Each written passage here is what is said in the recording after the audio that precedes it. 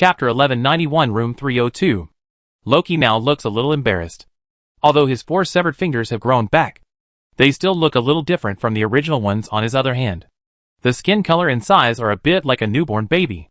The bleeding on his chest where Zhang Heng cut him had already stopped. Hide to sheath, the non-healing properties seem to have no effect on him at all. However, if you look closely, you can see that his wound is not completely healed, but has become extremely small, and the blood can no longer flow out of it. There are also such small wounds on his severed fingers.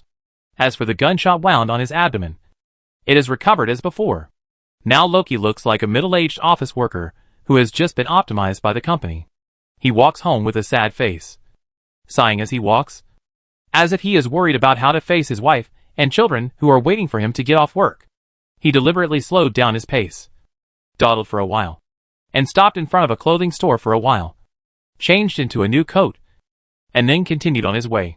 During this time, he heard the sound of a helicopter flying over his head, looked up at the plane flying out of the city, made a gesture of aiming and shooting, and after entertaining himself for so long, his mood seemed to have recovered, and he resumed his brisk pace, humming a little song, jumping forward, and finally came to an apartment building.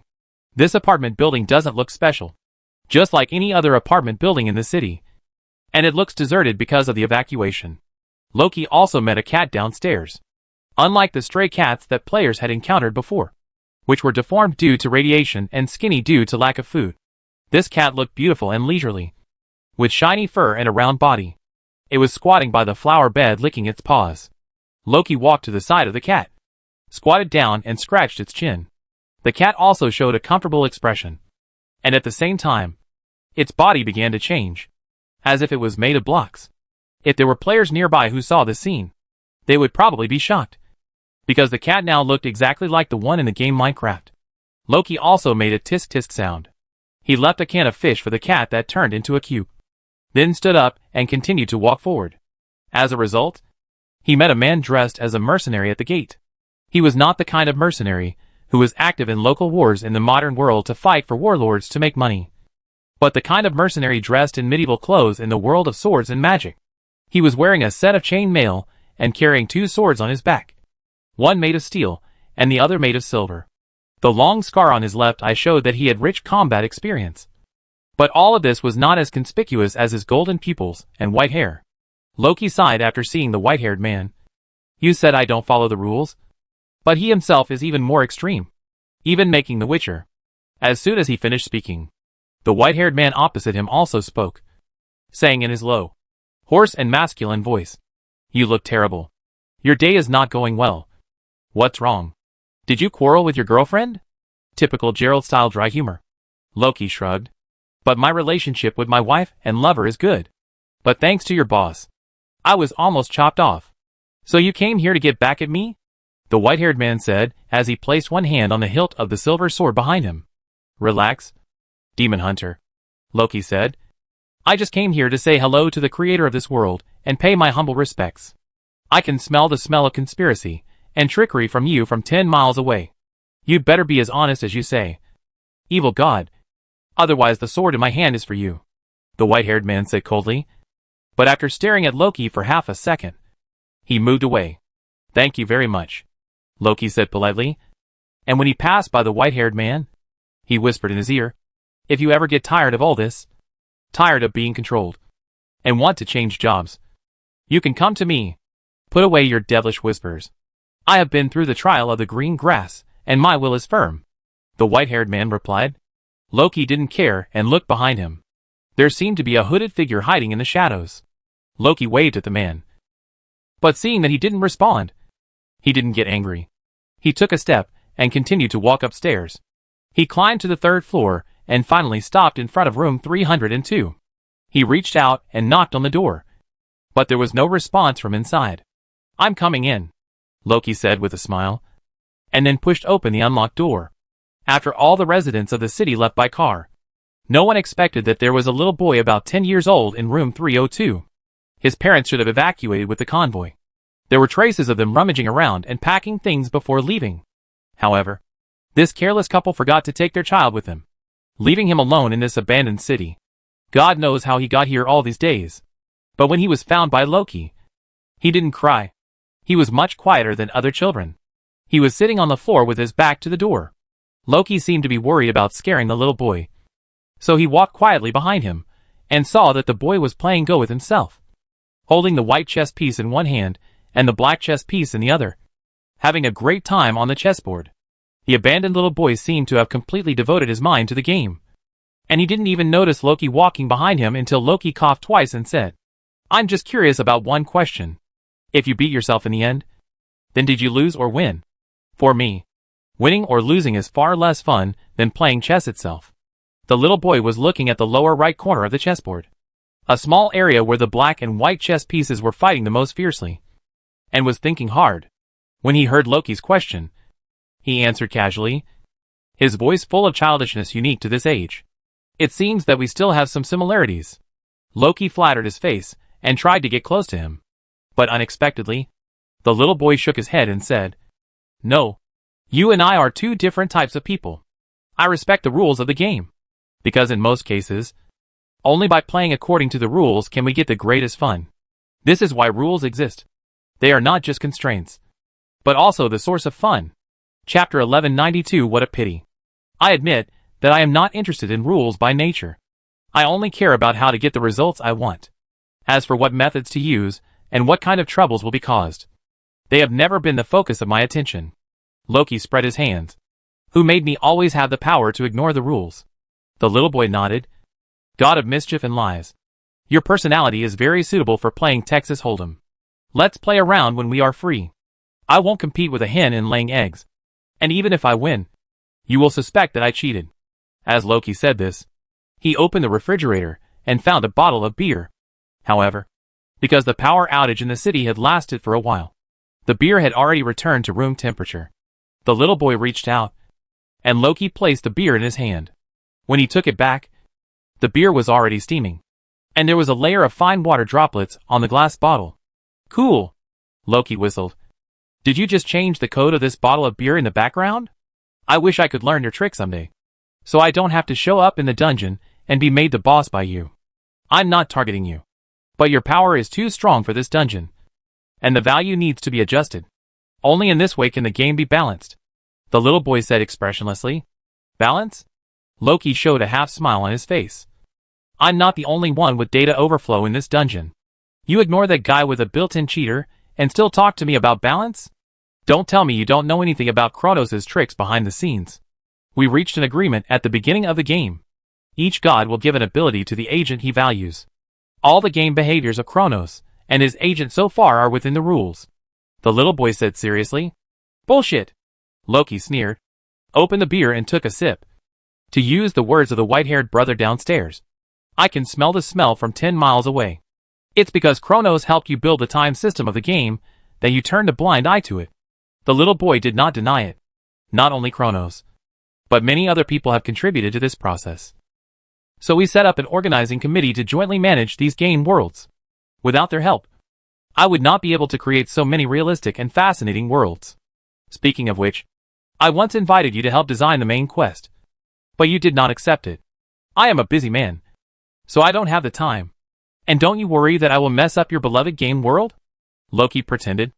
"I can give you some freedom to unleash your creativity, and I will be the one to check it in the end. I am confident that nothing will go wrong." The little boy said. "I know what you are worried about.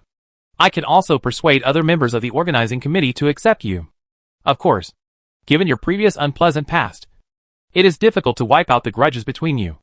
But at least there is no problem in maintaining a cooperative state in this matter. You can also use this as an opportunity to repair your relationship with them." Loki was a little angry because his heart was touched, but the boy's final promise made his eyes light up again, and he looked quite moved. Just when he was about to agree, his face changed again, and he smiled and said, "I refuse. You don't really think I care what other gods think of me?" The little boy was not surprised by this, and just said lightly, "What a pity." "It's not a pity." Loki scratched his chin. "If you hadn't appeared here tonight, I really didn't know that you were also targeting him. I'm here only because I received a major error report. TSK, TSK, TSK. What did I just say? Don't compete with a hen in laying eggs. I won't compete with you in Texas Hold'em. And you'd better not lie in front of the god of lies." Loki grinned. But he only laughed halfway, and couldn't laugh anymore. Damn. It's only been a short time. And my second incarnation was also killed. John Hung silently memorized several murals on the wall. Then turned around and prepared to leave. But stopped the next moment. He walked to the only piece of furniture in the room. Reached out and lifted the kerosene lamp on it. And almost at the same time, the system prompt rang in his ears. Found the game props. A worn-out kerosene lamp, unidentified. John Hung just felt that the position of the kerosene lamp was a bit too deliberate. It was exactly at the golden section of the whole room. Almost exactly? Of course. If you are not a person with strong observation and spatial sense, you can only find it after measuring it step by step with a ruler. But John Hung could see the abnormality of the position of the lamp with his naked eyes. So he also got a game prop while chasing Sock. John Hung picked up the kerosene lamp and took a rough look. But he didn't see anything special. Now the prop is still unidentified. John Hung has never seen Sock use it before. So he can't guess its purpose. So he can only put it in his backpack. Then he left the hut, came to the haystack, and noticed the footprints on the ground. Because Soak had a strange personality, and had almost no contact with the people in the village. She had always lived alone in a corner of the village. So the footprints on the ground were all left by her alone. Which made it particularly convenient to chase her. John Hung could tell which of them were fresh at a glance. And these fresh footprints extended all the way to the woods behind. Which was also the direction of Soak's escape. John Hung chased after her with a rifle. The woods were quiet at night, with only sporadic moonlight falling on the ground. The huge shadows of the trees covered most of the place, making the vision very bad. But this did not affect John Hung, because he was now wearing filter lenses and could see everything around him. With this D-level item, he didn't have to worry about being attacked by Sock. In addition, he had been delayed in the cabin for a while before, so John Hung didn't slow down his pace. He ran to two pine trees that were almost close together, but suddenly stopped. At this moment, Sock was holding her hunting rifle, hiding behind a rock 50 meters away, with her ears pricked up, as if waiting for something. Chapter 1193 Spectators. Soak tried to suppress her breathing. She chose to escape here for a reason, because just 50 meters away was a bear trap she dug by herself. The pit was 4 meters deep, 6 meters long and 3 meters wide, and sharpened wooden stakes were inserted underneath. There was only a thin wooden board in the middle that could be walked on. Soak covered it with mud so that it could not be seen from the outside. If John Hung followed her footsteps, he would be doomed if he took a wrong step. Even if he did not take a wrong step, it would be useless if he stepped on the thin wooden board every time, because the wooden board was carefully selected by Sock. It was just enough to bear her weight. With John Hung's weight, the board would definitely break if he stepped on it. So John Hung would still fall into the trap below and end up being disemboweled. And as if to confirm Sock's assumption, the next moment she really heard the sound of the wooden board breaking. Something fell into the trap. Sock's vicious and cold little eyes flashed with excitement. But she was not in a hurry.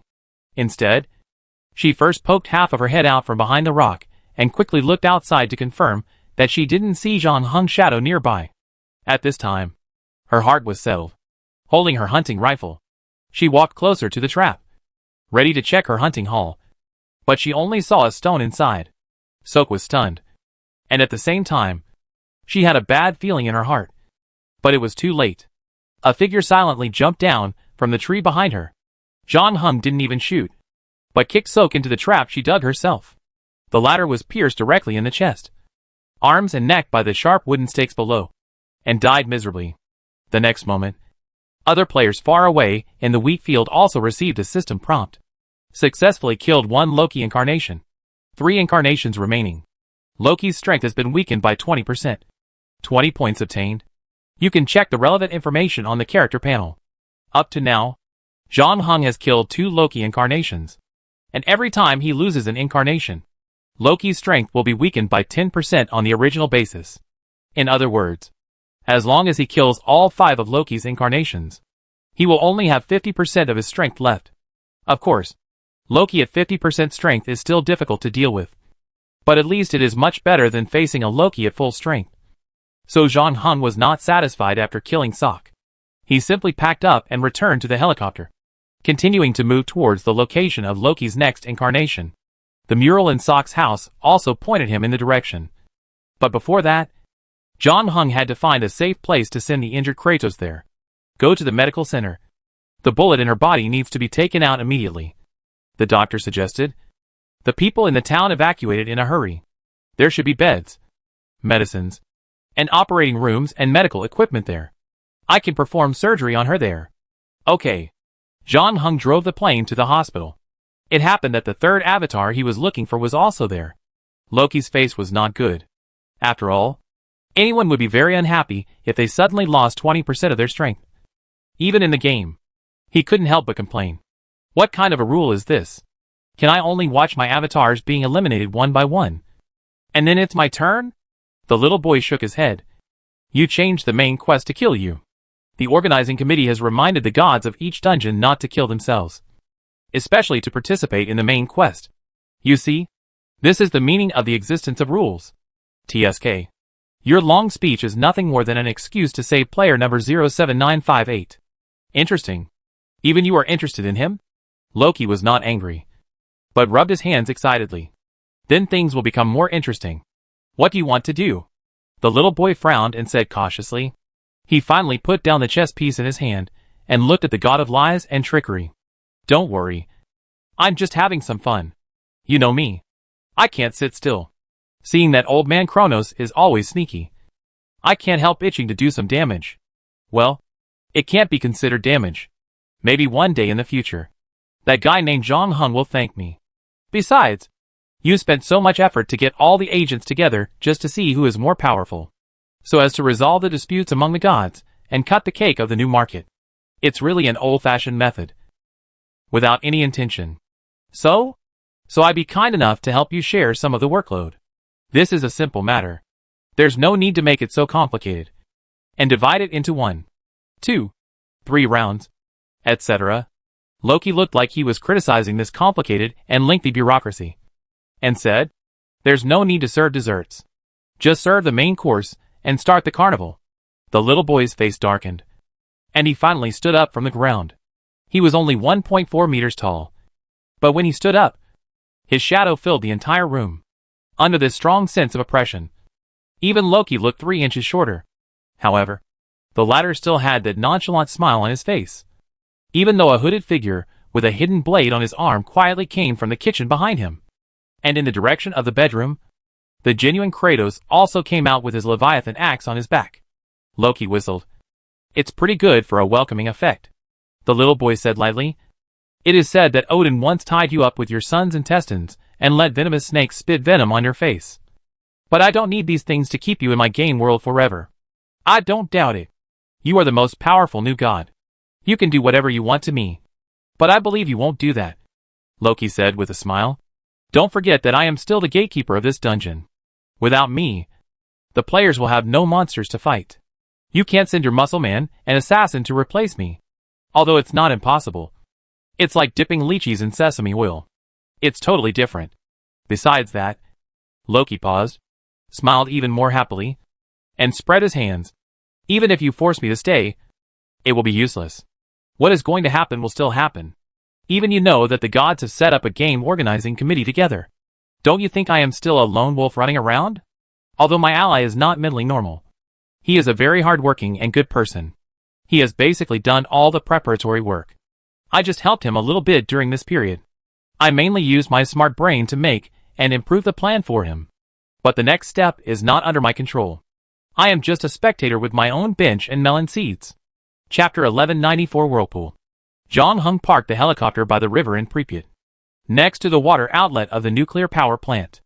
The cooling water will first flow through the turbine preheat exchanger, taking away some of the heat there, and then be discharged from here into the Pripyat River. Because the water here is relatively warm and rich in microorganisms, it also attracts a lot of fish. The few fishermen seen by the players when they escaped from the nuclear power plant were fishing here. Of course, they were slow to react and did not leave in time, which resulted in them inhaling a lot of radiation. Now they are not in a good condition in the hospital. If they were given another chance, they probably would not choose to stand here and continue to watch this costly excitement. Zhang Hung used the portable radiation meter he carried with him to simply measure the radiation value in the water. It was about 3.4 to 3.5 roentgens. This dose was already very high, almost approaching the limit of the portable meter. Fortunately, the players did not need to consider the sequelae of radiation, especially after the main mission was updated. Zhang Heng had made up his mind to kill Loki within 12 hours. So what he had to do was to keep his body in peak condition within these 12 hours. After experiencing the parallel copy, he also had a precise grasp of his radiation exposure, and knew that he could go into the water. So he started to take off his clothes without much hesitation. This is where Loki's salmon incarnation is on the mural. In Norse mythology, Loki turned into a salmon after he instigated the blind dark god Hodr to kill Baldur with mistletoe. This guy not only did not restrain himself, but also went to the banquet to provoke the gods. In the end, he was hunted down by the gods of Asgard. He had no choice but to turn into a salmon and jump into the river in an attempt to get away with it. But his trick was eventually discovered by the gods. The gods of Asgard used a simple method to deal with him. They placed a large net upstream and pulled it down to clear all the stones in the river. In the end, Loki had nowhere to escape and could only jump out by himself and was caught by Thor. However, myths are myths after all. The gods of Asgard have the ability to make a huge fishing net that can cover the entire lake at the same time. But in reality, Zhang Heng has no place to find such a large net. Even if he finds it, he can't use it. Moreover, there is more than one fish in the Pripyat River, the incarnation of Loki. There is a reason why this place is regarded as a fishing paradise by anglers. Fortunately, although there are many fish in the Pripyat River, there are no salmon. Otherwise it would be too unfair. However, it is not easy to find a salmon in such a large area of water. What is more difficult is to find a way to catch it after finding it. There is no need to think about fishing rods. The salmon incarnated by Loki is unlikely to be stupid enough to bite the bait on the hook. Using a fishing net is not realistic.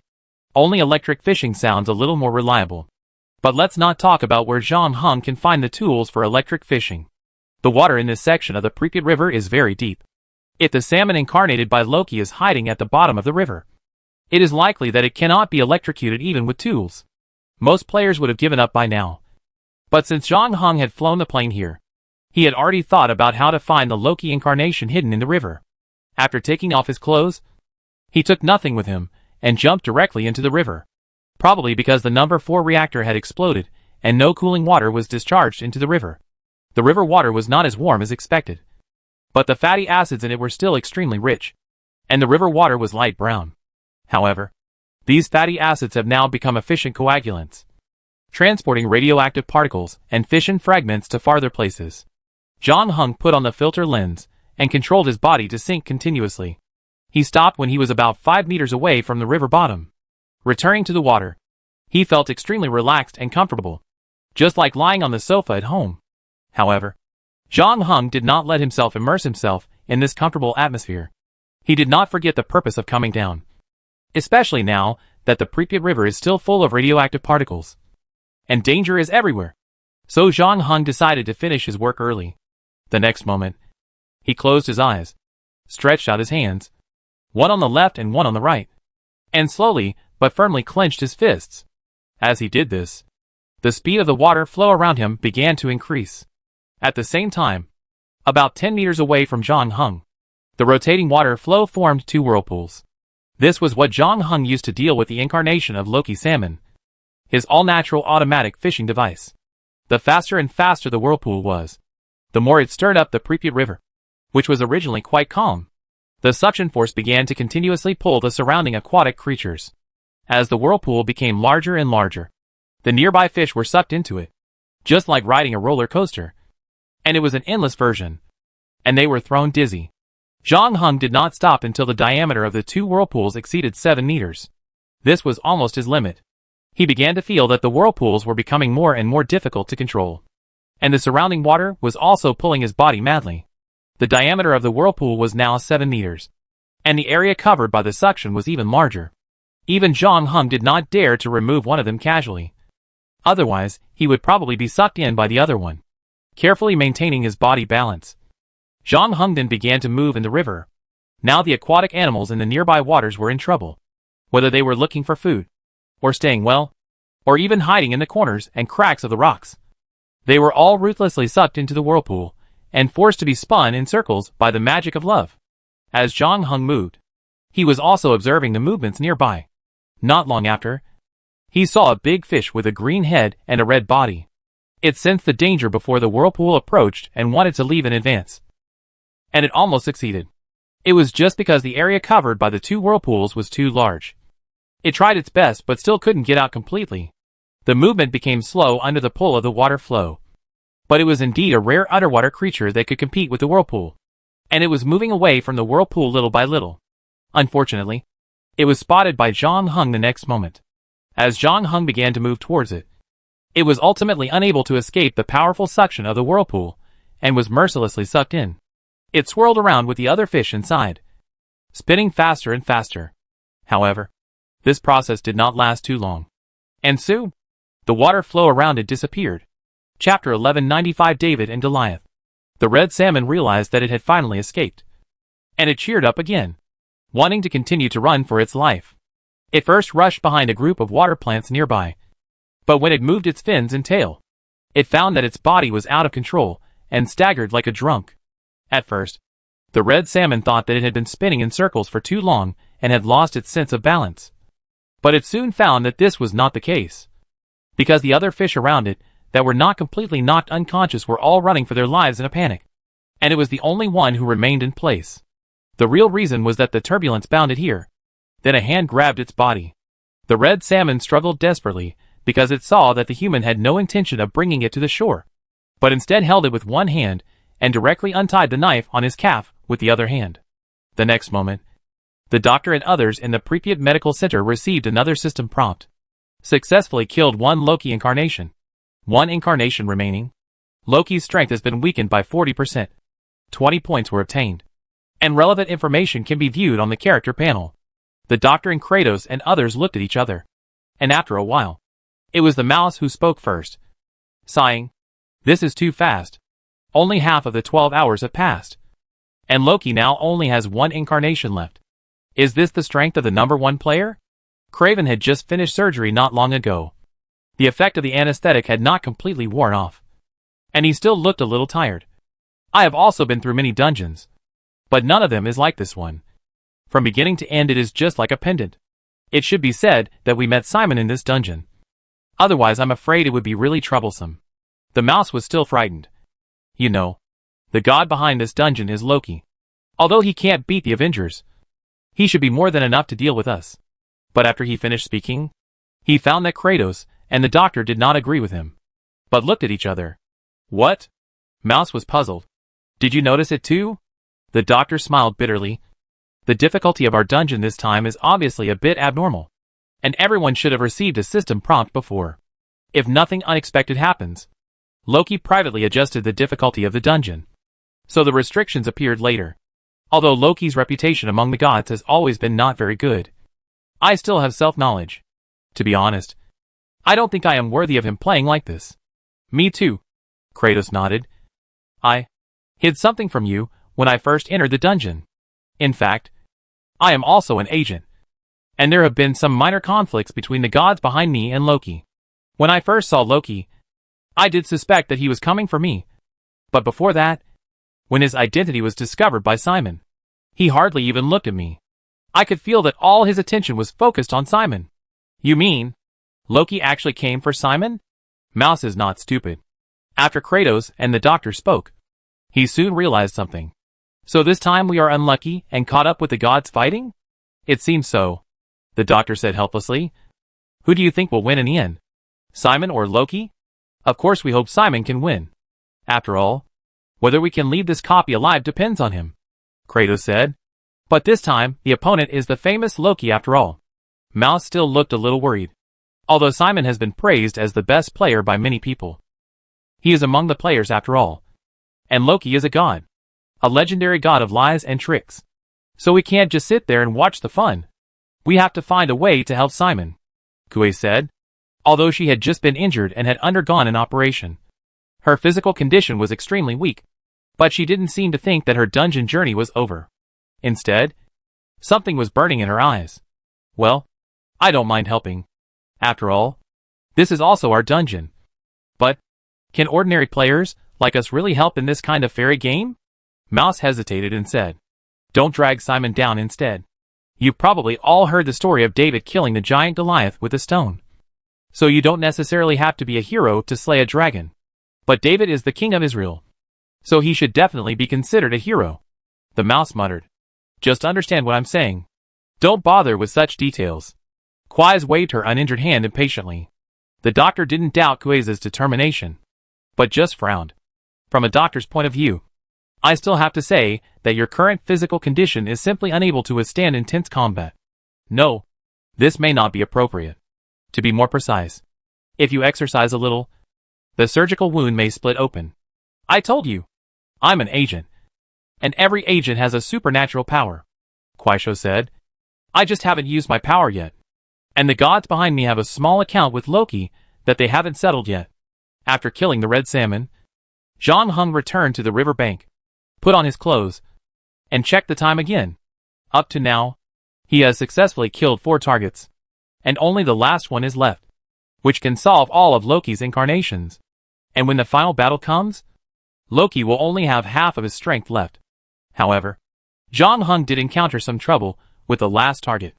The White Mare is the last remaining incarnation of Loki, and the only one whose location is uncertain. The mural about the White Mare on the wall describes the scene when Zhang Heng and the White Mare first met in the parallel copy. After killing Sok, Zhang Heng also flew there in a helicopter. But unfortunately, he did not gain anything. On the contrary, earlier in Pripyat, Zhang Heng drove the doctor, Kuei and others to Pripyat Hotel and met the White Mare again on the way. In Norse mythology, the story about this White Mare is also very interesting. Legend has it that in a battle, the wall of Asgard was razed to the ground, leaving the gods unable to resist the attack of their old rivals, the giants. Just when the gods were worried, a craftsman came outside the city and proposed a deal to the gods, saying that he could repair the wall within 3 seasons, in exchange for the gods giving him the sun and the moon, and letting the goddess Freya be his wife. In order to make things difficult for the craftsman, the gods shortened the construction period to 1 quarter and added other harsh requirements, because they felt that the craftsman could not repair the wall within this period, and wanted to get the other party's labor for free. So they agreed to the deal at the instigation of Loki. But they did not expect that the craftsman would find a stallion to help. And the project progressed rapidly. Seeing that the repair work was about to be completed within the construction period, the gods began to complain about Loki. But Loki himself was not in a hurry. He turned into a white mare before the wall was repaired and led the craftsman's stallion away. She later became pregnant and gave birth to a foal, which later became Odin's mount. Sleipnir. Chapter 1196, The Last Incarnation. In the game copy, the white mare that Loki incarnated appeared and left very suddenly every time.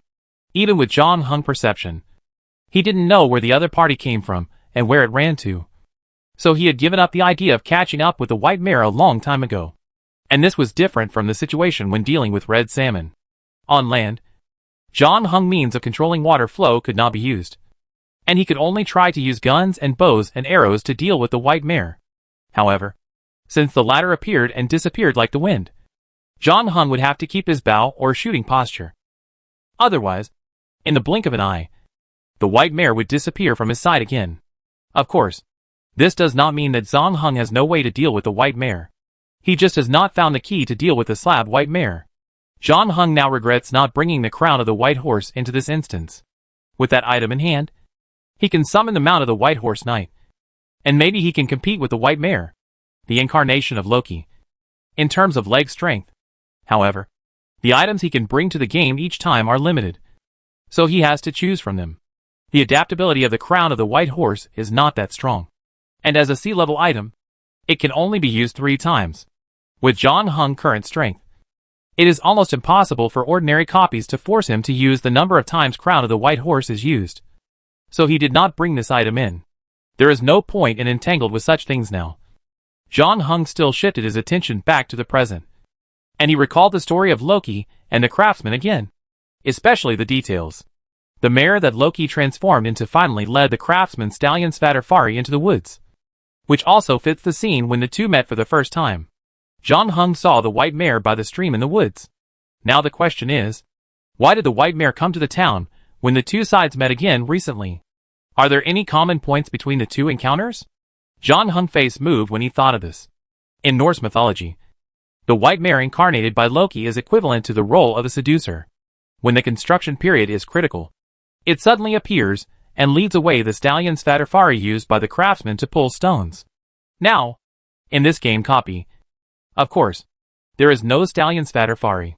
In fact, according to what the receptionist said before, there are actually not many families in Pripyat and its surroundings who raise horses. Then the white mare's reappearance was obviously not to attract the stallion. John Hung met the white mare twice, at different times, places, and people around him. The only thing in common was that he drove a car, considering the role of the stallion's Fadarfari in mythology, which was to carry stones for craftsmen to build the city. This function of the stallion has indeed been replaced by cars and ships in modern society. So is the key to attracting the white mare a car? And it's not just a car, because John Hung has driven a car more than once in the dungeon. But the number of times he saw the white mare is very few, which shows that there should be some additional conditions. Refer to Fadarfari. The biggest feature of the stallion is not only its speed, but also its strength, because it can drag a boatload of stones at a brisk pace and never get tired. The time when the receptionist went back to the countryside, John Hung Lada was full of gifts that the receptionist bought for her grandparents, brother and sister-in-law.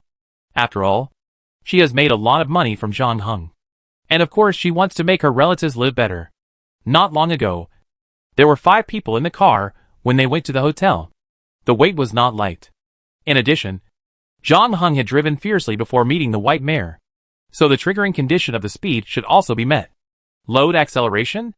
John Hung thought about it, and decided to find a car to try again. This time he simply found an off-road vehicle Lada Niva, produced by Volga, the largest automobile manufacturer in SL. The first generation of cars was launched in 1977. It uses a full-time 4-wheel drive system. At that time, it was considered powerful, and could cope with various bad weather and road conditions. Once it was launched, it was sold well, and even sold to Chiagua. It was a symbol of SL industry. Of course, with the disintegration of SL, the fate of Volga Automobile Factory also took a sharp turn for the worse, and it was even on the verge of bankruptcy. However, Lada Niva is still very popular at this time. It is hard to find one. John Hung walked around the city for a while before finding one outside the gate of the Children's Palace. Its original owner should have hurriedly evacuated with the convoy a few days ago, leaving it forever in this abandoned city. John Hung did not have the car key, but this did not bother him. Anyway, the car locks of this era are also easy to open. Of course, in order to save time, John Hung finally chose a simpler and more brutal method. He directly smashed the car window with a stone, reached in, opened the car door, and then started the car by igniting the car with a jumper. John Hung drove the newly acquired Lada Niva all the way to the outside of the October Hotel. This is the second hotel under construction in the town. With the vigorous development of Pripyat, it has also attracted more and more tourists. The previously built Pripyat Grand Hotel has been unable to meet the growing number of tourists, so the Pripyat municipal government decided to build a second hotel. However, after the explosion of the number 4 reactor, this hotel was destined to be unfinished. Fortunately, John Hung did not come here for accommodation.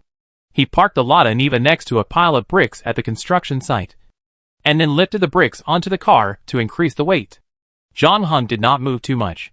He roughly estimated the weight when he drove to the countryside and took the players to the hotel before, and chose a middle value from it, and moved bricks of equal weight to the back of the car. After doing all this, the body of the Lada Niva also sank slightly.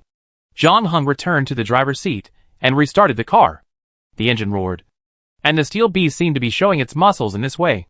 John Hung drove the SUV to the main road in the center of Pripyat, because the city leaders believed that SL was developing rapidly and would soon be occupied by cars. The streets were planned to be very spacious at the beginning of construction. In addition, there were no more people in the city now, which was very suitable for racing. John Hung removed the door on the left-hand side that was in the way, and then held the steering wheel with one hand and the plague-bone bow with the other hand. And the arrow of Paris was bitten in his mouth with his teeth. After making all the preparations, John Hung stepped on the accelerator. Chapter 1197 Death Collision. The Lada Niva sped forward, and as John Hung changed gears several times, the tires of the off-road vehicle turned faster and faster. The wind outside the car body blew into the driver's seat without doors. John Hung glanced at the numbers on the dashboard. The current speed was about 100 kilometers per hour. John Hung had already engaged the fifth gear, but the white mare did not appear. So he continued to step on the accelerator and increased the speed to 120 kilometers per hour. This speed was also the highest speed when John Hung drove the doctor, Mouse and others to the Pripyat hotel not long ago. But this time, the white mare still had no trace. With the help of filter lens, John Hung could clearly see the surroundings. In those lonely buildings, there were occasionally eyes secretly watching the road, but they all fled before the SUV drove in front of him. John Hung had no choice but to continue speeding up. Fortunately, this car was in better condition than the previous ones he had driven. He could feel that the engine had not reached its limit, although the needle was almost close to the far right of the speedometer. 140 kilometers per hour. Considering the added weight, the Lada Niva basically had nothing left to hold back. As a driver, John Hung could sense that if he increased the speed further, it would be possible, but there would be a risk of cylinder explosion. Therefore, John Hung finally chose to maintain this relatively safe speed, because compared with the previous two speeds, his speed this time should have reached the standard. The next step was to test whether his previous inference was correct. Lada Niva was speeding on the avenue in front of the Children's Palace. The sky was already turning pale, and the darkness was receding like a tide. This seemed to prove from a certain perspective that no matter what happened, the Earth would still rotate normally the next day.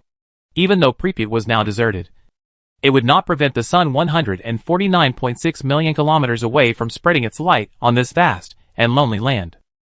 When the first ray of sunlight shone through the clouds, at the end of the horizon, a white mare also stepped forward and rushed towards John Hung. Its speed was incredibly fast. It arrived in front of John Hung in almost the blink of an eye, and there was no sign of slowing down. It seemed that it was going to use its flesh and blood to fight against the steel creation of humans. The speed of both parties combined was conservatively estimated to be more than 400 kilometers per hour. If they collided at this speed, the white mare would almost certainly die, and John Hung's chances of survival were probably not very optimistic. So this was a real death collision.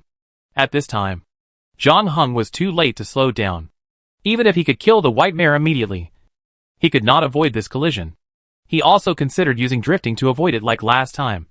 But there was a telephone pole and a bus parked on the roadside on each side of the white mare. John Hung quickly calculated and found that it was difficult for him to avoid it completely. So he also realized that it was not accidental that the white mare chose to charge at him at this time. Although this charge was completely a suicide act no matter how you looked at it, the white mare was just an incarnation of Loki. Kill him at the cost of sacrificing an avatar. I believe Loki has no reason to refuse this deal.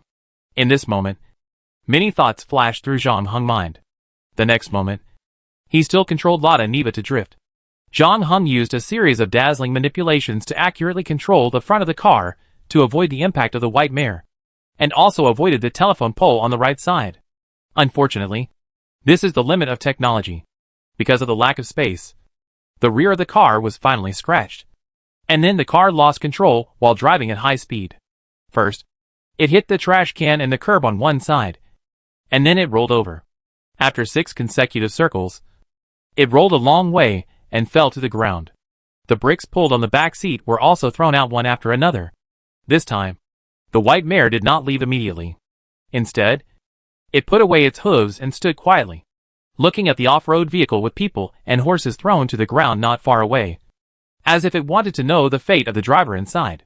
For this reason, it even took 2 steps forward, expecting to see the driver seriously injured, bleeding profusely, or even dead on the spot.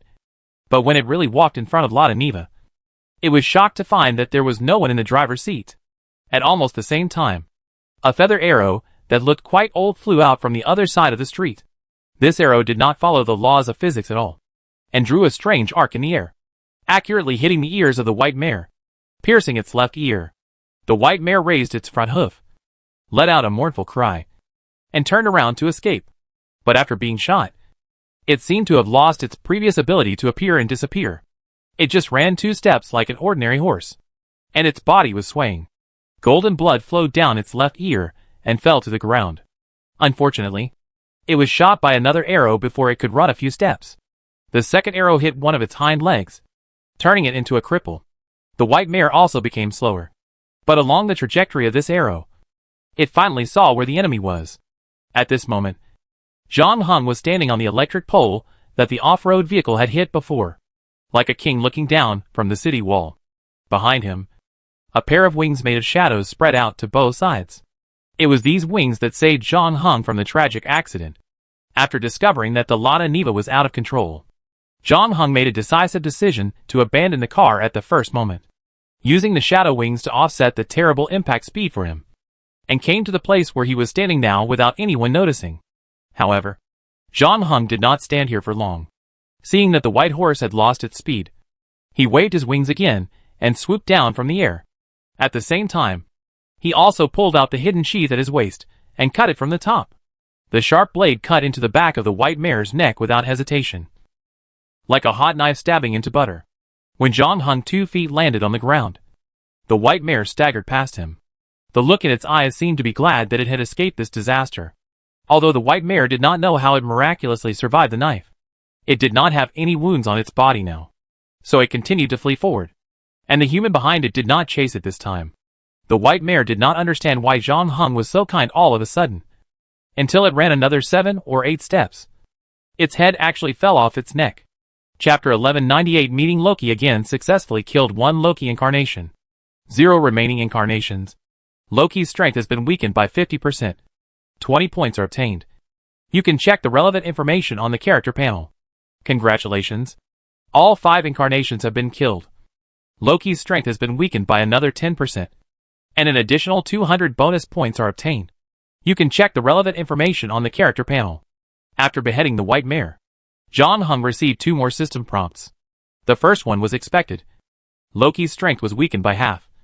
And the second one was a hidden reward. When he killed the last incarnation, the 200 points he got were still secondary. At the same time, Loki's strength was weakened by 10%, which means that Loki only had 40% of his strength left at this moment. He has become weaker than ever before. On the other hand, John Hung's body has also been affected by a lot of radiation. But the situation is not serious for the time being, and he still maintains about 90% of his combat effectiveness. In addition, the shadow wings were used up when fighting the white mare just now, and it will take 24 hours to restore the number of uses, which means that it is estimated that it will not be counted on in the next battle. However, apart from this, John Hung's physical and mental state are maintained very well. Although he has experienced several battles before, he was not injured, but just consumed some physical strength. It took John Hung 2 hours to recover, and then he also replenished some food and water. After making sufficient preparations, John Hung set out for the final battle. At this moment, there were less than 3 hours left in the 12-hour countdown. But John Hung did not go to the medical center to meet up with the doctor, Kratos and others, because the 3 of them were not in good physical condition, and Kratos was shot and injured. The help he could provide was limited. In addition, this copy was a complete disaster for them, and they were involved in Loki's arrangement against John Hung. So John Hung did not plan to call them to join the final battle. He drove a newly found car alone on the road of Pripyat. In the system's modification of the main task, Loki's range of action was limited to the city. In other words, the god of lies and mischief could not leave Pripyat now. And after the 12-hour countdown, Loki would be forced to stay in a building in the city. However, John Hung did not want to wait until the 12 hours were up to find Loki, because this would give Loki time to choose the location of the decisive battle and then arrange it calmly. Although the name of the god of lies and mischief has always been very famous, Mouse and others had changed their expressions when they heard that the god behind this copy was Loki. But in fact, Loki's record is as deceptive as he is. Although he can take advantage when facing most enemies, there is almost no positive description of Loki's battles throughout the entire Norse mythology. When encountering a strong opponent, Loki's choice is usually to deceive the opponent with lies, or to use some tricks to make the target suffer. There is only one enemy who really died in his hands, and that is Heimdall. This brother is very famous. Those who have watched the Marvel Thor series should have some impression of this name. Heimdall is the guardian of the Rainbow Bridge, the god of dawn, the son of the 9 mothers, and the guardian of the gods. His eyes can penetrate the darkness, and can see the scene within 300 miles regardless of day or night. John Hung even suspected that the filter lens in his hand was made by Heimdall. In addition, Heimdall can also hear the sound of grass and hair growing. At the same time, he is completely tireless. With him guarding the Rainbow Bridge, Once he finds the trace of the giant, he will immediately blow the horn and summon the gods. Haldum is also Loki's mortal enemy. The two had a grudge before Ragnarok, and they died together in Ragnarok. It seems that Loki's fighting ability should be at the same level as Heimdall, the guardian of the gods.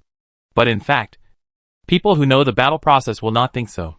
Not long after the two fought, Haldum sees the flaw exposed by Loki, and cut off the latter's head with a sword. However, he did not expect that Loki's head bounced up again after falling to the ground, biting the dagger and stabbed Heimdall in the abdomen. And then the two died together. Although the ending is the same, Loki still relied on his little tricks, and risked his life to kill Heimdall. So Zhang Heng estimated that Loki's hard power was not too strong in Norse mythology, and should belong to the lower echelon. In addition, Loki's strength was cut by 60% by the system in this copy. Zhang Heng was not worried about Loki's head-on confrontation with him. On the contrary, what he really needed to be wary of were the little tricks behind Loki. If it was not a last resort, Zhang Heng did not want to wait until the 12 hours were over before fighting Loki. He planned this from the beginning. So as soon as his physical strength recovered, he began to look for Loki's whereabouts.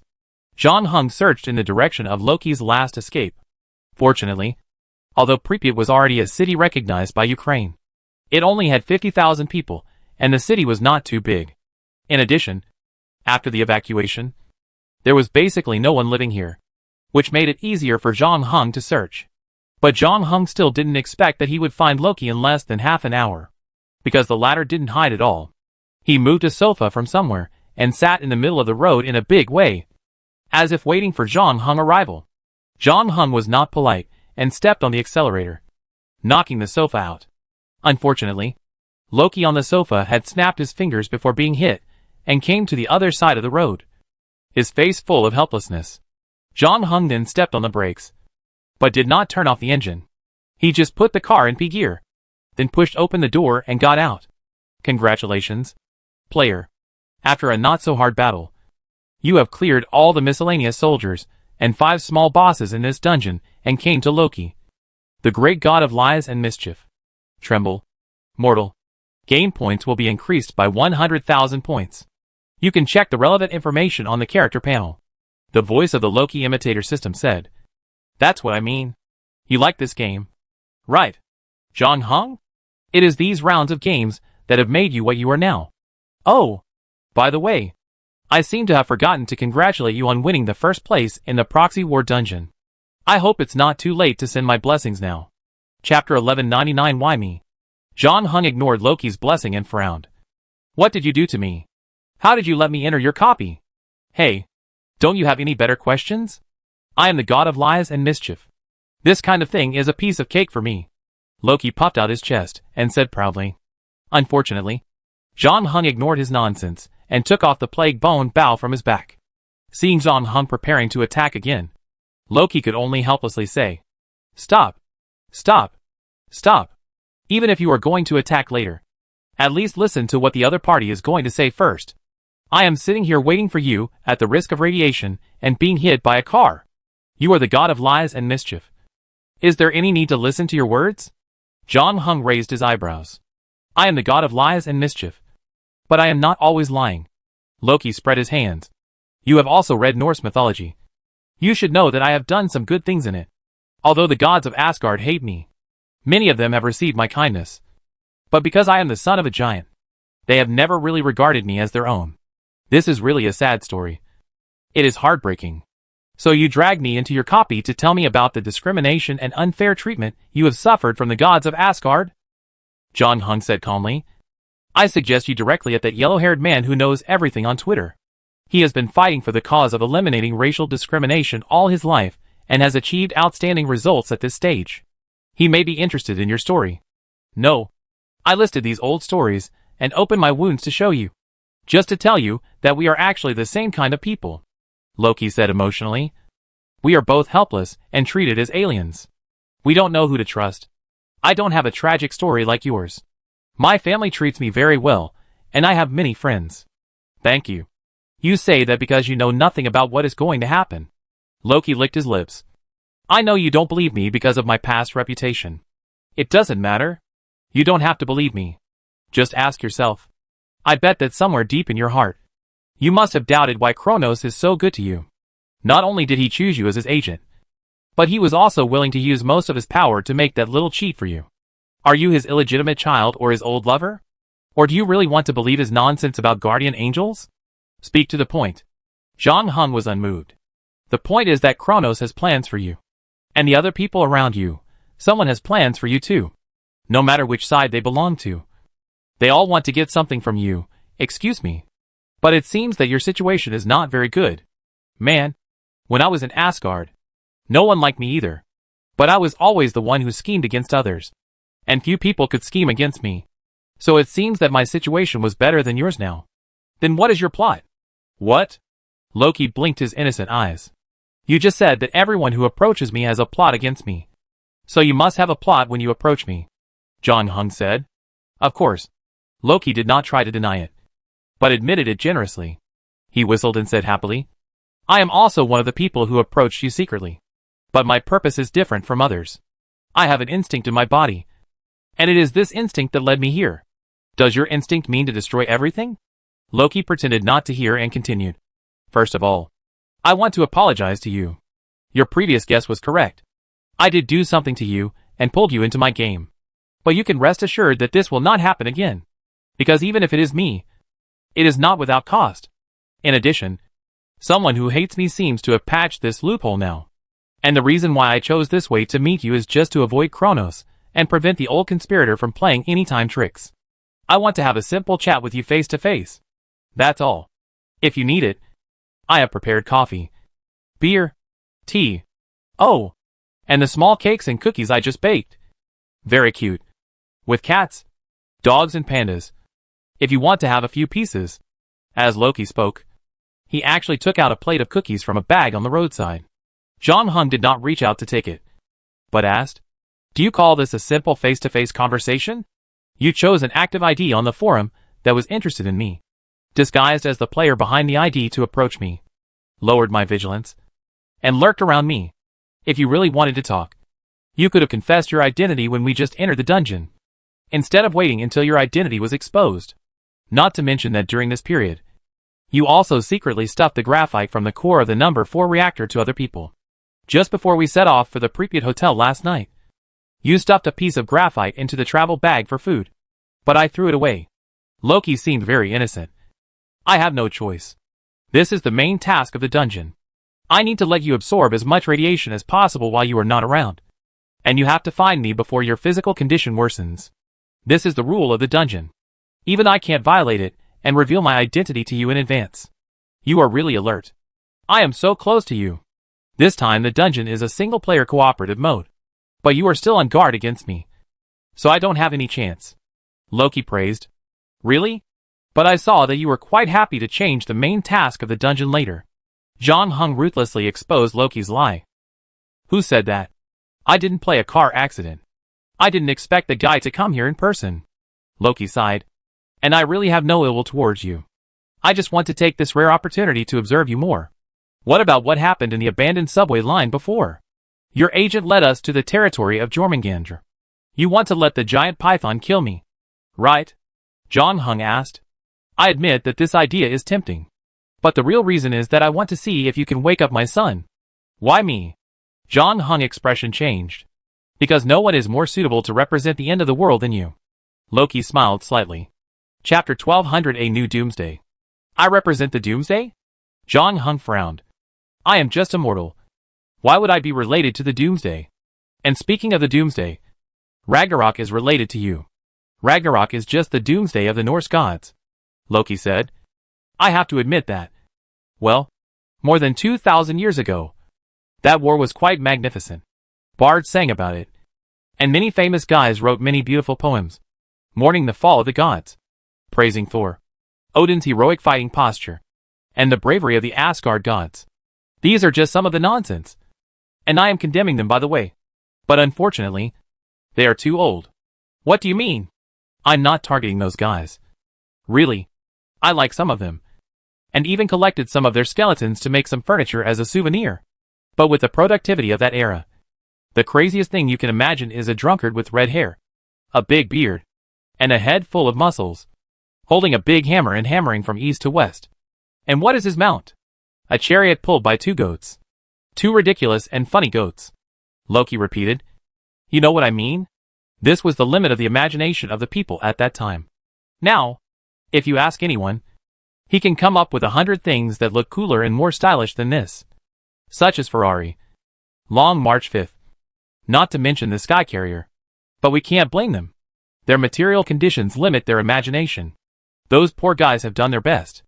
Ragnarok or Judgment Day. All these doomsday stories. These elegant poems.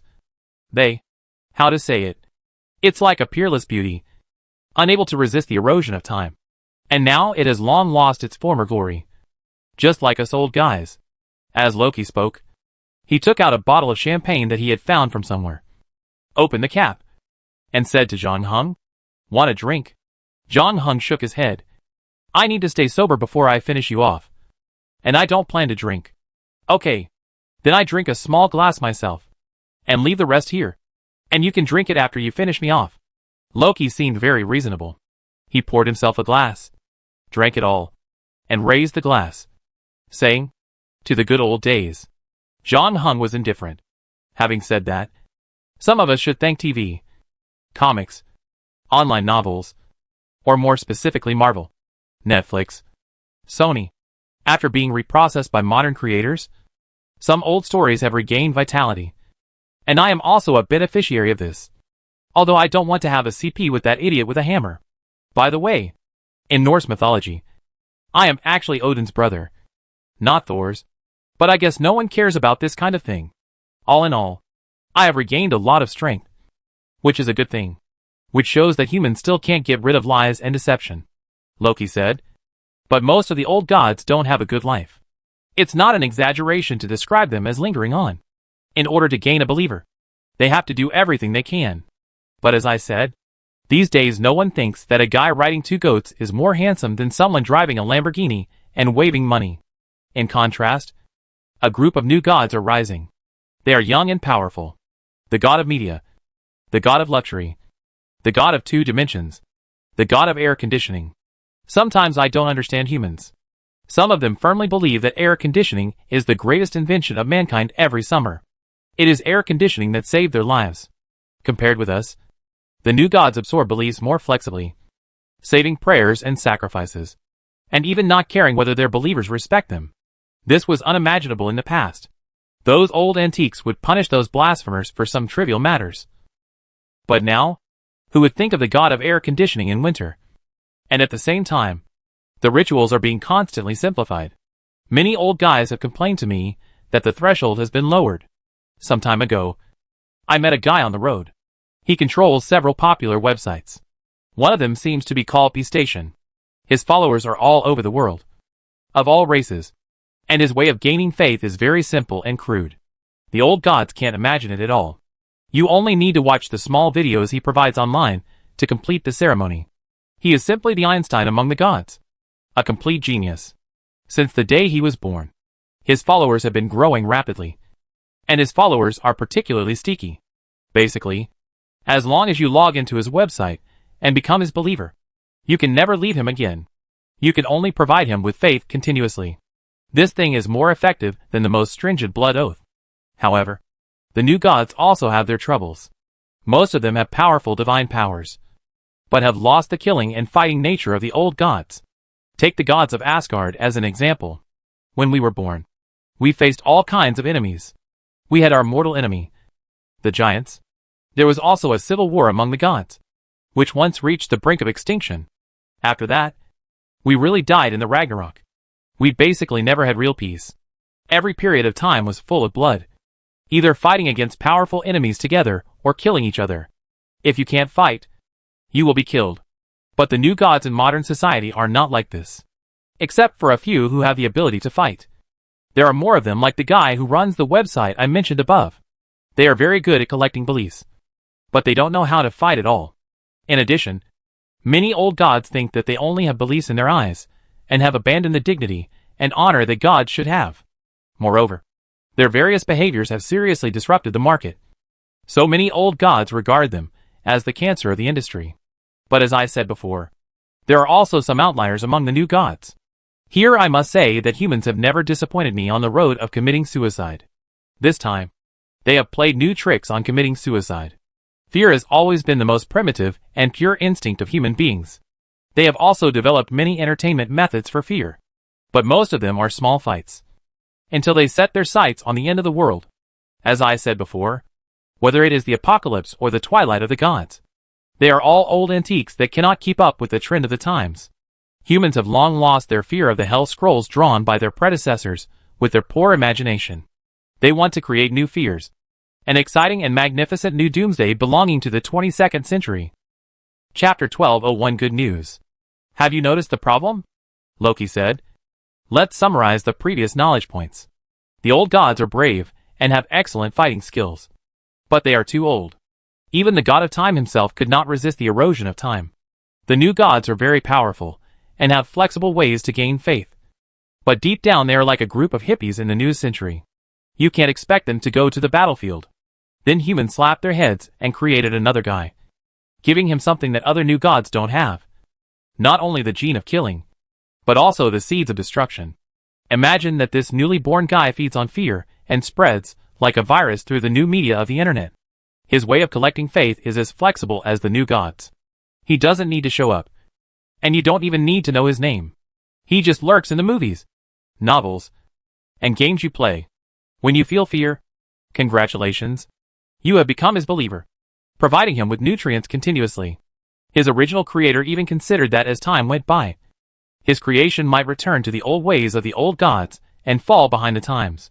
So he used a lot of blank space in his description. This is like creating an engine, but not setting an upper limit for the speed. So the next thing you have to do is to step on the accelerator and increase the speed continuously. And you will soon feel the feeling of speeding. If someone was willing to step on the brakes at this time, perhaps the tragedy of car crash and death could be avoided. But unfortunately, when people noticed the excellent performance of this car after a while, no one thought of stopping it. But everyone wanted to get in and step on the accelerator. This is the sadness of the internet age. When a hot topic appears, people will spontaneously chase it and hype it up to a higher position. But these people actually don't know what consequences their actions will lead to. What they are worshipping and feeding is an unprecedented monster, different from both the ancient gods and the new gods. And what's even more terrible is that his original creator also gave him the attribute of destruction. Of course, in the minds of most people, they are just having fun with this matter, as if it is an unconscious collective carnival. But unfortunately, the guy at the center of the carnival doesn't think so. He is still faithfully fulfilling his mission to bring the world an unprecedented super doomsday that best meets everyone's expectations. Every time its strength increases, we are one step closer to this preset ending. After saying this, Loki took another sip of champagne, and a hint of tipsiness appeared on his cheeks. Unfortunately, Zhang Heng opposite him did not react after listening to it, but just said lightly, "It's a good story. If you don't go to Chidian to start serialization, it will really be a loss for all readers. Do you think I'm deceiving you? I don't know, and I don't care. My mission at this stage is to kill you and complete the main mission of this dungeon. We talk about the rest later," Zhang Heng said as he pulled out the arrow of Paris from the quiver behind him and put it on the bowstring. At least on the surface, Loki couldn't tell that Zhang Heng's mood had changed because of what he said just now. TSK. I almost forgot. You don't have much emotion left, right? Loki didn't panic when Zhang Heng pointed his bow at him. Instead, he touched his chin with interest and said, "Don't you want to know what will happen when you lose all your emotions? I actually have good news for you." Zhang Heng did not answer Loki's question, but said, "Even if there is a new doomsday, you don't have to worry, because you will not be here by then. I'm glad that your sense of humor is still there." Loki's eyes flickered. "Otherwise I might not like you as much as I do now." Before he finished speaking, Zhang Heng had already released the bowstring, and the arrow of Paris shot towards Loki. Zhang Heng aimed at Loki's heart, but the arrow of Paris drew an arc halfway and turned to Loki's neck. As a result, the god of lies and mischief stood there calmly, motionless, until the arrow of Paris flew in front of him and was about to pierce his neck. He smiled slightly, suddenly stretched out his hand, and the next moment he had caught the feather arrow that was shot at him. Arrow of Paris. Quality D. Is used to hit the target's weak point after it leaves the string. It is a very useful little prop. Many people are confused by its grade. But if this prop is used well, it is not inferior to the top sea-level props. However, it also has a disadvantage. Although it has built-in weak point aiming, its lethality is no different from that of ordinary feather arrows. Loki said slowly. Also, do you like my move just now? This is something I learned from the Avengers. John Hung did not answer, because he had taken out new arrows from his quiver. This time, he shot 4 arrows in one breath. The time between the arrows was very short, as if they were connected together. At the same time, there was a slight change in the angle, which enveloped Loki's body and left him no room to escape. Good archery, Loki praised. He did not dare to catch the arrows with his hands this time. He snapped his fingers and disappeared from the spot again. When he reappeared, he was already standing behind John Hung. As a result, before he could say a few more dirty words, his expression suddenly changed, because John Hung had turned around without knowing when, and pointed his bow and arrow at him again as if he had been waiting there in advance, and then saw arrows raining down. Did he predict the direction of his teleportation? Loki was also amazed at John Hung's battlefield sense in his heart. This time, he almost got shot by an arrow before he could even snap his fingers. Fortunately, he still snapped his fingers and moved his body at the last moment to successfully avoid it. But that embarrassing scene also reminded him of some bad memories. Previously at the Pripyat Hotel, he was forced to roll around like a marble after John Hung discovered his identity, with no image at all. This time, he finally managed to save some face. But even though he caught the arrow of Paris with one hand, he still didn't dare to be careless, even if John Hung would just shoot him with an ordinary arrow from the store. However, Loki recognized the bow in John Hung's hand. The plague-boned bow from the White Horse Knight, one of the 4 horsemen of the apocalypse. This big-grade bone bow also reminded Loki of the fate of the White Horse Knight. If he didn't want to end up like the Plague Knight, he needed to be alert at all times. Chapter 1202 Coins. You have read Norse mythology, so you must know something about my deeds. Loki continued while dodging John Hung arrows. I like to cause trouble everywhere, so when the gods encounter problems, their first reaction is to wonder if it was me who did it. But after they rule out this possibility, they still come to me next. Do you know why? John Hung did not answer, but continued to draw his bow, and shot 2 arrows at Loki. The latter snapped his fingers helplessly and dodged again, while asking himself and answering, because they know I can solve their problems. I helped Thor find his hammer when it was lost, and I asked the dwarves to make her hair more beautiful with gold when Sif lost her golden hair, which was even more eye-catching than her original hair. So you see, I am not busy causing trouble all day long. I can solve problems, those difficult problems that others can't solve. Before Loki could finish his words, he was forced to leave the spot by John Hung arrows. Hey, what's the point of shooting when you know you can't hit the target? Loki said speechlessly. Are you expecting me to accidentally break my fingers when I snap my fingers? John Hung finally stopped his movements after hearing this. In just 2 minutes, he had shot all 3 quivers. The high intensity of shooting made his arms a little sore, and he needed to rest for a while. But as Loki said, none of these arrows could hit the target. Loki dodged them all with a snap of his fingers. It seems that he is wasting his energy, and it seems that he is doing this just to disgust Loki. However, John Hung is not such a boring person. He is actually trying to test Loki. The life-saving ability similar to teleportation is too buggy. If John Hung wants to kill Loki, he must first find a way to break his ability, or find out its limitations. The 3 bags of arrows consumed by John Hung are not without any results. The good news is that John Hung has calculated that the maximum distance of his teleportation is about 20 meters based on Loki's constantly changing positions. This distance is not too exaggerated. If you are in a relatively open place and are careful, it is almost difficult to lose him. But the bad news is that Loki seems to have no limit on the number of times he can use this ability. This means that if he wants, he can keep snapping his fingers, or even do Dan Brown exercises here. Besides that, John Hung still hasn't figured out whether Loki's teleportation ability is his own, or whether he relies on some game props. If this is his original skill, then John Hung can't imagine any other way to kill Loki except sneak attack and large-scale AoE damage. And as for sneak attack, he has done it once before in the Pripyat Hotel. With Loki's cunning, it is almost impossible to give him a second chance. As for large-scale AoE damage, there is a ready-made opportunity right now. because the 3 nuclear power plant engineers had not yet sneaked into the basement under the number 4 reactor to open the drain valve to drain the water.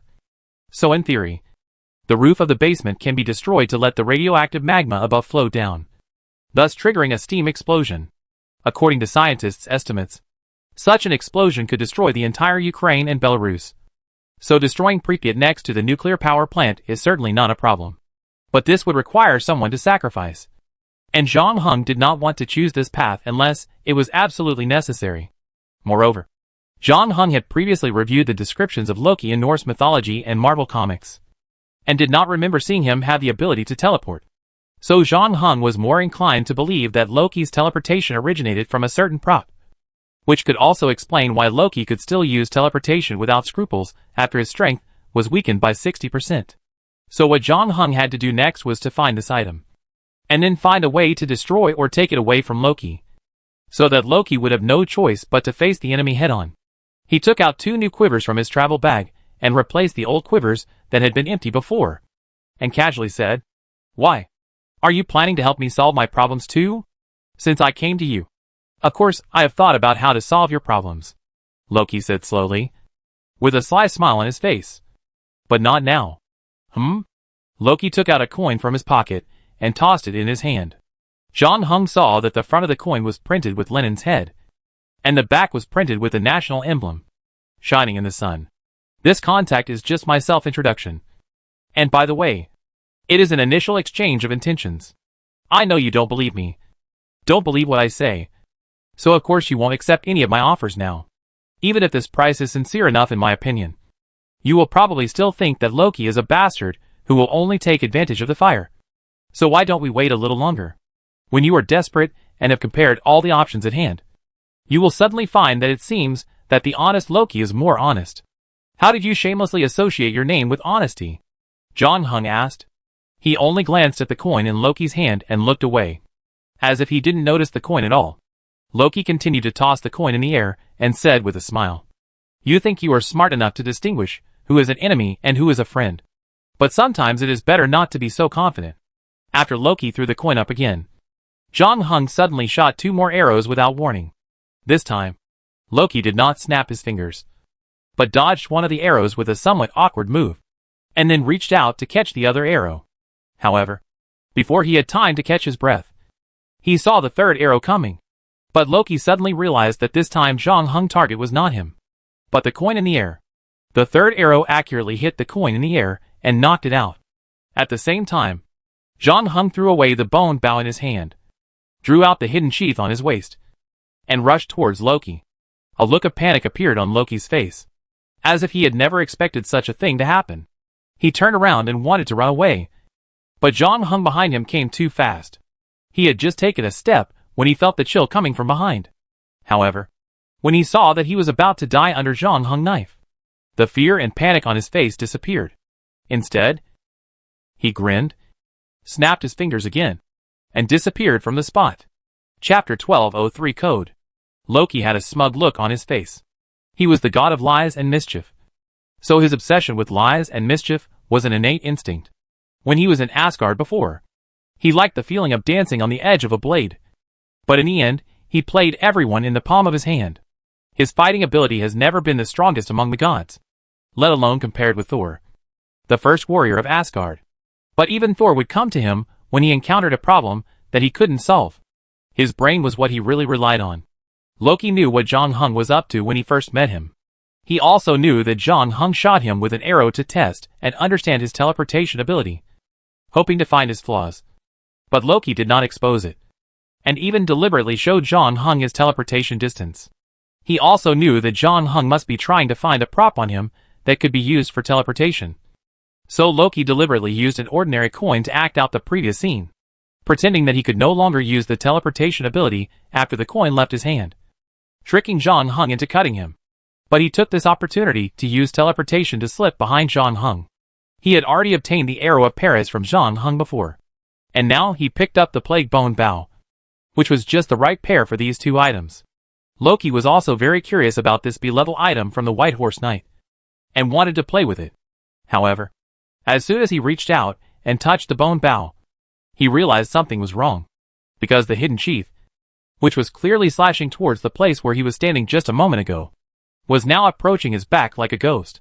Loki immediately realized that he had been tricked by Zhang Heng again. Zhang Heng had never believed that the coin was the key to his teleportation.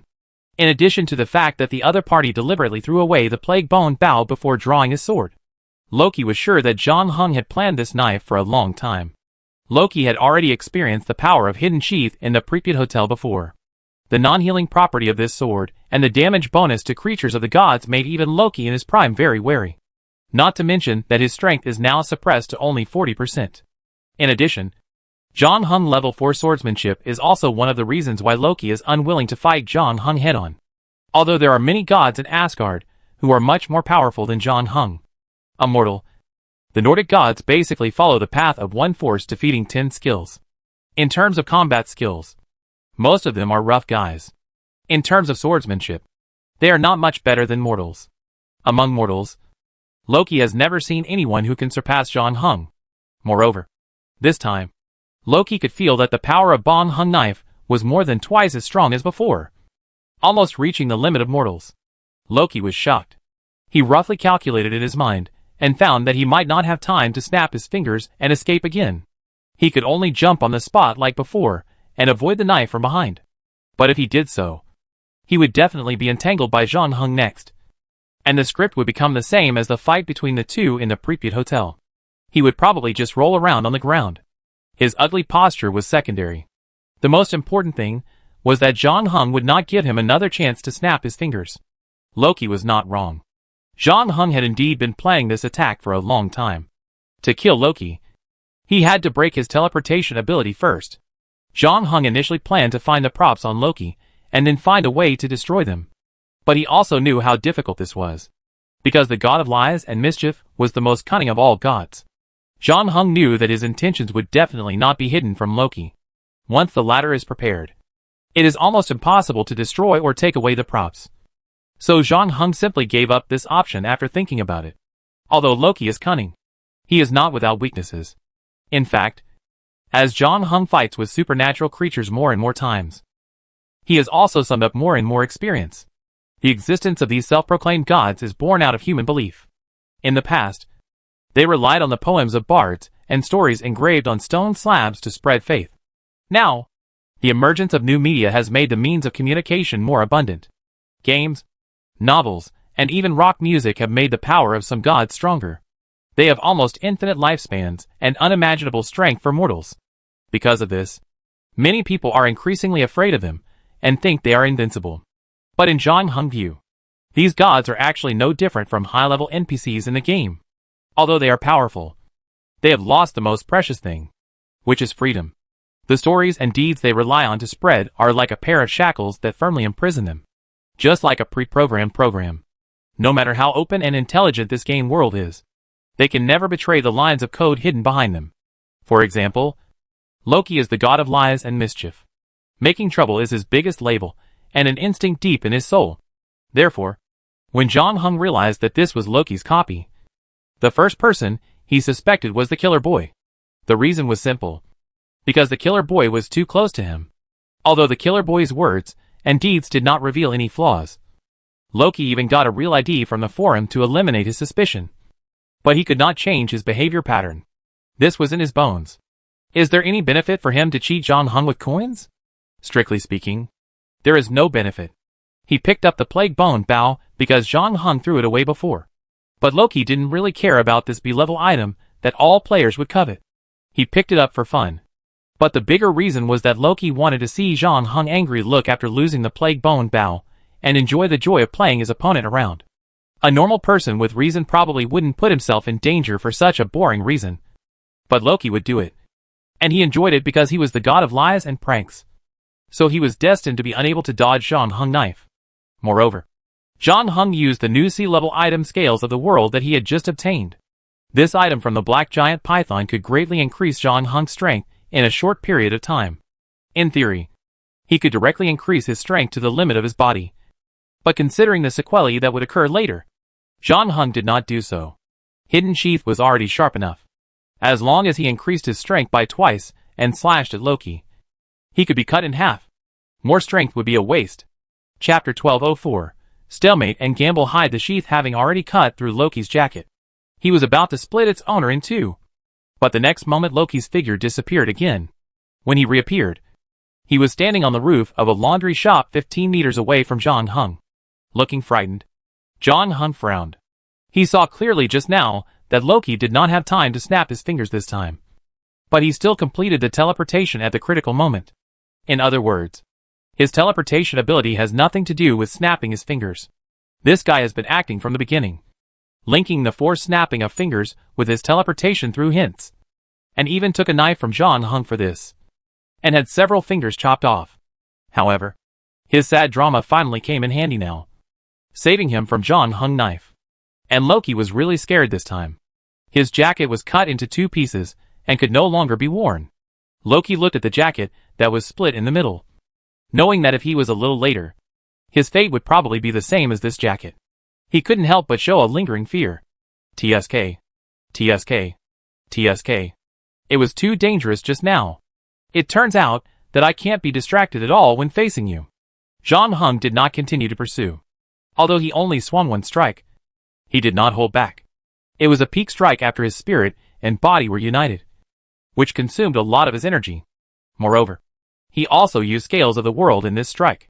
Fortunately, John Hung also left room for himself and only doubled his strength, so he did not feel exhausted. However, he also needed to take a breath. The most important thing was to find a way to continue to deal with Loki. The strike just now was not completely fruitless. In addition to breaking Loki's trick, John Hung finally found the secret of Loki's teleportation. The latter relied on a dagger to jump back and forth. After John Hung cut through his jacket, the dagger also appeared from his waist. The main reason was that John Hung was too familiar with its appearance and recognized it at a glance. Escape dagger, also known as Kohler's dagger in the game, is an authentic game prop. It once had a very high appearance rate in a certain MOBA game, and John Hung first saw it at an auction as a rare escape prop. It is quite attractive to almost all players. It was finally sold at a price of 2050 points. If John Hung did not have too many points at the time, he would also want a self-defense dagger. In addition, John Hung remembered that the escape dagger he saw at the auction had a limited number of uses, only 3 times in total. Unlike Loki, who teleported whenever he had nothing to do, this guy must have made some strange modifications after getting this item. Loki saw John Hung's eyes fall on his escape dagger and generously admitted, "Yes, I relied on this little thing to avoid your attack. Now you know it. But unfortunately, I will not risk approaching you again. So what are you going to do with me next?" Loki looked at John Hung with interest, while the latter fell into silence. After a while, John Hung spoke again. "You want to negotiate a deal with me. So why change the main task of this dungeon to kill you? In this way, won't only one of us survive? What you said makes sense." Loki nodded, looking annoyed. "I just couldn't help it. Who told you to chop at me without saying a word? It's not my style to not take revenge. I forgot about it in a hurry." John Hung didn't believe someone's lies. The person standing opposite him was Loki, not Thor. How could he give up his original plan just because of a momentary impulse? However, he really didn't think of any way to deal with Loki. The latter had been tricked by him twice, as the god of lies and mischief. This was probably the first time in his life. With Loki's intelligence, it was almost impossible to make him fall for it for the third time. So John Hung could only pick up the plague bone bow that fell on the ground and put it on his back again. And Loki seemed to see that John Hung had no means to threaten him now. So he returned to his previous relaxed expression and asked, "Are we at a stalemate now? If you don't plan to attack me, it seems so. You don't have to think of all kinds of tricks to trick me into getting close to you. I have a good understanding of your deeds. Don't forget that I planted a little nail next to you. What do you think? She is cute, but it's a pity that you don't have much emotion left. Otherwise, you might be able to work together to perform a love story. But I am also surprised that you are willing to do this for her. You are not really going to exchange her life for a B-level prop?" Loki gossiped. "You don't really want to stay on the roof and enjoy the cold wind, do you?" John Hung did not answer, but asked back, "Of course. Considering the fate of the White Horse Knight and several other poor friends, I suddenly feel that it is not bad to enjoy the wind on the roof. At least I don't have to worry. And I don't need to take the risk of attacking you. You were irradiated right from the start of this copy, with the amount of radiation your bodies have absorbed. It's too late to leave Pripyat and find a hospital now. I just need to wait until you are all dead. And I will win. Loki paced on the rooftop with great interest, and then suddenly stretched his head to look at John Hung below. But I still decided to give you another chance. Anyway, I'm free now, so why not make a bet? Not so good, John Hung said indifferently. Don't reject me so ruthlessly. At least listen to the bet or something. Loki stopped and said with his hands on his hips. If you win, I will let you pass this round of the dungeon. In addition, you know that my daughter is the goddess of death Hela. After the death of the god of light Baldur, the gods of Asgard sent messengers to find my daughter and ask him to resurrect Baldur. But because I interfered, it didn't work. You came to me because of this story. Right? You want me to go to the goddess of death and talk about your girlfriend. Fan. And I can agree to this. Loki blinked and said, no matter what. Hela is my daughter. You have to give me some face. I can't guarantee that I can save your girlfriend, but at least there is still a lot of hope. How about it? This reward is very generous. Right? What do you want to bet? John Hung was silent for a moment, and still asked. Chapter 1205 Ambush. It's simple. Let's bet on how long those three people can last, Loki said with a smile, pointing to a building in the distance. John Hung looked in the direction of his finger. It was an apartment building, about 10 stories high. There were 3 figures on the rooftop, who seemed to be looking at this side. One of them was holding a telescope, but because the distance was too far, their faces could not be seen clearly. But John Hung could guess who those 3 people were. Now in Pripyat, apart from the militia responsible for disaster relief, there were only Loki and the players. Although John Hung told others to stay in the hospital and protect themselves after getting rid of Sok, it seemed that they did not listen to his advice. There were 3 figures on the rooftop. 2 men and 1 woman. One of them wrapped himself tightly. One had some inconvenience in his legs and feet, and another had an injured arm, which seemed to have just been bandaged after surgery. Needless to say, these 3 people were the doctor, the mouse, and Kratos.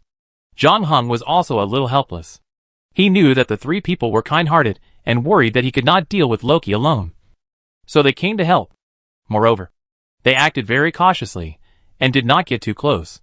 Instead, they first observed the situation here from the apartment building next to them, as if they were waiting for an opportunity to act. This also seems to be the most reliable and safe way. Unfortunately, their opponent this time is Loki. John Hung could already hear the sound of car engines and tires rubbing against the ground. He doesn't know how many military trucks are pulling militias there. Sherbina's body was discovered by the militia, who arrived later after they left the Pripyat hotel.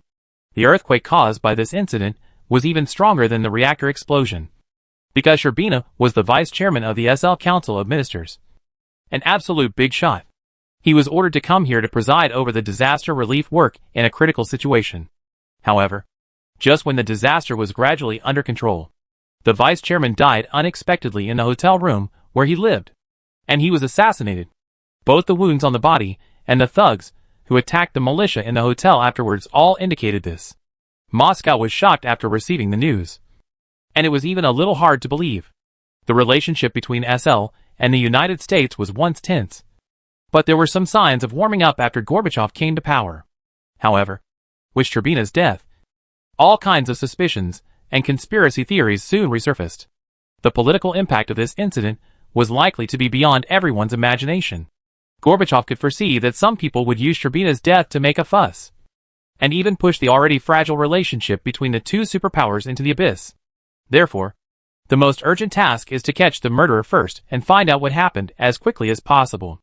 This is also the latest order issued by Moscow to Pripyat. Therefore, the Ministry of Internal Affairs dispatched about 700 militiamen this time, and everyone was fully armed. In addition, because John Hung left a deep impression on them in the previous battle, Burdorf also urgently borrowed several armored vehicles from Kiev. Now, these armored vehicles have also been delivered, and they surrounded the residential building with the convoy, as if their opponent was not just 3 people, but an entire legion. By the time the doctor, Kratos and the others realized something was wrong, it was too late. Although there was still some time before the convoy arrived, every street and road that could be used for escape had been blocked and controlled by the Ministry of Internal Affairs. Burdorf had given his men a death order that none of the targets tonight could be let go. Your companions don't look too good. Loki had just seen a few military trucks passing by on the street next to him. In order not to be discovered, he lowered his head and waited until the trucks left before he spoke again, gloating over the misfortune. Although you didn't know each other before this instance, you are brothers who have survived the nuclear explosion together. So, let's make a bet to see who can guess the time more accurately. If you win, I will let you pass the level and solve your girlfriend's problem. If I win, then, Loki rolled his eyes and said with a smile, I won't ask you to do anything too difficult. You just need to accompany me to eat mutton hot pot. John Hung knew that things were definitely not as simple as Loki said. The reward offered by the latter was completely disproportionate to the price he needed to pay. John Hung had not seen many people who could take advantage of Loki. This guy was obviously planning some conspiracy. And the most important thing was that John Hung knew it was difficult for him to win this bet, because the hiding place of the doctor and others was obviously leaked to the Ministry of Internal Affairs by Loki. He should have been planning this matter since the initial killing of Shelbina. Since Loki can call people, he certainly has a way to make those militiamen leave. So it is impossible for John Hung to guess the time better than Loki. But regardless of the life and death of Kratos, Rat and others, John Hung will not be able to outlast Loki if he continues to waste time like this. If he does not crack the latter's teleportation ability, the current situation is a dead end for John Hung. Loki was not in a hurry at all. He simply sat down on the roof of the laundry, crossed his legs, and looked at the scenery while waiting for John Hung to make a decision. He saw a falcon hovering above his head, as if looking for mice to satisfy his hunger. So Loki waved his hand and asked the falcon to fly down. As a result, the latter's body froze, and it really flapped its wings and flew down from the sky, and finally landed on Loki's arm. It didn't look like a bird of prey at all, and was as well behaved as Loki's pet parrot. But its eyes were still searching for the traces of mice on the ground. Loki cursed with a smile.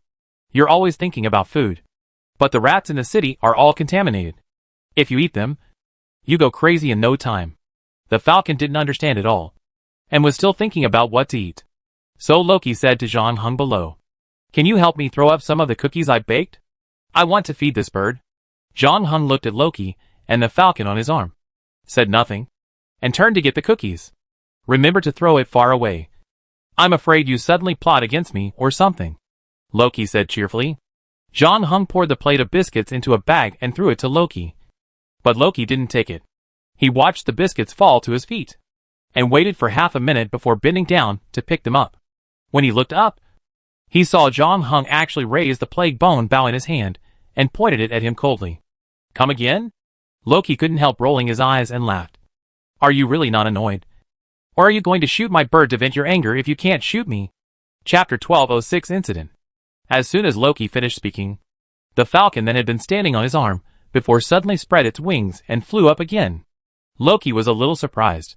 He was not only good at transfiguration, but also an excellent magician. Of course, a falcon would not land on anyone's arm casually. He had used magic to get the big bird down from the sky before, although it was not very advanced. It was more than enough to deal with such a brainless beast. The falcon probably didn't know why, but suddenly saw Loki as particularly friendly, and couldn't help but land on the latter's hand, put away its sharp claws and hard beak, and became as docile as a pet. But such a completely tamed bird was out of Loki's control at this moment. Before Loki could figure out what was going on, John Hung arrows arrived the next moment. The first arrow was aimed at Loki's chest, and the latter grabbed it. At the same time, seeing John Hung's second arrow was shot without hesitation. Loki was somewhat helpless to use the teleportation ability again. But the next moment Loki found that he was still standing there without moving at all, and the next arrow was already in front of his neck. At the critical moment, Loki instinctively made a blocking action with his right hand, but his palm was pierced by the flying arrow. The pain in his hand was secondary. What really frightened Loki was that he found that the escape dagger on his waist was missing. Then Loki seemed to have thought of something, and looked up at the falcon above his head. As a result, he saw the life-saving prop he lost in the falcon's mouth. Loki realized that he was tricked by someone, although he hadn't figured out who tricked him. After all, John Hung's long-planned knife didn't hit him, and it seemed that there was no way to deal with him. The remaining 3 players were also trapped in the apartment building in the distance. These people were the only ones who had the motive to kill him in this dungeon. After excluding them, Loki couldn't find any other suspects. In panic, he even thought of the little boy playing chess in the room. But Loki knew that if the latter really wanted to deal with him, there was no need to go through so much trouble. He was already on someone else's territory, and the escape dagger was also made by the other party. In fact, it was no longer meaningful to guess who the falcon belonged to. The most urgent thing was to quickly take back the escape dagger. Otherwise, he could only wait to be shot into a hedgehog by John Hung. So Loki reluctantly laid down to avoid John Hung's rain of arrows while using more powerful magic. The falcon, which was flying with its wings spread, felt its body stiffen again. This time, unlike the last time, the stiffness did not disappear immediately, but became stronger and stronger. Soon, it found that it could not even flap its wings, so it could only fall from the air, and the escape dagger in its mouth fell down. Loki was delighted and wanted to reach out to take back his escape dagger, but when he saw that his uninjured left hand was about to grab the dagger again, he had to reluctantly take it back halfway, because Hide the Sheath had already followed closely and slashed towards there. John Hung came very quickly. After Loki lay down, he had already put away the plague bone bow and stepped on the trash can beside him to the roof of the laundry room. However, John Hung did not care about the escape dagger that had been giving him a headache, but first reached out to catch the falling falcon. Then he drew the knife out of the sheath with his other hand, which also made him half a step slower than Loki. However, after a simple calculation, Loki sadly found that although he could grab the escape dagger first, he had no time to activate it, and his left hand would be chopped off by John Hung's knife. This was also the reason why he had to choose to withdraw his hand helplessly. Later, he saw that John Hung did not pick up the sea-level item, but turned the blade and slashed at him again. Loki could only continue to retreat. He stretched out his hand and used magic to condense the air in front of him to form an air wall, trying to stop the aggressive John Hung. He was already thinking about how to take back the props he had lost. Unfortunately, the air wall did not last even 3 seconds in front of Hidden Sheath, and Loki's plan to go around was ruined before it was even implemented. The god of lies and mischief had to think of other ways. Until this moment, the battle between John Hung and Loki really began. Previously, Loki had been running around with his jump knife, which had no CD and no number of uses, and never fought John Hung head-on. Now that he had lost his teleportation ability, Loki could only use his own strength to deal with John Hung. The name may be deceiving, but the priesthood is not. As the god of lies and mischief, Loki's fighting style is indeed consistent with his style of doing things. He rarely fights John Hung head-on, but uses all kinds of strange and weird little tricks to harass and fight, and also tries every means to pick up his escape dagger again. This was the thing that could really make Loki feel at ease. Therefore, although he had been retreating, he had already made a circle without realizing it, and was preparing to quietly return to the place where the escape dagger had fallen. However, he was so happy with this little plan that he did not expect to see a scene that made him look ashen the next moment. He saw that the falcon that had been hit by his magic before was caught by John Hung and then casually placed on the ground. Now that the magic effect had expired, it actually became lively again. It grabbed the escape dagger with its claws again, and then flapped its wings and flew up into the sky again. It looked like it was ready to fly away. Seeing this, Loki became anxious and wanted to use the same trick again to make the big bird fall again. But John Hung did not give him this opportunity and attacked more fiercely. So Loki could no longer withdraw his hand. Now he was already exhausted just dealing with John Hung's Hidden Sheath, and he could not take care of the falcon. He could only watch it fly away. Loki knew that he could never get his dagger back. And what was even worse was that he could no longer block John Hung's attack. No matter how many tricks he had, they would eventually run out. Moreover, with John Hung's combat skills, Loki's moves would basically not work again after being used once. He had to rack his brains to come up with new tricks to buy himself a little time to survive. At this critical moment, Loki could only use his mouth cannon skills again, shouting, "Stop! Stop! Stop! Let's not bet this time. Let's just make a deal. Don't you have a few companions? They are about to be killed by those militiamen, and I can make those militiamen stop. And I can also let you pass the level directly, as long as you are willing to stop cutting me." Chapter 1207 The Death of Loki. John Hung heard Loki's proposal, but he did not stop his movements, and his sword became faster and faster. rather than hoping that the god of lies and mischief would keep his promise. It would be better to chop Loki on the spot and complete the main task. This is the safest way to pass the dungeon. As for the doctor and the mouse, John Hung was not too worried. Although the militia had surrounded the building where they were and were attacking upwards, with the firepower of the doctor and others, it was obviously impossible to resist the attack of the militia. But the falcon had already flown towards them. In fact, they had to thank Loki. If it weren't for the escape dagger he provided, it would be almost impossible for the 3 people upstairs to escape in this situation. So John Hung was indifferent to Loki's proposal. At this moment, he was completely immersed in the world of swordsmanship, and all the noise around him was forgotten. Unlike Loki's various fighting methods, John Hung's movements became simpler with a sword in his hand. However, when he swung the sword, Loki often felt that there was nowhere to escape. The god of lies and mischief felt that he was surrounded by knife shadows on all sides, which tightly enveloped his body. In order to reverse the current unfavorable situation, Loki tried to raise a cloud of dust. But as John Hung took out the filter lens, Loki's dust lost its effect. However, taking advantage of the time he gained, Loki hurriedly conjured a group of pigeons to block himself and John Hung. However, he underestimated John Hung's knife skills.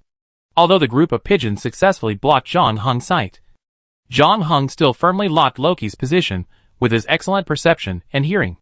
Instead, Loki himself was affected and did not see John Hung's knife. By the time the light of the knife flashed through the corner of his eyes, it was too late. Loki was unable to dodge, and was cut into a long wound on his chest. A strange blue liquid like frost flowed out of his chest and formed ice cubes after landing.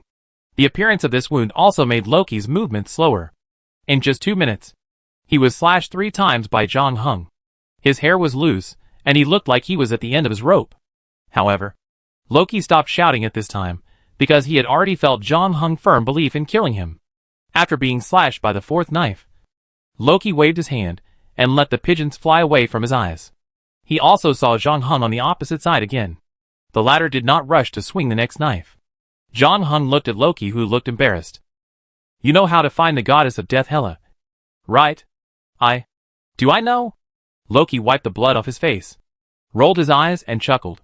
He was now completely cornered. But the look on his face had changed from the initial panic to the frivolous look of the past. John Hung knew from the look on this guy's face that he had no sincerity in the negotiation. So John Hung didn't talk nonsense with Loki anymore and directly raised the hidden sheath in his hand. As if realizing that he couldn't dodge the knife, Loki didn't resist anymore. Just stood there with a smile on his face. "You must think I've caused you a lot of trouble now. But in fact, after killing me, your troubles have just begun. Remember to protect yourself in the near future, because chaos has arrived. And this will be the prelude to the end of the world." The answer was a flash of knife light. Hide the sheath. The point where the arrow landed was exactly the neck of Loki where the arrow of Paris had pointed before. And this was also the place where Heldam chose to kill Loki in Ragnarok. After John Hung cut off Loki's head, he deliberately stepped back 2 steps to prevent the latter's head from suddenly rising up and hurting people after landing as in the myth. But in the end, Loki's head only rolled half a circle on the ground and then stopped moving. And the smile on his face was forever frozen there. And the slightly upturned corners of his mouth looked a little weird. At almost the same time, John Hung also received the system prompt. Ding! Successfully complete the main task of killing Loki. The player will return to the real world in 1 hour, with plus 300 game points, and can check personal status on the character panel. John Hung was a little surprised.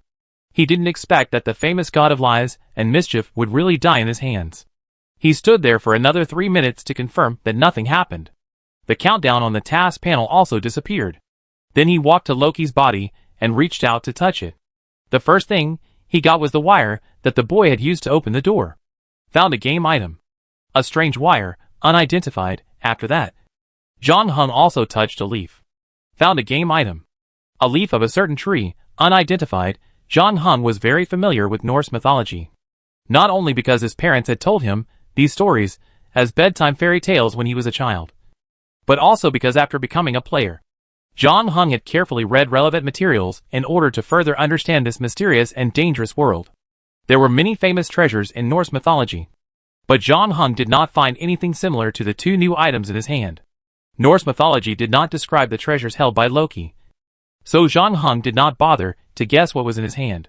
He stuffed the two new items into the travel bag he had been carrying, and prepared to go directly to the bartender to identify them after he went out. Then he sat at the door of the laundry. Half an hour later, the doctor who had escaped, the mouse, and behind them, Besanova, who was disguised as Kratos with bandages, came over from the other end of the street. A large bird was hovering above their heads. It was the falcon that Zhang Heng and Loki had encountered not long ago. This time it landed on the ground. After that, the falcon's body changed and continued to expand. The feathers on its body began to fall down. Instead of being blown away by the wind, they magically gathered together and eventually turned into a palm-sized feather cloak. The falcon's body now turned into a woman, who was the Kratos who had disappeared before. She stretched out her hand, and the feather cape flew into her body. Zhang Heng threw his coat to Kuei, who stood up from the ground. And at the same time, a thoughtful look flashed in his eyes. Are you Freya's agent? Freya, the goddess of love and beauty in Norse mythology, is also in charge of war and magic. Her beauty has attracted many gods, and even giants and monsters want to get her. In the previous story of the craftsman building a city for the gods, one of the rewards he asked for was Freya. Later, when Loki's hammer was stolen, the monster lord who stole the hammer also specifically asked Freya to be his wife. In these two stories, she also had a grudge with Loki. Chapter 1208 Feather Cloak and the Son of the Frost Giant. The reason why Zhang Heng saw that Kratos was related to Freya was because of her feather cloak. Although this feather cloak is not as famous as Odin's weapon Gungnir and Thor's hammer Mjolnir, it has appeared many times in Norse mythology. As long as you put on this cloak, you can transform into a falcon. And it is a disguise that even the gods cannot see through. Now it seems that Freya should have made this prop into a supernatural power and gave it to her agent. Loki obviously didn't care much about the three remaining players besides Zhang Heng, because all three of them were injured, except for the doctor who could barely move. Rat's leg was swollen, and he could hardly walk. Kratos was the worst. He was shot by Loki's incarnation sock, and had just had surgery. It was a miracle that he could get up from the bed immediately. Moreover, their location was revealed to the Ministry of Internal Affairs by Loki. They were surrounded by hundreds of militiamen, and there was only one way out. Loki became careless because of this. He didn't expect Kratos to let Besanova disguise himself. And Kratos was no longer affected by his injuries after he transformed into a falcon with a feather cloak. She watched the previous battle between Zhang Heng and Loki in the sky, and realized that if she wanted to kill Loki, she had to break his teleportation ability first.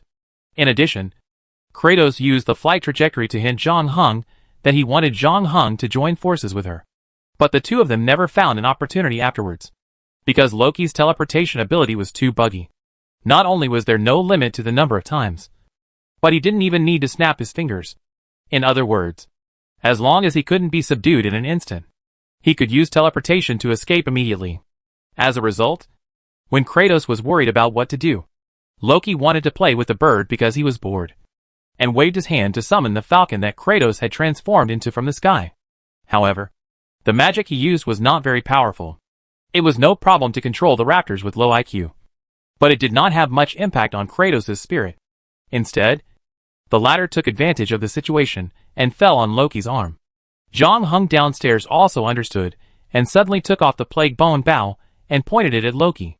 Loki's attention was attracted by Zhang Heng's actions, and Kratos took this opportunity to steal the escape dagger inserted in Loki's waist with his mouth, and then flew away under the cover of Zhang Heng, forcing Loki to choose to fight Zhang Heng head-on, and was eventually beheaded by Zhang Heng. The above is the general process of the previous battle. It's a pity that Freya is no longer here. She always wanted to see this scene. Kraven walked to Loki's body, squatted down, and looked at Loki's eyes that had lost their spirit. And the mouse noticed the obvious drop in temperature around him, and asked curiously, "Can gods be killed? And isn't Loki the god of fire? Why is his blood blue?" Because although he is Odin's sworn brother, he is the son of the frost giants Farby and Laufey. Kratos said, "So this guy is indeed a true frost giant in terms of bloodline." Zhang Heng on the other side did not join the discussion. He was thinking about what Loki said before he died. The latter mentioned that chaos has arrived. Although Loki's character does not rule out the possibility that he was talking nonsense before he died, Zhang Heng is more inclined to believe that it is true. He just doesn't know what the chaos Loki mentioned is. In addition, Loki seems to know a lot about his life experience. His words about the end of the world did not seem to be made up. But the two were fighting at the time. In order to prevent Loki from using words to influence him, John Hung neither believed nor doubted Loki's words. Instead, he chose to put Loki's words aside and focus on the battle. But now that the battle was over, John Hung naturally began to rethink these things. He didn't look up until he found the doctor walking in front of him. The doctor looked a little tangled, but still handed the escape dagger in his hand to John Hung. This item should belong to you. You defeated Loki. Without you, none of us could have completed the mission. We also got a lot of points from the previous incarnations. Having said that, it was obvious that the doctor was still reluctant to give it up, because it was a sea-level item after all, and it had been modified by Loki. There was no limit on the number of uses and CD. In a sense, its value had exceeded that of a B-level item, and it could even be comparable to the legendary A-level item. It would be a lie to say that he didn't feel bad about giving it away. But this was something they had discussed on the rooftop before. During the journey, the doctor had thought more than once about taking this item and running away. With the invincibility of this item, it was believed that other people would not be able to catch up with him. After the remaining 20 minutes, they would return to the real world, and the doctor could completely take the dagger for himself. It would be a lie to say that he was not tempted. But the doctor knew that John Hung could have prevented Kratos from bringing the dagger to them to escape. At that time, John Hung could even completely ignore the falcon that Kratos transformed into. Let the falcon fall to the ground, and he could take the opportunity to catch the escape dagger and completely ignore the lives of the remaining players. After all, they were not related to each other and did not even know their real names. But John Hung finally chose to save them. Even though it might be a piece of cake for John Hung, the doctor thought about keeping the item for himself. But he was not thick-skinned enough. John Hung had saved them more than once, and the doctor had wronged John Hung before. But the latter didn't seem to take it seriously. The doctor couldn't let go of his conscience, so he finally handed the dagger to John Hung as agreed. John Hung didn't hesitate to take the dagger from the doctor's hand. The doctor couldn't find any ecstatic expression on John Hung's face. In fact, John Hung's expression didn't change at all, as if he was buying pancakes at a roadside stall, which made the doctor feel a little incomprehensible. Anyone who gets this dagger is almost equivalent to having an immortal body, not to mention John Hung's strength. From now on, except for props like Death Dream, nothing can threaten him. John Hung seemed to know what the doctor was thinking, and shook his head, but did not explain. Soon, an hour was up, and all the players received the system's return prompts, and they could leave this copy that had been shrouded by the shadow of death. It was not until then that they really felt relieved. Their figures disappeared from the street. But after everyone left, John Hung found that he was still in the same place. Then he saw a little boy, accompanied by a white-haired man, walking towards this side. Chapter 1209 Sturdy Backpack. Are you here for this? John Hung raised the escape dagger in his hand. The little boy nodded and said, "There is a problem with the value of this item, which has affected the balance of the game. It needs to be corrected. Can you show me the dagger?" His voice was not loud, but every word could be clearly transmitted to John Hung's ears, just like the system prompt sound that John Hung heard before. Of course, John Hung did not refuse, because if nothing unexpected happened, the little boy in front of him was the reason why Loki was restricted after privately changing the main task. His defeat of Loki tonight was also related to him. More importantly, the little boy could keep him in the dungeon. John Hung knew that if he did not agree to hand over the dagger, he would probably not be able to leave. However, when John Hung pulled out the dagger, he still tried again. "This thing was originally yours." The little boy did not answer, but just glanced at the white-haired man next to him, who shrugged. "I'm beginning to feel like I'm your carrot." However, after saying that, he still walked in front of John Hung. "The Butcher of Blaviken? Nice to meet you." John Hung handed over the dagger.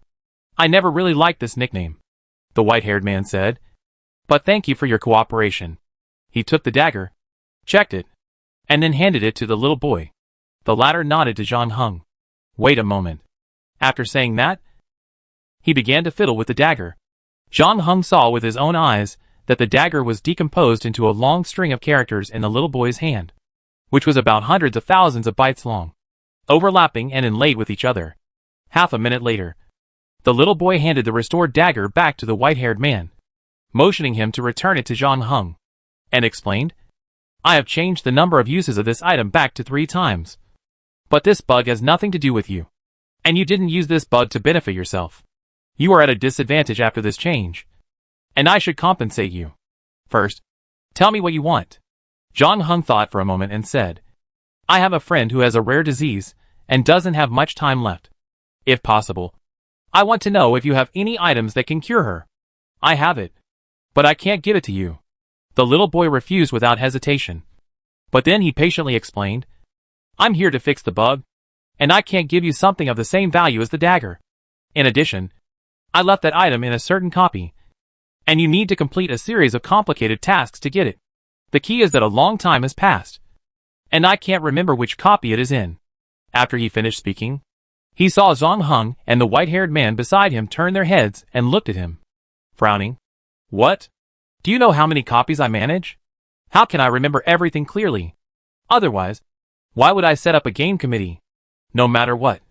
You shouldn't throw such important things around, the white-haired man said in a low and magnetic voice. I didn't throw it around. I said I put it in a copy. To get it, you need to complete a series of complicated tasks. Just like the God of War series. If someone can really complete these tasks, not only can they get the B-level item, but they can also grow themselves. This is why we play the game. The little boy seemed to dislike being lectured, and said unhappily, Can you send me to that dungeon? Zhang Heng asked. No, although your strength is almost enough. But except for some special dungeons, the remaining large number of regular dungeons can only be randomly selected. If you want to enter that dungeon, you can only try your luck. And with the difficulty of that dungeon, it is almost impossible for you to encounter it in the first 30 rounds. I can't wait that long. It seems I have to find another way, Zhang Heng said. The little boy opened his mouth, but finally swallowed back what he was going to say, and just said, You can change the compensation plan. I can't think of anything else I want, Zhang Heng said. Then let it go. Send me out of this copy. I have gained enough this time. He was not being polite. In addition to this escape dagger, Zhang Heng has already obtained 4 game props in this copy, and more than 800 game points, which is enough to be called a great harvest. However, the little boy insisted, No, we can't just let it go. Those who don't compensate for bugs are shitty operators. What you just said should be engraved on a stone tablet and become a law. The white-haired man couldn't agree more. Then keep it for now, Zhang Heng said. I come to you when I think of something I want. That's the only way. The little boy seemed a little helpless. You can contact me through the prize you won in the first round of the proxy war. That PS4 Pro? Zhang Heng raised his eyebrows. How can I contact you? Add your PSN account? You will find it. This is also part of the game. The little boy did not give someone a definite answer this time, but just said vaguely, Okay. See you later, Zhang Heng said. The next moment, the familiar system prompt finally rang in his ears again. Return deadline reached. Mission completion confirmed. Clear the invisible killer in the dungeon.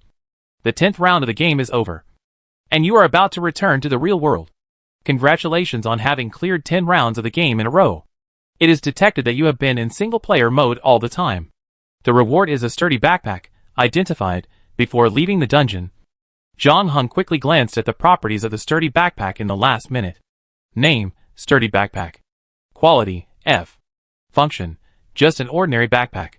Please don't be fooled by its name. It's not very sturdy. This thing really looks like a completely ordinary backpack as described in its function. But Zhang Heng knows its value. Don't be fooled by its F-level quality, because it is a very rare storage item. As we all know, due to the game mechanism, players cannot bring non-props into and out of the dungeon. There is no portable space that can be seen everywhere in daily games, but is not scientific at all. So all props can only be carried by themselves. Smaller ones are okay. They can be put in pockets, but large ones can only be carried in hands, which limits everyone from being able to bring all props into the dungeon as they wish. Ordinary players are okay, as they don't have many props themselves. But the presidents and vice presidents of large guilds can only take as much as they can. This sturdy backpack can be regarded as solving this problem to a certain extent. At least it provides Zhang Heng with a thing that can be stuffed with some props. Of course, it can't be compared with storage space, but at least it can free up both hands to deal with battles and emergencies. Chapter 1210 Endless Journey. Zhang Heng didn't know whether the newly acquired sturdy backpack was related to the little boy at the end of the dungeon, because he hadn't figured out what compensation to ask from the latter. The little boy first gave him a relatively rare storage item, which was probably just a piece of cake for the latter. Zhang Heng had also guessed the identity of the little boy. According to the division of the camps of the new and old gods, the latter should obviously belong to the new god. And in terms of ability, he was closer to the god of games. But the little boy did not answer his question, nor did he pay attention to his temptation. After Zhang Heng returned, he disassembled the PS4 Pro that he had received as a prize, and also bought a new one online for comparison. The result was that there was almost no difference between the two, except that the PS4 Pro given by the game organizing committee had one more game than the original one. Endless Journey. Zhang Heng searched on Baidu, and found that there were many games with this name online, but most of them were very rough and old. On the contrary, Zhang Heng opened the Endless Journey on the game console, and found that the game graphics were quite good. It should be built with the latest generation engine, and they were willing to spend a lot of money on CG, basically reaching the level of Death Stranding. But there is no signature of the game company, and it is hard to believe that such a heavyweight 3A masterpiece has not been promoted in the early stage, as if the producer has not considered the release at all. Zhang Heng admired the opening CG, and did not skip it. Unlike the stunning pictures, the plot of Endless Journey is quite standard, basically following the routine of the traditional RPG game, where the hero slays the dragon and saves the world. However, probably considering the target player group this time, the theme has been changed to a fairy setting that is more easily accepted by Eastern players. And the opening CG tells the background story of the demons coming out, causing chaos in the world, and causing the people in the mortal world to live in misery. After that, the camera turned to the protagonist, a disciple of the fairy palace, who was ordered by his master to go down the mountain to experience. After that, Zhang Heng found that he could control the character, talk to NPCs to accept tasks, and kill monsters to level up. He also had to wait for the appraisal results of the 4 items in this dungeon. Before that, he had nothing to do, so he simply stayed in the dormitory and played Endless Journey. The result was different from what Zhang Heng imagined. This game was not as difficult as he imagined. No matter from which angle, it was no different from an ordinary game. The experience and rewards for killing monsters were also generous. From the gameplay point of view, it was a bit like Diablo 3. The game process is much longer than Diablo 3. Zhang Heng played for 2 days, plus the extra time he had. The cumulative game time has exceeded 40 hours. He has a pretty good set of equipment, but he still hasn't played to the end of the game. It is worthy of its name, Endless Journey. Although the plot is a bit mediocre, the excellent graphics and smooth and refreshing fighting still guarantee the quality of this game. For most people, this is a very good game. However, as a player, Zhang Heng has personally experienced various dungeons. Anyone he picked out is not comparable to the console game across the screen, so he didn't feel too amazing when playing it. 2 days later, the bartender sent him a message saying that all 4 items had been appraised. Zhang Heng put Endless Journey aside and drove to the bar to get his new equipment. The first item Zhang Heng received from the bartender was the strange wire. Name, pet wire. Quality, D. Function, what can it do? It depends on its mood. Basically, you need to raise your pet wire like a pet, feed it iron regularly, take it out for a walk, and even play music for it, although no one knows whether it is useful or not. As your goodwill and tacit understanding continue to improve, you can communicate with it and let it help you do various things. P.S. Don't underestimate this wire. It can do much more than you think. After reading the introduction of Pet Wire, Zhang Heng was also stunned.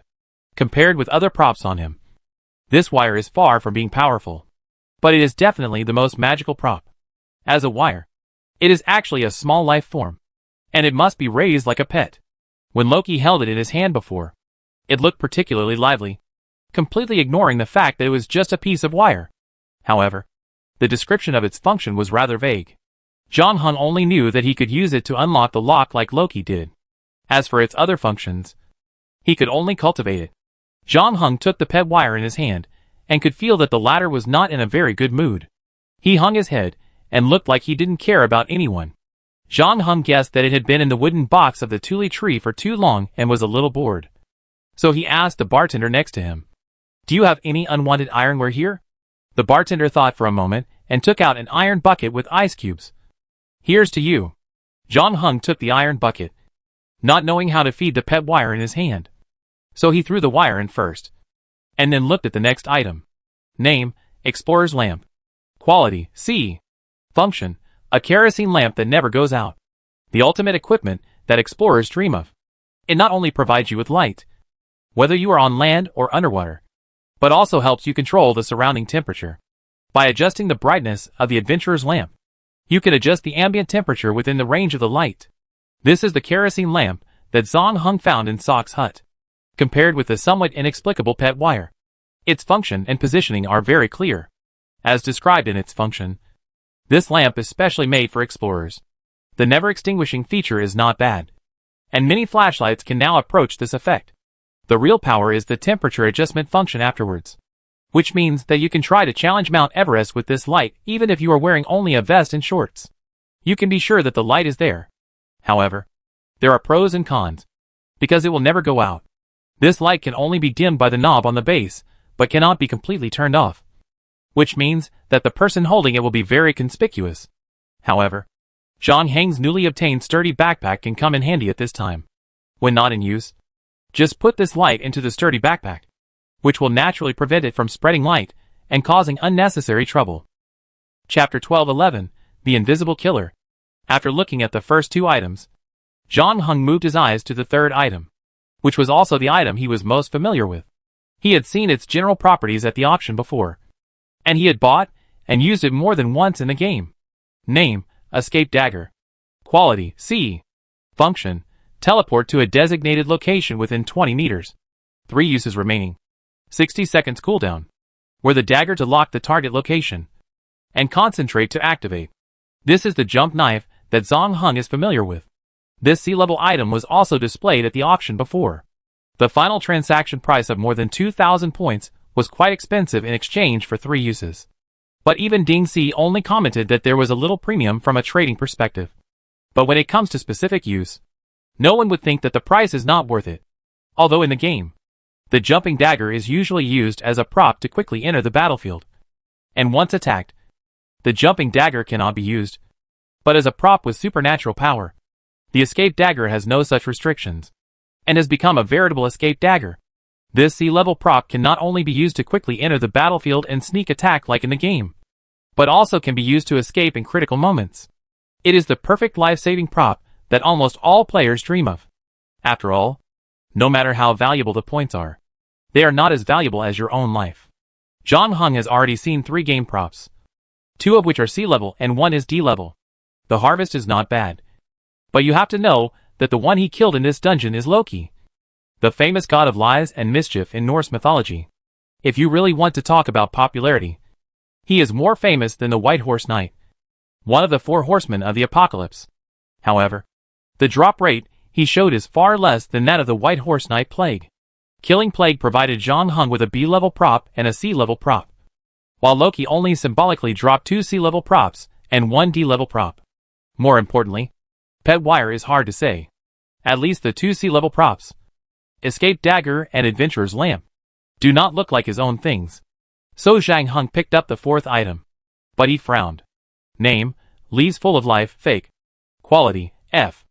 Effect, the water soaked with this leaf can make the drinker feel comfortable, relieve pain slightly, and improve spirits slightly, but it will not make the drinker healthier. The effect lasts for 1 hour. P.S. No matter who made it, it is very boring. This item of only F quality is the most in line with Loki's style among all the items Zhang Heng got this time. I believe that except for the god of lies and mischief, no one would be so shameless as to make such a thing to play tricks on people. All the descriptions can be summarized as useless. After Zhang Heng got it, he immediately used it to soak a cup of water. He had to admit that the appearance of this leaf was really good, especially when it was in the cup. It was completely stretched out and looked very elegant. Moreover, after soaking, it was still emerald green and seemed to be unaffected by the hot water. But after Zhang Heng tasted it, he found that the effect of this thing was too weak, not to mention using it as a temporary adrenaline. even if he wanted to use it as a temporary Yunnan buyout to slightly relieve the pain of the body when injured. It would be difficult to achieve the expected effect. As described in the effect, it can only make people feel comfortable after drinking it. Zhang Heng even suspected that the purpose of its existence was just to be created by Loki to mock the various health products that are now flying all over the sky and are praised as miraculous. However, when Zhang Heng thought of this, his expression moved, because he found that he seemed to understand how to use this prop. So Zhang Heng said goodbye to the bartender, reached into the iron bucket beside him, and took out the pet wire that he had thrown in before. As a result, he found that under the iron bucket, there was a row of teeth marks at some point, and that area seemed to be thinner than other places. How did you chew a piece of wire like this when you have no teeth? Pet wire, of course, it can't talk. It still looks lazy. But it's no longer listless because of boredom. It's more like it doesn't want to move after eating and drinking. So Zhang Heng was about to throw it back into the Thule box to stay alone, but was stopped by the bartender. I'm not familiar with the habits of this thing, but I can feel that it doesn't like to be locked in a closed space. If you really want to cultivate feelings with it. Although I think this behavior is a bit stupid, but you better not lock it in the box. Thank you. After Zhang Heng finished speaking, he imitated Loki and put the pet wire into his pocket, and then took the other 3 items that had just been identified. The bartender said, "This time you completed the regular copy much earlier than before. After that, is there something you need to do? Summer vacation is coming, and I am going home, so I will finish the game this month in advance." Although the bartender had helped him in the abandoned subway line before, Zhang Heng still didn't fully understand the relationship between the two, so he didn't tell her about his upcoming trip to Greenland. So the bartender looked at him again, stretched and said, "Well, it seems that we will see each other again in more than a month. Have a good vacation. Have a good vacation. I will also go to buy a new ice bucket after get off work," the bartender muttered. When he walked out of the bar, Zhang Heng knew that both the proxy war and the regular copy could be temporarily put to an end. He was finally going to the trip to Greenland that he had been preparing for a long time. That was where everything started. All signs showed that his parents met him there. In other words, it is very likely that it is his hometown. Although the place where the scientific expedition team went is said to be uninhabited within 100 miles. It is hard to imagine that a baby can survive in such a harsh natural environment. And because of this, Zhang Heng needs to go there in person to find the answer. He has a hunch that this journey will completely change his life. But Zhang Heng also knows that he has no way out. His emotions have been exhausted. Some things cannot be avoided just by wanting to avoid them. But before that, he still has one thing to do. Chapter 12:12 Beverage Shop. When Zhang Heng rushed to Han Lu's residence, the latter was curled up on the sofa, applying a facial mask and watching a soap opera. She didn't look like a powerful female investor at all, and was still sad about the stupid plot in the TV series. Then she heard the doorbell ring. The nanny put down the half-ironed clothes, got up and walked to the door. She looked out and found Zhang Heng and opened the door neatly. "You're here," Han Lu greeted him. The two of them were very familiar with each other now, and Zhang Heng had saved her twice, so she acted very casually. She didn't even take off the facial mask, but just pointed to a place next to her and asked Zhang Heng to sit down. "I'm going to be away for a while," Zhang Heng said. "Oh, is it because you're going home for the summer vacation?" Han Lu raised her eyebrows. "Yeah, that's about right." Zhang Heng had already decided to keep his trip to Greenland a secret, so he didn't even tell Han Lu about it. It wasn't because he was worried that Han Lu would leak it, but simply because the current situation was complicated, and he didn't want to cause unnecessary trouble to the latter. "Give my regards to your grandfather." Han Lu sat up from the sofa while talking, took off the mask on her face, and then turned to the nanny beside her and said, "Auntie Zheng, cut some fruit, and then go out to the flower market to buy me a pot of lucky bamboo." "Okay." The nanny knew that Han Lu had something to talk to the visitor next, and didn't want to be heard by a third person. So she cut watermelon, carambola and wax apple, changed her clothes, and left Han Lu's residence. When the sound of the door closing came, only Han Lu and Zhang Heng were left in the room. Han Lu reached out and picked up a piece of watermelon with a wooden fork, put it in her mouth, and then said, "Tell me, you can't come to me just to tell me that you want to go home. You can just call me for such a thing. Well, the investment you talked to me about before has come to fruition," Zhang Heng said. We originally planned to write about science and technology, so that it would be convenient to use difficult and high-end theories to package and cover up and attract more investment. Han Lu leaned back and lifted her two slender legs on the coffee table. I went back and looked at the props on hand, and only a USB flash drive barely met this requirement. Its function is to make the IP of the computer untraceable when it is plugged into the computer. Is it network safe? Han Lu thought for a while. This market has been hot for a while. Although it is not a hot spot, the demand has always existed. However, if it is just to ensure that the IP cannot be tracked, the imagination space is still a little small. In addition, can your USB drive only ensure that the IP of one computer cannot be tracked? Yes. In this case, it is difficult to tell a long enough story. Even if you can raise money, it will not be too much.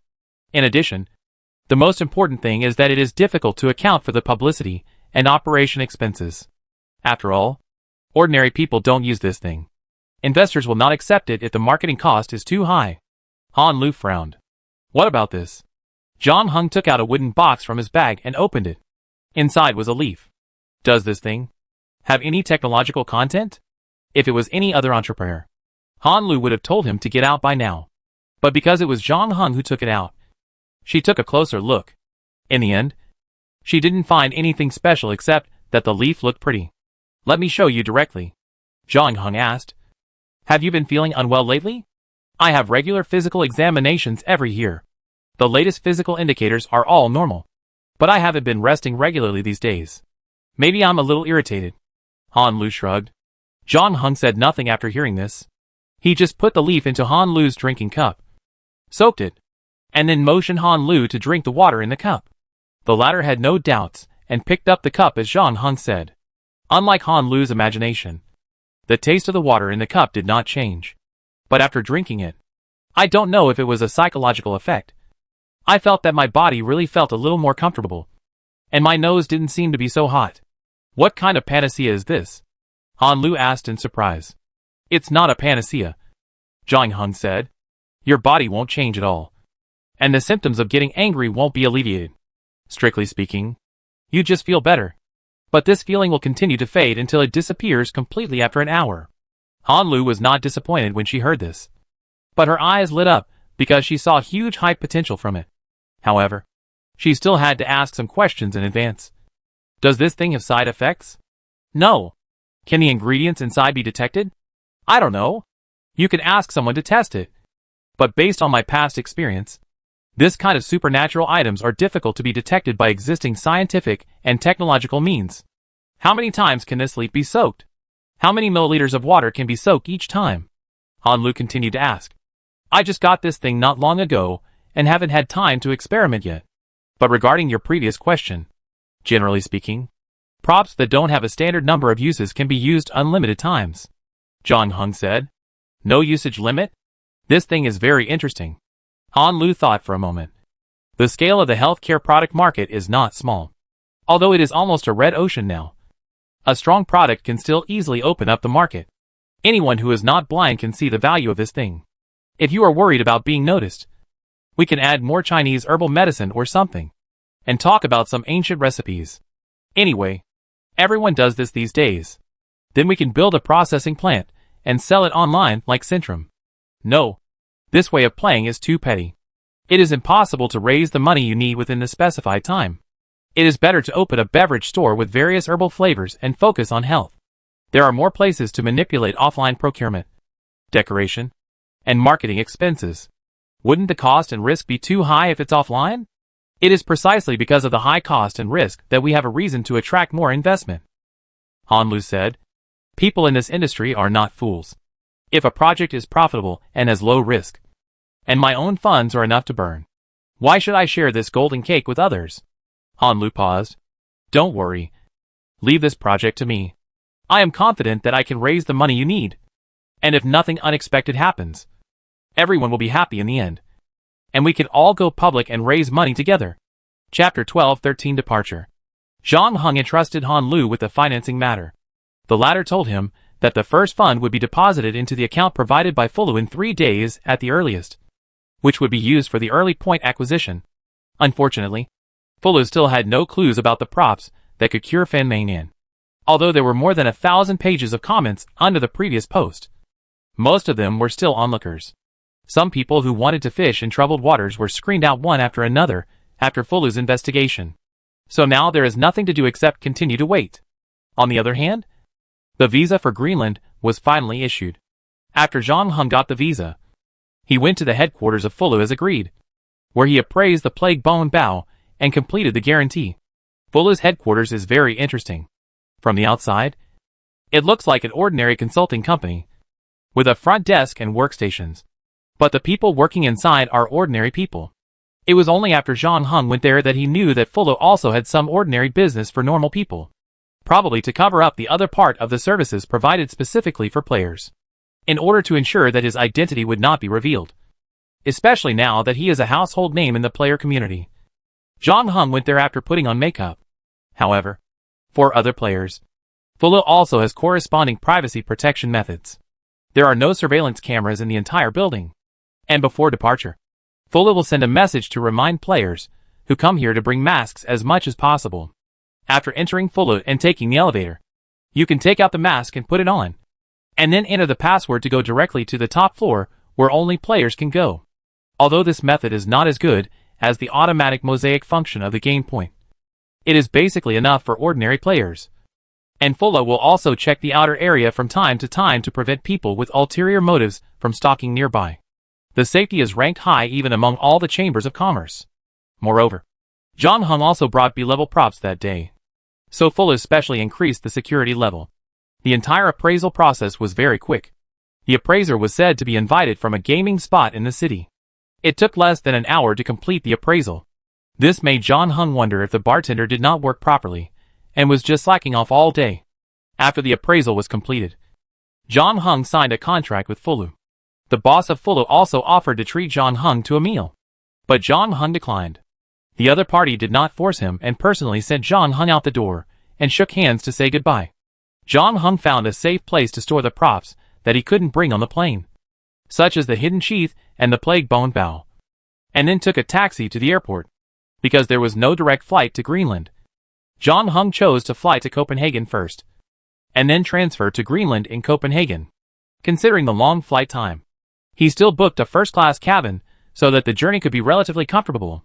About 9 hours later, the plane landed, and Zhang Heng also arrived in Copenhagen, the capital of Denmark, because the next flight would take off in 4 hours. Zhang Heng had a quick bite at the airport and then stayed in the VIP lounge. He had slept on the plane and was not sleepy now. He picked up an English version of Greenland Travel Notes and started reading. Less than half an hour later, Zhang Heng's phone rang. Zhang Heng opened it and saw that it was from an unfamiliar number. The content was a strange sentence. "Let's make this boring game more interesting," followed by a website. Is it a prank? Or a mass-set gambling advertisement? Zhang Heng's first reaction when he saw the content was that he had received a spam message. But then, he remembered what Loki said before his death. Chaos has arrived, and this will be the prelude to the end of the world. So he thought about it, walked to a computer in the lounge, and entered the URL attached to the message in the address bar of the browser. Zhang Heng thought that the worst result would be a virus or a Trojan horse, which was why he did not use his own mobile phone, but used the public computer in the lounge. But what he didn't expect was that it showed that the URL was invalid. So was he overthinking? This information was really just a boring prank. However, what Zhang Heng didn't know was that the player forum had exploded at this moment. The first round of the proxy war had ended for a while. Whether it was Simon, who ranked first, or Beta, or the Silverwing Guild, which seemed to be getting worse, the discussion heat began to decline, and everyone began to return to their daily lives after eating the melon. And they were busy with their own things. After all, the normal dungeon was still going on, and the players were more concerned about their own affairs. Posts about teaming up and finding teammates, or purchasing items became the mainstream of the forum, until a new post appeared. The title was "What Did I See?" The poster was an ID called "You Are Thinking About Peach." The content was very simple. That is, he just received a prank text message with a strange sentence and a website. As a result, he had been working for a whole day, and his mind was a little dazed. He actually clicked on the website directly, and then he jumped to a very simple website with only one clickable button. called Player Real Information Statistics Summary. Although he knew he shouldn't click on it, Peach admitted that the title was too intimidating. He couldn't resist the temptation and clicked on it after half a minute of hesitation. As a result, a form was opened. It was really full of personal information, including name, gender, phone number, address, real-life occupation, and even corresponding nicknames and forum IDs. Peach couldn't help but open his mouth wide when he saw the form. He subconsciously thought that this was impossible, and the form was fake. However, before he had time to take a closer look, he could no longer log into the website. So then Yuxiang Peach posted a message on the forum as quickly as possible to record today's supernatural events. However, he didn't expect that as soon as his message was sent, many people spread rumors below that they had also received the strange message. Then, there were more and more posts about this strange message in the forum. And finally everyone found out that all players had received it. And there was someone who was faster than Yuxiang Peach and completed the search first, and found that his identity information was on the form. And there was no error. This result made the person who checked the form break out in a cold sweat on the spot. And at this time, he only vaguely realized that if this form was circulated, it would cause some trouble. Chapter 12:14 Identity Disclosure. John Hung didn't know that the forum was already going crazy. However, not long after he checked the URL, he received 2 more WeChat messages. One from Shinsisi, and the other from Fulu. John Hung first read the message from Fulu, which should be a group message, reminding all players to pay attention to personal safety in the near future. John Hung frowned after reading it, and then saw Shinsisi's message. "Where are you?" John Hung replied. "Traveling on vacation." "That's good." On the other side, Shinsisi seemed to be relieved, and after a while, she sent another message. "Have you logged into that website?" After hearing Shinsisi's question, John Hung guessed that the other party had received the same prank message as him. It was at this time that John Hung realized that things might not be simple. But before he could reply to Shinsisi, he received another new message. This time, it was another unfamiliar number. John Hung even compared it with the number that sent the prank message before, and the result was that the two were not the same. However, the content of this message was no longer confusing, because it only had 2 words. "Simon? Who are you?" John Hung typed back. "Is it really Simon? Oh my god. I am a little fan of yours. But I didn't expect that you are just a student like me.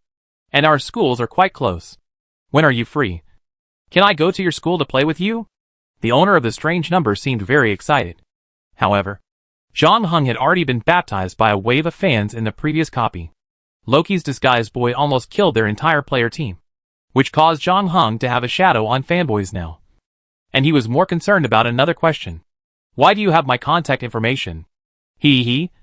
"I'm just lucky," the owner of the strange number said. "But don't worry. I have no ill will towards you." "But Simon." "Aw no. Brother Zhang. You still have to be careful of the people from the 3 major guilds. Especially the Light Arc." John Hung just finished reading and received another message. "John Hung? Your parents are in our hands. If you want them to live, mail a B-level equipment to the address below. First the money, then the people." John Hung flipped through the fierce kidnapping information expressionlessly. But there was no ripple in his heart. He has now determined that his identity information was leaked by someone.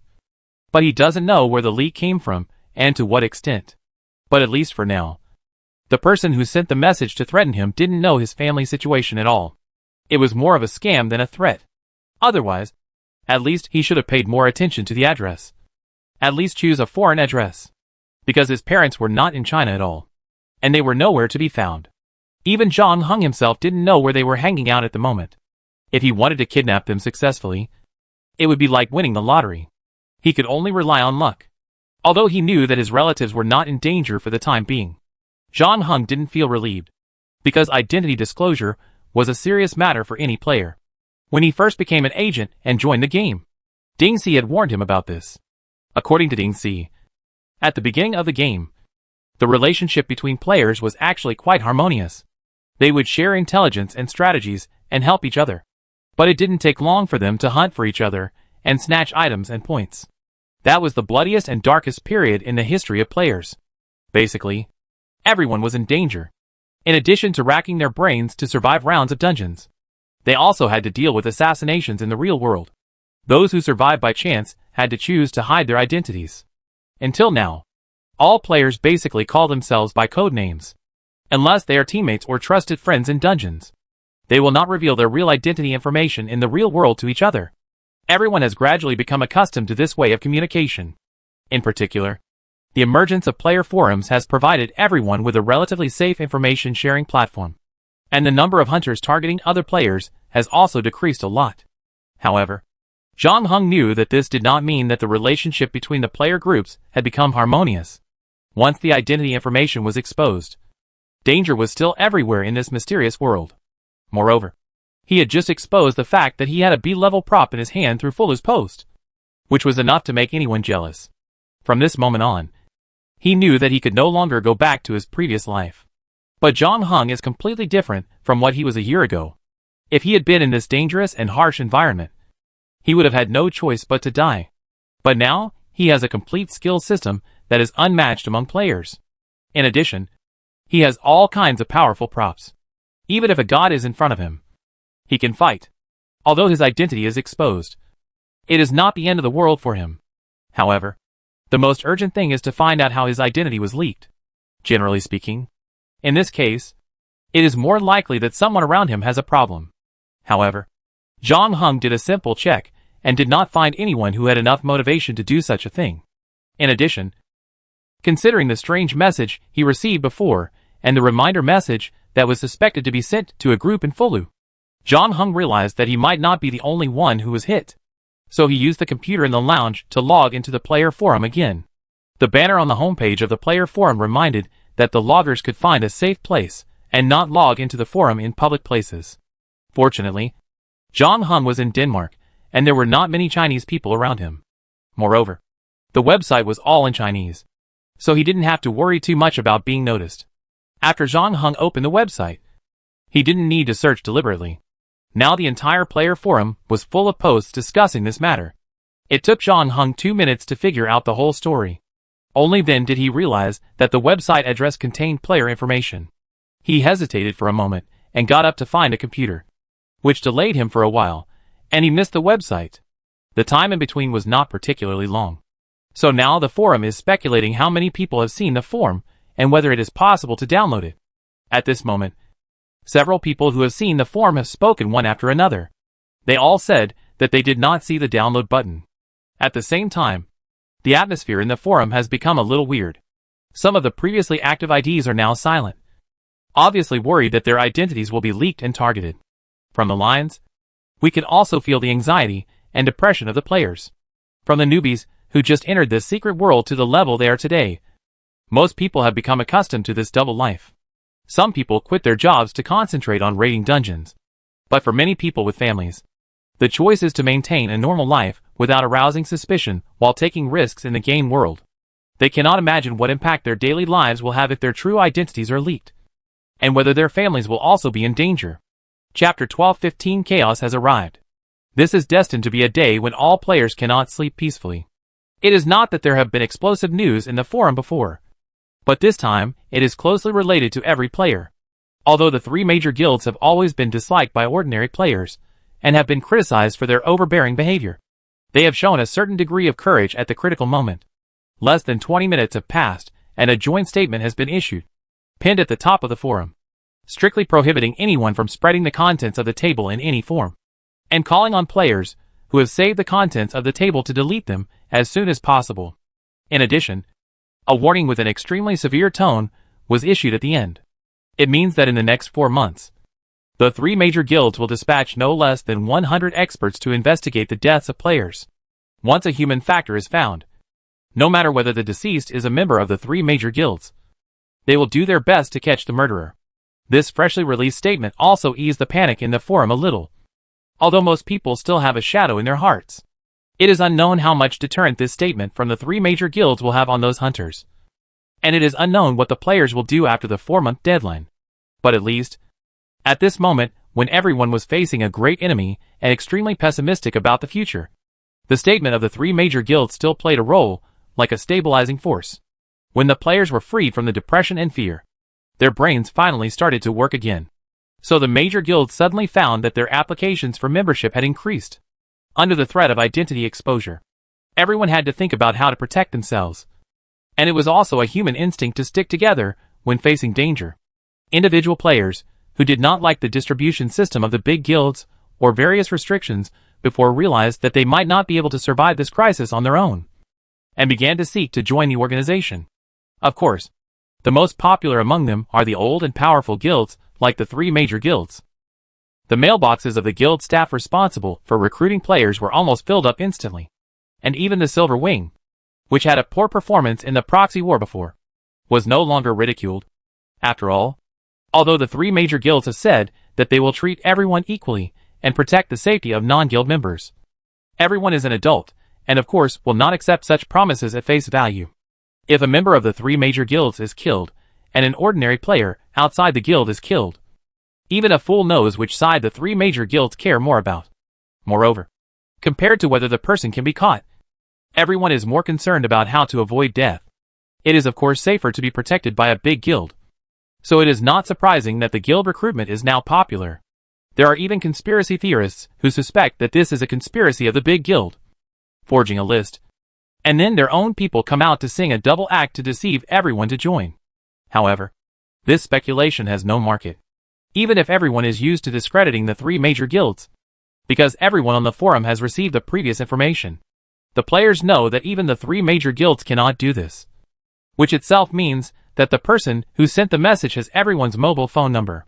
A group of independent players led by the professor are now very anxious, because if things continue like this, there will probably be no independent players anymore.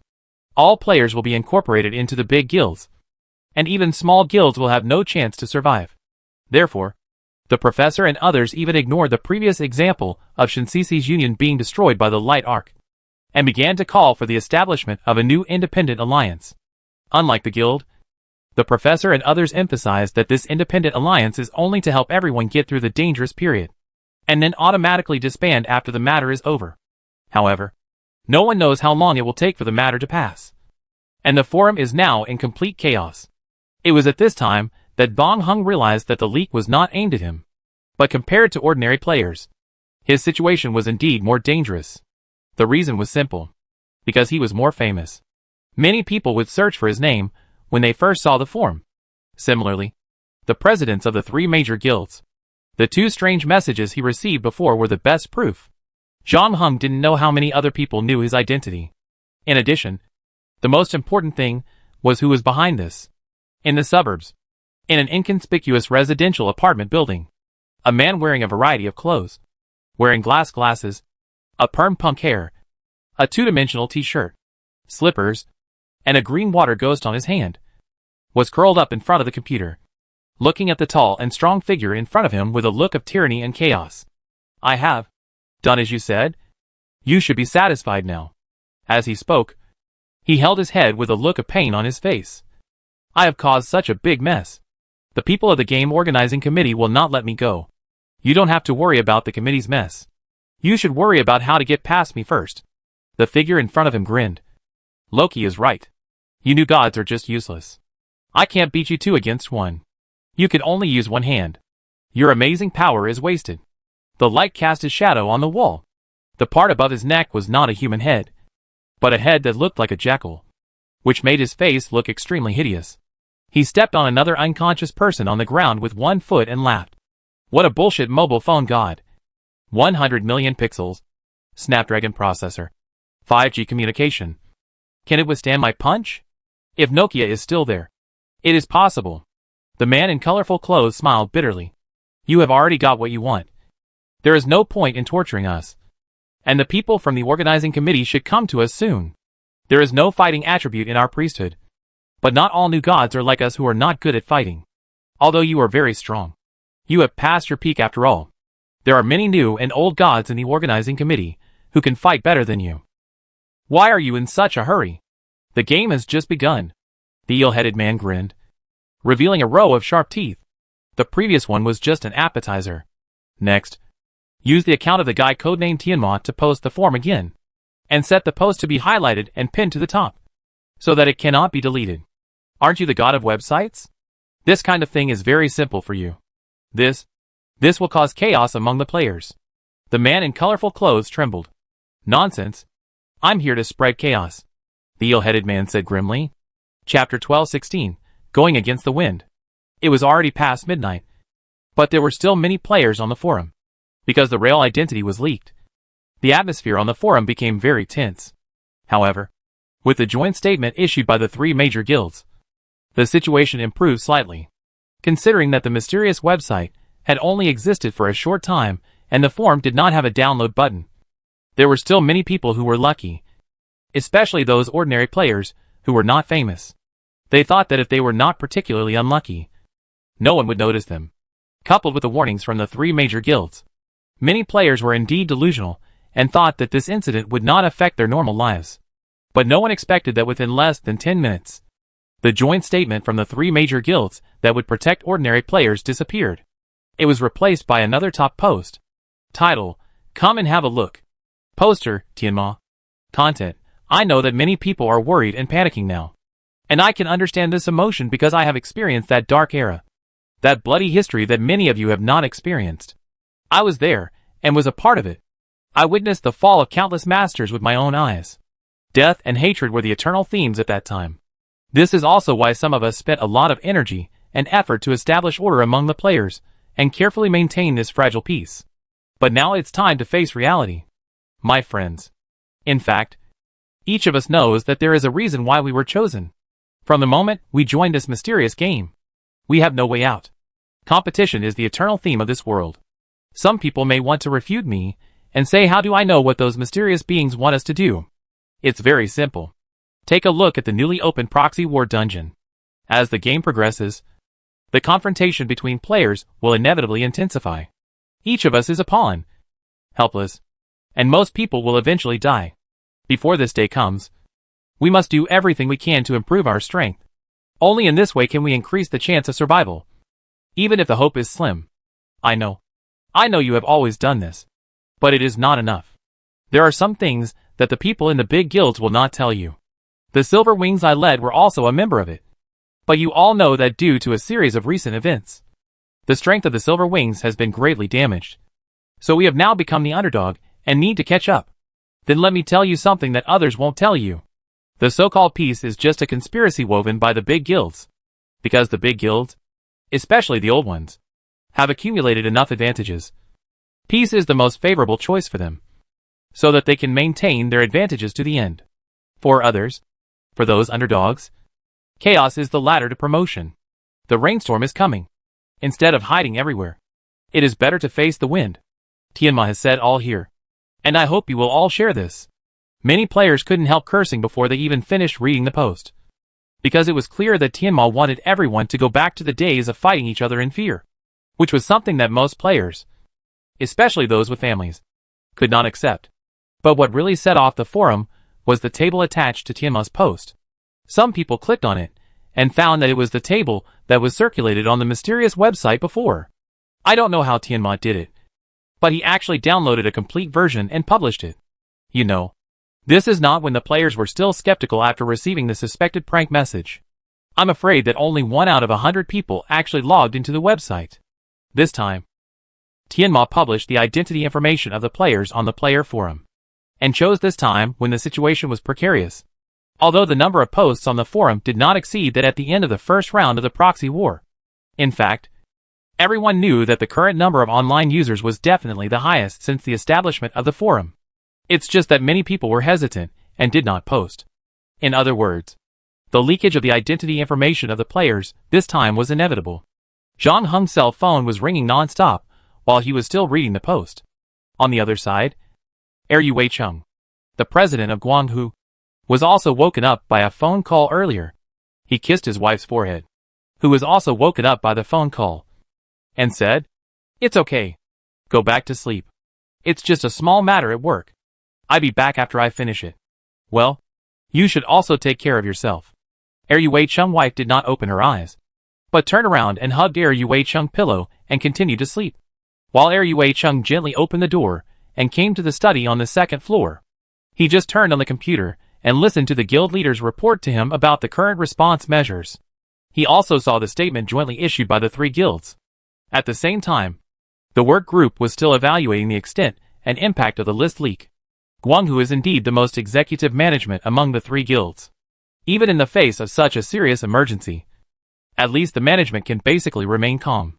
All work is proceeding in an orderly manner. Even the previous joint statement was written by Guanghu, and the other two were contacted to sign it together. This is how it can be released as soon as possible and stabilize the emotions of the players as quickly as possible. Even a strict person like Area Siege couldn't find any fault in it. But he was not idle. As the helmsman of Light Arc, one of the three major guilds, Area Siege needed to think more comprehensively about the consequences of this incident. He was a successful entrepreneur. And of course, he would not feel that the sky was falling like ordinary players. He also knew that crises often coexist with opportunities. And whether it is a blessing or a curse sometimes depends only on the response and operation of managers. Area Siege was thinking about how Light Arc could profit from this crisis. But he didn't expect that the top post was replaced. And he frowned. The player forum was led by the three major guilds. So there were 3 super moderators and several administrators. In other words, the 3 guilds could manage posts. And the newly replaced post was posted by Tianma, which means it was the action of Silver Wing. Wei Chung clicked on the post. But even with his restraint, his expression changed drastically after reading it.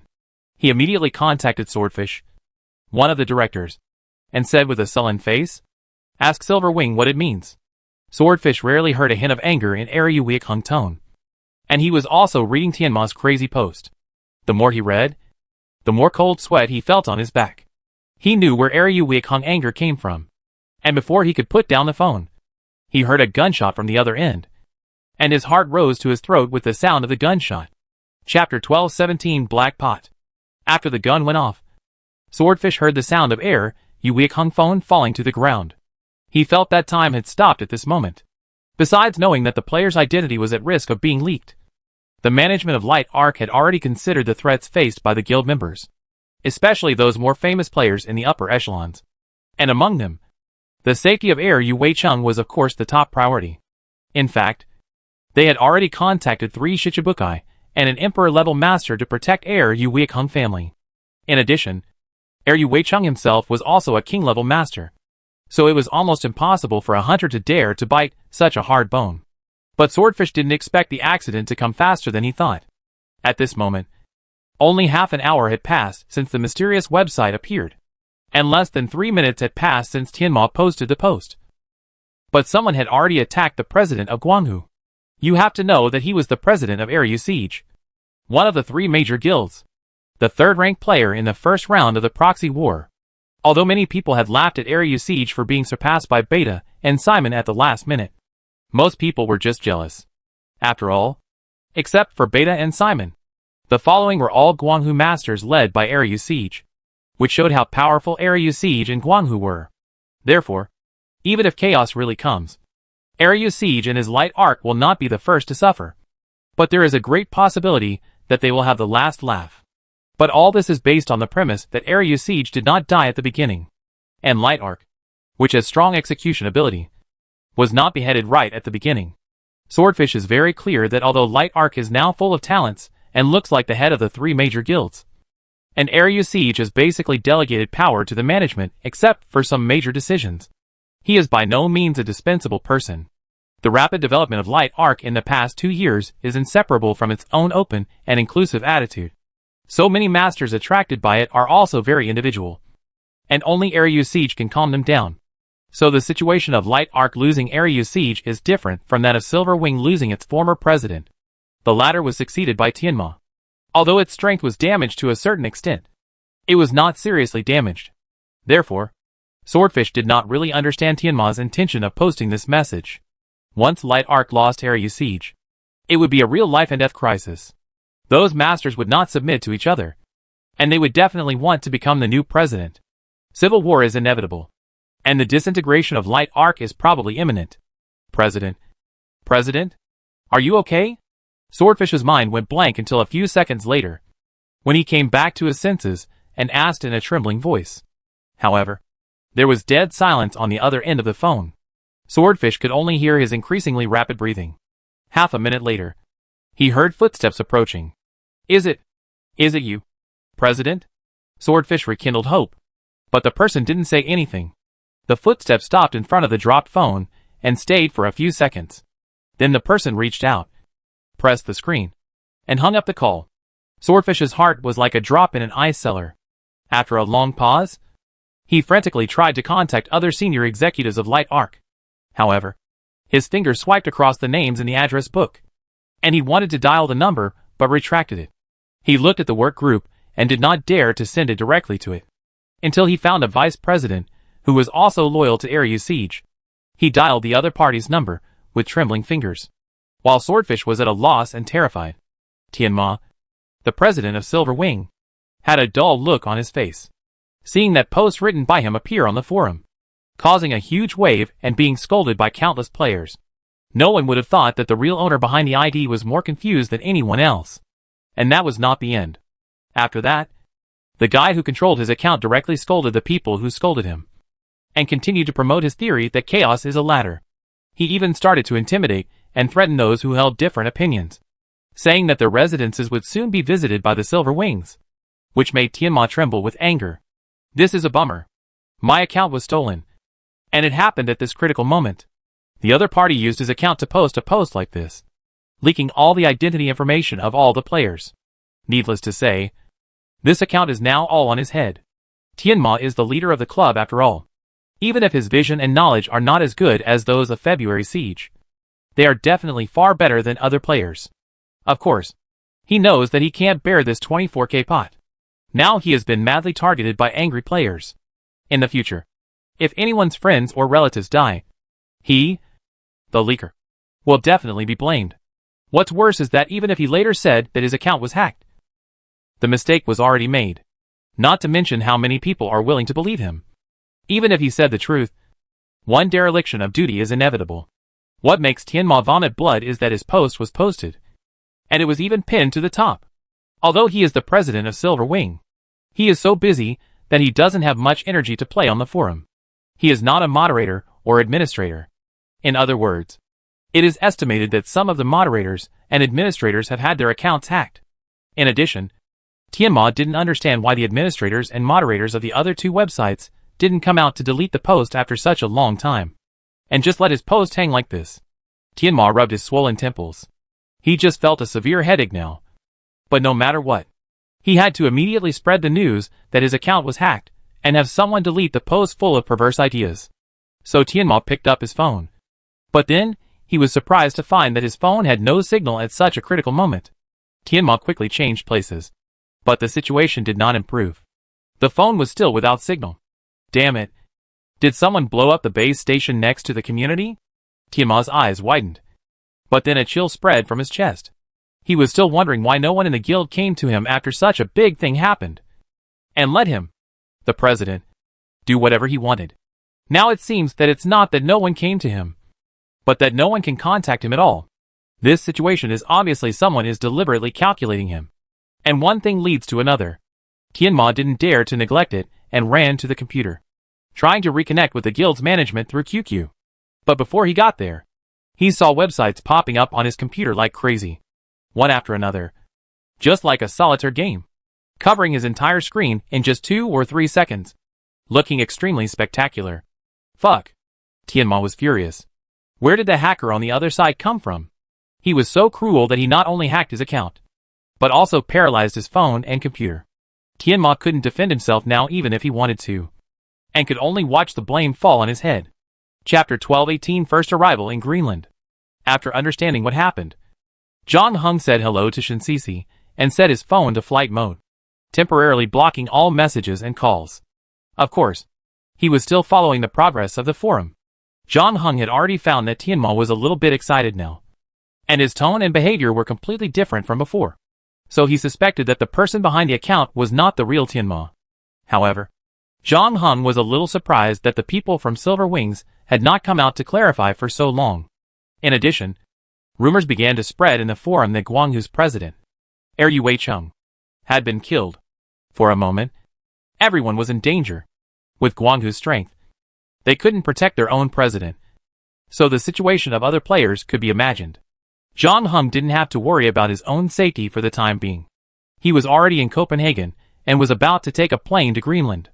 By then, There would probably be no other players within 1,000 miles. He was one of the few people who were lucky enough to be outside the vortex when the incident happened. Otherwise, with Simon's reputation, there would definitely be no fewer people targeting him than those targeting Air Yue Chung. Although the attack on the February siege did not seem like a sudden chain reaction, it was more like a long-planned decapitation operation. In order to cooperate with the leakage of identity information to push the players' already panicked emotions to the extreme and spread chaos. But it must be admitted that the people behind all this had a series of arrangements in an orderly and clear mind. John Hung smelled a familiar smell from it. Loki, the god of lies and mischief, was obviously involved in it. If nothing unexpected happened, these plans and arrangements were all from his hand. Loki had a long criminal record. His agent, the woman with sunglasses, had once set up a group of 3 guilds at an auction. Now it was just a reappearance.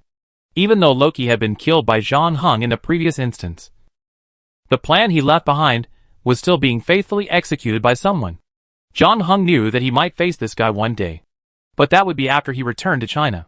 For now, he put his attention back on this trip to Greenland. This was something he had been preparing for a long time. Now that it had been completed, there had to be a result. Soon John Hung completed the transfer in Copenhagen and took a Greenland Airlines flight to Kangerlussuaq Airport, one of the 2 civil airports in Greenland and the international hub of Greenland Airlines. Many tourists going to Greenland make this their first stop. However, even in Greenland, which is not very suitable for human habitation, this place is particularly desolate. As early as a few decades ago, this place, which means Great Fjord, was still an uninhabited area. It was chosen as an airport because it was far enough from the coast and not easily affected by weather changes. However, even so, there are only about 500 residents living in this area now. The plane landed in a desolate valley. Looking around, there were continuous mountains all around. Occasionally, there was a small piece of green vegetation, which survived the cold climate and the cold wind and stubbornly took root between the sand and stones. The few low red and blue bungalows beside the runway were basically all the buildings of the airport. John Hung followed a few European tourists who came for vacation and got off the plane. Greenland is indeed an island with 3/4 located within the Arctic Circle. Although it is summer now, Kangerlussuaq in the central and western part of the country is only about 7 or 8 degrees, and the temperature will be even lower further north.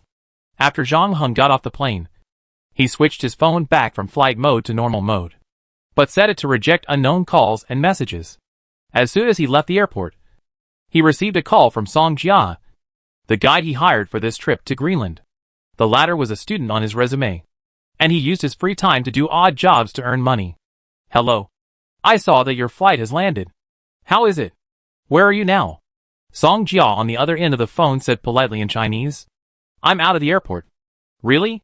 Then can you see me? I'm wearing a blue coat next to a red SUV. Song Jia waved as she spoke. "Yes, I see you. I'll be there soon." John Hung hung up the phone, then walked to Song Jia with a suitcase. The two had exchanged photos more than a month ago, so they were familiar with each other's looks. However, John Hung had to admit that Song Jia was more beautiful than she looked in the photo, because her mixed blood allowed her to inherit the appearance advantages of various races, and her facial features were quite delicate, but not the kind of fragile beauty. Long hours of sunshine made her skin look particularly healthy. The only flaw was probably the freckles on her cheeks, but they could only be observed if you looked closely. So Song Jia's appearance was definitely worthy of the title of beauty. "Welcome to Greenland. I hope you like this beautiful island." The girl gave Zhang Hung a generous hug. "Nice to meet you." John Hung also spoke, and put the big suitcase in his hand on the roof of the SUV. But when Song Jia enthusiastically wanted to put his travel bag on the back seat, John Hung politely declined, because it contained not only his passport and some cash, but also game props that could be checked. "I just take the bag myself." "Okay. We're still a long way from Nuuk. I just want you to be as comfortable as possible during the trip." Song Jia saw that John Hung didn't seem to want to put the travel bag in the back seat, so she didn't insist, opened the door, and sat in the driver's seat. On the other side, John Hung also got in the car, but Song Jia took some time to start the engine, and said a little embarrassedly, "I borrowed this car from a friend, specifically for this tour guide, so I may not be very skilled in driving it." "Well, I remember you told me that you wanted to be a guide in order to buy a used car. Right? Yes. Greenland is actually very large. The largest island in the world. Because I need to do research and write papers, I sometimes need to run around the island. If I can have a car, it will be much more convenient. To be honest, I have already seen one and have negotiated the price with the owner. I am just waiting for the funds to be in place. Song Jia became excited when she talked about her upcoming car. She first told Zhang Heng about her car selection process, and then talked about the hospitable indigenous people on the island, and then extended it to what special entertainment activities and food there are here, completely opening up the conversation. Chapter 1219 Search. Song Jia did not forget her role as a translator and guide, and enthusiastically introduced the customs and practices of Greenland to Zhang Heng along the way. However, the latter's reaction seemed a bit dull. Zhang Heng enjoyed the scenery outside the window while chatting with Song Jia. Greenland is often selected by various media magazines as the world's 10 most worthwhile places to visit, or several major travel holy places. There is a reason for this. This place does have beautiful scenery that is rarely seen in other corners of the earth. And perhaps because it is less developed, the natural scenery of this island has been completely preserved. As the territory with the lowest population density in the world, 80% of the island is covered with ice and snow, with an average of only 0.02 people per square kilometer. In fact, these people are generally gathered in a few cities. So for Greenland, the least lacking is uninhabited glaciers and frozen soil. You said last time you came here for scientific exploration, right? Are you alone? Or will your teammates come later? Song Jia saw that Zhang Heng didn't seem to be very interested in the beautiful scenery and food on the island, so she took the initiative to change the subject. No, I'm alone. Zhang Heng turned his eyes away from the continuous mountains outside the window. Alone? Complete all scientific exploration tasks? Song Jia held the steering wheel and widened his eyes. Well, I don't want to seem nosy, especially since we just met for less than an hour, but because there are many uninhabited areas on the island. It actually attracts many explorers to come here for exploration every year.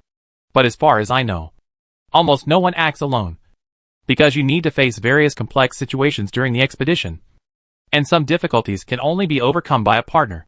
So, if you really plan to explore, maybe I can introduce you to a few partners. There is also a club formed by explorers in Nuuk, where you can find companions with the same purpose as you. I am used to acting alone.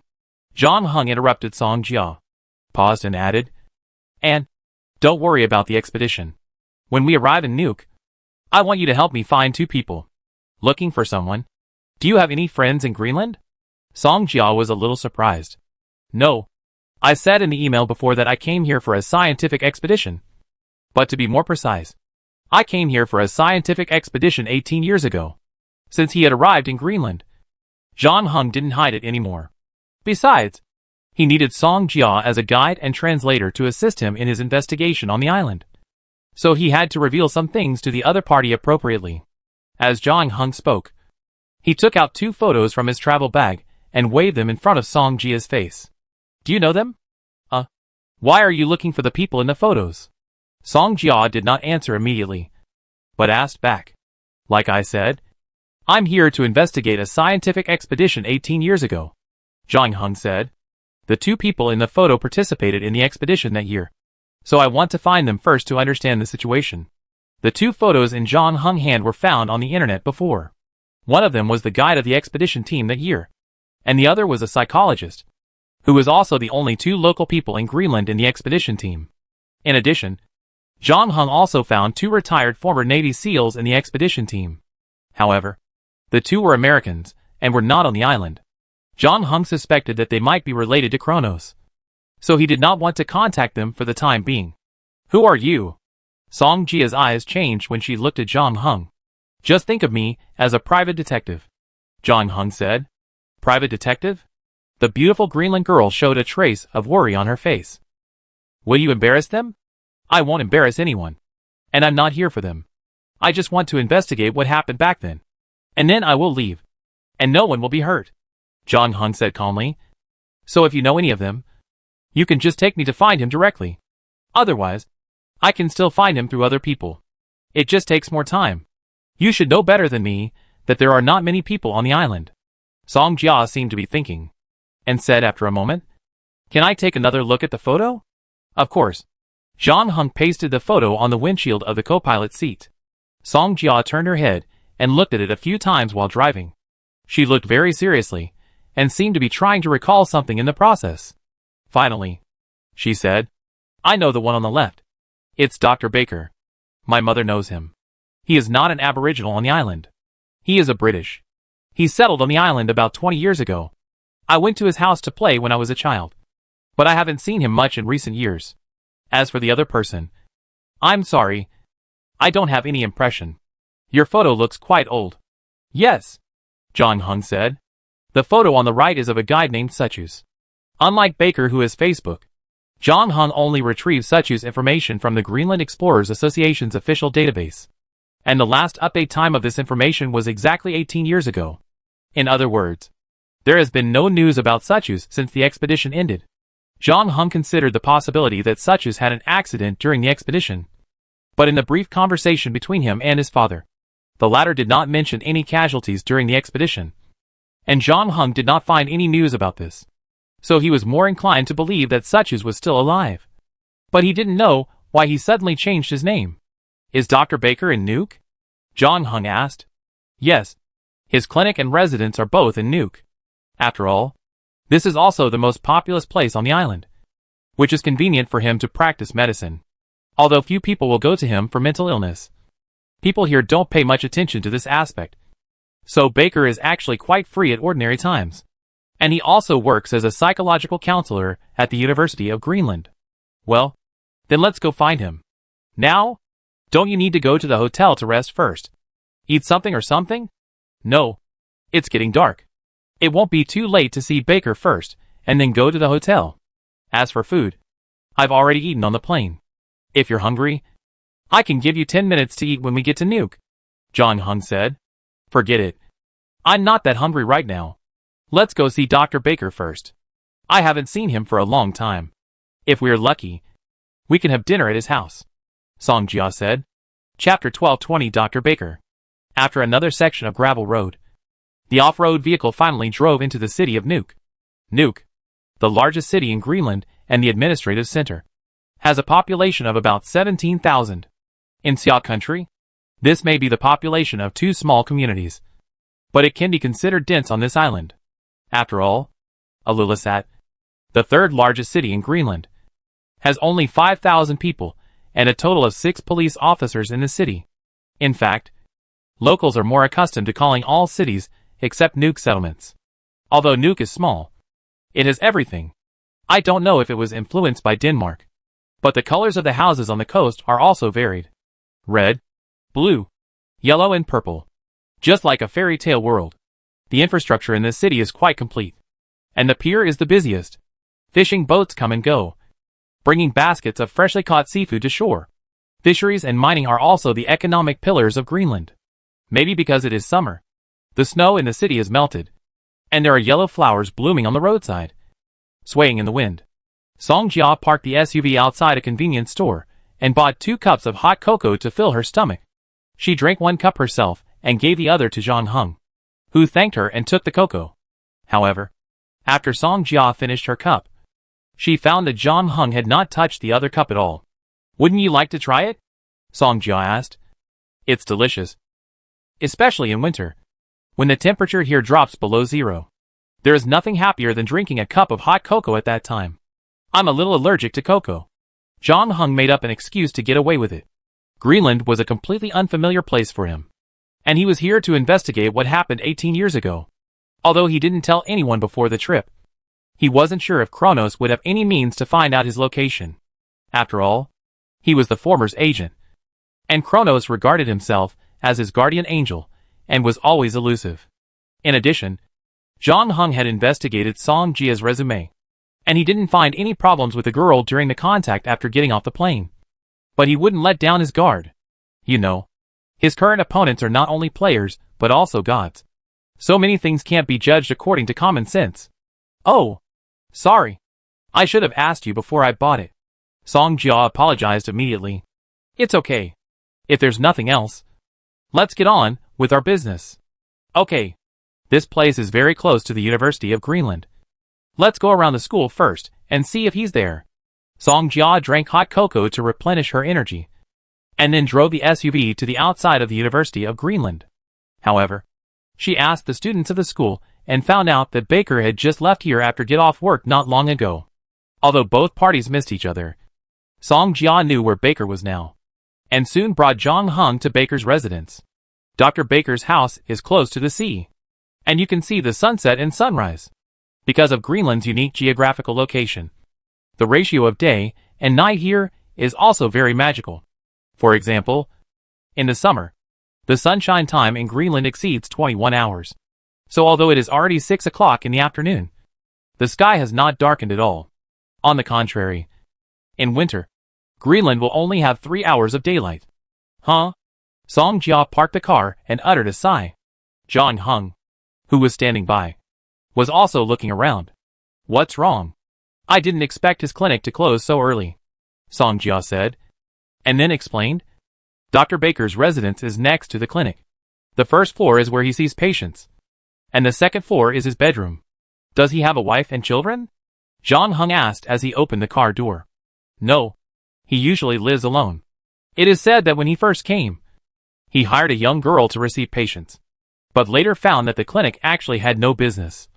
So he fired her again, cut costs, and with another salary from the University of Greenland, he managed to survive. Song Jia turned off the engine, got out of the car, and came to the closed door of Dr. Baker. But then she found that Jong Hung, who had been very active in this matter all the way, was standing next to the car without moving. Song Jia followed Jong Hung's gaze and saw a row of glass windows. Oh, there is a pub over there. Do you want to come here for a drink after you are done? Let's talk about it later. Jong Hung did not comment, retracted his gaze, and came to Song Jia's side. The latter took a breath, then reached out and knocked on the door. There was no response from the room. Didn't he come back directly after get off work? Song Jia muttered softly, adding some strength to ensure that the people inside could hear. However, there was still no response. So Song Jia walked around to the window on the west side of the hut, put her hand on the window, and looked inside, but she soon regretted her action. Jong Hung heard a scream, and then saw Song Jia quickly step back 2 steps. But she didn't pay attention to the slope under her feet, and almost rolled down from it. Fortunately, at the critical moment, a hand dragged her back. Are you okay? I'm fine. Song Jia was still obviously a little frightened, and Jong Hung soon found out the reason why she screamed just now. This was because a middle-aged man about 50 years old was standing behind the translucent curtains, looking at them coldly, with a pale face without any blood. Song Jia probably just faced his face. Dr. Baker? Jong Hung raised his eyebrows. Yes, that's Dr. Baker. I didn't expect him to be at home, and on the first floor. Why didn't he come to open the door just now? Song Jia had already stood firm, and was relieved from her fear. She knew Dr. Baker, but she didn't expect him to be standing by the window. Then Jong Hung saw Dr. Baker move his feet. After a while, the door was finally opened. But he didn't go out. He stood behind the door, and said something in Danish. Jong Hung didn't wait for Song Jia to speak and said in English, I feel that there is something wrong with my mental health. I often feel nervous for no reason. Can't sleep normally at night. And sweat. I heard that you are the only psychologist on the island. So I asked Song Jia to take me to see you. Dr. Baker frowned and glanced at Jong Hung. After a while, his eyes moved to the travel bag in Jong Hung's hand. Are you a tourist? Yes. He just got off the plane not long ago, and I went to the airport to pick him up. Song Jia said. Come in. Dr. Baker didn't say anything else and finally made way in front of the door. Chapter 1221 Insomnia. Jong Hung followed Song Jia into Dr. Baker's room. Dr. Baker quickly looked around the room before closing the door. As Song Jia said, the first floor was completely decorated like a clinic, with a small reception area, an old sofa, a TV, and a curtain next to it. Behind the curtain should be the treatment room. Such a layout would definitely not be reasonable elsewhere, because meeting with a psychologist is a very private matter, especially when receiving treatment. Patients may need to confide some of their deepest privacy, so they need a space where they will not be disturbed to feel safe, and they cannot be separated from the reception area by only a curtain. But here, because the number of patients on the island is very small, basically after the date is agreed, Dr. Baker will not let anyone else in. So it doesn't have much impact. Long time no see. Dr. Baker, you don't look very well. Are you sick? Song Jia asked after entering the room. I'm fine, Dr. Baker replied hurriedly. And he didn't draw the curtain to let Zhang Heng enter the treatment room, but turned directly to a wardrobe and opened the wooden door. There were various bottles and jars on it, which was obviously used as a medicine cabinet by him in normal times. Dr. Baker searched for a while and found a white medicine bottle. Zhang Heng had sharp eyes and saw Zopiclone printed on the bottle. This is a sleeping pill that is commonly used on the market. Compared with the previous 2 generations, it is safer, less tolerant, and less dependent. Dr. Baker didn't seem to intend to help Zhang Heng with his treatment. He wanted to just give him some sleeping pills and send him away. But when he opened the white medicine bottle, he couldn't help but curse in a low voice. Then he covered the bottle again and put it back on the shelf. His movements were quick, but they still didn't escape Zhang Heng's eyes. He asked, Doctor, have you been suffering from insomnia recently? Well, I've been under a lot of work pressure recently, so I take some medicine before going to bed, Dr. Baker said casually. But even Song Jia beside him could tell that he was talking nonsense. Everyone on the island knew that Dr. Baker's clinic had been doing badly for a long time. It had always been a bleak business at best, and there was actually not much going on at school. So where did the work pressure come from?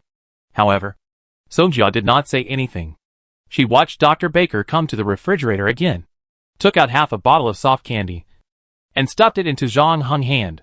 Melatonin should improve your sleep condition. 100 kronor. Go back and take it for a while. If it doesn't work, come back to me. Zhang Heng glanced at the bottle of melatonin in his hand that was about to expire. But he was not in a hurry to pay. He said lightly, What will you do if I take it away? Don't worry about me. I will restock it. Baker waved his hand, and then stood there staring at the two of them, with an expression that said you can leave. This made Song Jia, who had been emphasizing to Zhang Heng how hospitable the people on the island were, look very embarrassed, especially since she had promised Zhang Heng that they might be able to have dinner at Dr. Baker's house. But the latter chased them away like flies. Song Jia even suspected that Dr. Baker had guessed their true intentions. Zhang Heng did not move, but just casually put the bottle of melatonin on the sofa beside him, and then spoke again. This time, in addition to asking you to help me treat my illness, I actually have something else to do. Are you there, people? It was a simple sentence, but for some reason, Dr. Baker's expression changed drastically, and he took a half step back. His face, which was already pale, looked even paler. Zhang Heng's eyes moved slightly. He wanted to continue what Dr. Baker said, but he didn't expect Song Jia to ask stupidly, What is there, people? Isn't it?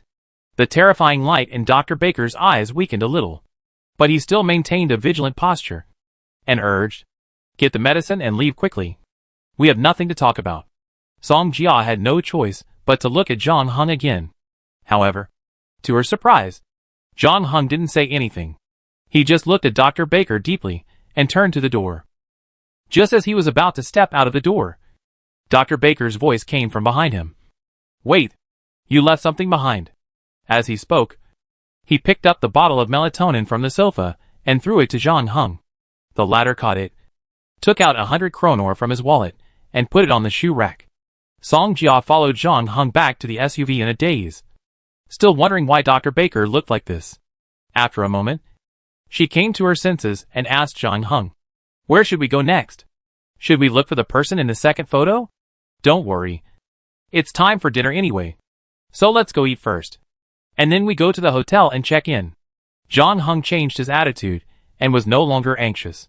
Hey, are you going to continue the investigation? Song Jia said with some doubt. On the way here, she was still worried that Zhang Heng would do something bad to Dr. Baker for the investigation. However, after meeting Dr. Baker, she became more curious than Zhang Heng about what happened to him. But then she heard Zhang Heng say, No, thank you very much for your help. Let's stop here today and continue tomorrow. Then Zhang Heng pointed to the bar across the street. Is there anything to eat there? Yes. There are beer, bread, freshly caught fish and shrimp, and sea dog meat, etc. Song Jia said. But if you want to eat vegetables, you still have to go to a restaurant. The vegetables on the island are basically shipped from Denmark by air. So the price is, it doesn't matter. Just eat there. Follow the local customs. And save yourself from running around. John Hung said. Okay. Although Song Jia had a lot of questions to ask. She started the car and moved it to the front of the bar after hearing what John Hung said.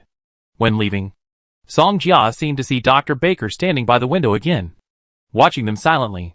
During the meal, Song Jia spoke several times, trying to bring up the questions she hadn't asked before. But John Hung changed the subject every time. In the end, the two of them finished their dinner in a somewhat dull atmosphere. Are you used to it? Song Jia asked after the meal. What? John Hung raised his eyebrows. The food here is very different from your country. Isn't it? Song Jia said. Actually, there is a Hong Kong restaurant on the island. The fried rice there is delicious. If you can't get used to it, we can go there. Oh, thank you. I'm full. Let's pay the bill and go back. John Hung put down the knife and fork in his hand and wiped his mouth. Chapter 12:22 Just a Drink. The place Song Jia booked for John Hung was not far from Dr. Baker's clinic. It was called Eagle View Hotel and was also located on the coastline. It only took 6 or 7 minutes to drive there. This hotel is famous for its excellent location and view and is very popular with tourists. If you choose to stay here, you can see the ice cap in the distance in the morning and the aurora in the evening. However, John Hung came at the wrong time. The daytime is long now, and the possibility of seeing the aurora is very low. After checking in, Song Jia drove John Hung directly to his room. Hotels in Greenland are also different from other places, because the land is vast and sparsely populated. The land is not of much value, so there are few high-rise buildings in the city. Rather than guest rooms, they are actually small houses with a certain distance between each other. They are brightly colored like the houses in the town, but with a hotel sign on the outer wall. During dinner, John Hung had already expressed that he didn't want to talk about Dr. Baker, and he didn't seem to be very interested in the humanities and scenery of Greenland.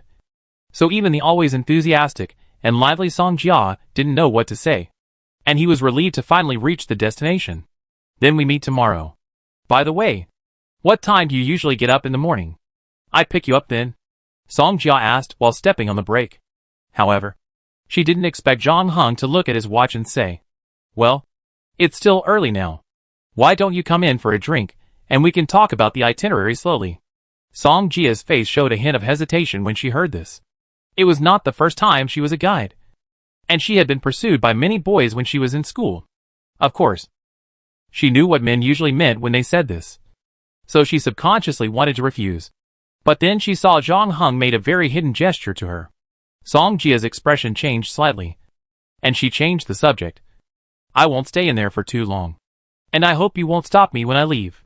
Of course, I just came to Greenland and haven't seen much yet. I don't plan to stay in the police station for the rest of the time, John Hung said. So Song Jia put the SUV in P gear, turned off the engine, and followed John Hung into his cabin. The guest rooms at Eagle View are not luxurious, and the decoration style is more warm. There is a spacious living room with carpets on the wooden floor, sofas, dining tables, TVs, and other common furniture and equipment.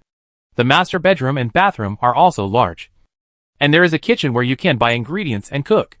The cost of one night's accommodation is about 1,000 renminbi.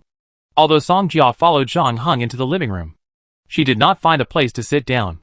Instead, she kept a certain distance from John Hung, crossed her hands in front of her chest, and said cautiously, Okay, I've come in as you said.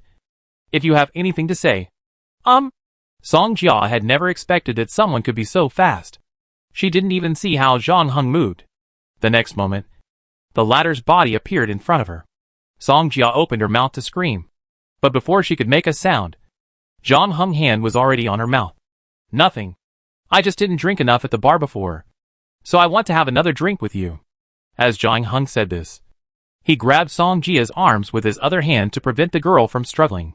Song Jia felt like she was falling into an ice cellar. She didn't expect someone to be so bold.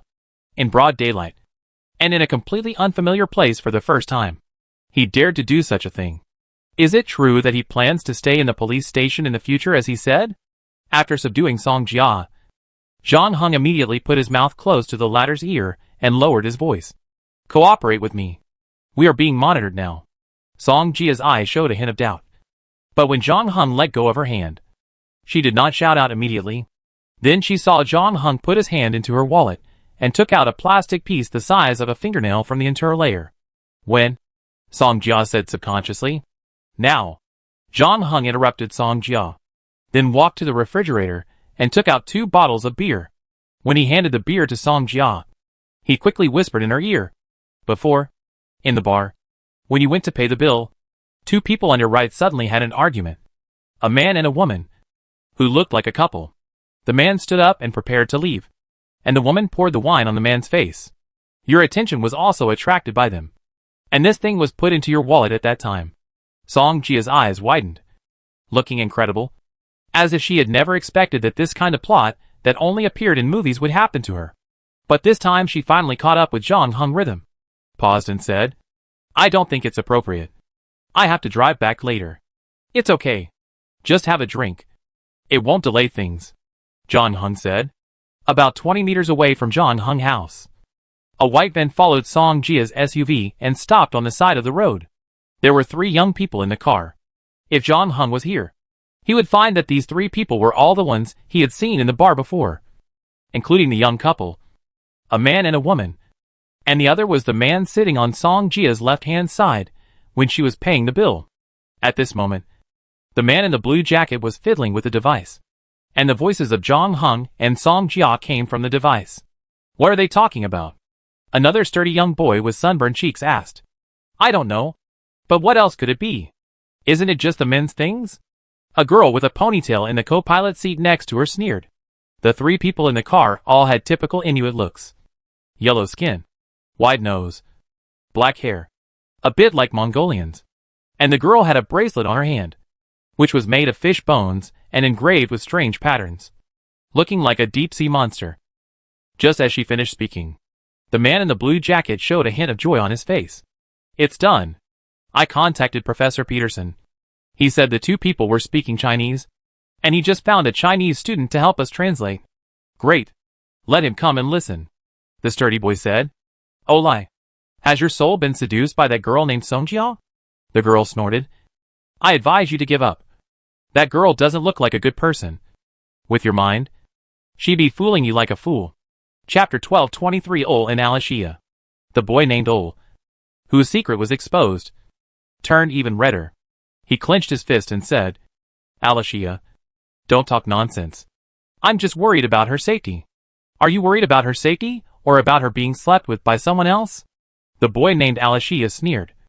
When I saw her follow the guy into the hotel, she looked distracted. She looked so familiar with the place. Maybe she was making extra money by doing this. Alashia, Olai said angrily. Stop talking nonsense. I'm not talking nonsense. What's the matter? Do you want to fight with me? Alashia squinted.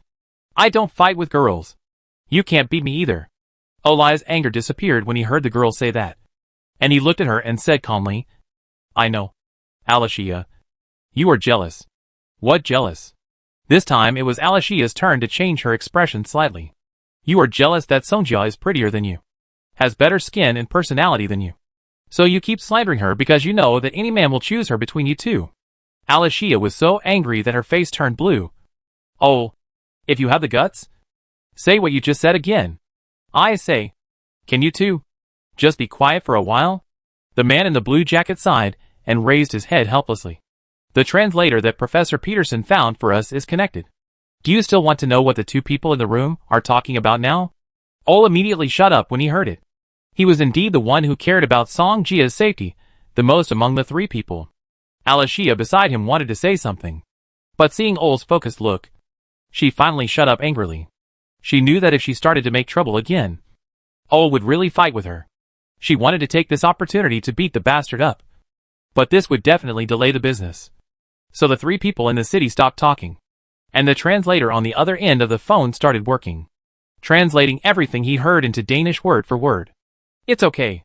Just 1 drink. It won't delay anything. Really just 1 drink. Really. As long as you finish this drink, you can leave. Well, okay then. The three people in the van then heard the sound of Song Jia gulping down beer. And Ol clenched his fist tighter until he heard the sound of the bottle being placed on the table. Now that I'm done. Can I leave? You can leave at any time. But you haven't forgotten the purpose of coming here. Have you? What purpose? You said you wanted to come in and discuss the next itinerary with me. Oh. Yeah. How could I forget the main thing? Where do you want to go tomorrow? He opened the bottle as he spoke. Don't worry. Let's drink and study at the same time. Still drinking? It's still early anyway. And you won't have anything to do when you go back. Ol punched the car door and cursed. Asshole. A mocking smile appeared at the corner of Alicia's mouth. She wanted to take this opportunity to rub salt into the boy's wound. But when she saw the man in the blue jacket shaking his head at her, she had to give up. Well, then, let's have another drink. The three people in the van could tell that Song Jia's voice was getting drunk. Under the influence of alcohol, she seemed to gradually let down her guard and talk more. But her logic was getting worse and worse. In the end, she couldn't even connect her words together. And the man next to her continued to persuade her to drink. The anger in Ol's eyes was about to burst out. And then, he suddenly pushed open the car door. I can't stand it anymore. As soon as he got one foot out of the car, he was hugged by someone. Where are you going? Alicia called from behind. That guy obviously wants to take advantage of Songjia. I go rescue Songjia now. Ol volunteered. You big fool who is dominated by male primitive instinct. Have you forgotten why we are here? We still don't know why the Xia countryman went to see Dr. Baker. Alicia was amused. You can't just ignore the crime that happened right in front of you. Ol's face was gloomy. What crime? How do you know that the two people inside didn't agree to it? Alicia snorted coldly. Do you really think that if a girl is not interested in the man next to her, she will drink one cup after another in someone else's place? Besides, you are committing a crime by rushing in without knowing right or wrong. I also think we should wait a little longer. The man in the blue jacket also spoke up at this time. Olai, you are a little emotional now. Why don't you go back and rest first? Anyway, your mission has been completed. You helped me attract the girl's attention so that I could successfully put the bug on her. From now on, it's just Alicia and I here. Ol looked unhappy. He shouted angrily to Alicia, who was holding him behind him. Let go. As if he didn't hear his companion's words. The latter looked at the man in the blue jacket, who nodded. It's okay. Ol is just a little impatient. But he knows what's important and what's not. So Alicia let go of her hand. And then Ol jumped out of the car immediately. He stood beside the van and looked at the red house where Zhang Heng lived. His face was complicated. But after a moment, he walked towards the convenience store in the opposite direction. I'm going to eat something. I didn't eat enough at the bar before. The man in the blue windbreaker made an okay gesture to Alicia, who also breathed a sigh of relief and continued to listen to the sounds in the room. They heard Songjia drink another bottle of wine and seemed to be completely drunk on the sofa and didn't move. Then, there was the sound of rustling clothes being taken off. And footsteps went to the bedroom on the second floor. But Songjia's clothes and her wallet with the bug were left on the first floor. What should I do? Alicia was at a loss at this time. Although she had said a lot of bad things about Songjia to anger Ol before, she didn't want Songjia to be taken advantage of by others because of her drunkenness. Not to mention that the Xia countryman obviously had some bad intentions. The man in the blue windbreaker scratched his head. I call the front desk of the hotel and tell them that someone is drunk inside and contact a designated driver. No. The other party will definitely be suspicious. And it may be too late when the person arrives. It's really troublesome. Or we should just kidnap someone directly. At least Ol will definitely like this plan. What if we kidnap the wrong person? If we kidnap the wrong person, just pretend nothing happened. I have contacted Hans and asked him to bring the thing. We can start earlier. Chapter 1224 Uninvited Guests. In the bedroom, Song Jia did not look drunk at all. On the contrary, she was as sober as when she first entered the room. She had only drunk ordinary water downstairs before. And she pretended to be drunk just to cooperate with Zhang Heng in the play. When they got upstairs, Zhang Heng searched her again. And then said, Okay, you can talk normally now. There is no bug on you. But you better be careful and don't make too much noise. Otherwise it will be heard downstairs. As soon as he finished speaking, Song Jia couldn't wait to ask. Who are they? That's what I want to know. Zhang Heng went to the window and closed it. Paused. and added, "When we went to Dr. Baker's house before, I found someone staring at that place. And that's probably why Dr. Baker seemed so nervous and didn't want to talk to us at all. I don't know the extent of that group's surveillance of Dr. Baker. And I don't know if there are any bugs or cameras in his clinic. So I didn't ask any more questions at that time." Song Jia suddenly realized.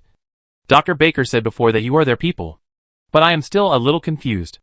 It seems that he thinks we are in the same group with those who monitor him." "Yes. That's why those people put a bug on me." Song Jia is very smart and quickly put the whole story together. The most important thing is that he finally understood why he was monitored when he was just an ordinary person. However, John Hung only selectively explained part of the matter, and did not tell Song Jia part of the matter. For example, he had actually observed the surveillance person at the bar before entering Dr. Baker's clinic, which was why he later suggested eating at the bar.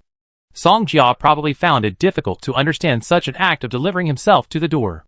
But for John Hung, he came alone to this completely unfamiliar land to investigate what happened 18 years ago. He didn't even know who the enemy was, and he was not familiar with the city at all. So he didn't want to play a protracted war with the opponent, because the longer it dragged on, the more advantageous it would be for the party with the home advantage. Instead of cautiously testing each other, it is better to take the initiative before the other party knows his details. John Hung had actually prepared to fight with the other party in the bar before, but he didn't expect that the group of people only put a bug on Song Jia. But it's okay. After all, John Hung is still a tourist now. If he really fights with people on the island in public, he may be sent back to China if he is not careful. It is more appropriate to postpone the fight a little bit and put it in the house where he lives. The reason why John Hung didn't let Song Jia leave was that he was worried that she would be kidnapped on the way home alone. However, he hadn't discussed with the girl how to bring the outsiders into the house for a while. But he didn't expect that someone downstairs had already knocked on his door. This surprised John Hung a little, because this group of people had been with him for a long time, and they clearly wanted to know why he and Song Jia went to see Dr. Baker. But they still hadn't gotten an answer to this question. Could it be that they had run out of patience and decided to resort to force? But this saved John Hung a lot of trouble. He was not in a hurry when he heard the sound of the door being broken. He even had time to tell Song Jia, whose expression changed drastically, "Stay here. Don't run around. I'm afraid I need you to help me translate in a while."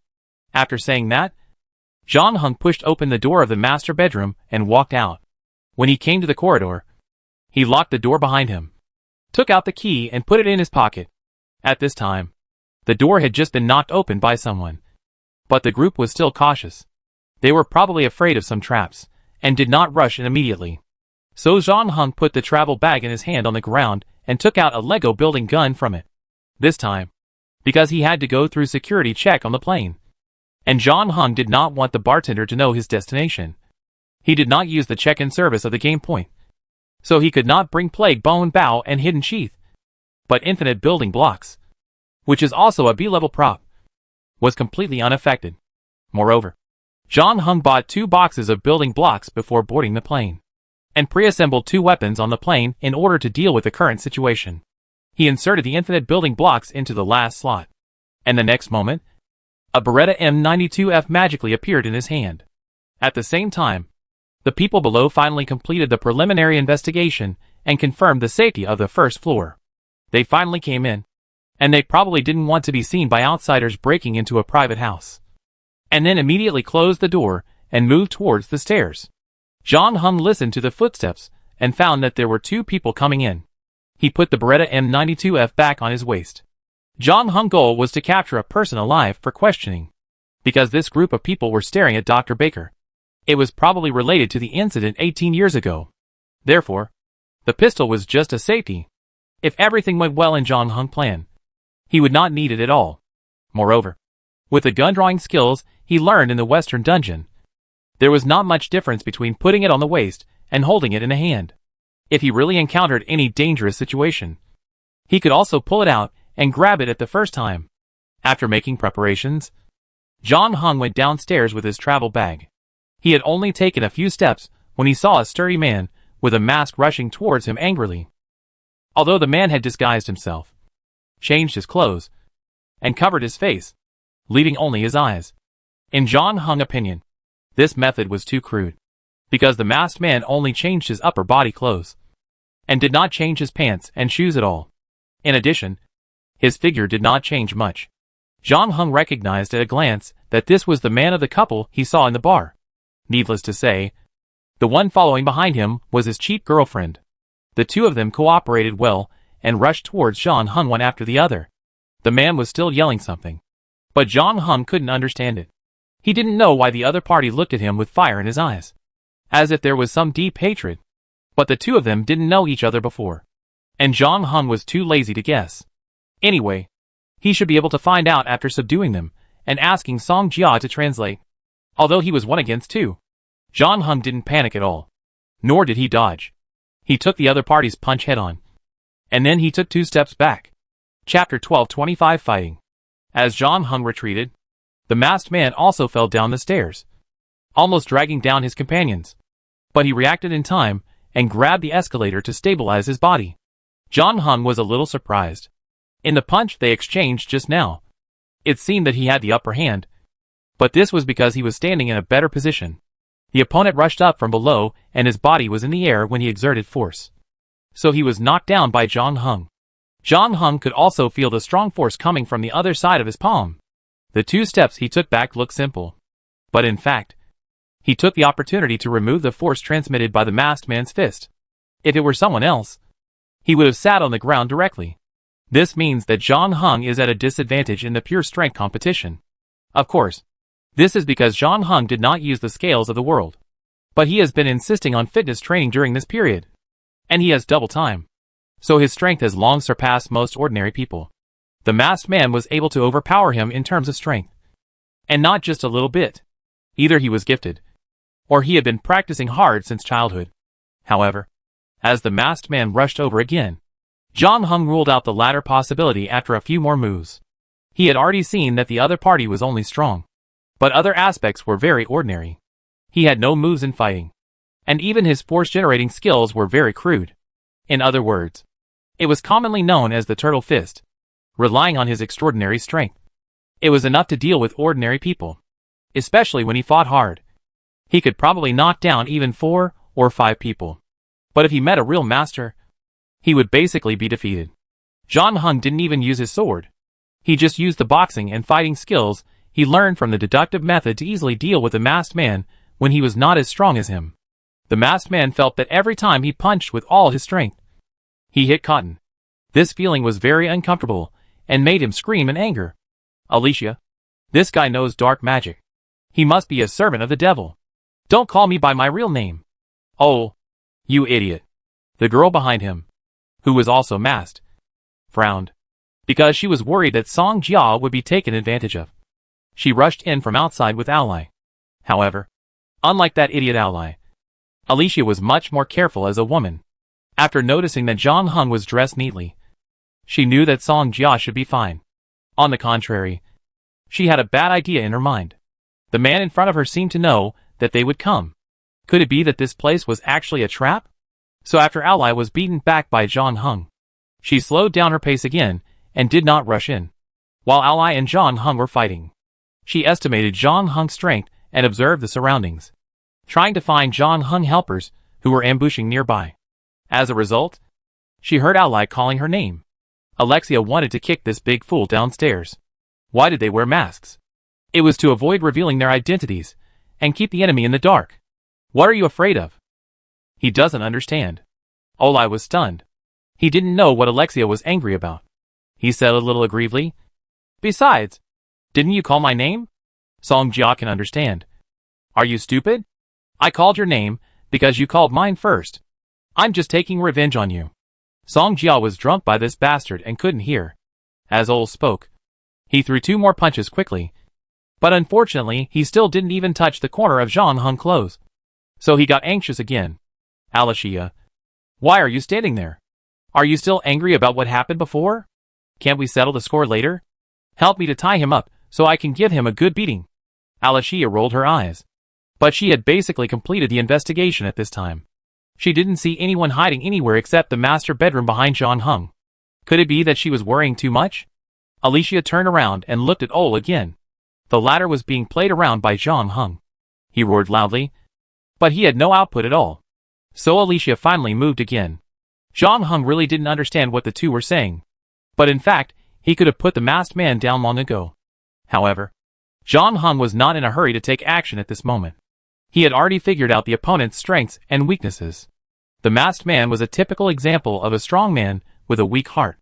Not only was his boxing skills messy, but his body control was also very poor. Zhang Heng was actually very familiar with this situation. After the novice copy was over, he returned to the real world from the deserted island. That period of time was the time when he had the worst control over his body, because his body shape and strength changed a lot in the copy. When he returned to the real world, his body returned to the state before entering the copy, and he was very uncomfortable with it. It was not until he stepped up his training in real life and experienced more copies that this situation gradually improved. Of course, the masked man was not as serious as he was at that time, and it was almost invisible unless he fought him with all his strength. But Zhang Heng was curious about why the opponent was obviously not a player. So why was there such an incoordination? Even if he was born with supernatural powers, he should have had them since childhood and had already adapted to them. Unless he got this power halfway. Zhang Heng thought of the half-human, half-fish frog creatures he had seen in his dreams and in the underwater tunnels of Yonaguni Island. Those creatures seemed to have gradually changed from humans to that appearance, and had the ability to live in water. Could it be that the group of people who were monitoring Dr. Baker had also undergone some changes? To prove this, Zhang Heng also fought with Alicia, who rushed up later. As a result, the latter's strength level was very ordinary. It might be considered outstanding among women, but she was obviously suppressed by Zhang Heng, and her body control and coordination were much better than her companion. In addition, Zhang Heng also noticed the fishbone bracelet on Alicia's hand, and the huge unknown monster engraved on the bracelet.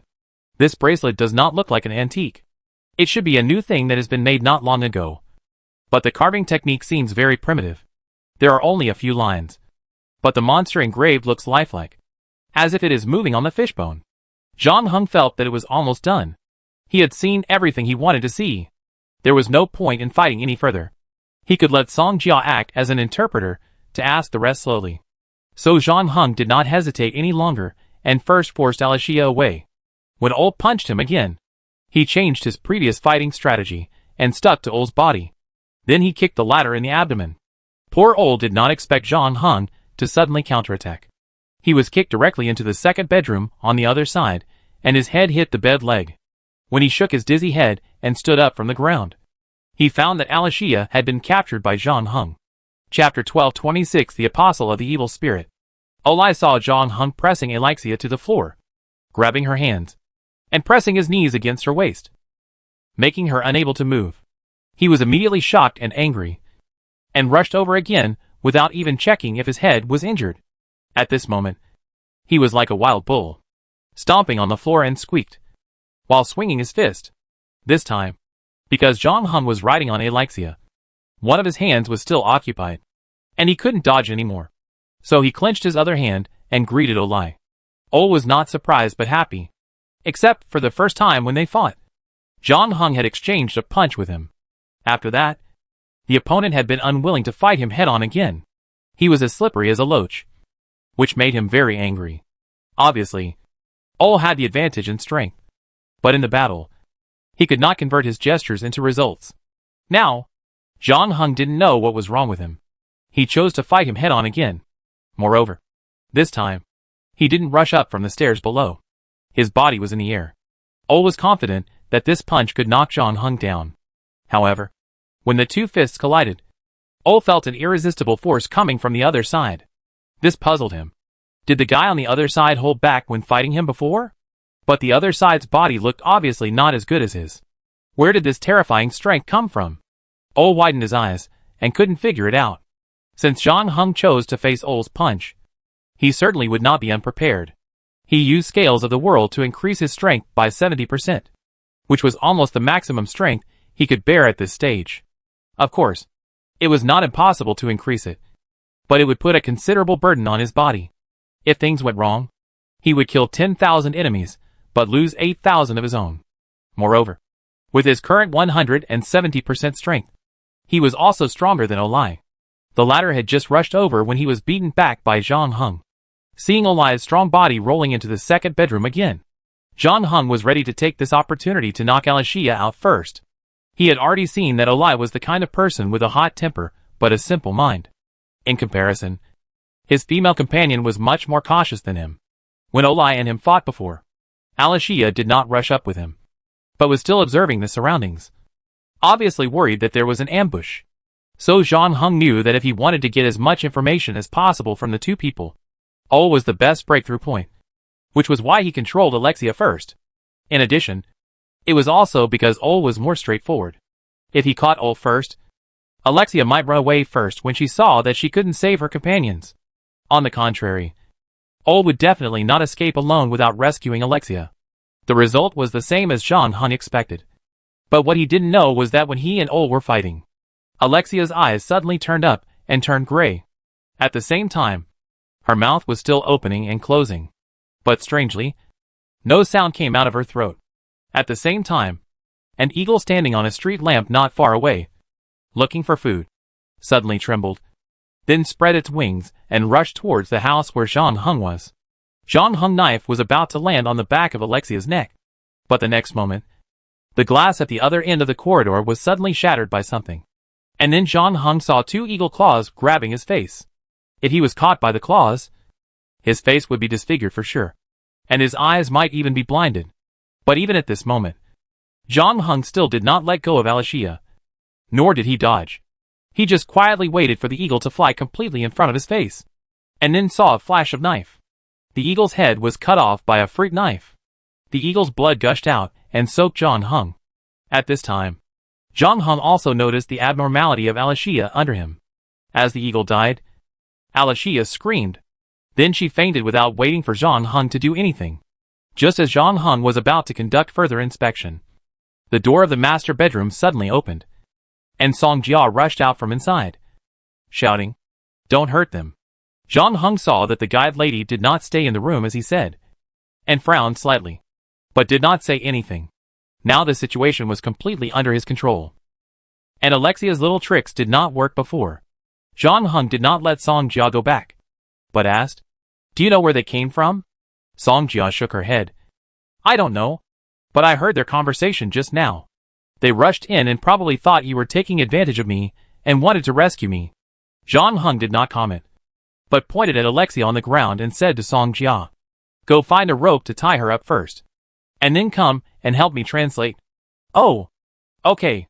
Song Jia bit her lip, as if she felt that doing so might be illegal, and seemed a little hesitant. But she thought that this group of people had been monitoring Dr. Baker before, and they had secretly placed a bug in her wallet when she was not paying attention. So she agreed. John Hung walked towards Ol, who had climbed up again. The ladder was quite tough. John Hung knew that the punch he had just delivered would definitely not be good for the other party. In addition, Ol had also been hit hard in the abdomen. An ordinary person would have been lying on the ground and unable to get up. But Ol actually gritted his teeth and stood up again. It seemed that he wanted to fight with John Hung again. But unfortunately, John Hung would not give him this opportunity again. He took out the Beretta M92F from his waist and pointed it at the masked man in front of him. The latter's face changed drastically when he saw the black muzzle of the gun. Ol just liked to solve problems with his fists. But he was not completely brainless. When the other party took out a gun, it meant that he would just die if he rushed forward again. So after Ol stood up, he did not move around anymore. He just stared at John Hung with his big eyes, spit at the side, and muttered something. "What is he talking about?" John Hung turned around and asked Song Jia, who was busy looking for a rope. They use the northern dialect Inupiatan, which should come from the Inuit tribe over there. If I heard correctly, he said that you are the apostle of the evil spirit. Is there any misunderstanding? The apostle of the evil spirit? John Hung's expression changed. Ask him why he said that.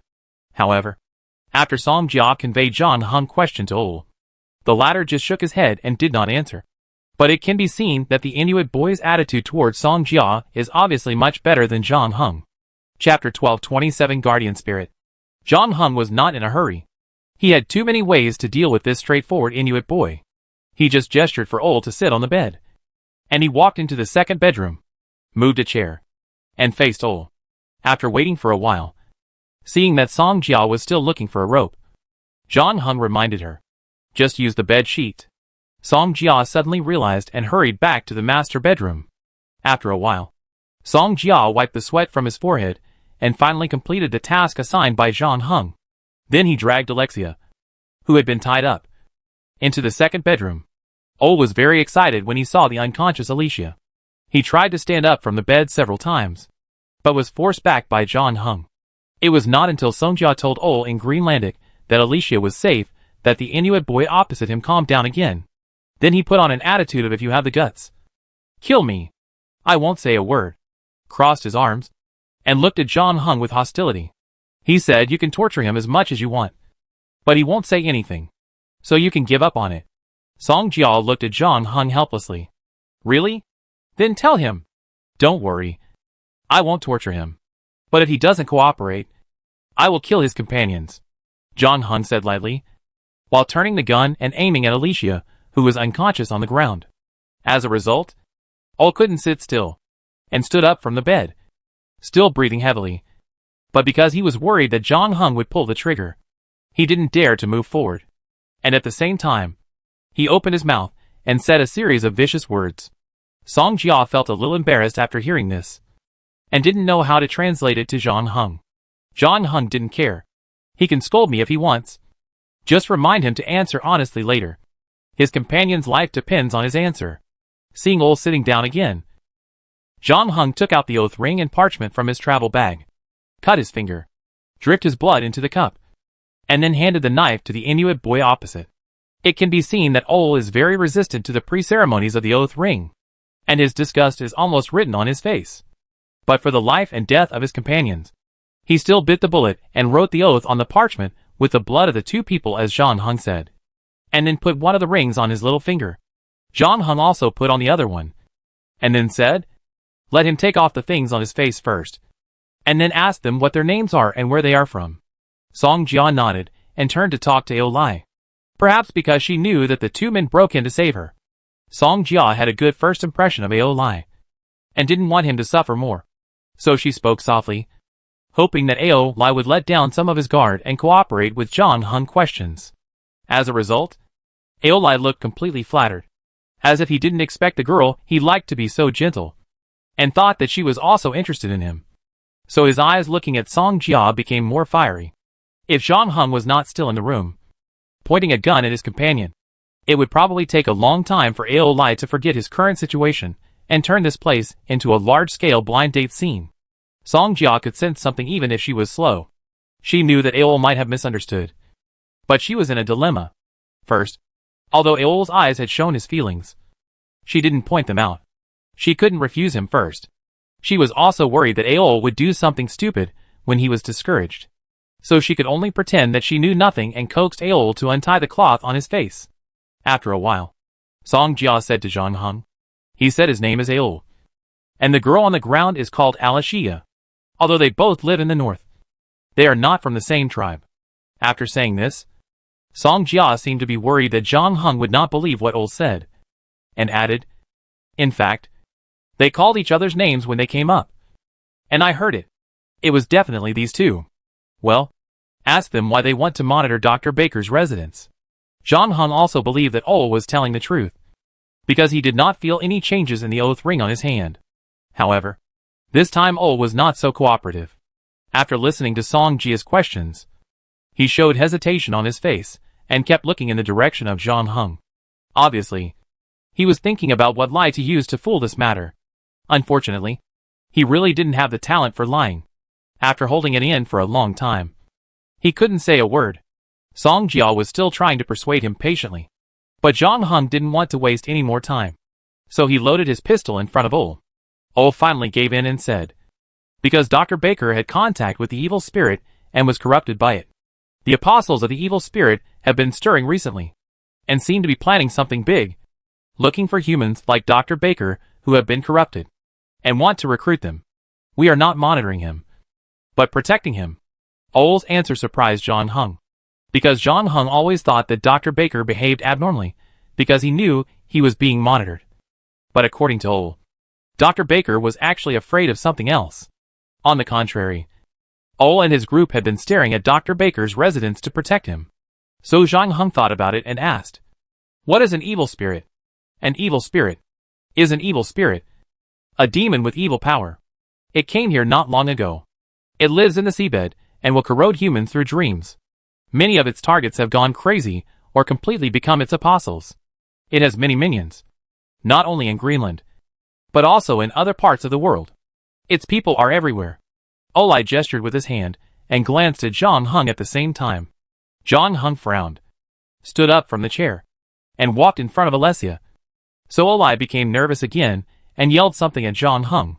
Zhang Heng ignored it, squatted down, took off the fish-bone bracelet on Alessia's hand, pointed at the deep-sea monster on it and asked, "Does an evil spirit look like this?" He said no. The thing engraved on the fish-bone is the guardian spirit of Alicia. It is sacred. Song Jia translated Ole's words to Zhang Heng. Guardian spirit? Zhang Heng raised his eyebrows. He remembered the Greenland travel notes he had read on the plane before, which introduced the native religion of Greenland. Hearing this, he suddenly realized. They are shamans. Yes. Ole said that he and Alicia are both shamans of their respective tribes. No. Strictly speaking, they should be the next shaman. They are still learning and practicing with their teacher. Chapter 1228 The Greatest Shaman. Shamanism is a primitive religion developed from prehistoric worship. It was once spread all over the world during its heyday. Eastern and Western Siberia, Mongolia, and even the Jurchens, the ancestors of the Manchus, believed in shamanism. For a long time, the indigenous people of Greenland also only believed in shamanism. However, with the invasion of foreign immigrants and religions, most people in Greenland have converted to Christianity. Only some Inuit tribes in more remote areas still maintain their previous beliefs. Unlike several popular religions, there is no great existence like God or Allah in shamanism. The theoretical basis is that all things have spirits, and the shamans in the tribe can get in touch with these spirits hidden in nature through a series of ancient spirit conquest rituals, thus possessing supernatural powers such as prophecy, dream interpretation, and weather control. In fact, shaman in Tungusic language means a person who dances wildly because of excitement. And this word itself also describes the most commonly used method of spirit conquest by shamans. After understanding the origins of the two, it was not difficult for Zhang Heng to understand why the eagle suddenly flew in from the window and attacked him. However, according to Ole, even among shamans, few people can communicate with the animals around them anytime and anywhere, let alone ask for their help in times of crisis. Especially in recent years, as more and more people turn to it, shamans can feel that their power is constantly declining. Many dream interpretations and astrology that they could do before are becoming more and more difficult to do now. Not to mention controlling the weather and communicating with animals and plants. Even many shamans have not been able to make a complete prophecy for decades, which has formed a vicious cycle. Alicia was born in such a background. Alicia was born at midnight, and a big earthquake happened on the island. My parents said that they had never seen such a terrible earthquake in their lives. It was as if the whole world was shaking. Huge gullies appeared on the solid ice field. One of them just passed through the location of the tribe. Some people couldn't avoid it and fell into it, and their bodies were immediately gone. In addition, there was an aurora in the sky, but it was different from what everyone usually sees. The aurora at that time was blood red, and the stars were very strange. My teacher, Gaba's elf, told him that something bad was going to happen. So the teacher asked everyone in the tribe to take out their hunting weapons and organized a patrol team. However, the earthquake passed quickly, and then the aurora disappeared. Because of the teacher's warning, many people didn't dare to sleep all night. On the next day, everyone got the news that Alicia's tribe was attacked by a group of unknown people after the earthquake last night. About 80 kilometers away from us. Those guys were targeting the newly born Alicia. Their weapons were just average, and many of them had just learned how to shoot. Some even just held a harpoon they found from nowhere. But everyone was very crazy and fearless. And with the advantage in numbers, they almost succeeded. Fortunately, Alicia's teacher took action at this time. Cuneo. She was the most powerful shaman in the past 200 years. The controller of the blizzard. And even in the distant past, few people could reach her level. People said that she fought 1 against 100 in that battle, summoning an unprecedented blizzard, and almost turned the tide of the battle by herself. freezing all the invaders to death on the ice field. However, because Alicia was already in the arms of the group of unknown origins, people at the time thought she was dead and had been frozen into an ice stick. But no one expected that when they found her. Although she was frozen terribly, she still had a heartbeat and was breathing. So Kunayu accepted her as his disciple, and said that this girl who escaped death would not only inherit her mantle in the future, but would also become the greatest shaman among the Inuit. Songjia was completely fascinated by the story told by Ol. She didn't expect that the girl named Alicia beside her had such a tortuous story. She was just like the protagonist in a TV series or novel. Although she was a little surprised why Ol suddenly became so cooperative and took the initiative to reveal all the secrets of the tribe. She was completely immersed in the story at this moment, and didn't want to interrupt the Inuit boy's story. John Hung knew what Ol was thinking, because he had seen Ol peeking at the window beside him more than once during this process. In addition, considering the person in the bar who cooperated with Ol and Alicia to put the bug in Songjia's wallet, the Inuit boy should be hoping that his companions would find something wrong and come to rescue them. It's just that his method of delaying time seems a bit weird. Most people would try to make up some lies to fool around at this time. But Ol can't lie, so he can only choose to sell out his companions again. Of course, from the results, his trick did work. Although his language is simple, and he basically doesn't use any rhetoric, it feels particularly sincere because of this. The story itself is also bizarre and fascinating. At least Songjia couldn't bear to interrupt. John Hung came to Greenland to explore his life experience. He is still in the stage of collecting clues. He will not refuse the information provided by Ol. He knows that Ol still has help. But he doesn't care. He even wants to meet him in the future. Because John Hung has realized that the native shamanism of Greenland may be of great help to his subsequent investigation. Especially these Inuit are the local snakes here. Compared with Songjia, they have supernatural powers, and obviously no more. In fact, it seems that they are already conducting relevant investigations. Therefore, both parties have a common goal. The only problem now is how he can make the other party cooperate with him. After all, the first impression left by both parties when they first met was not very good. John Hung was still pointing a gun at Alicia, although he could use the same method to threaten Ol to continue to serve him. It was obviously not as effective as asking the other party to help him sincerely. While John Hung was thinking about this problem, Ol's face became worse and worse, because he had already told Alicia's story in detail. But there was no movement from Ollie downstairs. Chapter 1229 Trio. Ali has always been the least noticeable one in the trio, compared to the strong and hot-tempered Ol, and the quick-thinking and meticulous Alicia, who has been full of legends since the moment she was born. Ollie is indeed very ordinary, although he has been learning all kinds of knowledge to become a shaman from the old shaman in the tribe. He has not learned anything after such a long time. Moreover, compared to those mysterious astrology and obscure dreams, he is obviously more interested in rock music and basketball stars. He runs to Nuke when he has nothing to do, and even taught himself rap, started writing songs, and uploaded them to YouTube. He usually looks lazy, but Ol knows that Ollie is not stupid. He just doesn't put his energy on the right path. In fact, every time Alicia comes up with an idea, Ollie helps to perfect it. If Alicia is the decision maker and Ol is the executor in the trio, then Ollie is a dog-headed military advisor. Ol even complained that Ollie is a typical Inuit. He doesn't have the honesty and diligence of the Inuit. Instead, his mind is full of tricks. But now, Ol is glad that the person who stayed downstairs was Ollie. Because if it was someone else, Ol might not be sure whether the other party could detect something wrong at this time. But as a companion who went to school and grew up together, he didn't believe that Ollie would be unaware of their current situation. However, after such a long time, their team's military advisor did not make any moves, which made Ollie, who was originally sure that Ollie would find a way to save them, couldn't help but waver. Did Ollie really do something stupid this time? Or did the other party just happen to have a stomachache at this time? Ollie became uneasy again when he thought of this. But he was a person who couldn't hide things. Looking at the tangled expression on his face, even Songjia realized something. So he looked at John Hung behind him with some embarrassment, as if he wanted to ask what to do next. Before John Hung could speak, the hut they were in suddenly began to shake. Is there an earthquake? Songjia was a little surprised, and her eyes looked a little nervous, because the earthquake came right after she had just heard the mysterious and terrifying story, which made her think too much. But there had been earthquakes in Greenland before, and the thought in Song Jia's mind was just a flash. Until she looked out the window and saw the blood-red aurora. Song Jia's brain exploded, and then a strong fear rushed over her, instantly engulfing her whole body. The next moment, every finger and every hair couldn't help but tremble.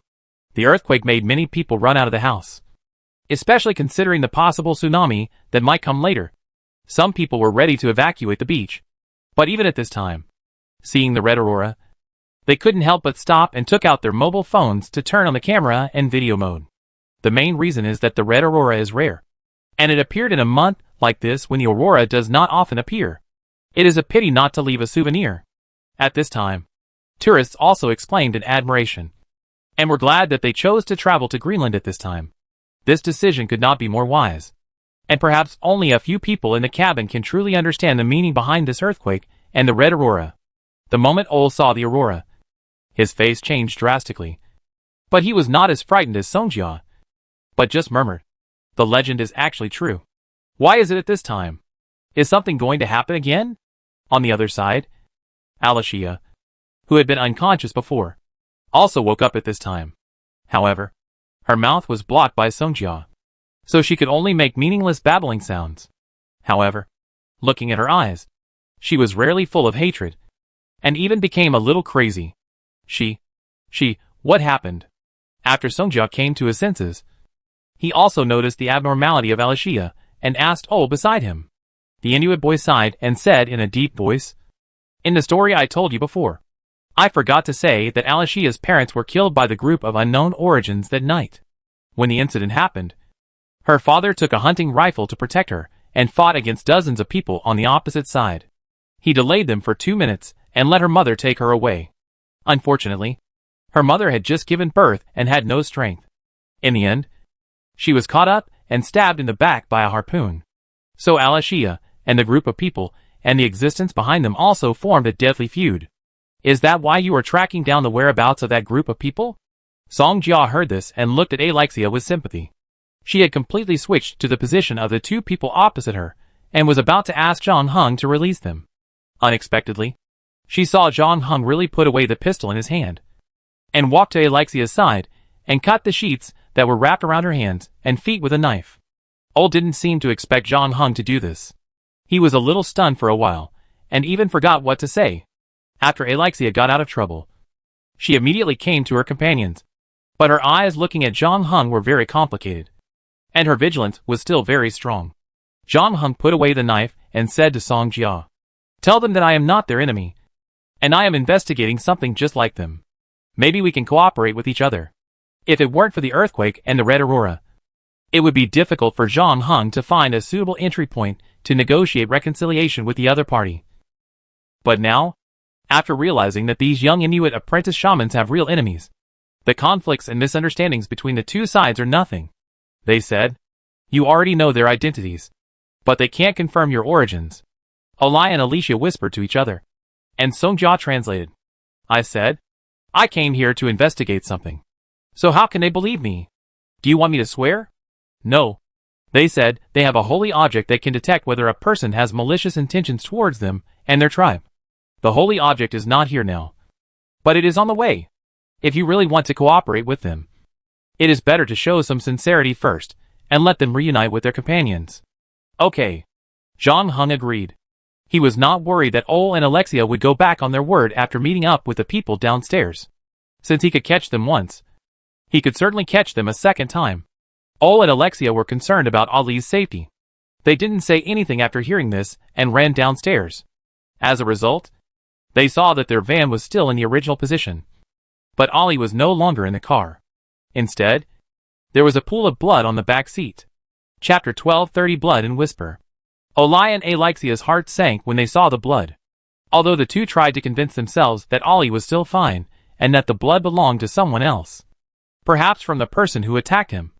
The blood was exactly where Ali had been sitting before, and there were traces of being chopped by a sharp weapon on his seat. In addition, Ali's whereabouts were unknown, and he had not contacted them until now. Olai and Alexia knew that their companion was likely in danger. Zhang Heng followed them to the van and checked the scene. Well, the blood didn't come from one wound. The victim was stabbed at least 20 times. His body was twisting and turning to avoid being stabbed. So there are knife marks on the seat. This also shows that the attacker is not very skilled. But it seems that the victim's movements were restricted. Or at least his hands and feet were tied up. So he couldn't avoid it. Is he still alive? Song Jia followed him out and couldn't help asking. It's impossible. With this amount of bleeding. Even if he didn't hit a vital part, he can't be saved, Zhang Heng said. Song Jia's face darkened when she heard this. And then she saw Zhang Heng looking away. So she asked again. What's wrong? I'm worried that something might go wrong with Dr. Baker, Zhang Heng said. Because Ol and Alexia said before that they were watching Dr. Baker's residence to protect him. But now they mistakenly think we are the apostles of some evil spirit and followed us all the way here. And no one is watching Dr. Baker anymore. Song Jia was shocked. She and Ol's group of 3 just met today. Especially Ollie. She only met him once in the bar. Although she was sad to hear that he might have been killed. She didn't have any more thoughts. Dr. Baker was someone she had known since childhood and had visited him many times. Song Jia couldn't help but worry about him. Then let's go to his clinic to have a look. Yes. After Song Jia finished speaking, she looked at Ol and Alicia on the side and asked them if they would go together. As a result, the 2 Inuits shook their heads. Ol said, We told people to send the holy relics here. Ollie has been in trouble. We have to ensure the safety of the holy relics. Sorry. We really can't take care of Dr. Baker. But I have already told the teacher to ask the tribe to send more people to help. Then we will go to find Ollie together. If there are extra people, we will also help you. As Ol spoke, he clenched his fists. It was obvious that he and Alicia were both hit hard. Ollie was one of the 3 and their closest friend. After realizing that Ollie was probably killed, they wanted to find the murderer and take revenge immediately. But even Ol, who had the hottest temper, did not act recklessly at this time. Because they knew that the safety of the holy objects was more important. Especially when they realized that someone might have been targeting them. Well, let's change the contact information first, Song Jia suggested. She and Ally exchanged their phone numbers in a hurry. And then they jogged to start the SUV. However, when she almost ran to the front of the car, she found that Zhang Heng was already sitting in it. And this time, the latter was sitting in the driver's seat. Let me drive this time, so we can get there faster, Zhang Heng said. Oh, okay. Song Jia was stunned for a moment, but didn't say anything, and directly opened the door on the other side. Then she saw Zhang Heng start the car, and the SUV roared and rushed into the street. As the speed of the car continued to increase, Song Jia not only fastened her seat belt, but also reached out to grab the handrail on the roof. She even forgot to ask what she wanted to ask before. She only felt that the street scenes on both sides were receding faster and faster, and the sound of the wind was all around her ears. In just 3 minutes, the 2 arrived at the door of Dr. Baker's clinic. Before they got out of the car, they saw that the door of the clinic, which had been closed before, was now wide open. This seemed to confirm Zhang Heng's previous guess. He pulled out the pistol from his waist and said to Song Jia, Follow me later. Zhang Heng originally wanted Song Jia to stay in the car, but thinking of what happened to Ollie, he finally chose to take Song Jia with him. But let Song Jia keep a little distance from him. And the 2 of them sneaked into Dr. Baker's clinic one after the other. They had just been here not long ago. And Song Jia felt that the atmosphere here was a bit depressing at that time. And now this feeling of depression is even stronger. There are scattered medicine bottles everywhere on the ground. The medicine cabinet is empty. And the table and sofa are overturned on the ground. The most eye-catching and disturbing thing is the line of red scribbled words on the wall. As if someone cut their finger and wrote it with blood. Zhang Heng took a look. It was a very simple sentence. And it was in English. So he could understand it without Song Jia's translation. It's coming. What is it? Song Jia asked. And just as she finished her words, she heard a burst of violin music coming from upstairs. However, the sound was completely unconnected to a piece of music. The performer simply pieced together a mess of noises roughly, just like someone scratching a blackboard with chalk. A few simple notes can bring strong physical discomfort. Zhang Heng did not answer Song Jia's question, but followed the sound of the violin upstairs, and saw a hunched figure in Dr. Baker's bedroom. The other person sat on a chair with his back to them, so Zhang Heng couldn't see his face. But he was sure that it was not Dr. Baker himself. Judging from his dress, He looked more like a street musician, carrying his beloved violin, wandering in the ocean of music. However, after listening to his performance, Song Jia could understand why he was wandering on the street. To be honest, calling this kind of thing a performance was simply a blasphemy. The girl felt that her brain would be filled with blood if she listened anymore, and she was anxious to find out where Dr. Baker was. So she said, "Hello." Unfortunately, the violinist in the room seemed to be completely intoxicated by his own performance and could not hear any other sounds. Song Jia had to increase the volume again and knocked on the door. This time, the other side finally responded. The performer put down the violin in his hand and turned around. Song Jia realized that the other party was younger than she thought, probably in his early 20s. But because of his unkempt appearance and haggard look, he looked a little old, and his eyes flashed with a strange fanaticism. "Who are you and why are you in Dr. Baker's residence?" Song Jia asked. The person on the other side did not answer, but excitedly said in a low and hoarse voice, "Dingru Magnaf Cthulhu Rlya Uganagar Futen." After saying this, he turned around and jumped out of the window. Chapter 12:31 Keys. The performer soared in the sky like a big bird. Except for one thing. He seemed to have forgotten that he didn't really have wings like a bird. So his body stayed in the air for less than half a second, and then fell down under the action of gravity. What's worse is that his head hit the ground first, and the top of his head had a close contact with the asphalt road. Song Jia vaguely heard the sound of a broken cervical vertebra. When the two went downstairs and saw the performer, they found that he was almost dead. Song Jia called the emergency number. She still had a lot of questions to ask the other party, such as where did this guy come from? Why was he in Dr. Baker's room? Where did Dr. Baker go? And what did he mean by the words he said before jumping off the building? Song Jia felt like she was caught in a big net.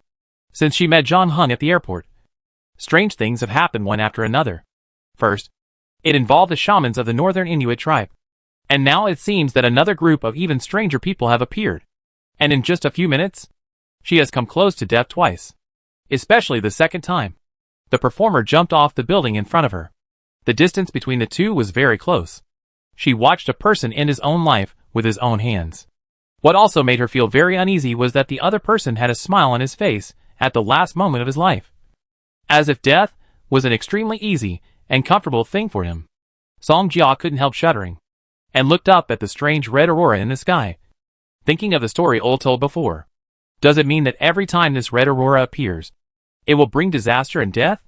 Song Jia had always been an atheist, but at this moment, she did feel that there was something inexplicable controlling everything. What should we do now? Should we go to the police station and call the police? The girl asked. I'm afraid the police can't handle this kind of thing, John Hung said. In fact, Song Jia knew this without John Hung saying anything. The police force in Greenland has always been insufficient, partly because of insufficient financial allocations, and partly because the crime rate here is relatively low compared to other places. After all, the number of residents on the island is not large, and most of them know each other. If they commit a crime, there is nowhere to escape. As for the Inuit tribes in the north, they are basically autonomous. If there is a problem, the tribal leaders and shamans will naturally solve it. In this case, even if the police intervene, they will probably only classify the performer as a suicide. As for Dr. Baker's whereabouts, he has been missing for less than an hour, and the police will not even send someone to investigate immediately. In addition, the police probably find it difficult to believe that a group of weird believers suddenly rushed into the doctor's house and kidnapped the latter without explanation. Even if they investigate the case, they will probably still follow the old rules, starting with Dr. Baker's interpersonal relationships, looking for whether he has made enemies with anyone recently, or had disputes and quarrels, and also looking at Dr. Baker's life trajectory, trying to find a breakthrough from some trivial matters. But the opponent they faced this time was not an ordinary person. Fortunately, Song Jia knew that there was still someone she could count on. She turned her head and looked at John Hung beside her. Although so many things had happened, the latter was as calm as ever.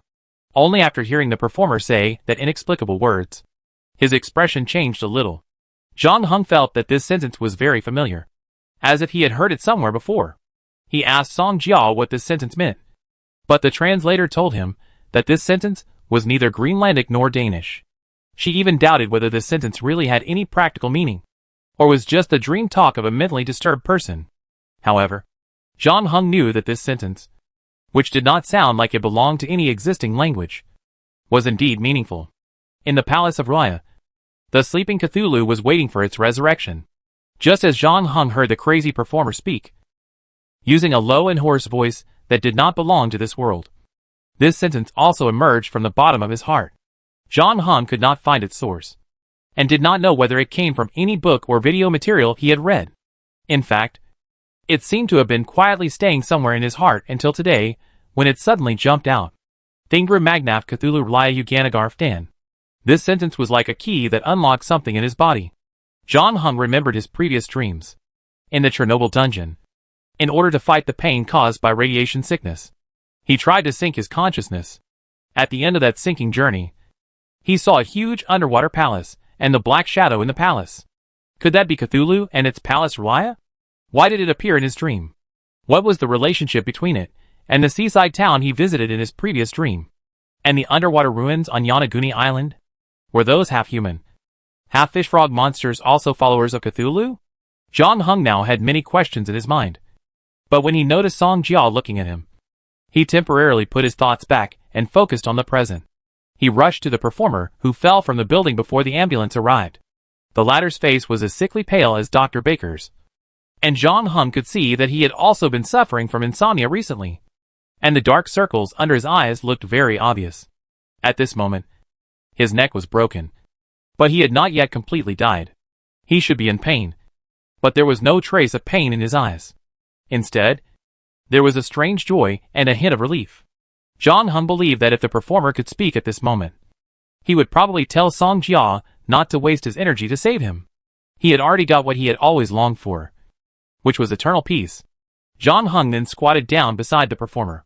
Before the ambulance arrived, he searched his clothes, took away his mobile phone and wallet, and unexpectedly found a small notebook, a supermarket receipt, and a pen that looked quite delicate. Song Jia seemed a little nervous and kept looking around. Fortunately, it was already late, and Greenland's population was not large, so few people passed by here. After stealing, John Hung returned to the doctor's clinic and walked around. Song Jia didn't know what John Hung was looking at, but he stopped at several different places for a while, then raised his head and raised his eyebrows. Dr. Baker. He left on his own. Chapter 1232 Speculation. After searching the clinic, John Hung and Song Jia returned to the street and stood in front of the performer, who had jumped from the building. Song Jia watched him slowly die, his young eyes gradually losing their luster. But she could do nothing. During this time, the ambulance was nowhere to be seen. Song Jia felt a little sorry for him, so she called the hospital twice more. Unexpectedly, both calls were busy. It was not until she dialed the third call that the line was connected. But she was told that the ambulance had been dispatched and could not get here. The hospital said that this was the 9th call for help they had received in just 5 minutes. The only ambulance was no longer sufficient, and there were still emergency calls coming in. All of them were suicides. They might not receive so many calls for help in a month or two. The medical staff and rescue equipment were no longer sufficient. The situation at the police station was similar. The police seemed confused by the sudden emergence of multiple suicides. They were soliciting clues from the public through the radio, but so far they had not received any results. Instead, the police were a little overwhelmed. "He's dying," John Hung suddenly said, just as he finished speaking. The performer's heartbeat finally stopped completely. His pupils dilated, and the expression on his face was forever frozen at the last moment. Song Jia shuddered, but when she looked at John Hung beside her, she found that the latter had already flipped through the notebook he found on the performer. Most of them were sheet music, but from the other party's previous performance, it could be heard that he had obviously embarked on an extremely rugged artistic path, and was destined to be difficult to gain worldly recognition. John Hung also learned piano. And in his eyes, this thing could not even be called music, because even a beginner who didn't know any 5-line notation would play it better than this sheet music, because the latter was just a random patchwork of all kinds of crazy noises. John Hung glanced at the messy music scores and handed the notebook to Song Jia beside him, asking her, "What else is written on it?" Song Jia took the notebook, but her brows frowned after reading only a few pages. John Hung could see that she was very resistant to the content on it, but even so, she endured the strong discomfort and read the contents in it. Some places were even read several times. The most mentioned word on it is something like glorious perfection, which is a bit like the Last Judgment in the Bible, or the prophecy of the Mayans. The person who wrote this thing firmly believed that the day would come. At that time, there would be no distinction between good and evil in the world, and there would be no legal, moral and ethical constraints. Everyone would call happily and freely on the earth, kill each other, and enjoy the joy brought by slaughter and destruction. Song Jia paused here. In addition, there are some descriptions of his dreams, but most of them are incoherent and do not express the meaning. Yeah. Zhang Heng nodded, said nothing, and handed over the invoice. Where is this invoice? This is a shopping receipt from a supermarket. I know that supermarket. It's about 3 kilometers away from us. This time Song Jia answered quickly. Is this place also near that supermarket? As Zhang Heng spoke, he shook the uncapped pen in front of the girl's eyes. Song Jia saw the pattern engraved on the tip of the pen and the small words hidden in it, and was surprised by Zhang Heng's strong observation ability. This is the abbreviation of the Nuke Art Museum.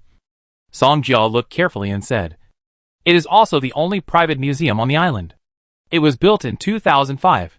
It has a collection of many artworks, not only paintings but also various sculptures. It is very popular with tourists, but it is only open on Tuesdays, Wednesdays, and weekends. What's wrong? Is there any problem? Although the violinist who jumped off the building played the violin like a ghost, he was still an artist after all. In Song Jia's opinion, it was normal for him to go to the art museum to find inspiration. Zhang Heng did not comment. Remember the story that Ol told? It was a group of people who attacked Alicia. Not one person. They all came from a mysterious group. Since it was a group, there should be a gathering place. Alicia had a blood feud with these people. She must have been tracking their whereabouts over the years. Although her small group only had 3 people, I believe the tribe behind them would not have provided no help at all. However, there was no gain, which shows that those people have been hiding well over the years. Do you think they hide in an art museum? Song Jia's eyes widened. The art museum is a smart choice, because these people seem to have some mental problems. But I don't know if they become believers because they are mentally sensitive, or if they become mentally sensitive because they become believers. In short, if they act as a group, it's still quite conspicuous. But if it's an art gathering, there won't be such a problem. You said earlier that the art museum is private and was built in 2005? That's right. Well, those Inuit were attacked for no apparent reason, and some died. They probably won't just let it go. There should be someone investigating later. This group of people must have sensed the danger, so they built this museum. The construction time was just after the last earthquake and the Red Aurora. In addition, it is open 3 times a week, and the rest of the time can be used for internal gatherings. Zhang Heng said lightly. So that's where the doctor is most likely to go after leaving his residence. Song Jia also knew all that Zhang Heng said, and because she was an aboriginal on the island, she knew more than Zhang Heng. However, if Zhang Heng hadn't pointed it out, Song Jia would have no way of piecing together these scattered and seemingly unrelated things into a complete clue. In fact, if she hadn't seen it with her own eyes, Song Jia wouldn't have believed that someone could do something that only appeared in novels and TV dramas. It was not until this moment that she really believed in the identity of Detective Zhang Heng and the purpose of the latter's coming to Greenland. However, after learning that Dr. Baker might have gone to the art museum, Song Jia couldn't help but hesitate. The main reason was that there were only 2 people on their side, and according to Zhang Heng, the museum was probably the gathering place of the mysterious small group, not to mention how many enemies there were. The guards of the museum itself might be enough to give them a headache. Song Jia wanted to call the police and let them handle it, but they could only come up with Zhang Heng's guess. Chapter 1233, Meet Again. In fact, if Song Jia calmed down and thought about it, he would know that even if he could persuade the police to come forward, it might not be of any use. The security force on the island was not strong, and was even worse than some Inuit tribes. Those Inuit, although they have used mobile phones and televisions in recent years, but many of them still maintain relatively primitive living habits, living on hunting and fishing. So they are quite strong in physical exercise. When thinking of this, Song Jia thought of Ol and Alicia again. Song Jia didn't know how the 2 were doing now. When they separated, they said they had to protect the sacred objects first, and they probably couldn't get away for a short time. So Song Jia put the phone back. She looked at John Hung beside her, and found that the latter was still very calm at this time, and didn't feel that there was a big enemy at the moment. As if they were going to a park or a playground next. Not a dangerous place. John Hung looked at the time on his hand. Greenland was 10 hours behind Beijing. The last time he stopped time was at 2 o'clock in the afternoon of Greenland time. At that time, he was still at the airport. So if he wanted to use time stopping to sneak into the art museum, he would need to wait for most of the day. This time is a bit long, and the doctor may not be alive by then. Therefore, John Hung decided to take a look at the guard situation at the art museum before making a decision. Anyway, he still has infinite building blocks and other props. In addition, the shadow wings have not been used today. Even if he encounters any trouble, he can still escape. Therefore, John Hung asked Song Jia to drive him to the art museum first. And he took down Dr. Baker's laptop and browsed the files inside to see if he could find any information related to the scientific expedition 18 years ago. While cracking the mobile phone taken from the performer, Dr. Baker's computer was unusually clean. It should have been replaced not long ago. Even the protective film on the back was not torn off. John Hung could only find a few small games to kill time and a folder marked with medical records. The files were all the patients Dr. Baker had seen before. The time span was very long. But strangely, there were no recent cases. The most recent medical record was 2 years ago.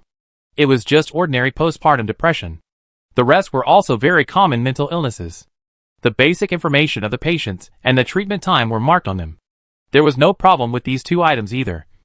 But John Hung still found some abnormalities, because the time intervals of some of the medical records had changed.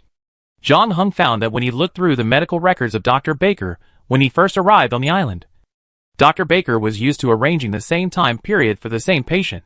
And although the number of patients he saw each month was different, the number of patients would not be much different over a relatively long period of time. However, John Hung arranged the medical records in his hands according to time, and found that there was a period of time when Dr. Baker had fewer patients than normal. In addition to the changes in the meeting time, John Hung had reason to believe that Dr. Baker might have withdrawn some of the medical records. In other words, the medical records John Hung had on hand were incomplete. For example, John Hung had always suspected that the performer who jumped off the building was also a patient of Dr. Baker. But he could not find any information about him in the file. It seemed that the medical records Dr. Baker had taken away were probably related to the mysterious gang. Before John Hung had time to check the information on the performer's phone, Song Jia had already driven the SUV to the door of the art museum. The art museum had already closed at this time, but the lights were still on inside. But the door was locked. John Hung didn't see any security guards here.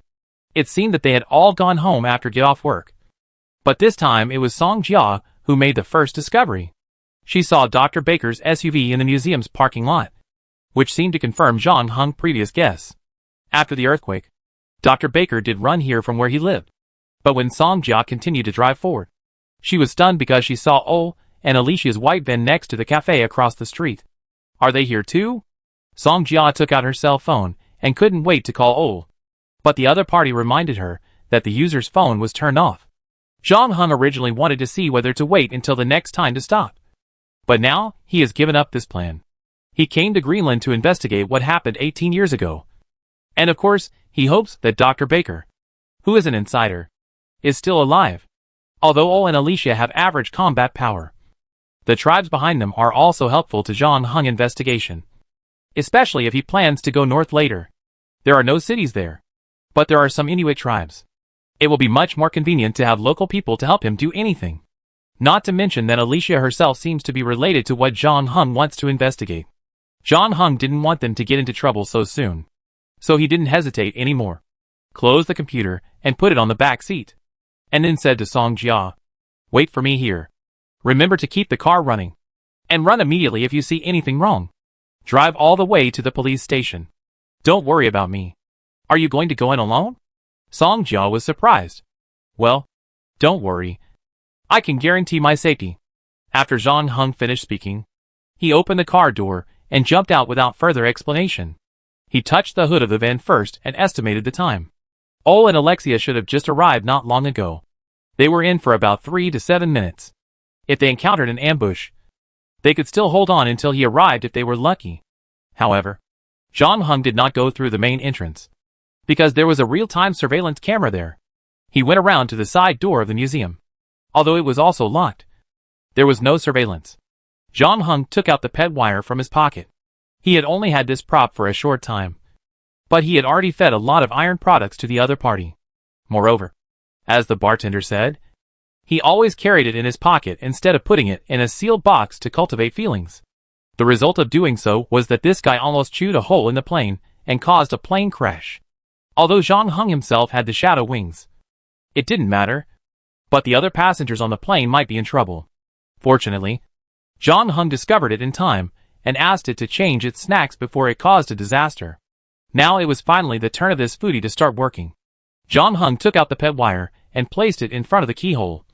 Then said, "Open it." Chapter 1234 Old Friends. The Nuke Art Museum was brightly lit.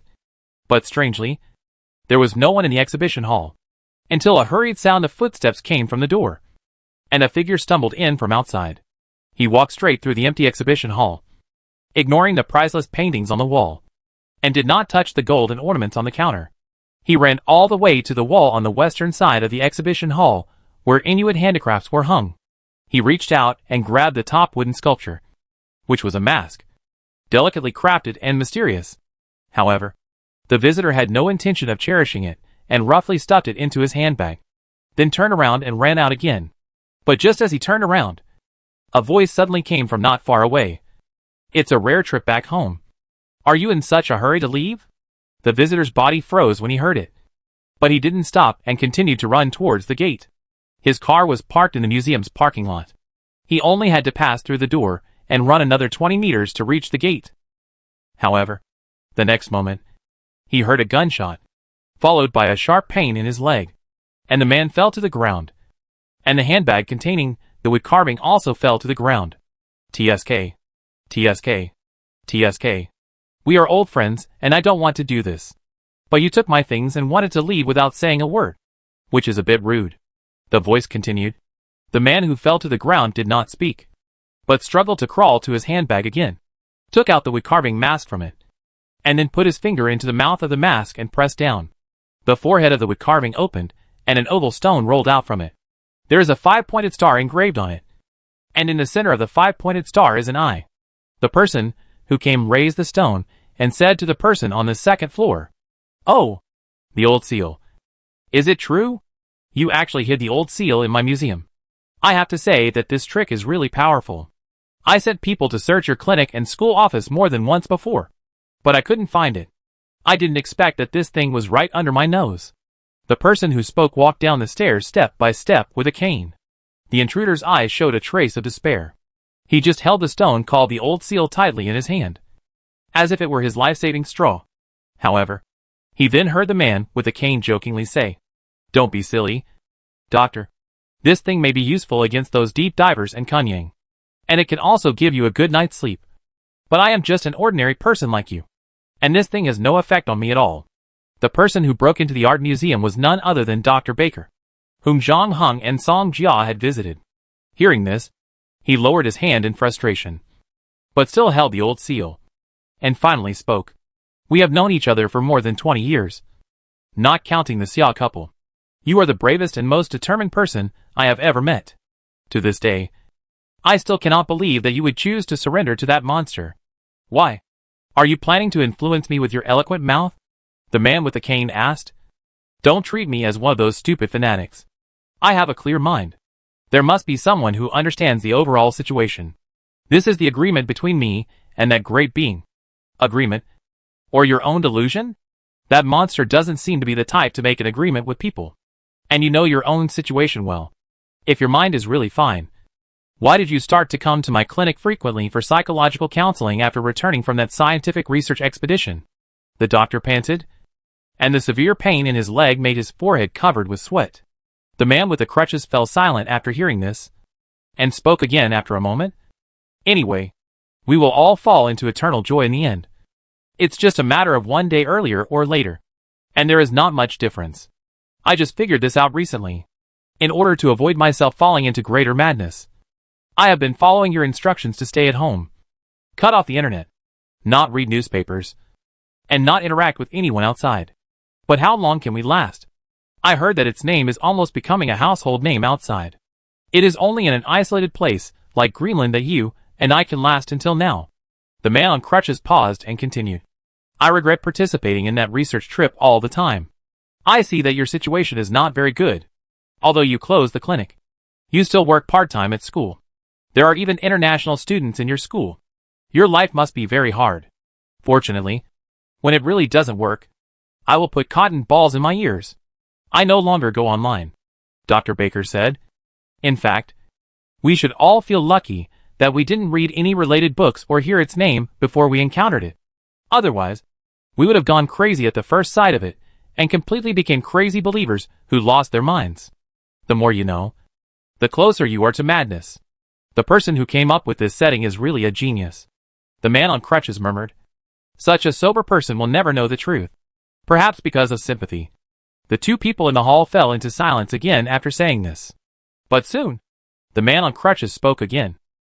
Doctor, ask yourself, have I taken good care of you over the years?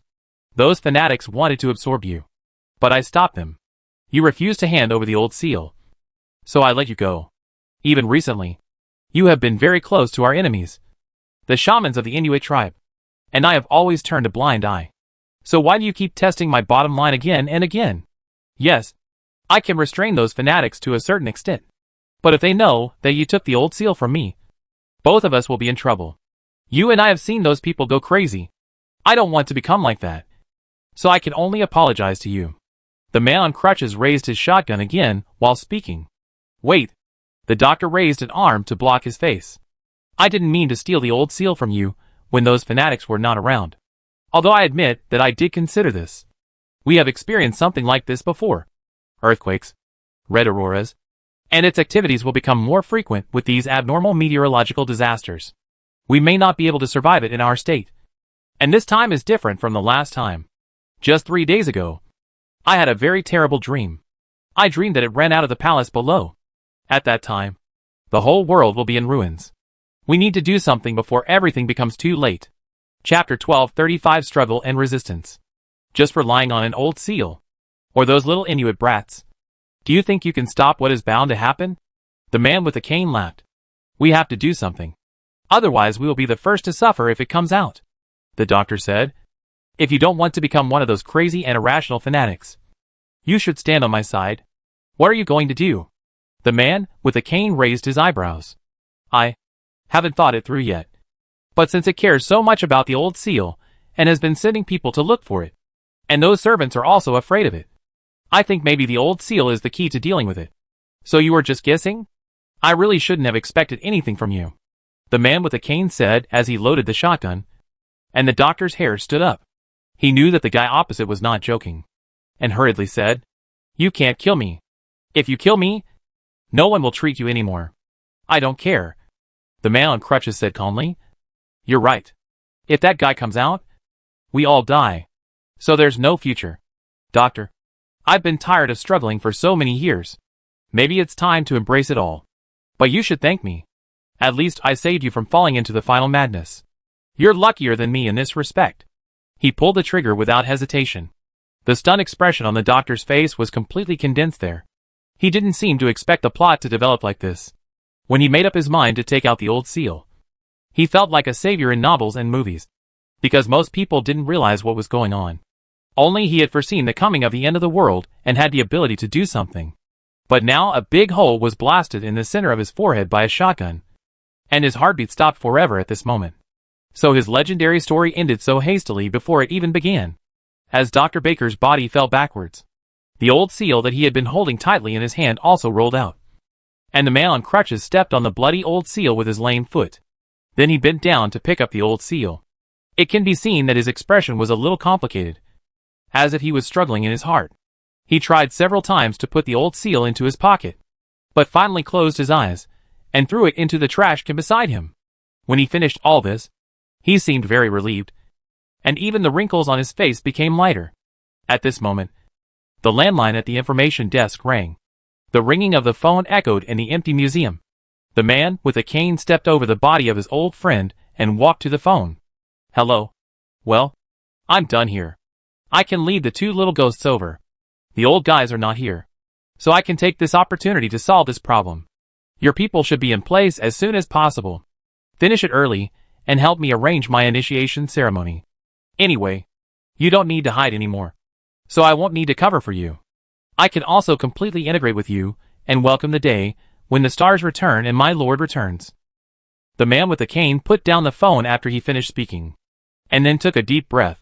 Just as he had said to Dr. Baker before, he had always been very resistant to losing his mind completely and becoming a fanatic like the Walking Dead. Those people often looked disheveled, with a sick smile on their lips, and were forever immersed in those illusions and dreams. They would regularly hold strange ceremonies, which were often accompanied by bloody and mysterious sacrifices. The man with the cane was a human who had lived in a civilized society for so long, and it was difficult for him to accept such things from the bottom of his heart. However, since he participated in that scientific expedition, he began to have various mental problems. Over the years, he had to use all his skills to avoid falling into the abyss of madness. In addition to regular medical treatment, he also tried Indian yoga, chanted Buddhist scriptures, and even practiced the mysterious Eastern Taoist Qigong. But all of them had little effect. Moreover, compared to doctors, he had to command those fanatics and provide them with cover. So it was inevitable that he would come into contact with them, even when those guys were holding gatherings. He stayed in his office on the second floor, but as time went by, he got deeper and deeper into it. In fact, long before the earthquake, the man on crutches felt that his spirit was about to collapse, and he had more and more nightmares at night. Rather than saying that this incident was the last straw that broke the camel's back, it was an opportunity for liberation, especially during this period of time. Through in-depth contact with those fanatics, his ideas have gradually changed. Indeed, in the eyes of outsiders, this is a group of mentally abnormal, full of nonsense and disgusting guys. But their hearts are full of joy and peace, as if they are some kind of conversion. And these two things are exactly what the man with crutches has always dreamed of. He is tired of resistance and struggle. For so many years, he has lived like an ascetic, isolated from the world, and has only exchanged for endless despair.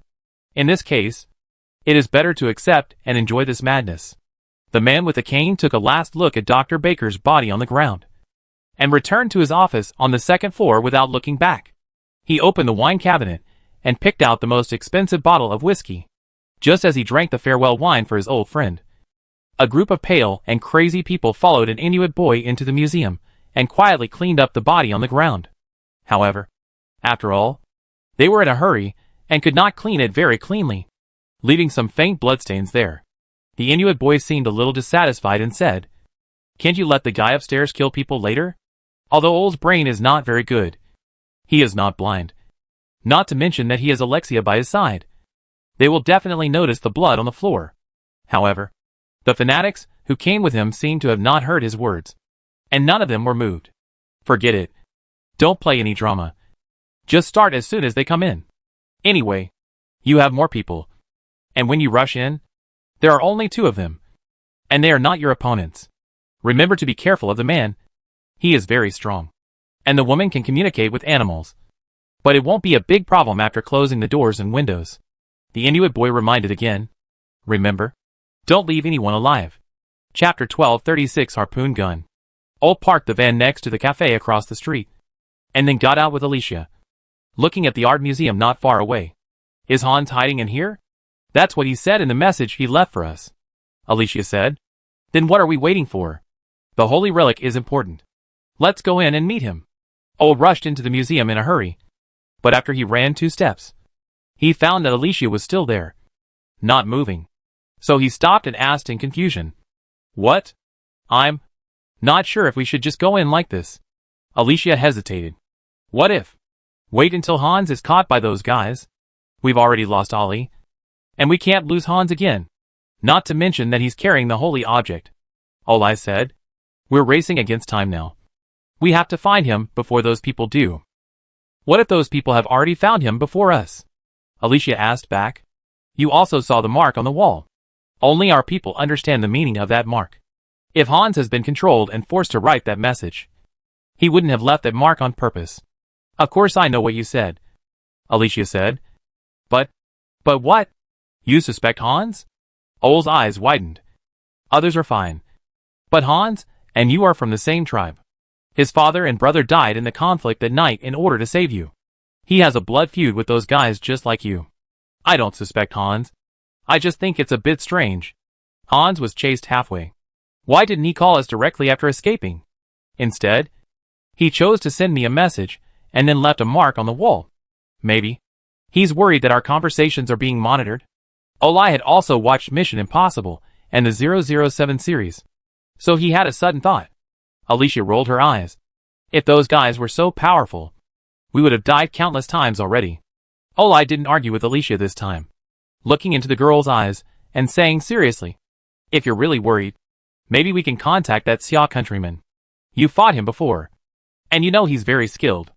We can't beat him even if we join forces. If he's willing to help, forget it. Alicia waved her hand. He and the girl named Songjia went to see a doctor. And thanks to you, we have revealed all our secrets. But we still don't know his details. And we don't know whether he is a friend or an enemy. At this critical moment, let's not make things complicated. Besides, don't you always brag about how strong your power is? Now is the time to use it. What do you mean by bragging? My guardian spirit is a polar bear. In terms of strength alone, no one can compare to him. Oh, paused here, feeling a little embarrassed, because he remembered that he was defeated by the Xia countryman not long ago. And in the end, the Xia countryman did not use any conspiracy or tricks, but just suppressed him with real strength. So Ole was a little embarrassed to say the second half of his sentence. It's a pity that I didn't see any animals around here, Alicia murmured. She was regarded by her teacher as the most talented shaman among the Inuit. She awakened her talent for communicating with animals at a young age. Although she had not yet begun to learn to master the ability of prophecy, she actually had a sense of the upcoming danger. This is why she was somewhat reluctant to enter the art museum in front of her. But Alicia knew the importance of the holy object, so she finally chose to suppress her anxiety and followed Ole inside. After all, what Ole said made sense. Only their own people could understand the mark left by Hans. If Hans could leave this mark, it meant that at least he was not controlled by others at that time. So she could only pray that she and Ole would meet Hans before the group of people.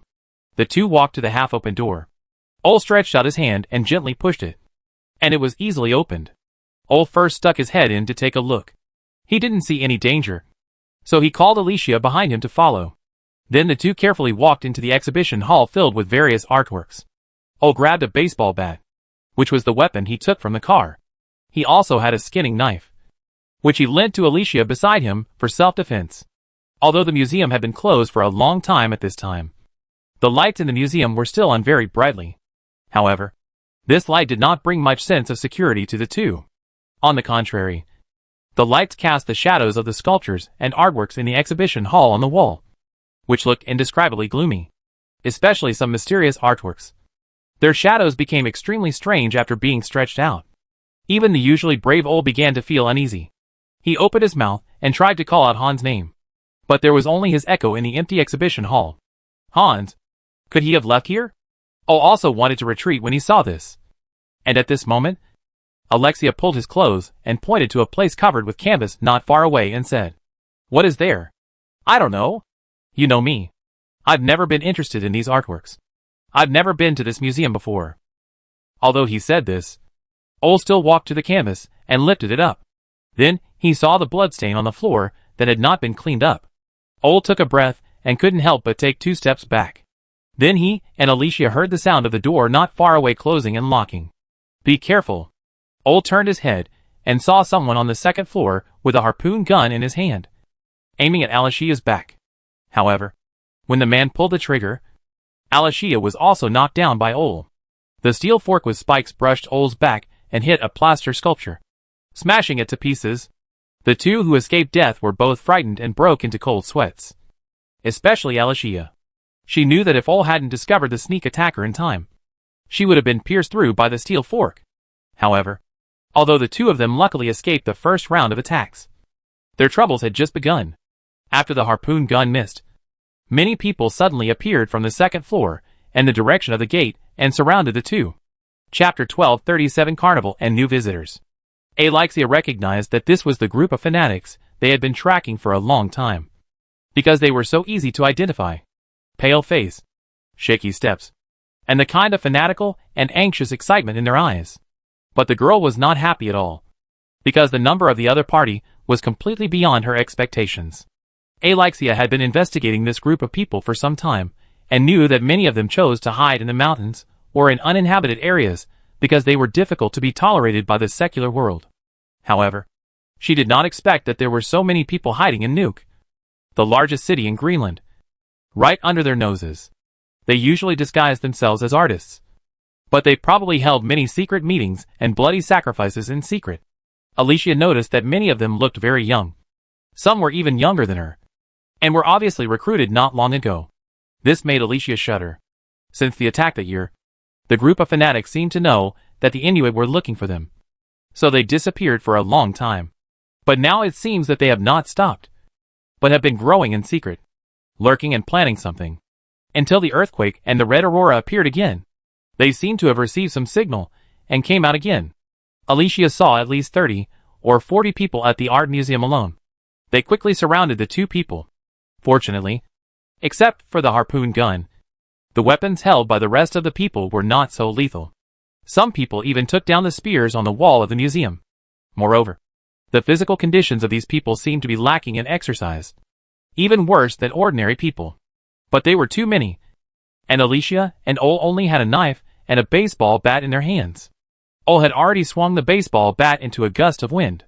He did not retreat, but gritted his teeth and went forward. Ole knew that if they let this group of people completely surround them, they would have no way out. Instead of waiting to die, they might as well try to break out while the encirclement was not closed.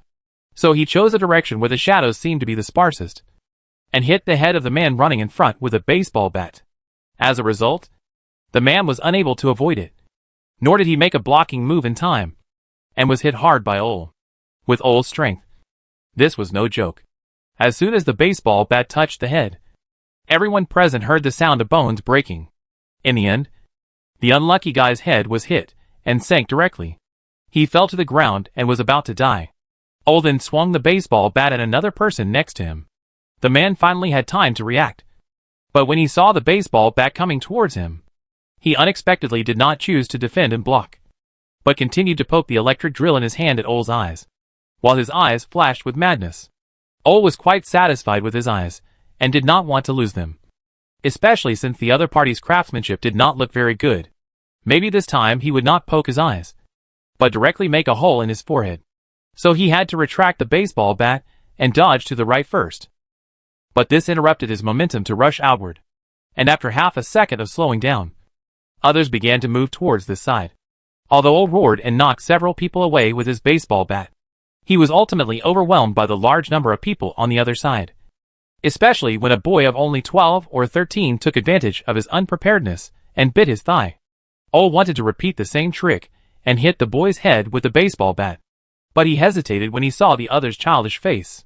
In this moment of hesitation, he was hit on the arm by another man with a kitchen knife, and the baseball bat fell out of his hand. Then someone jumped on his back. The fanatics saw that Ole was already at the end of his strength, so they rushed up like a group of sharks smelling blood, wanting to share this delicious meal together. Ole was soon pressed to the ground.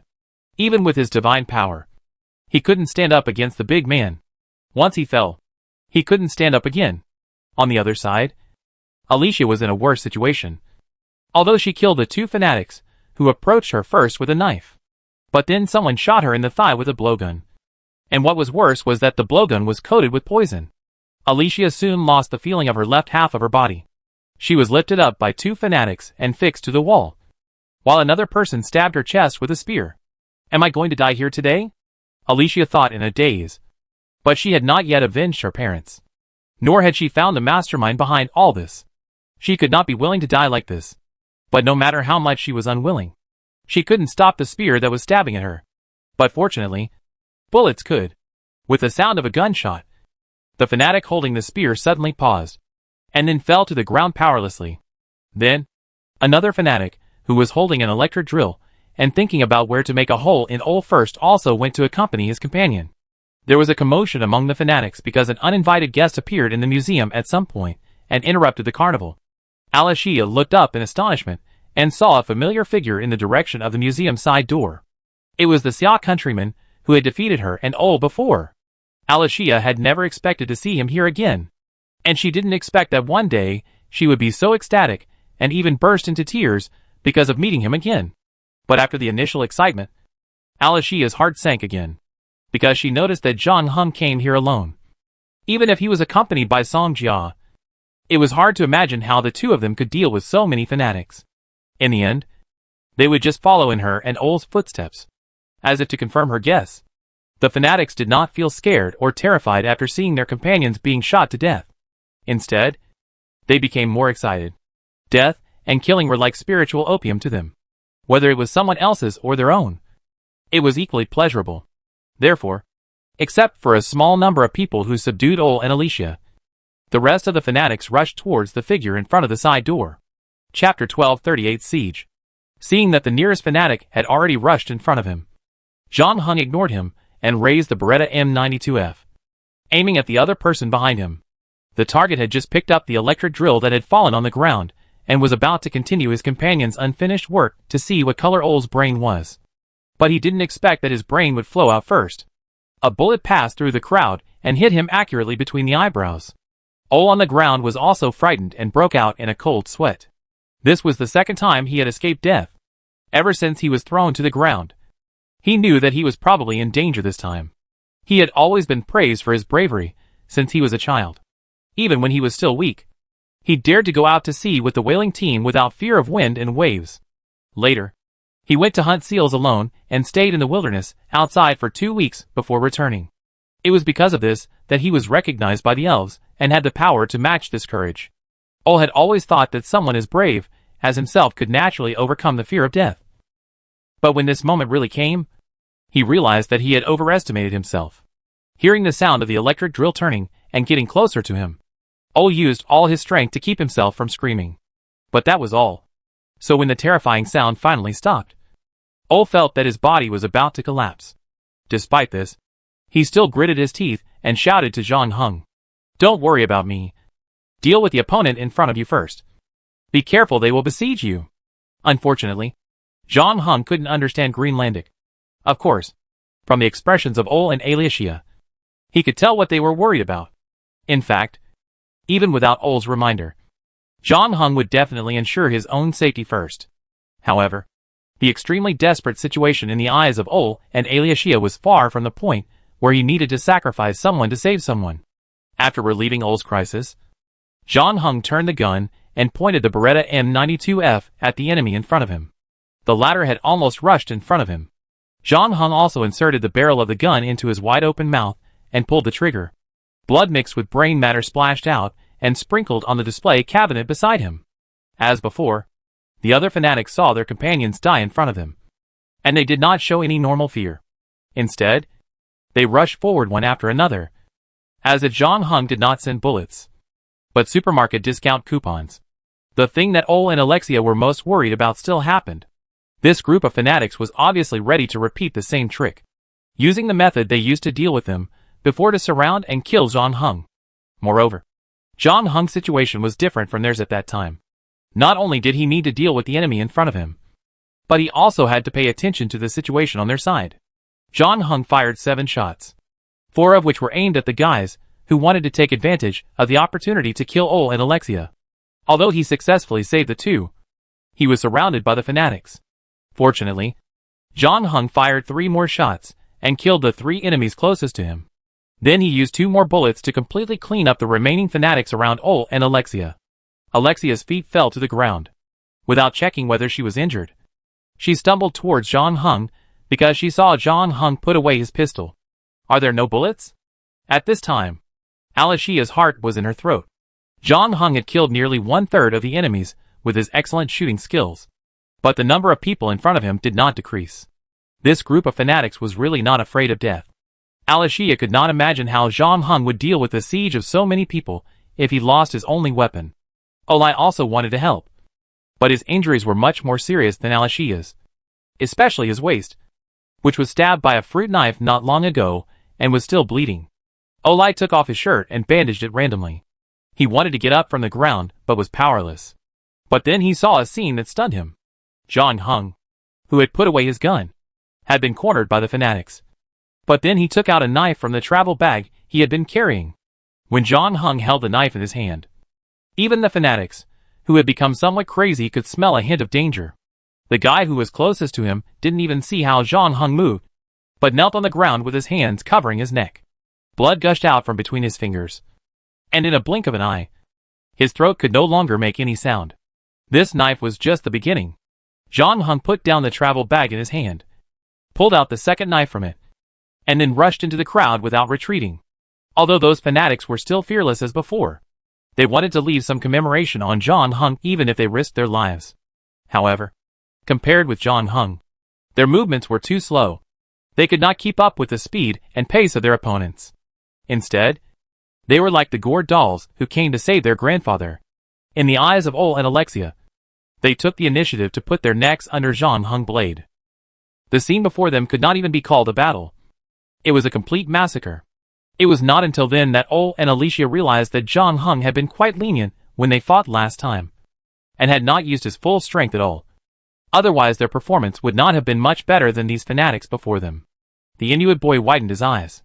If he had not seen it with his own eyes, he would not have believed that someone could really hone his fighting skills to such an extent. Because he was so engrossed in watching that he even forgot about the injury on his waist. Really? They are always causing me trouble. Where did this killer come from? On the second floor of the museum, the man with a cane also murmured.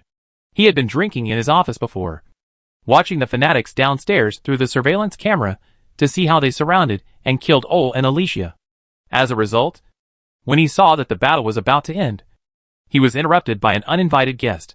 At the beginning, the man with a cane didn't care much. In his opinion, it was nothing more than a few more people coming to give away heads. But he didn't expect the other party to be so powerful. This was not a matter of giving away heads, but a complete show of strength on his territory. So the man with a cane didn't dare to watch the show anymore.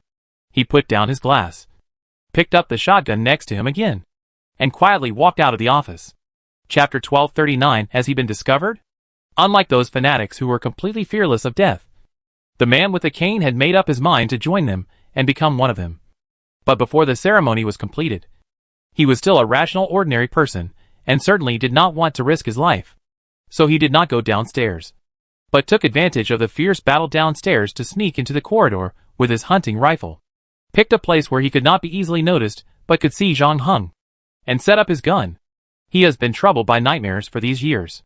In order to prevent himself from falling into madness, he has never dared to contact the outside world, fearing that he would learn more about that thing.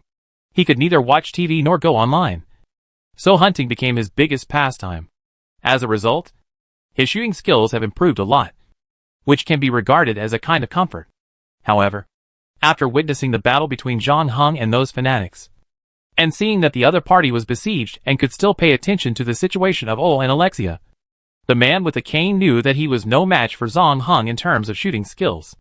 This was also the reason why he chose to launch a sneak attack. And he was very patient, waiting until John Hung's pistol ran out of bullets, and he put away his gun before he attacked.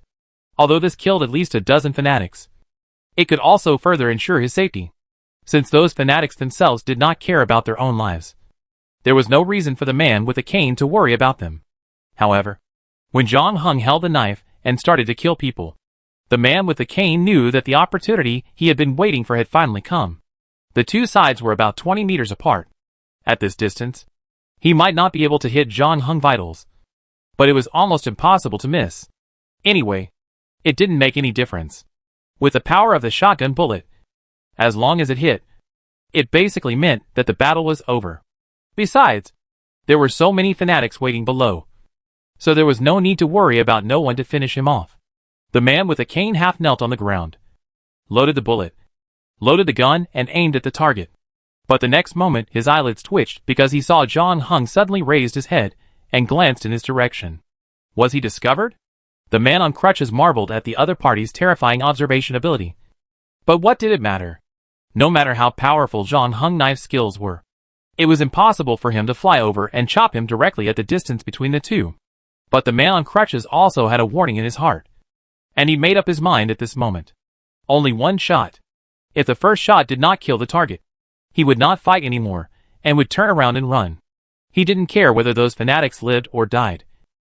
But in this way, his identity would probably be exposed, and he would not be able to continue to run this museum. Although he was not interested in art at all, he had been doing it for so many years, and still had some attachment to it.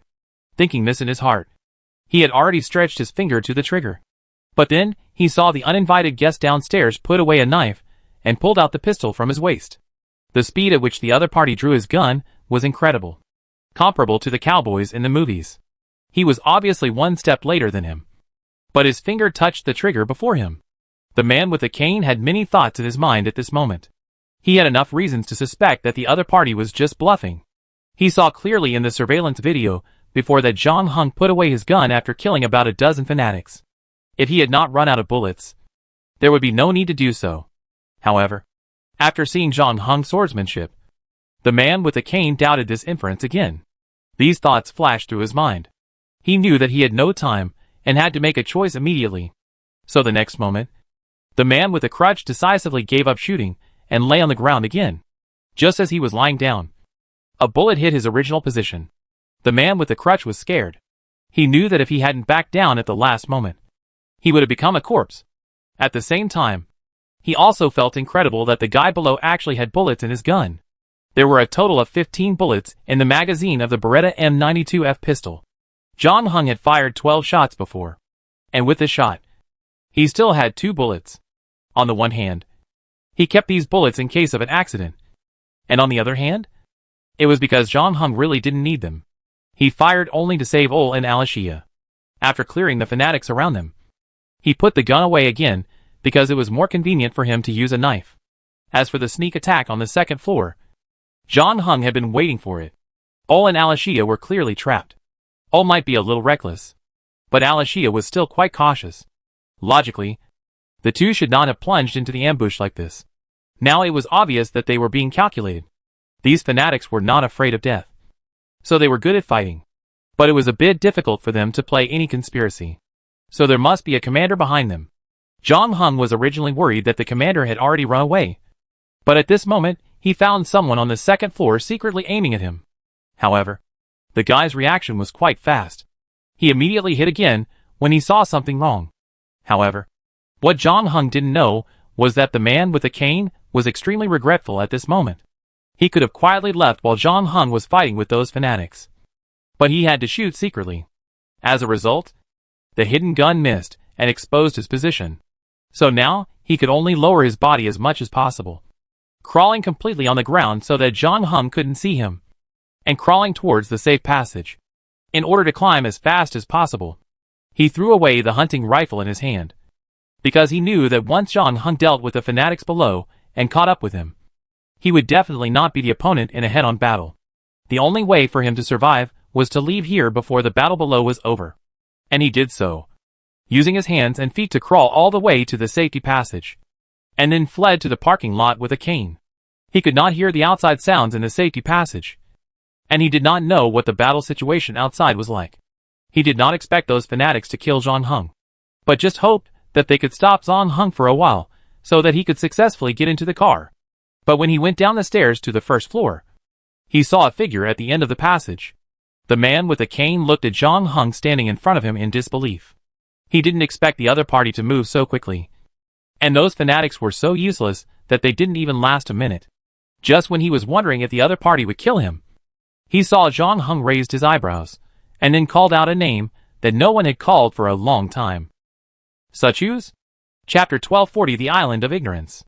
When Song Jiao walked into the door of the art museum and saw the scene inside, she almost couldn't stand still. Although she didn't work in the art field, she had come here with her classmates several times when she was free. This art museum has always been popular with tourists because of its rich collections and unique architectural style. She also liked it very much. But she didn't expect that this time when she came in again, this art sanctuary had become a bloody slaughterhouse. There were corpses everywhere on the ground. Blood and brains were splattered everywhere, and many artworks were destroyed. Oil paintings worth more than $1 million just fell to the ground, and sculptures became fragments. And the only people who could still stand in the entire first-floor exhibition hall were Ole and Alicia. They supported each other and moved slowly towards the stairs. Did you kill all these people? Song Jiao was startled. She ran in from outside after answering Jong Hung's call. She didn't know what happened inside yet. Seeing the scene, she thought that all the people here were killed by the two Inuit. After all, they looked like they had just fought a bloody battle. However, Alicia shook her head and said, "No, they were all killed by your, employer. We didn't help much. He saved us. He and the owner of this museum are now on the second floor. Let's go up together."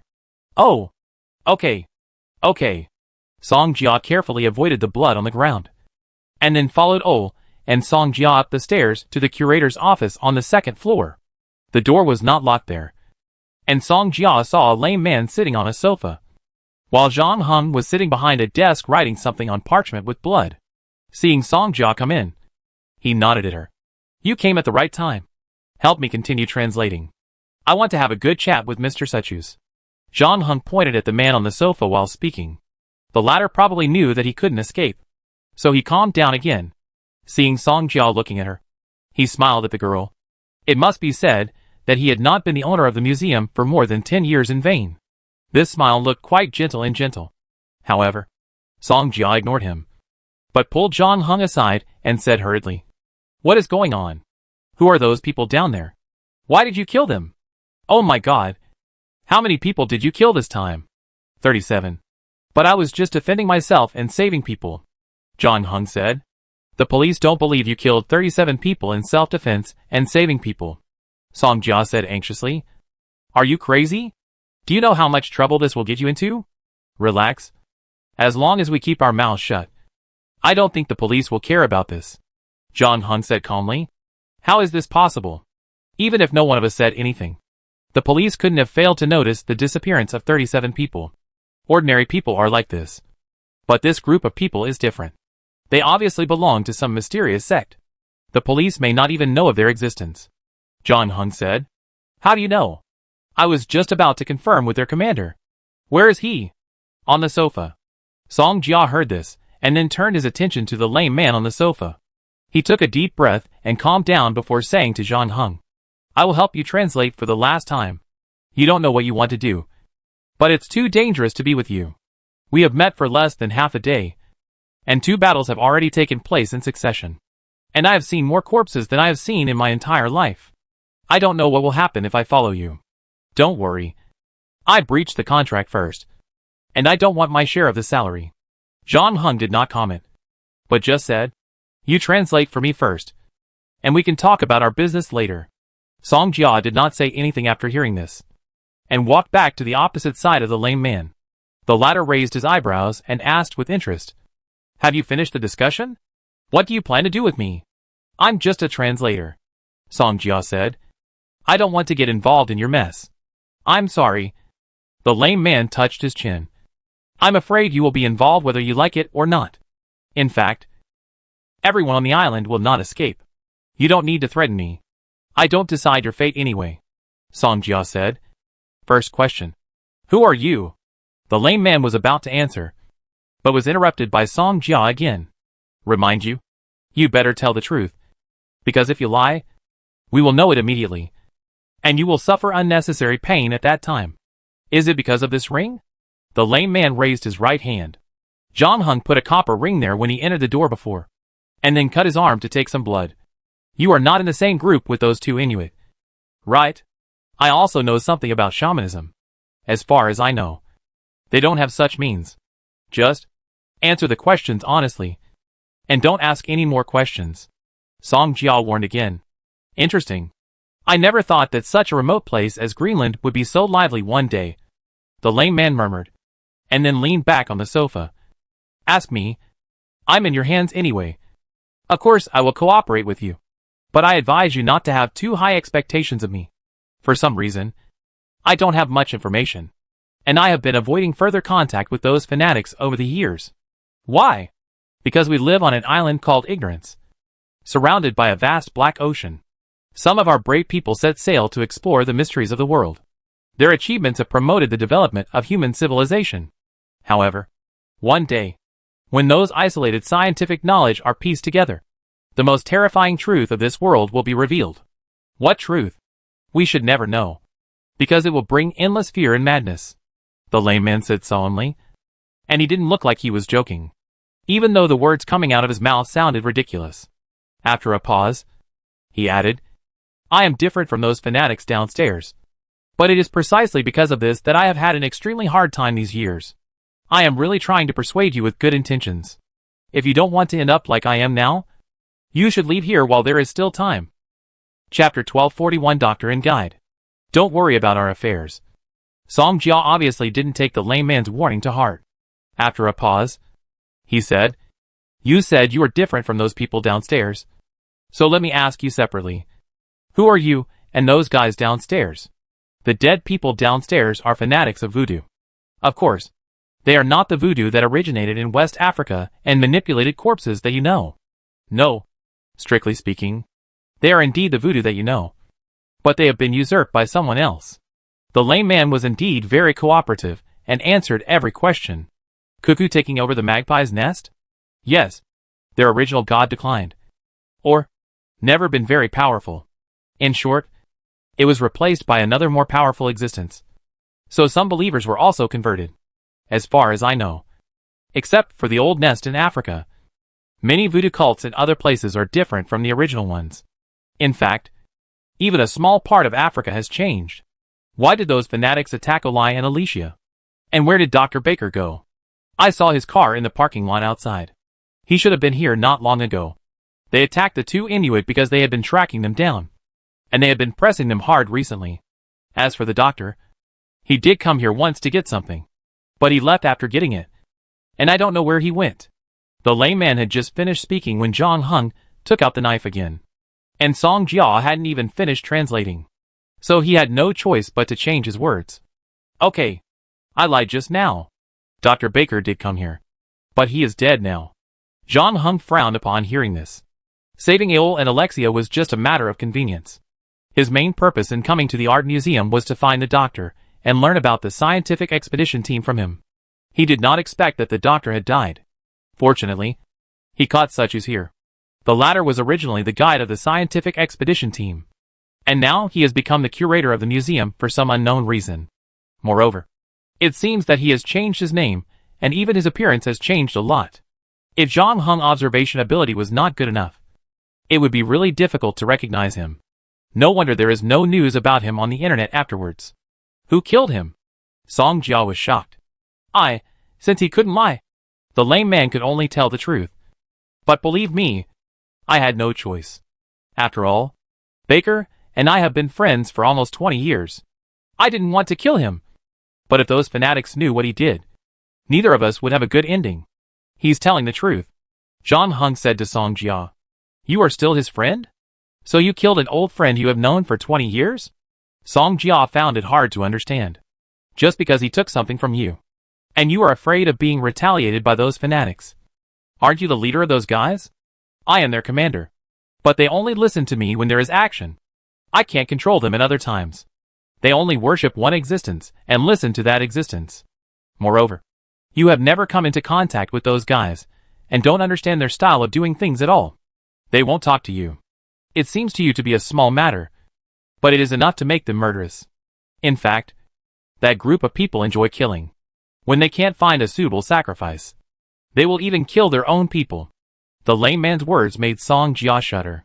It seems that it is not a bad thing for Zhang Heng to catch them all this time. However, with so many people dead, Song Jia does not know how Zhang Heng will end up. As she said before, the police may not be willing to believe such a story. And even if they are willing to believe it, Zhang Heng is just a tourist and has no law enforcement power in Greenland, let alone killing people. As if he saw what he was worried about. The lame man said, I can help you deal with the bodies downstairs, as long as you are willing to spare my life. Most of these guys are not native to Greenland, and a few of them have lost contact with their relatives and friends after joining voodoo. They have long been regarded as dead by their families. So even if they are missing, they will not attract the attention of the police as long as they are handled well. But you killed Dr. Baker? Song Jia said. I said I'm sorry. But Dr. Baker is not a local. His clinic has been closed for a while, and he rarely interacts with people. I can find someone at the school to help him apply for a long vacation, and say that he returned to his country to recuperate. It can always cover up the past. What disease did Dr. Baker have that made him like this?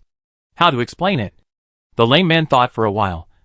On a physiological level, he actually has no problem. At most he has a little anxiety and insomnia.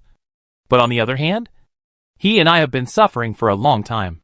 Really, you are not us. It may be difficult to understand this kind of pain, especially in recent times. We have hardly slept well. Why? Because that guy will come to us when we fall asleep, the lame man said. We can't get rid of it. It's like a ghost that has been haunting us for so many years. Dr. Baker and I are looking for a way to get out of this nightmare. But unfortunately neither he nor I succeeded. So you don't have to feel too sad for him. Death is actually a relief for us. Then why are you still so afraid of death? Songjia asked back. Do you think I haven't thought about ending my life? The lame man sighed. If you have tried to commit suicide, you will know how strong the human instinct for survival is. No matter what happens tomorrow, it is always a good thing to live one more day. So you are now in this state because of the scientific expedition more than 10 years ago? The lame man had been answering fluently until he heard this question. His face suddenly changed and he asked in doubt. Who are you, and why do you know about the scientific expedition? It looks like we can finally get to the point, Zhang Heng said. Let him talk about the scientific expedition back then. And tell him everything he saw and heard. And it's best not to leave out anything. Song Jia translated Zhang Heng words to the lame man. We know that you were the guide of the expedition team back then. And you led them deep into the no man's land. What did you see there? Chapter 1242 Expedition 18 years ago.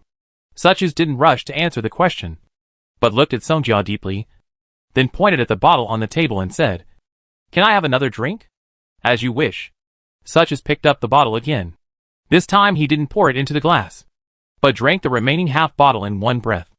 It seemed that only with the help of alcohol did he have the courage to tell the story of that year. I am an indigenous person in Greenland, half Inuit and half Danish. So I go back to my father tribe every year to stay for a while. And I also hunt and fish with them. Many Inuit live on the ice field.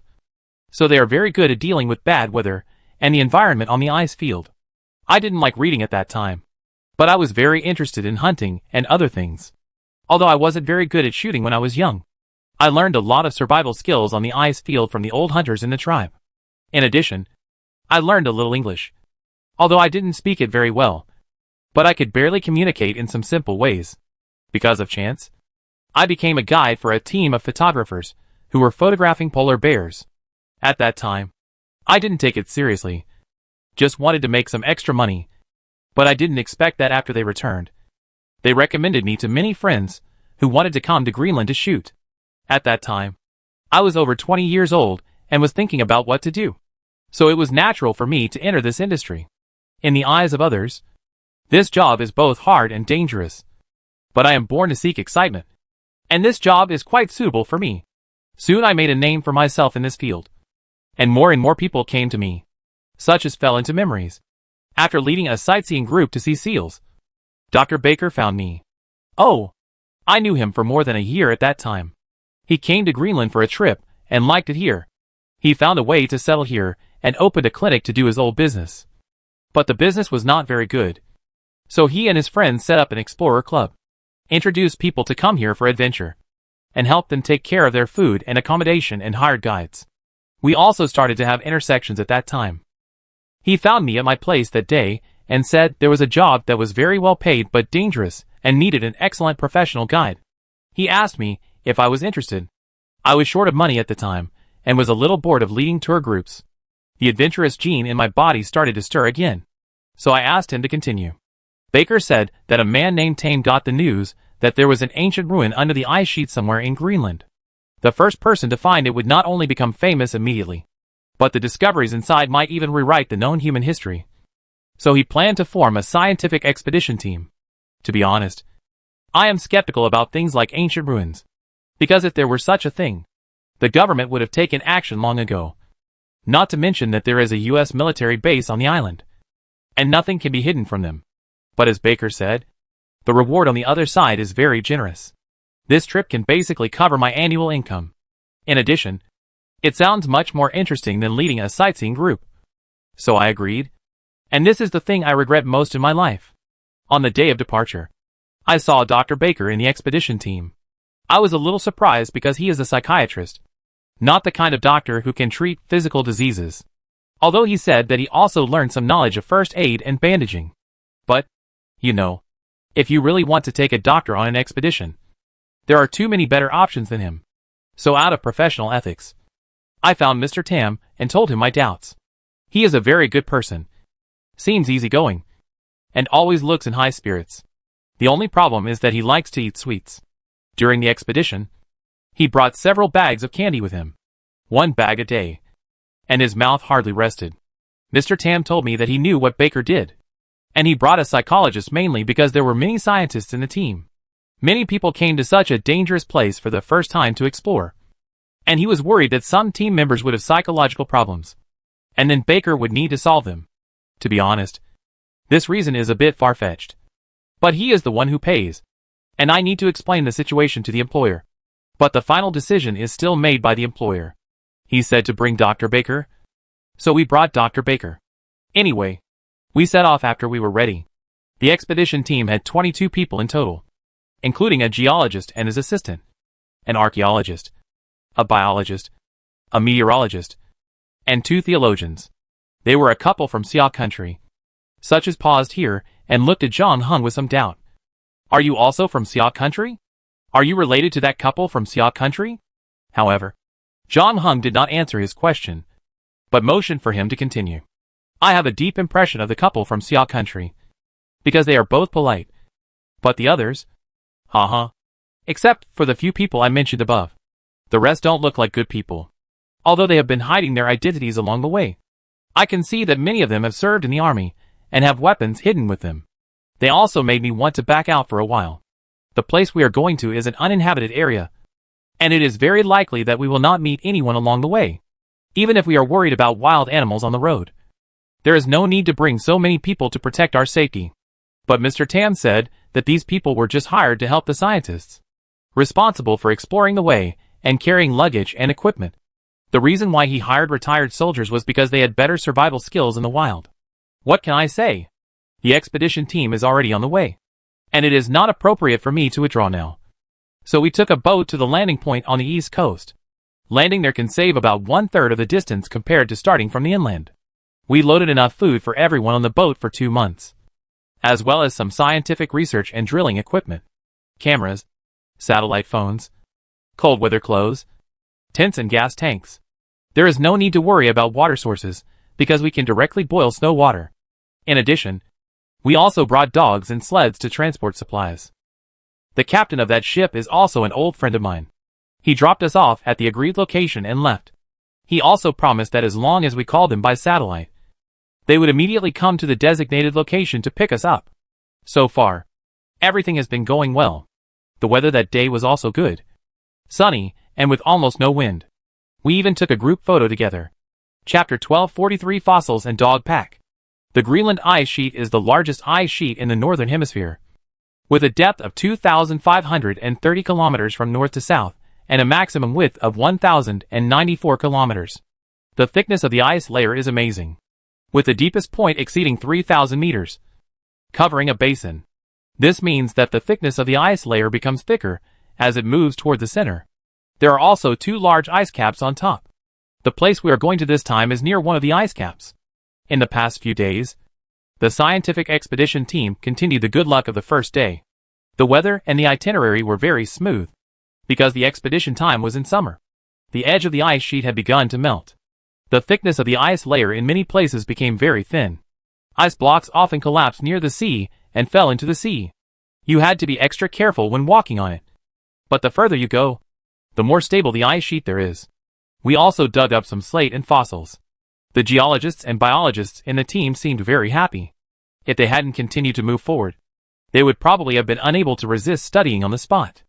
I felt that the configuration of this scientific expedition team was a bit strange, so I was a little worried at the beginning. But as time went on, those retired soldiers were really just doing what they were supposed to do, just as Mr. Tam said. So I gradually put my mind at ease and began to enjoy this expedition. After all, the reward is one reason.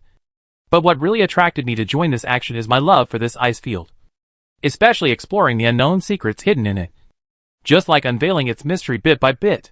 The most wonderful thing is that every time I think I know it well enough, it will reveal a new side that surprises me. Just like a lover who will never make you feel tired. So I thought to myself at the time that this expedition is really suitable for me. Of course, just in case, I still found Dr. Baker. After all, he is the only person in the expedition team whose background I know. Although the Siagwa couple is also good and left a good impression on me, as well as several other scientists. They are actually good people. But after all, I have only known them for a short time. So of course, I am more willing to trust Dr. Baker. We agreed to advance and retreat together. And we would also pay attention to the people around us, mainly the retired soldiers, and exchange intelligence regularly. Baker thought I was overthinking, but he still agreed. After all, it's better to be cautious. Then our team continued to move forward, but our luck seemed to have run out. The first abnormality was the dogs. They suddenly started barking inexplicably, and some were reluctant to move forward. I had never encountered such a strange thing before. The Greenland dogs that pull sleds were domesticated by the ancestors of the Inuit. They completely lost their wolf nature and became very docile and hard-working. They can spend the night in the wild even when the temperature is -10 degrees. Although the temperature began to drop as we went deeper, it was far from being unbearable for the Greenland dogs. So I didn't expect the dogs to be in such a state. I had to stop the expedition team, and then spend half a day to comfort the dogs and prepare more abundant food for them. Only then did they want to move forward. But I could see that they didn't want to do so in their hearts. Just because it was my order, and they were used to obeying human orders. The dog pack incident did surprise me a little. But to be honest, I didn't take it too seriously. Because this is an expedition. No matter how well prepared you are, there will always be problems of one kind or another. And this is the role of guides and leaders. We solve various problems to ensure that the expedition can continue. Just after the dog pack problem, geologists and biologists were idle and wandering around nearby when they found a new fossil specimen on an exposed rock. After that, they started arguing about the age of the fossil. Geologists inferred from the perspective of rock formation that this thing came from the ancient times. But biologists held a different view. Because from a biological point of view, the thing in the fossil had obviously evolved very well. Although it was a little ugly, its various organs looked quite mature. The biologist thought that this thing must be at least a creature from the Triassic period. And he was unwilling to let go after holding the fossil, looking extremely obsessed, as if a student of painting had obtained an original work of Leonardo da Vinci. The others watched them quarreling and could not get a word in. Mr. Tam still had a smiling face, and only spoke to mediate when the two were about to quarrel. In the end, it was agreed that the fossil belonged to the biologist, and the geologist had the priority to choose the next fossil or rock sample found. And the biologist had to lend the thing to the geologist for a period of time after the research. It just so happened that I had solved the problem of the dogs at this time. So we continued on our way. But strangely enough, when the biologist came back with the fossil, the dogs that I had finally calmed down became uneasy again. So I asked the biologist to find a bag to seal the fossil. And the dogs' emotions finally stabilized. However, after that, we only walked a few kilometers, and suddenly the weather changed. This was a sign of the coming snowstorm. After discussing it, we decided not to continue our journey, and decided to camp here, and wait for the snowstorm to pass before continuing on our way. I took a few retired soldiers with me to check the tents that had been set up, and reinforce them with ice bricks. In addition, I also built a fence for the dogs. I originally wanted to build an ice wall for them, but the snowstorm had already come, so we had to let the dogs go into the tent with us. They started to get restless again, and this time I felt it clearly. They seemed to be afraid of something. But before I could think about it, the blizzard had already arrived. All we could hear was the whistling wind and the sound of ice and snow hitting the tents. I was glad that I had reinforced them before. Otherwise, I really didn't know if these tents could survive this blizzard. Because we couldn't make a fire outside, we just ate some biscuits at night. The dogs kept barking, and it was hard for me to fall asleep. I lay there in a daze for about an hour. And suddenly I heard gunshots outside. I opened my eyes, and found that the two retired soldiers, who were in the same tent with me, had disappeared at some point. Only Dr. Baker and I were left in the tent, staring at each other. Chapter 1244 Gunfire in the Blizzard. We wanted to go outside the tent to see what was going on. But there were intermittent gunfire outside. And the blizzard was so heavy at the time that we could hardly see anything 2 or 3 meters away. We were worried about being injured by stray bullets. So we had to stay in the tent. It was not a good feeling. Especially since we didn't know what the people or creatures fighting those retired soldiers were. The doctor and I could only guess randomly in the tent. Fortunately, the battle didn't last too long. After about 2 minutes, I found that the dogs in the tent had quieted down, and the gunfire outside had stopped. Strangely enough, the blizzard became smaller after that. As the whistling wind disappeared, I heard the sound of people talking. So Dr. Baker and I walked out of the tent. We found that the people who were talking were the 2 retired soldiers who lived in the same tent with us. And when they saw us, they shut their mouths and returned to their previous expressionless appearance. We tried to talk to them, but they refused to say anything. So we had to find other people. We had set up 6 tents in total during this blizzard, and 5 of them were intact. But 1 tent disappeared. I was quite surprised at the time, because as a guide, I was definitely responsible for such a thing. But the problem was that I personally checked each tent after it was set up. And if I felt it was not secure, I set it up again, and reinforced it with ice bricks. Logically, this kind of thing should not have happened. The lost tent belonged to a biologist. He originally lived with a geologist. But because of the previous incident, they decided to separate for a day. So he lived with 3 retired soldiers tonight. In addition to the tent, his luggage and some experimental equipment were also blown away. And he looked very terrified. His body was shaking. And he kept shouting, saying that we should not come here. The Sia couple was comforting him. Baker and I wanted to go over. But unexpectedly, Mr. Tame found us first. Or to be more precise, he came to find Dr. Baker. He was still smiling, patted Dr. Baker on the shoulder and said, "It's your turn to work." Baker was stunned, and then asked what happened. Mr. Tame said it was nothing serious, just that the strong wind blew away the biologist's tent. And then, there might be a few hungry polar bears. But they were repelled by our people. So what Dr. Baker had to do next was to help the biologist calm down as much as possible, and help this poor man regain his sanity. Because he was so frightened that he even had hallucinations, and started talking nonsense. The doctor and I were a little skeptical. Not only because Mr. Tam said it so easily, but also because we didn't see any polar bear footprints or carcasses around us. But the doctor still started working. Mr. Tam saw that I was still standing there. So he suggested that I make a few cups of hot coffee for everyone. I agreed. But after making the coffee, I found that 2 people were missing from the expedition team. There were 3 retired soldiers who lived in the same tent with the doctor before.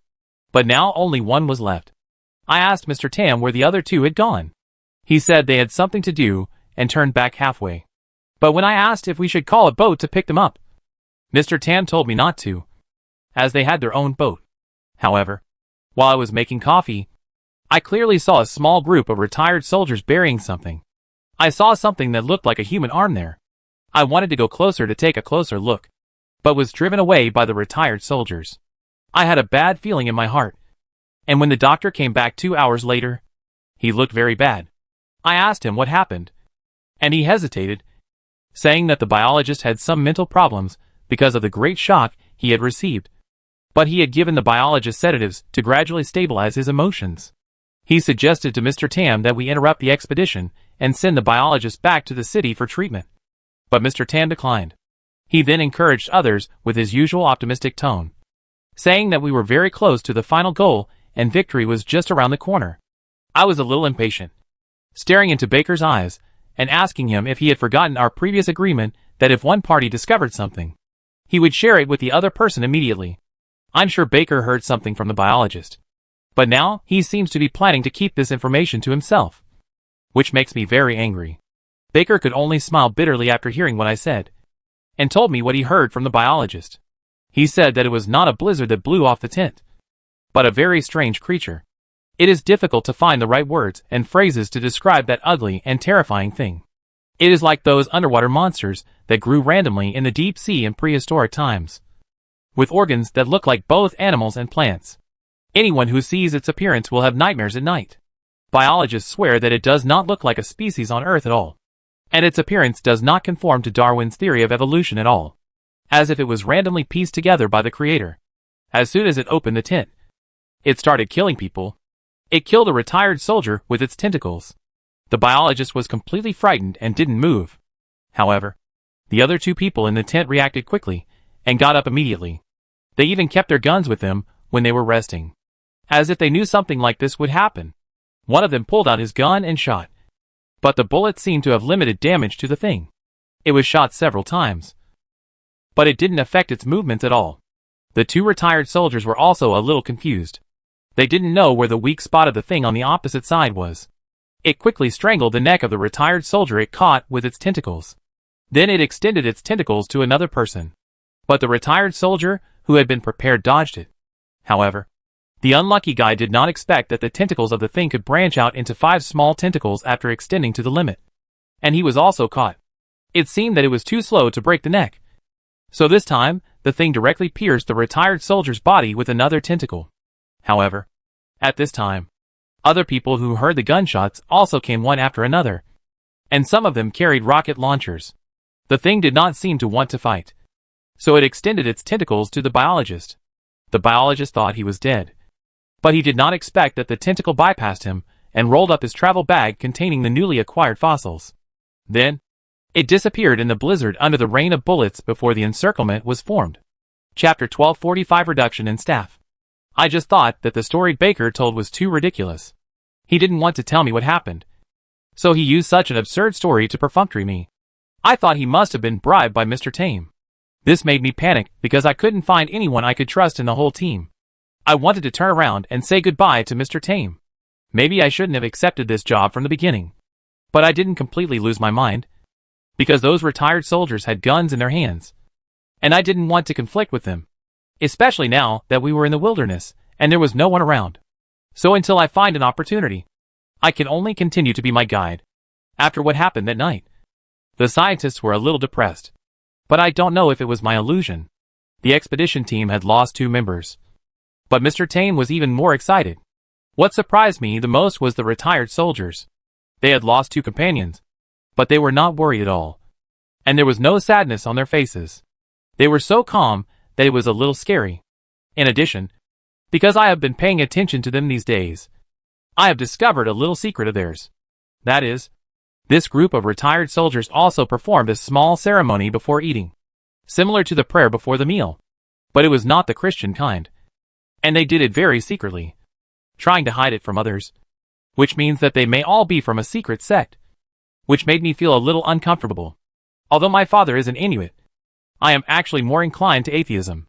However, I am not very resistant to these mysterious things at ordinary times. On the contrary, I feel curious from time to time. But not now. Not on this uninhabited ice field. Staying with a group of sneaky pagans. It doesn't sound like something good. Although I didn't believe the story the doctor told me, I have to admit that it kept lingering in my mind for the next few days, and even made me unable to sleep well. I went to find Mr. Tam again, hoping to get weapons from him for self-defense. But he comforted me and said not to worry. There were retired soldiers in the team to protect us. I had no choice but to bring an ice pick with me, which was better than nothing. We arrived near the destination on the 7th day, although I saw nothing except the undulating glacier mountains. Mr. Tam told us in an extremely firm tone that this was the place. The ancient ruins that would bring great fame to the discoverer and even rewrite human history were here. But where it was hidden required us to search carefully bit by bit. I fulfilled my duties as a guide and found a suitable camping spot for the expedition team. With this as the center, I began to search carefully around. I prayed that this operation would yield nothing. It would be best if I could leave empty-handed before the food and supplies were almost exhausted, so that I would not encounter any more troubles. But I found that I might have underestimated Mr. Tame's determination to find the ruins. 3 days later, we changed camps. Mr. Tame gathered everyone together and reiterated the importance of what we were doing. He also said that he would not leave here until the ruins were found. If the supplies were exhausted, he would use a satellite phone to contact another team to deliver them to us. His words also changed the faces of many people, including me. I've even considered stealing a satellite phone to call the police. But Greenland's police force is not sufficient, and the place we are in is very remote, so the manpower that can be sent may not be a match for these retired soldiers. The doctor seemed to see through what I was thinking and warned me not to act rashly for the time being. After that, we continued to search for the ruins. I led a team to the north of the camp, and the geologist led a team to the south. They were still studying the rock formations along the way, because according to Mr. Tam, the history of the ruins is very long, which has surpassed human history. The meteorologist is responsible for observing the weather every day, reminding us when there is a blizzard to return to the camp and when we can continue to work. In addition, Mr. Tam and the theologian couple from Chiagua also led a team each. On the 12th day, the geologist team made a new discovery. They found some strange fossils that they had found before, and this time there were more of them. Mr. Tam was very happy and opened a bottle of champagne to celebrate in the evening. However, for safety reasons, he did not allow anyone to bring the fossils back to the camp. But what no one expected was that not long after they laid down after dinner, the strange blizzard came again. Before that, the meteorologist had just announced that it would be sunny for the next 2 days, and we could continue exploring. Because the blizzard came so suddenly this time, I didn't even have time to drive the Greenland dogs into the tent. As a result, I heard gunshots again soon. The 2 retired soldiers who lived with me rushed out together tacitly like last time, while I nervously grabbed the ice pick and stayed in the tent with the doctor. We turned on the camping lights, hoping that the light would give us a sense of security. But then I felt the blood rushing to my head because after turning on the lights, we saw a shadow on one of the tents. The shadow was exactly the same as the one in the story the doctor had made up before. It looked indescribably twisted and weird. The doctor and I were terrified. We thought that the thing would rush into the tent and kill us in the next second. What was worse was that the retired soldiers had already run out to join the battle, which meant that there was no one in the tent to protect us. That was definitely the most terrifying half-minute of my life. But the thing didn't rush in afterwards, even though it had already pressed its face against the tent. The barking of the dog seemed to attract its attention, and it walked over there. When the blizzard subsided, I stuck my head out of the door and found that there was no Greenland dog left in the dog pen. They were all killed. In addition, 3 retired soldiers died in the battle, and 1 was seriously injured. I saw the remaining people carrying their bodies aside, and then started digging a pit, just like what I saw last time. But I didn't expect Mr. Tam to be so shameless. He still insisted on blaming it all on the hungry polar bears, and had no intention of canceling the expedition, even though only half of the retired soldiers were able to fight now. Chapter 1246 Stone, Necklace and Ring. Since we saw the shadow on the tent, Baker and I have been nervous. We don't know what kind of monster it is, where it came from, and what it will do to us. I had always hunted with the Inuit before, so I had an illusion that I knew enough about this ice field. But the Inuit shaman always said that we should be in awe of nature because we don't know how many secrets are buried in this world. I always disagreed with this sentence in the past, but after that night, I realized how shallow my previous knowledge was. If it weren't for this expedition, I would never have known that there are such horrible creatures in the world. And most importantly, I don't know how to deal with it. Its tentacles move quickly, and once you get entangled, you're doomed.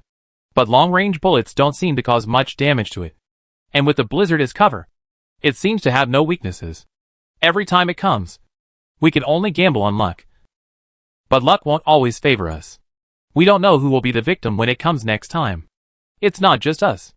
I can sense that the scientists are also a little flustered. Geologists and meteorologists have successively gone to Mr. Tam, hoping to immediately terminate this expedition and return to Nuuk. However, like me, their requests were rejected. Instead, the theologian couple seemed the calmest. No, calm may not be the right word to describe them. I don't know if it's my illusion, but the woman looked a little excited. She and her man were chatting about something, but they were speaking Chinese. Apart from the 2 of them, no one in the expedition team knew what they were talking about. Although I don't understand what they are saying, my intuition tells me that they are probably the few people in the expedition team who really know what happened, especially considering their identities. What happened in front of us is obviously beyond the scope of scientific explanation. Perhaps the only answer can be found in theology. My English can only be used for some simple communication, and I haven't reached the level of being able to communicate fluently with others. So I asked Dr. Baker to contact them, hoping to get some information from them. I don't expect to find a way to deal with the monster from them. At least I want to die with an understanding. But what I didn't expect was that the doctor gave me a surprise when he came back at night. It was an inconspicuous oval stone with a 5-pointed star engraved on it. And in the center of the 5-pointed star was a somewhat mysterious eye. The doctor said that this thing was called the Old Seal, and it had a mysterious power that might protect us from the monster. To be honest, I was a little skeptical at first, because I didn't know how an ordinary stone could fight against the terrible monster. But considering our situation at the time, it was like a drowning person. We needed to hold on to everything we could hold on to. And strangely enough, I don't know if it was my illusion, when I fell asleep holding the stone at night, I didn't have nightmares anymore. Although I was still awakened by the doctor's mumbling in the middle of the night. He told me the next morning that he had another terrible dream. He dreamed of a huge city with many giant stone pillars, hieroglyphics covering the walls, and a green omnipresent sticky substance filling the city. The doctor seemed a little absent-minded after waking up. Mr. Tam saw that his mental state was not very good, and he came to comfort him and let him rest in the camp for a day. But the others still went out to search as usual, except for those soldiers who did not change their expressions and only knew to follow orders. The rest of the people were a little panicked. Only the Shiagwa theologian couple were still in high spirits. Because of the stone incident, I applied to join their team, which would make me feel safer. But as expected, Mr. Tam rejected my application. He said that I was the guide in the team and the person who was most familiar with this ice field, so I should shoulder more responsibilities. So I could only continue to join the two retired soldiers. After that, we limited the search area to the area where the fossils were found, and used drills and explosives to break the ice. But we didn't get anything in the next week. I told the doctor that the stone could prevent nightmares, and then we took turns using it, which ensured that we could sleep well at least one night in 2 days. Our spirits also became better. Until a week later, we lost a team. That was a team led by a geologist. In addition to him, there were 3 retired soldiers, but in the end only one person escaped from the terrible snowstorm. Everyone was silent at dinner because many people realized that if this continued, the entire expedition team might be wiped out in no time. Unexpectedly, just when everyone was in low spirits, the monster appeared again, and this time it did not summon a blizzard to cover itself, but rushed towards us. It was the first time I saw its appearance clearly. I was completely scared at the time, although I had heard the doctor describe its appearance before, and saw its shadow on the tent. When I saw its true form, I still felt that there was no more terrifying creature in the world than this. Even the demons from hell described in the Bible were not as ugly and disgusting as it. I was so frightened that I froze there, and couldn't even move a finger. I was especially scared when I realized that its target was me. Fortunately, the doctor next to me reacted quickly, and took out the small stone from his pocket. It was his turn to carry that thing today. He put the small stone in front of me, and the next moment a miracle happened. I saw the ugly monster stop and then rush towards the Xia couple. As a result, the two of them took out a necklace and a ring in a leisurely manner. One of them had the same pattern as the stone, and the other was engraved with a bunch of tree-like things. After seeing this, the monster turned around again and rushed towards a retired soldier next to it. The latter shot at it, but just like before, the bullets had little effect on it. The monster grabbed him and cruelly pierced his heart with its tentacles. Then the monster began to look for a new target. It set its sights on Mr. Tam. At that moment, I think it saw that Mr. Tam was our leader, so it also adjusted its combat strategy and decided to kill Mr. Tam first. Chapter 1247 The City. Mr. Tam stood there without making any moves. But when the monster appeared, a retired soldier ran into his tent and took out the large rectangular box he had been carrying. The box was more than 2 meters long and was previously placed together with a set of drilling equipment. No one knew what was inside. It was not until that night that Mr. Tam opened the box and revealed the mystery. In the box was a sickle with an exaggerated shape and a very long handle. It looked very funny with Mr. Tam's somewhat fat body. After taking out the sickle, he muttered, "Just make do with it. Who let this thing belong to me in modern times?" After he finished speaking, I didn't see how he swung the sickle, and I saw that the ugly monster's body suddenly split into 2 and split in the middle, just like a piece of butter cut by a hot knife.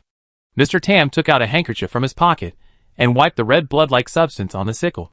Then he raised his eyebrows and said, "Since you are here, don't hide aside and watch the fun." I noticed that after he said this, 2 figures flashed on a small iceberg not far away. I don't know if I was dazzled, because the 2 figures looked like 2 walking giant octopuses. Mr. Tam's body still did not move, but I noticed that this time, in addition to his sickle, there was some dark green liquid on his clothes. And during this period, my eyes did not leave him at all. God knows how the dark green liquid appeared there. He sighed and muttered, I usually don't like to fight in front of other people's homes.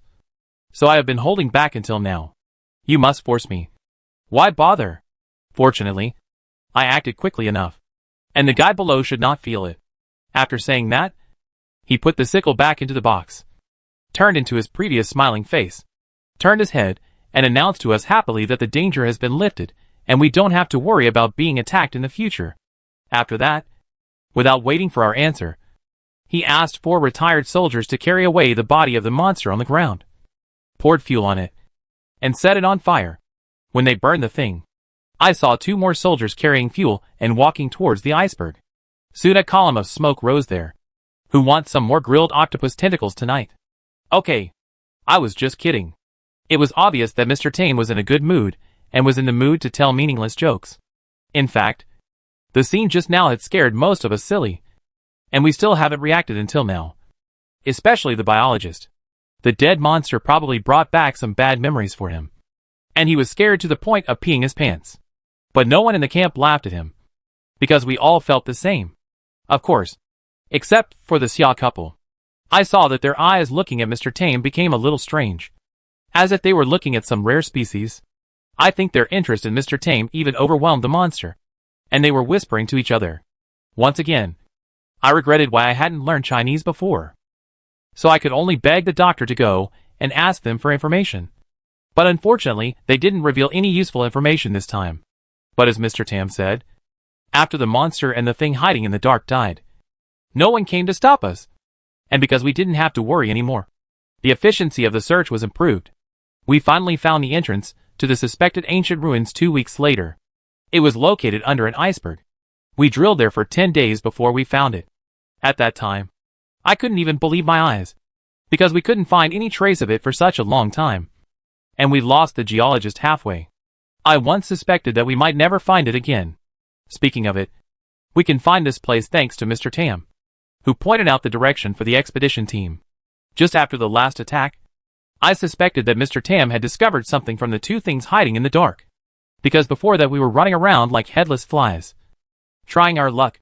But after that day, he firmly told us to go here, even when we encountered icebergs and suspected that we were going in the wrong direction.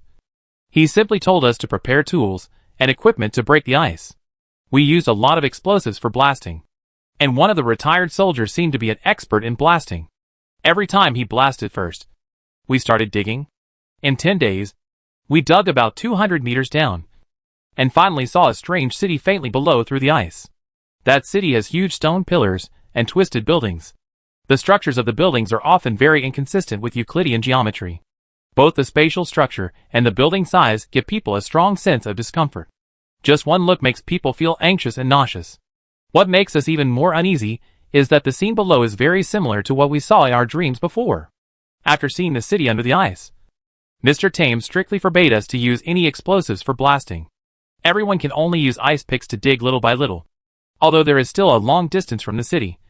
Even Mr. Tame joined in, so no one else had anything to say. I could feel the excitement and urgency in his eyes, as if he was afraid of disturbing something below. We dug for another week, and my hands were covered with blisters. Finally, we dug out an ice path that could accommodate 1 person, all the way to the top of the stone pillar. The magical thing was that I didn't see any dome-like buildings, but it seemed that something separated the city from the ice layer above, and there was no ice under the stone pillar. I even saw moss on the pillar. But everything here looked extremely dead and filled with a damp and dark atmosphere. Mr. Tam looked around at the people around him, then set his sights on me, Dr. Baker, the Xiagwa couple, and the climatologist, and then asked, "Who of you is willing to help me go down?" Seeing that none of us spoke, he explained, "I want to go down by myself, but for some reason, I can't do it, and my subordinates are the same. So I hope there will be enthusiastic volunteers among you to go down for us and take samples. I will reward you handsomely after the work is done." Chapter 1248. That thing. After Mr. Tame finished speaking, we looked at each other, but no one volunteered to go down. Although we didn't know what was hidden in the ruins below, we could feel a strong discomfort just by looking at it through the ice, not to mention going deep into it. The monster we encountered on the ice field before might be its nest below. If I had a choice, I would have turned around and ran away immediately. But the remaining retired soldiers were watching us covetously. I knew that if I ran away at this time, they would definitely pull out their guns without hesitation.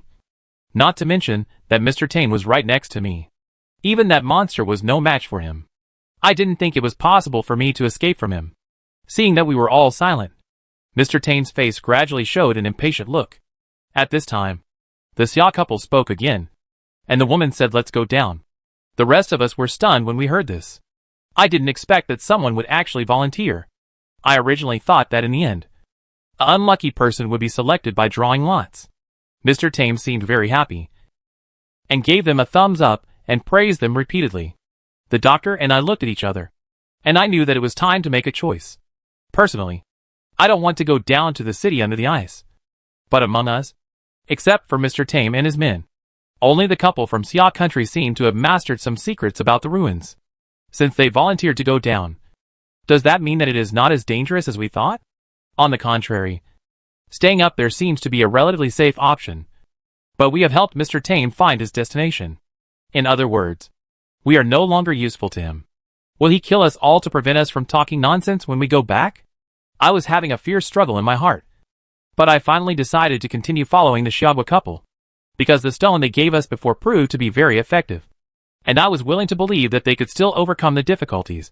So I pulled the doctor and told Mr. Tame that we would go down as well. Mr. Tame and the Xiagua couple seemed a little surprised, especially the man in the couple, who advised us to reconsider.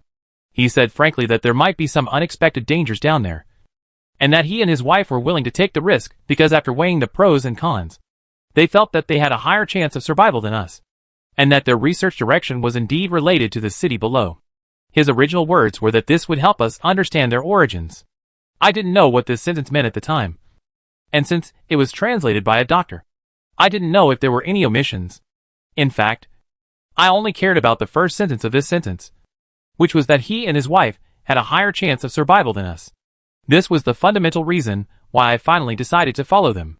Seeing that we had made up our minds, they stopped trying to persuade us, and Mr. Tam was eager for more people to go down to help him get the thing.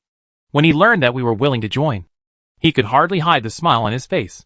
After that, he asked the retired soldiers to light a fire and cook for us, so that we had a good meal.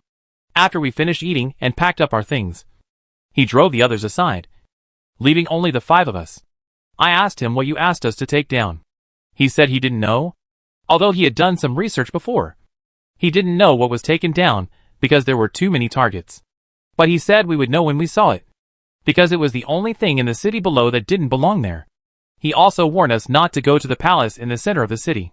When Suchu said this, I don't know if it was because the alcohol had subsided a little, but fear reappeared in his eyes. Songjia was completely attracted by his story. Seeing Suchu stop, he immediately asked, "What did you take out of the city under the ice?" Suchu took a deep breath. "A baby boy, about 2 years old. We found him on a building similar to an altar, not far from the giant palace.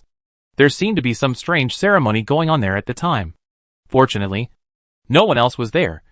But I will never forget that weird scene. The baby was connected to a giant tentacle through the umbilical cord, and seemed to be absorbing nutrients from it. The owner of the tentacle had a body as huge as a mountain, but it lay quietly in the huge palace in the center of the city, which was the place Mr. Tame warned us not to go.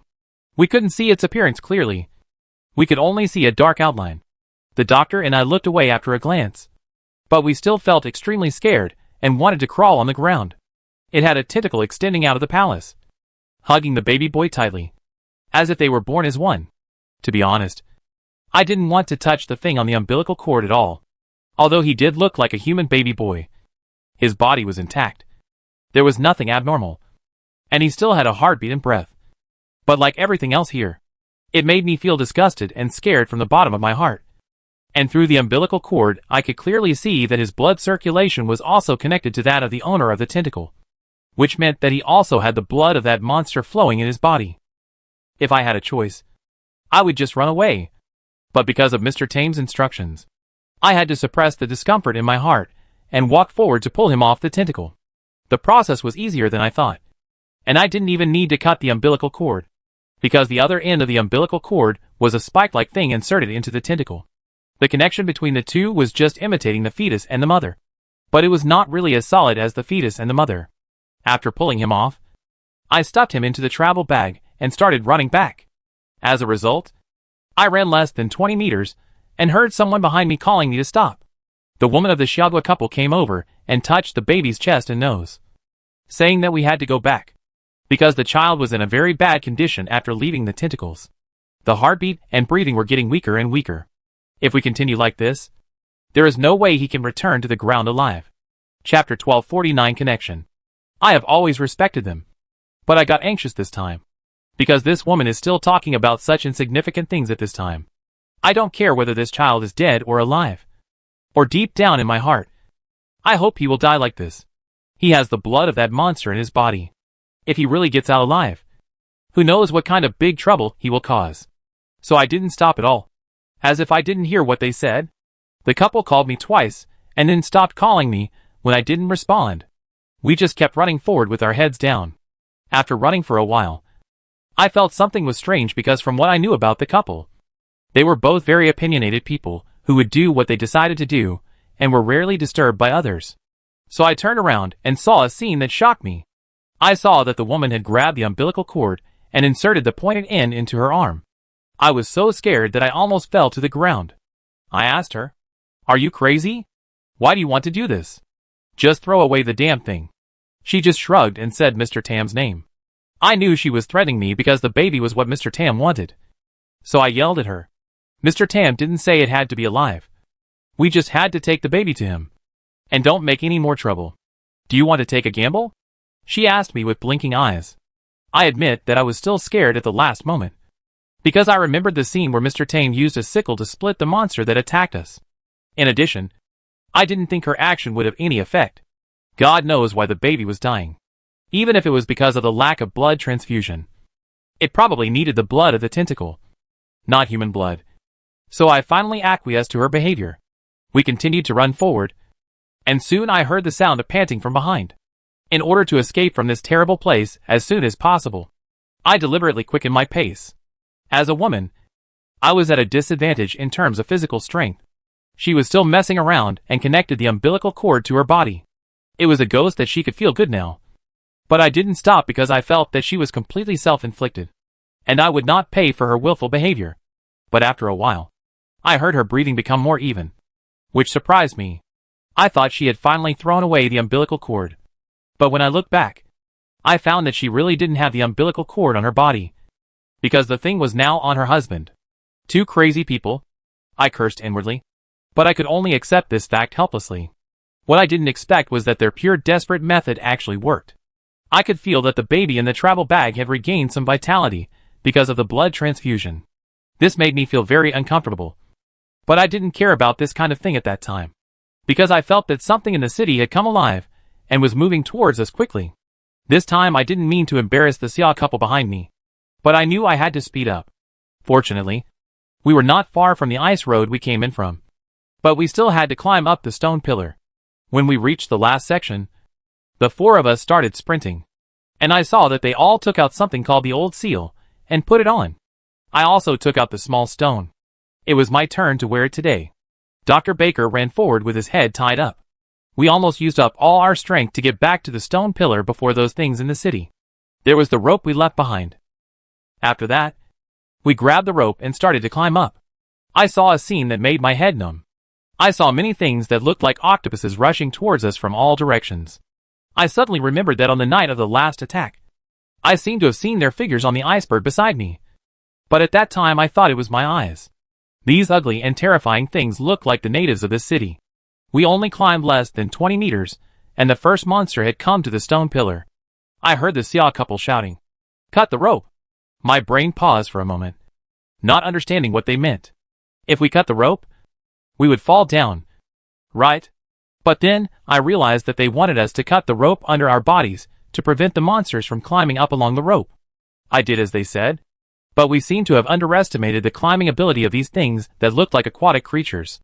They didn't need any ropes at all. They could climb up by sucking their tentacles covered with suction cups on the stone pillars. And they were very fast. Soon, the first one had approached the husband of the Xia couple. He actually had some strength left. But in order to protect his wife, he deliberately fell behind. When he saw the monster rushing up, he took off the ring in his hand and threw it hard at the other party. He was lucky. The old seal with branches on it hit the monster, causing it to loosen its tentacles and fall off the stone pillar. However, it didn't seem to be hurt. This was still good news for us because it bought us some time. However, before we could be happy, we saw more monsters running out. Seeing them made me feel desperate. The stone pillar was very high.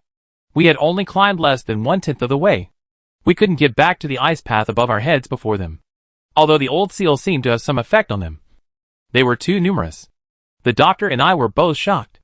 Although we were still climbing up, it was just an instinctive reaction of the body, because our brains had been blank for a long time. Then I saw 2 more monsters rushing up the stone pillar, and they were almost at the Xia couple. They threw the necklace out, but this time it didn't hit anything, so the husband could only hug his wife with his body.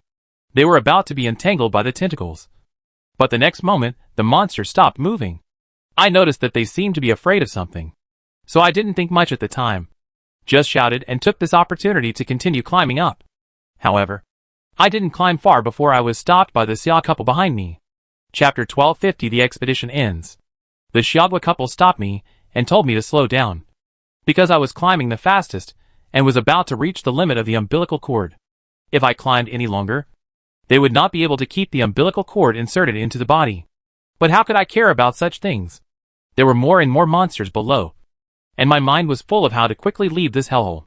After hearing what they said, I even sped up again. But then I heard the wife of the Xiagua couple warn me that if I didn't slow down, we would all die here. She said that the reason why the monsters below did not attack them was probably because of the baby behind me. The child was now living on their blood. Once they died, the child would also die. If the child died, then the monsters would no longer have any scruples.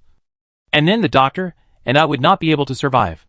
I was shocked when I heard this. Indeed, we have only climbed a short distance. With the speed of the monsters, if the Xia couple died, then the doctor and I would definitely follow in their footsteps, just a little earlier or later. So although I wished I could grow wings and fly out of this place, I still had to slow down and let the Xia couple behind me catch up. It took us 20 minutes to climb to the top of the stone pillar. The monsters followed us all the time. But just as the Xia couple said, they seemed to be concerned about the baby's life and did not attack us until we climbed into the ice path we came down from. They stayed on the top of the stone pillar and did not catch up with us. They just looked at us coldly from below. It seemed that there was some power restraining them from leaving the city under the ice. But we still didn't dare to let down our guard. Although we were exhausted both physically and mentally at that time, we still used up our last bit of strength and rushed up from below in one breath. Such is finally finished telling this extremely bizarre and strange adventure story, and the people in the room fell into silence. But everyone's reasons for silence were different. Song Jia thought Zhang Heng would continue to tell her the questions he wanted to ask as before, but she waited for a while and found that Zhang Heng was still not speaking. She turned her head and found that Zhang Heng was thinking about something with his head down. She had not been in contact with Zhang Heng for a long time, but his calm and steady style of doing things left a deep impression on her. However, after listening to Sats's story, Zhang Heng was also a little absent-minded. So Song Jia turned around and asked, "How did you deal with the baby?" "I handed the baby to Mr. Tame as agreed." He looked ecstatic, holding the child and looking left and right, and mumbling something. Unfortunately, my English was not good, so I didn't understand the meaning of the word. Later, I asked the doctor, and the doctor suspected that his ears were also wrong, because the word he heard Mr. Tame say was container. Container? What container? Song Jia raised his eyebrows. I don't know. I was very scared at the time, and didn't have time to think too much. After I came out of the city under the ice, I found that there was no trace of the meteorologist and biologist. I asked Mr. Tame where they went. Mr. Tame said lightly that there was nothing here and asked them to go back first. But I'm not a fool. How could I believe such nonsense? Our expedition has entered the end. They only need to wait for half a day to go back with the main force. Besides, they are just scientists, not professional expedition members. How can they walk back in such a snowy place? So it is more likely that Mr. Tame and his men did something to them. My hair stood up when I thought of this. Mr. Tame obviously doesn't want other people to know what happened here. Although the doctor and I escaped with the Xia couple before. What should we do now? After being happy, Mr. Tame seemed to be thinking about how to deal with our problem. His eyes followed the umbilical cord to the Xia couple, and a strange expression appeared on his face. Then he said, "Fate is always full of magical changes. Isn't it? Maybe this result is not bad." But he didn't say anything else, but looked at me and the doctor, and said, "I have always been a man who keeps his promises. I promise that as long as you do what I want you to do, I will reward you handsomely. So, now tell me what you want. Don't worry. I am like your magic lamp, and I will answer your wishes." The doctor said, "I don't want anything. I just want to leave this damn place. Go home, take a good bath, and lie in bed and do nothing." Mr. Tame seemed a little surprised and asked, "Are you sure, young man? Is this what you want?" The doctor replied with certainty, "Yes, this is my only request." "Well, if you insist." Mr. Tame shrugged and looked at me. I wanted to say that, but the doctor got there first. Really, considering our experience along the way, nothing would make me more excited than going home and having a good sleep in bed. I just want to forget all the monsters and the Ice City. But seeing Mr. Tame's somewhat regretful look, I thought this might really be an opportunity. So I tentatively asked, "Can I have 2 billion crowns? You have a big appetite," Mr. Tame said with a smile. And then he said, "I can give you 2 billion kronor, but your contribution is not up to this number." I was not too disappointed after hearing this, because this number was just something I said casually, so it was normal to be rejected. But then I heard Mr. Tam continue, 50 million. 50 million kronor is a fair price." After he said this, I noticed that the doctor's face turned green, and he looked very annoyed, as if he didn't expect Mr. Tam to be so rich. He wanted to change his previous request, but was rejected by Mr. Tam. There was only one chance.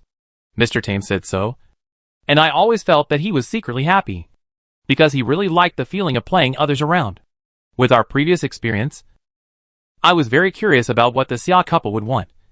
But Mr. Tame didn't seem to want others to hear his conversation with the Xia couple. So he waved me and the doctor aside. They talked for half an hour on the other side. And finally, I saw Mr. Tame stretched out his hand and shook hands with the Xia couple. It seemed that they had reached a consensus. I contacted the captain again with the satellite phone. And half a month later we returned to Nuke and ended the expedition completely. Chapter 1251, The Untouchable Answer.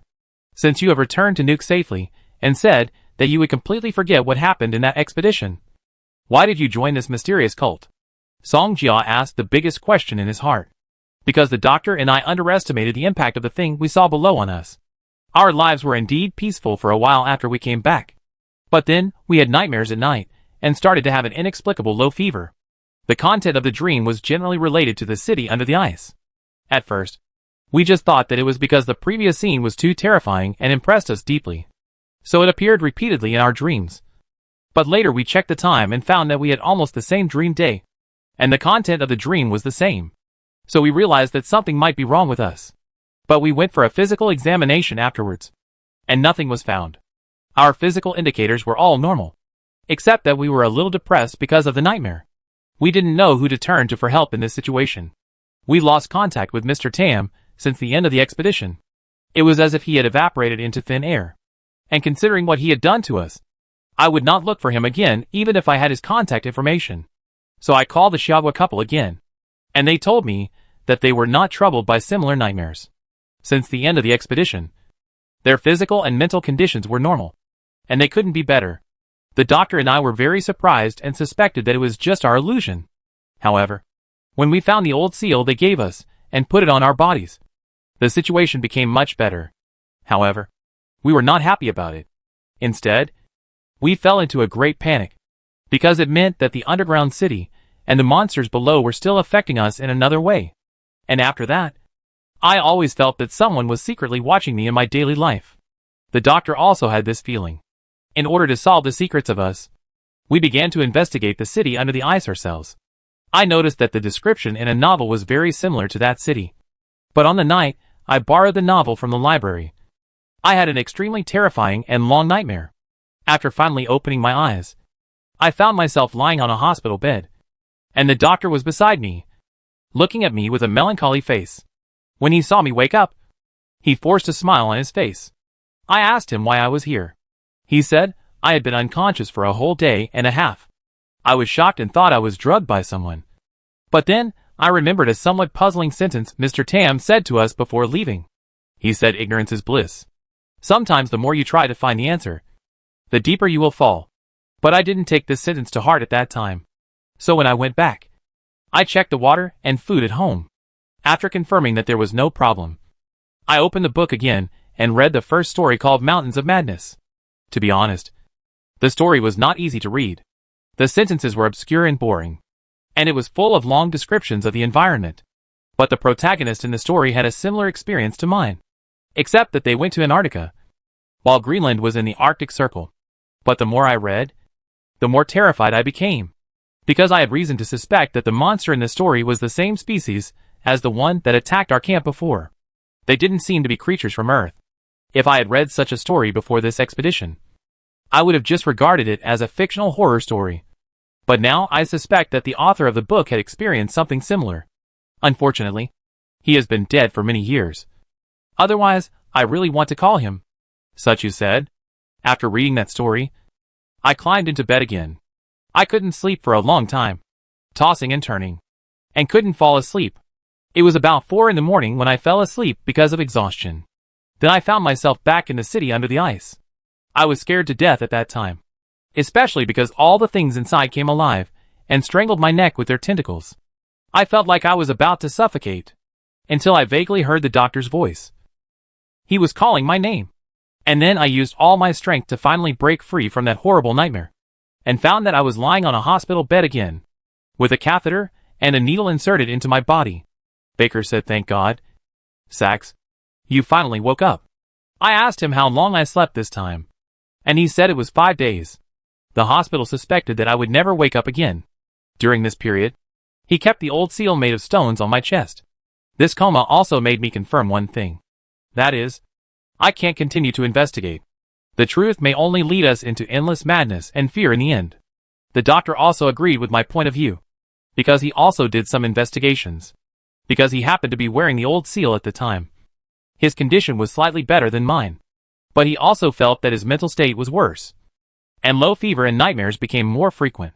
So we reached a consensus and stopped there. At the same time, we also began to seek some scientific means to stop those nightmares and restore our spirits. We did some psychological treatment, but unfortunately it was of little effect.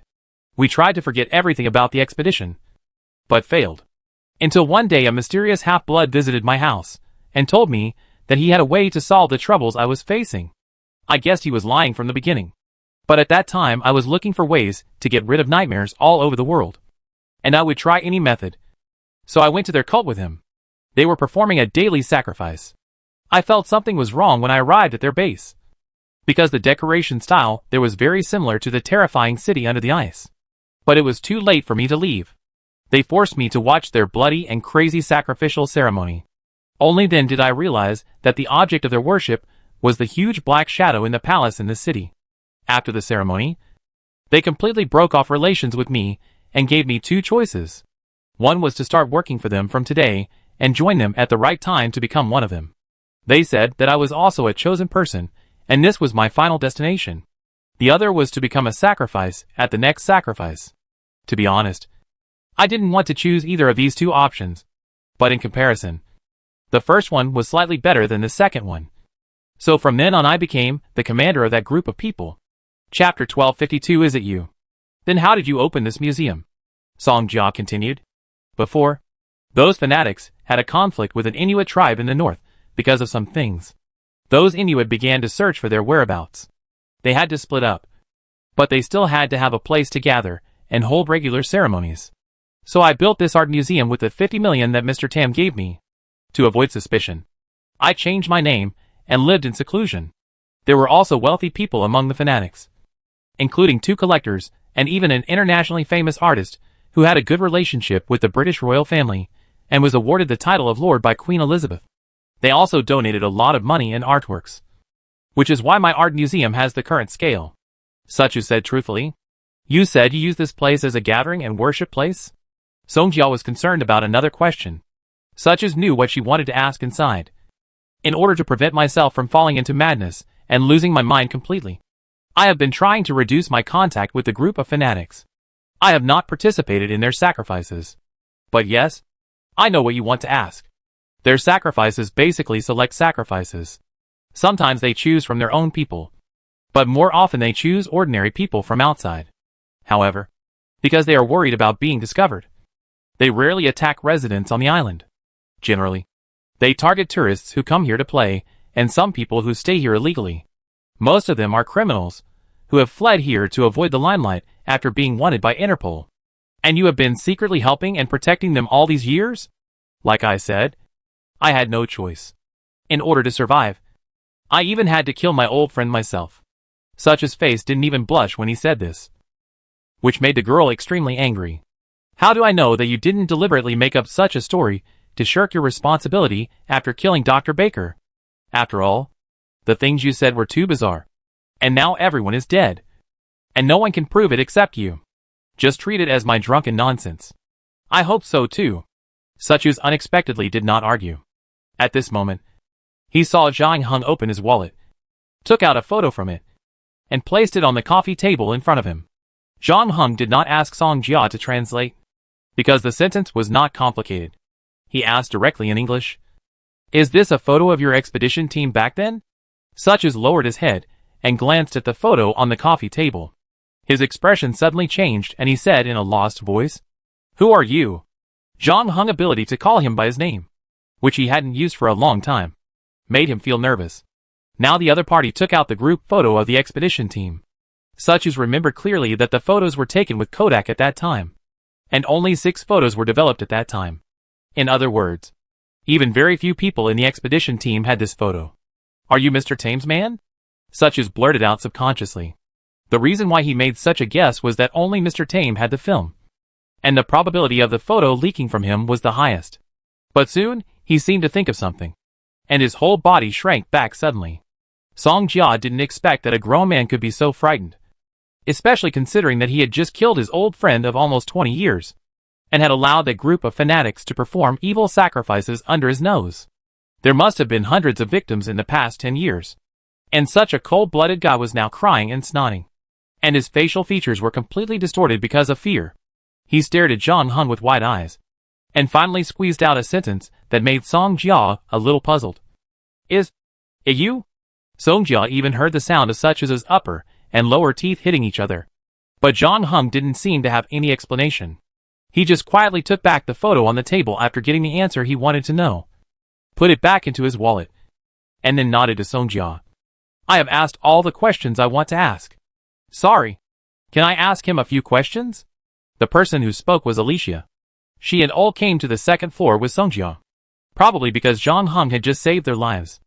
Their attitude became much more respectful and polite compared to when they first met, even though they looked anxious and had a lot to ask Satsachus. The 2 Inuit boys stayed quietly aside after coming up, not saying a word, as if they were 2 pieces of air. However, they also listened to Satsachus' somewhat bizarre and strange story. During the period, Ol and Alicia opened their mouths several times, but they held back the words that were about to come out of their mouths, and waited until Zhang Heng finished asking before speaking again. "Please," Zhang Heng said lightly after listening to Song Jia's translation. Upon hearing this, Alicia hurriedly walked in front of Satsus, took a deep breath, and asked, "Where is Hans?" However, Satsus seemed to have been frightened by Zhang Heng. He did not respond at all after hearing Alicia's question. Alicia was not polite, and pulled out the skinning knife that Ol gave her, and put it on Satsus' neck. But even though the blade had cut Satsus' skin, the latter seemed to be completely unaware. Ol frowned. "No way. Is he really stupid?" He grabbed Satsus by the collar and lifted him up from the sofa, looking quite unwilling. "What do you want to ask?" Seeing the 2 Inuit men looking anxious, Song Jia couldn't help asking. "We were plotted against by our own people. Otherwise we wouldn't be so embarrassed and almost lost our lives. And that guy also hid the sacred object," Ol said bitterly. "I spoke for Hans before, saying that he would never betray us. But I didn't expect him to be such a person, even forgetting the hatred of his father and brother, and falling into the trap of hanging out with his own enemies. The situation is still uncertain, so we can't draw conclusions so early." Alicia, who had doubted Hans before, said at this time, What else is uncertain? Among the people in Nuke, Ollie is dead. You and I were attacked. And the only one who can leave a mark is Hans. Ole said angrily. He has obviously surrendered to those fanatics. But I don't know how long it has been. It's all my fault. I shouldn't have let people take the holy objects out of the tribe. Otherwise, there would be no subsequent events. It's not your fault. We all agreed to do this at the time. When Alicia said this, her tone suddenly paused. Chapter 1253 Hampkin and the Bar. What's wrong? Oli asked in confusion. Nothing. I just suddenly thought of something. Alicia said. What is it? Forget it. It's not important anymore. Alicia shook her head. Then turned her head to look at John Hung. Suddenly pulled off the fishbone necklace on her hand. And walked towards John Hung with it. She said she was very grateful to you for saving her and her companions' lives. And wanted to give this bracelet to you. Song Jia helped John Hung translate Alicia's words. You will become the most distinguished guest of her tribe with this bracelet. When she becomes a shaman one day, all the Inuit will be your friends. In addition, from now on, you will be protected by Hampkin when sailing on the sea. Of course, it has to be nearby. Who is Hampkin? It's the deep-sea monster engraved on your bracelet. It's a blue whale. Over 100 years old. And very large. Most blue whales like to stay near the Antarctic. I don't know why it came to the Arctic alone. It is also the guardian spirit of Alicia. John Hung accepted the bracelet without any hesitation. Alexia hesitated and pointed at Satsis, who looked terrified on the sofa, and asked, What are you going to do with him? If possible, can you hand him over to me? You want to take him away? Song Jiao looked a little surprised. He seems to be in a mental state. There is nothing we can ask him. He also killed Dr. Baker. Maybe we should hand him over to the police. But when she told John Hung this suggestion, the latter shook his head. We can't hand him over to the police. At least not now. Because we can't explain what happened tonight. Especially with so many bodies down there. Alicia then spoke again. My teacher Kuna is the current shaman of our tribe. And the most powerful shaman of the Inuit in the past 200 years. He can communicate with spirits and interpret dreams. And he is a well-known wise man. This guy mentioned the nightmares that troubled him many times before. Although he seems unable to communicate with people now. My teacher may not need him to speak. And can directly start from his dreams to get some useful information. The sacred object is very important to us.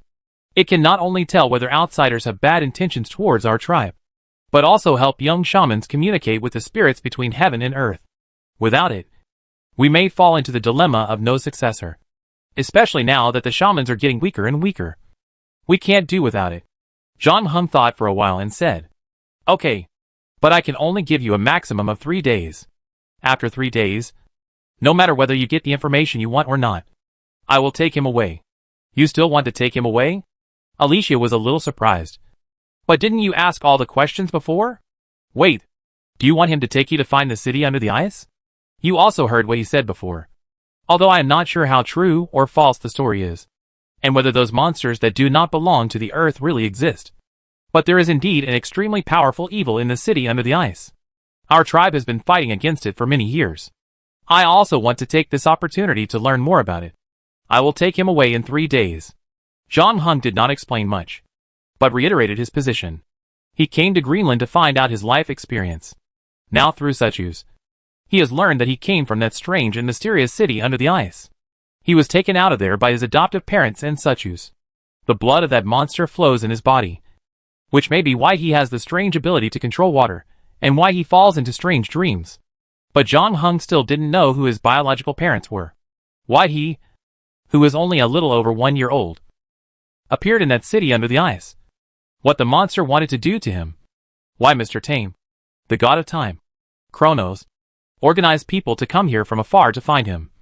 And after that, his adoptive parents reached some kind of agreement with Kronos, and actually took him back to the country and raised him as their own child until now.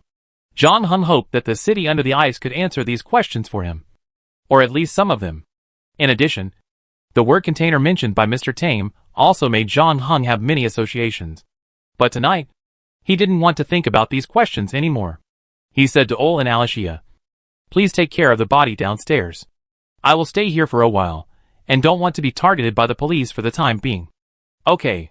Alicia nodded and said, We can still do this. Just leave it to us. Keep an eye on this guy. Don't let him run away. John Hung pointed at Suchus on the sofa and warned him. Then turned to Songjia and said, Is there a bar nearby? I want to go have a drink. Now? Now? Songjia was stunned. Seeing John Hung assign the task of cleaning the scene to two Inuit people, she thought he would have something important to do next. But she didn't expect that they just wanted to find a place to have a drink. Yes. It's right now. We can also talk about your salary later. You are right. Considering the danger this time, I should pay you more money. That's not what I mean. Songjia felt a little embarrassed when she heard this. Just like she said before that she would no longer be John Hung translator because of money. You deserve it. But I haven't decided whether to continue to be your translator and guide. John Hung nodded. I understand your concerns. But let's talk about the rest after we finish drinking. Okay. I know there's a good bar nearby. I've been through a lot today. So I want to have a drink. Well, let's go. John Hung stood up, took his clothes and walked downstairs. In fact, his mood was not as calm as it seemed on the surface. Even though he had some premonitions before this trip to Greenland. When the truth was revealed, when he realized that he was not his parents' biological child, he actually felt a trace of emotional fluctuations for the first time in a long time. However, this emotional fluctuation was very complicated. John Hung didn't know how to describe his current mood, as if he had lost something very important. Chapter 1254 Bar Night Talk. Although it was already late, the bar Songjia had chosen had been doing good business on the island. And there were still quite a few people inside. Some drinking and chatting in groups at the bar, and some playing billiards on the side. John Hung was in no mood to pay attention to the people around him at the moment. And he and Songjia chose a table in the corner and sat down. Although he had said before that he wanted to go directly to the bar, he still went back to his residence to change his clothes, changed the blood-stained coat, and washed his face by the way, looking much more normal, and then drove to the bar. John Hung took the drink list and ordered 3 bottles of wine in one go, all of which were strong liquors with high alcohol content. He then handed the drink list to Songjia, who was sitting opposite him, and said, See what you want to drink. Songjia was relieved. She had just seen John Hung order strong liquor right away, and she was alert for a moment, thinking that this was another man's trick. Unexpectedly, the 3 bottles of wine were all ordered by John Hung for her. So Songjia ordered a cocktail for herself, plus a fruit plate, and returned the drink list to the bartender beside her. After the bartender left, the girl couldn't help but turn the topic to the previous matter, and said, Are you really going to go to the ice field in the north to look for the city under the ice? Well, is there any problem? Faced with John Hung's question, Songjia didn't know where to start for a moment. But the two of them had been together for most of the day and could barely be considered friends. She thought about it and advised, Let's not talk about how credible that bizarre and mythical story is. I personally think it's just a collective fantasy of a group of patients with mental illness. Even if what he said is true. You have seen the fate of him and Dr. Baker. Isn't it time to try to stay as far away from the underground city as possible? Why do you still want to find it? I came to Greenland to investigate this matter. Since there are clues, I will continue to investigate. John Hung said. You don't have to worry too much about me. For some reason, the nightmares that made Dr. Baker and Sachs crazy will not have much impact on me. What about extreme weather and harsh natural conditions? Greenland is in the Arctic Circle, and the place you are going to is an uninhabited area. It won't be easy along the way. Thank you for your reminder. I will set off after I am well prepared, John Hung said, considering the impact of the city under the ice, and the things inside on the spirit of ordinary people. John Hung did not plan to hire a guide this time. Anyway, with his ability to survive in the wild, there would be no danger even if he went alone. As for the language problem, it would not be very useful in the uninhabited area, and the monsters in the city under the ice probably did not speak Greenlandic. However, before that, John Hung still needed Songjia to buy expedition equipment, supplies, and contact ships for him. This is why John Hung promised to increase Songjia's commission. But John Hung planned to discuss this issue later. The bartender was quite efficient and quickly brought up the drinks and fruit plates that the two ordered. Seeing that John Hung didn't seem to be interested in talking anymore, Songjia focused on the cocktail and fruit plate in front of her. Perhaps stimulated by the weird horror story before, Songjia really needed some alcohol to relax and stabilize her mood. So the two of them started drinking. And Song Jia not only finished the cocktail she ordered, but also felt a little unsatisfied. After what happened in the past half day, she had actually gradually let down her guard against Zhang Heng. So she drank some of the strong liquor ordered by Zhang Heng, although it was filled with almost half a cup of ice. I'm going to the bathroom. After drinking another glass, Song Jia stood up from her seat and staggered towards the ladies' bathroom. During the time, she met a man who wanted to chat up with her. But Song Jia shook her head. The other man also stopped politely, raised his glass in his hand to her, and wished her a good day. Because she felt some physiological changes, Song Jia even quickened her pace at the last minute and plunged into the empty ladies' bathroom. Then she chose a cubicle to relieve herself. After finishing, she flushed the toilet, walked out of the cubicle, washed her hands in front of the sink, and touched up her makeup.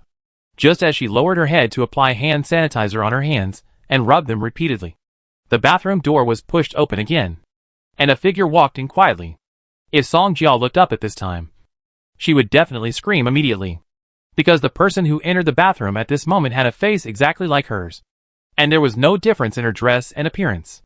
Even if she took off her clothes, there was a birthmark on the lower left chest, and the shape and size were exactly the same. In fact, except that the visitor's eyes seemed a little cunning. Even his behavior and movements were like she was carved out of the same mold.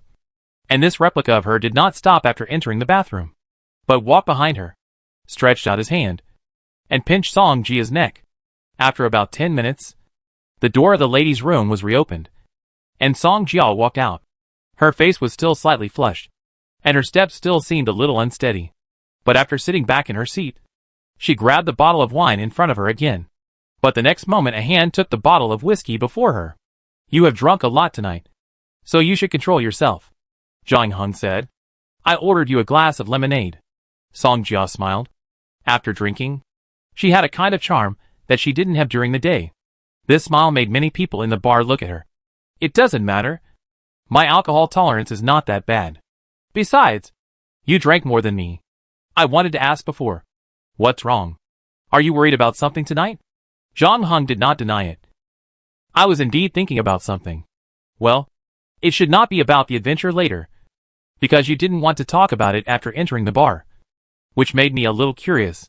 You were very calm in the face of danger before, and I was almost scared to death. But your emotions were almost unchanged, as if nothing in the world could affect you, Song Jia said. At that time, I began to wonder if the heart of this Xia countryman was made of stone. My heart is no different from others. Zhang Heng paused and added, maybe. And I was just thinking about something at home. Thinking about your lover? No. My parents. Perhaps because he was in Greenland thousands of kilometers away, and because he and Song Jia had been together for most of the day and had experienced so many things together. Zhang Heng gradually dispelled his suspicion and guard against the girl. In addition, he also wanted to hear other people's opinions on this matter. So he said, I found that I don't seem to be my parents' biological child. Chapter 1255 Millennium Falcon or Chewbacca. Really? When? Song Jia was surprised. It's been a while. I thought you just found out. I'm afraid I'm going to suspect you're the mysterious baby from the Ice City. Song Jia wanted to tell a joke to lighten the mood, but it didn't seem to work. So she ate a piece of apple and asked, do you know who your biological parents are? Not yet. It's okay. With your ability, you will be able to find out soon, Song Jia said. Zhang Heng did not comment and poured himself another glass of wine. He had already drunk 2 bottles of strong liquor and was about to share the remaining bottle with the guide. A rare hint of drunkenness appeared on his face. I have been looking for my origins, because I think that only by figuring out where you come from can you know where you should go in the future. It sounds very philosophical. Song Jia shrugged. But now, I don't know if I really want to know the final answer. Zhang Heng drank the whiskey in his hand. I can understand that your current family must be very happy. Your adoptive parents treat you very well, and you have a warm living environment. You don't want to lose all this. But it doesn't matter. You can find your biological parents first. If you don't like them, you can tell them nothing.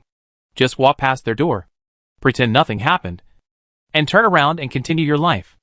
It's not that simple. Zhang Heng shook his head. Well, you're right. After breaking up with my first love, I told myself countless times that it was over. I should have thought that there was no such person, or that he had been hit by a car and killed.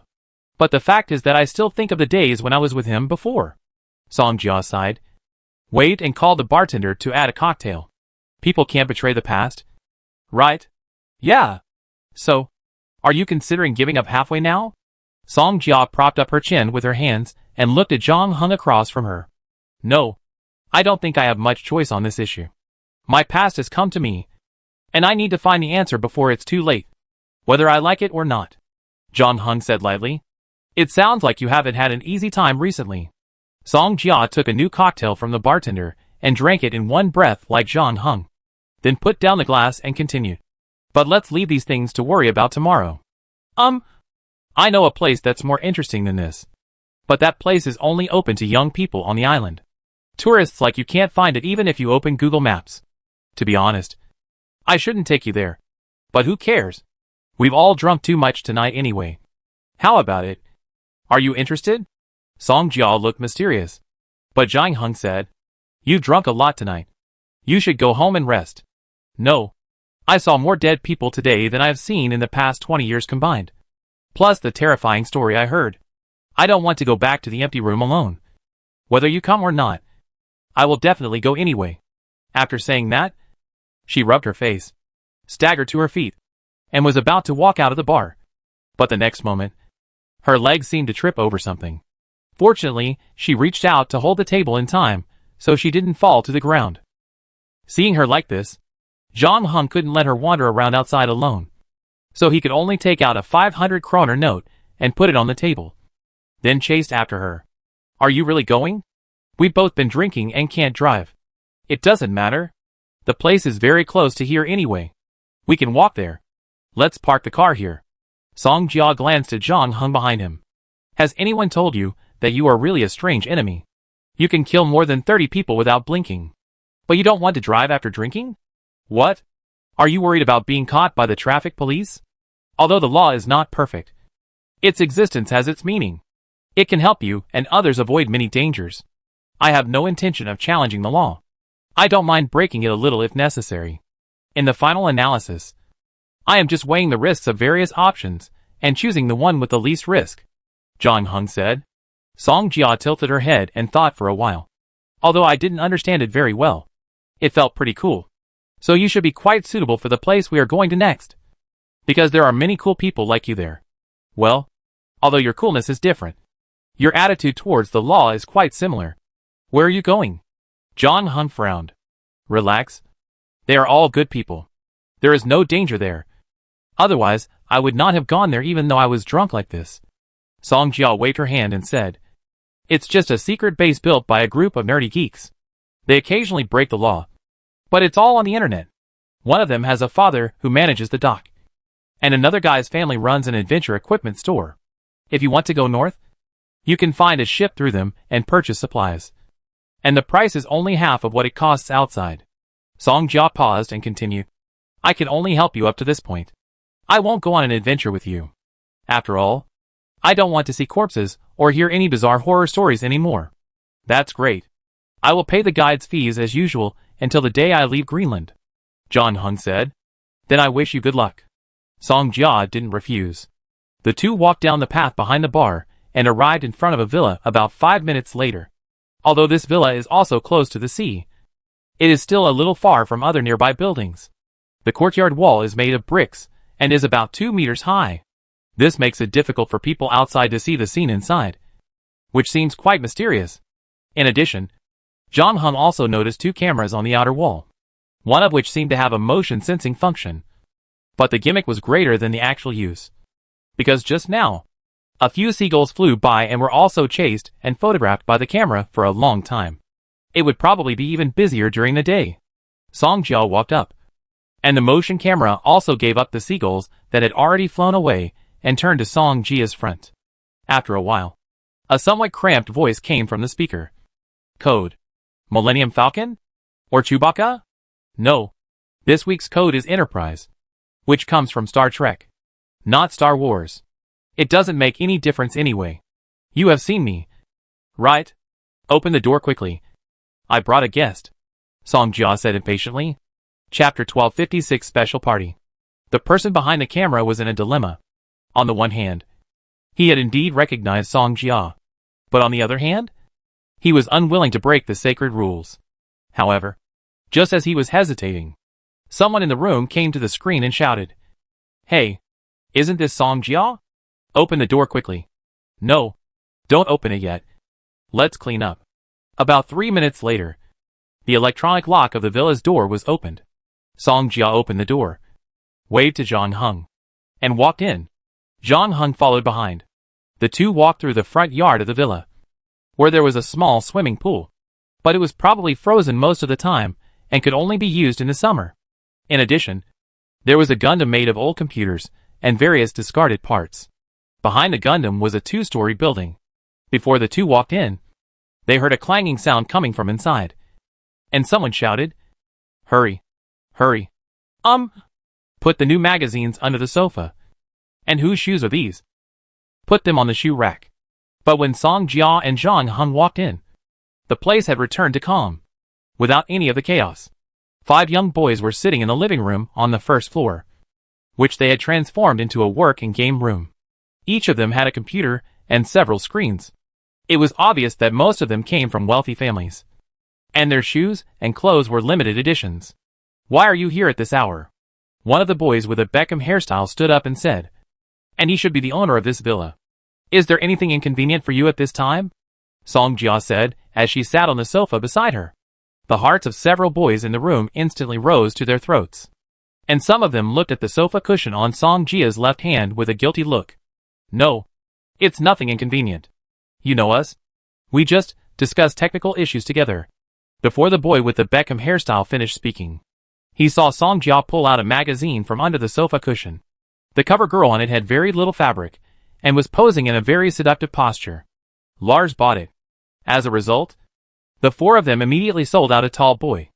"I'm not your parents. I don't care what you read."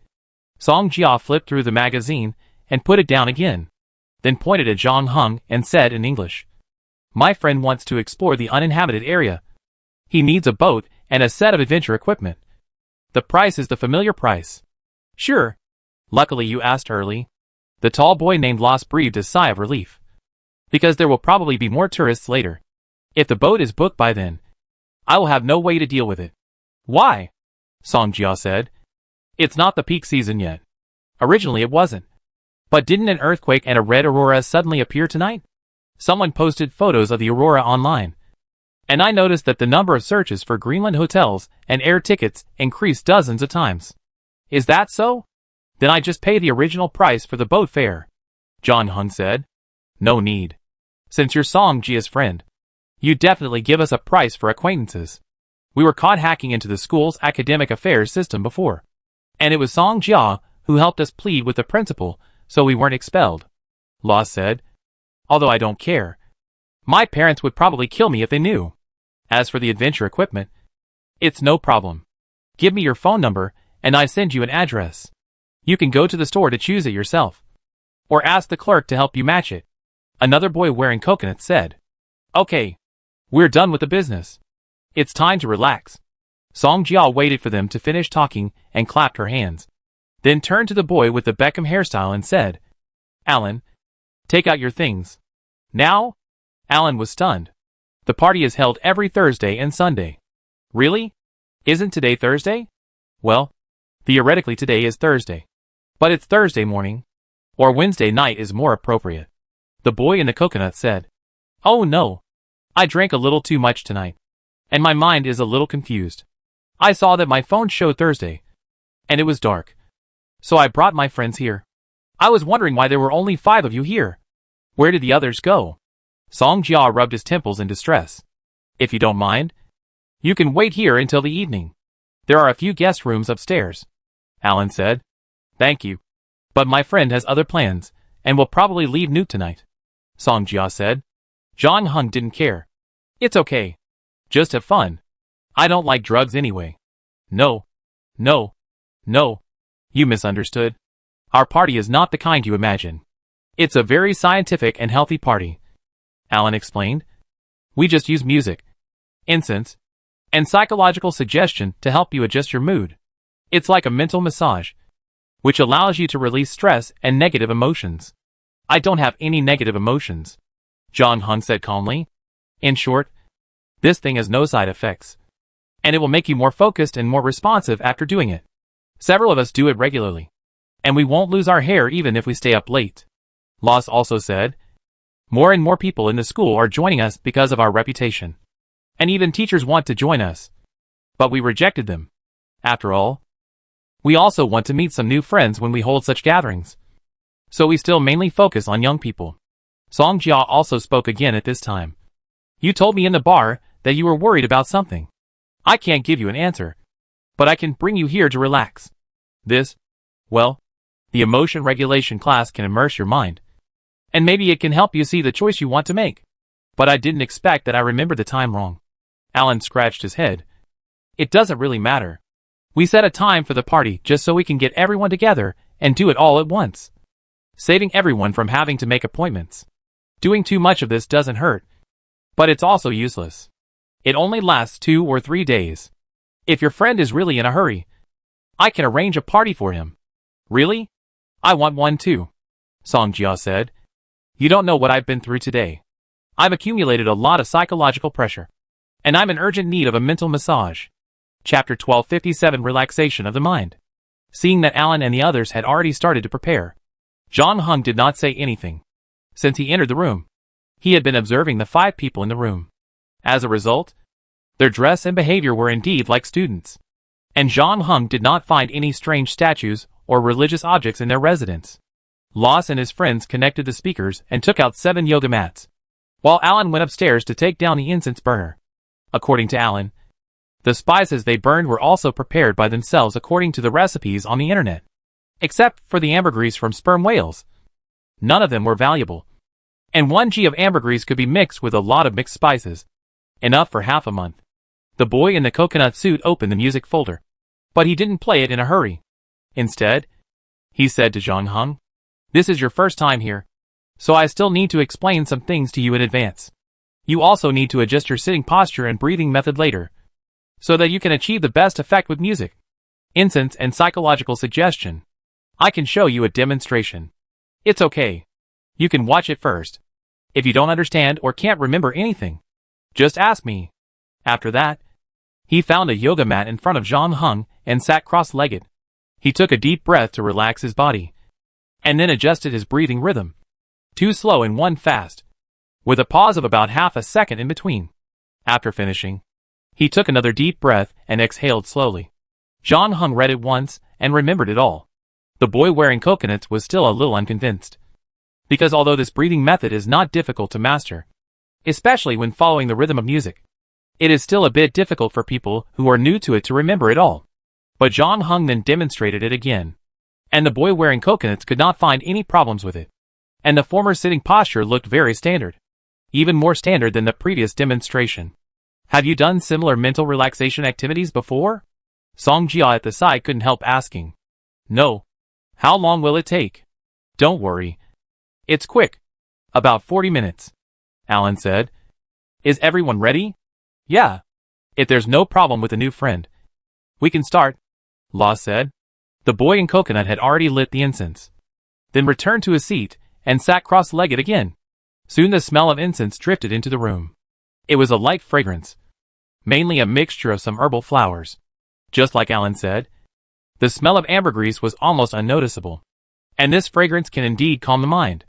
Alan clicked on the ethereal music in the folder again, then sat on the yoga mat in the front and spoke in a low voice. Now, imagine that you are in the sea, surrounded by blue waves. The clear seawater is shimmering in the sun. You can see the beach and shells below. The sea breeze blows gently across your skin. Your body also rises and falls with the waves. Rises and falls. There are no distractions in your head, and no one comes to disturb you. It's as if you have returned to your mother's womb. It makes you feel comfortable. Alan's voice seemed to have a magical power that could make people relax their guard and blend into the world he described, with the sound of waves looming in the music. Everyone in the room felt like they were really in the sea and could even smell the fishy smell of the seawater. But maybe it was because they were too comfortable. Many people's eyelids started to fight at this time. just wanting to fall asleep in this blue and peaceful ocean. Even Alan's voice became erratic and intermittent. After another half a minute, the boy in the coconut suddenly tilted his body and fell to the side, falling into a deep sleep. His fall seemed to be the beginning of a new situation. The rest of the people in the room also fell down one by one, including Alan, who was at the front. He was only halfway through his story, but he couldn't resist the increasing sleepiness. This had never happened in previous gatherings, because this was just a spiritual relaxation class, not a hypnosis class. Of course, it was not ruled out that some people fell asleep because they were too relaxed. But Alan, who was responsible for psychological suggestion, had never fallen asleep before. Otherwise, this spiritual relaxation class that was only halfway through would not be able to continue. Could it be because the session was going on late today and he couldn't stand staying up all night? This was the last thought that came to Alan's mind. And then he fell to the ground like everyone else. At this point, everyone in the room fell asleep. Only the music from the speakers continued, and the smell of incense became stronger and stronger. About a minute later, Song Jia's eyelids moved. Then she opened her eyes and sat up from the ground. There was no trace of sleepiness in her eyes. She looked around and finally stopped at Zhang Heng. TSK. TSK. TSK. It's too hard to plot against you once, Song Jia muttered as she walked in front of Zhang Heng, then looked at the man lying at her feet. She looked at Zhang Heng with a complicated look, and a hint of murderous intent flashed across her eyes. But she finally suppressed it inside. I can't kill you yet.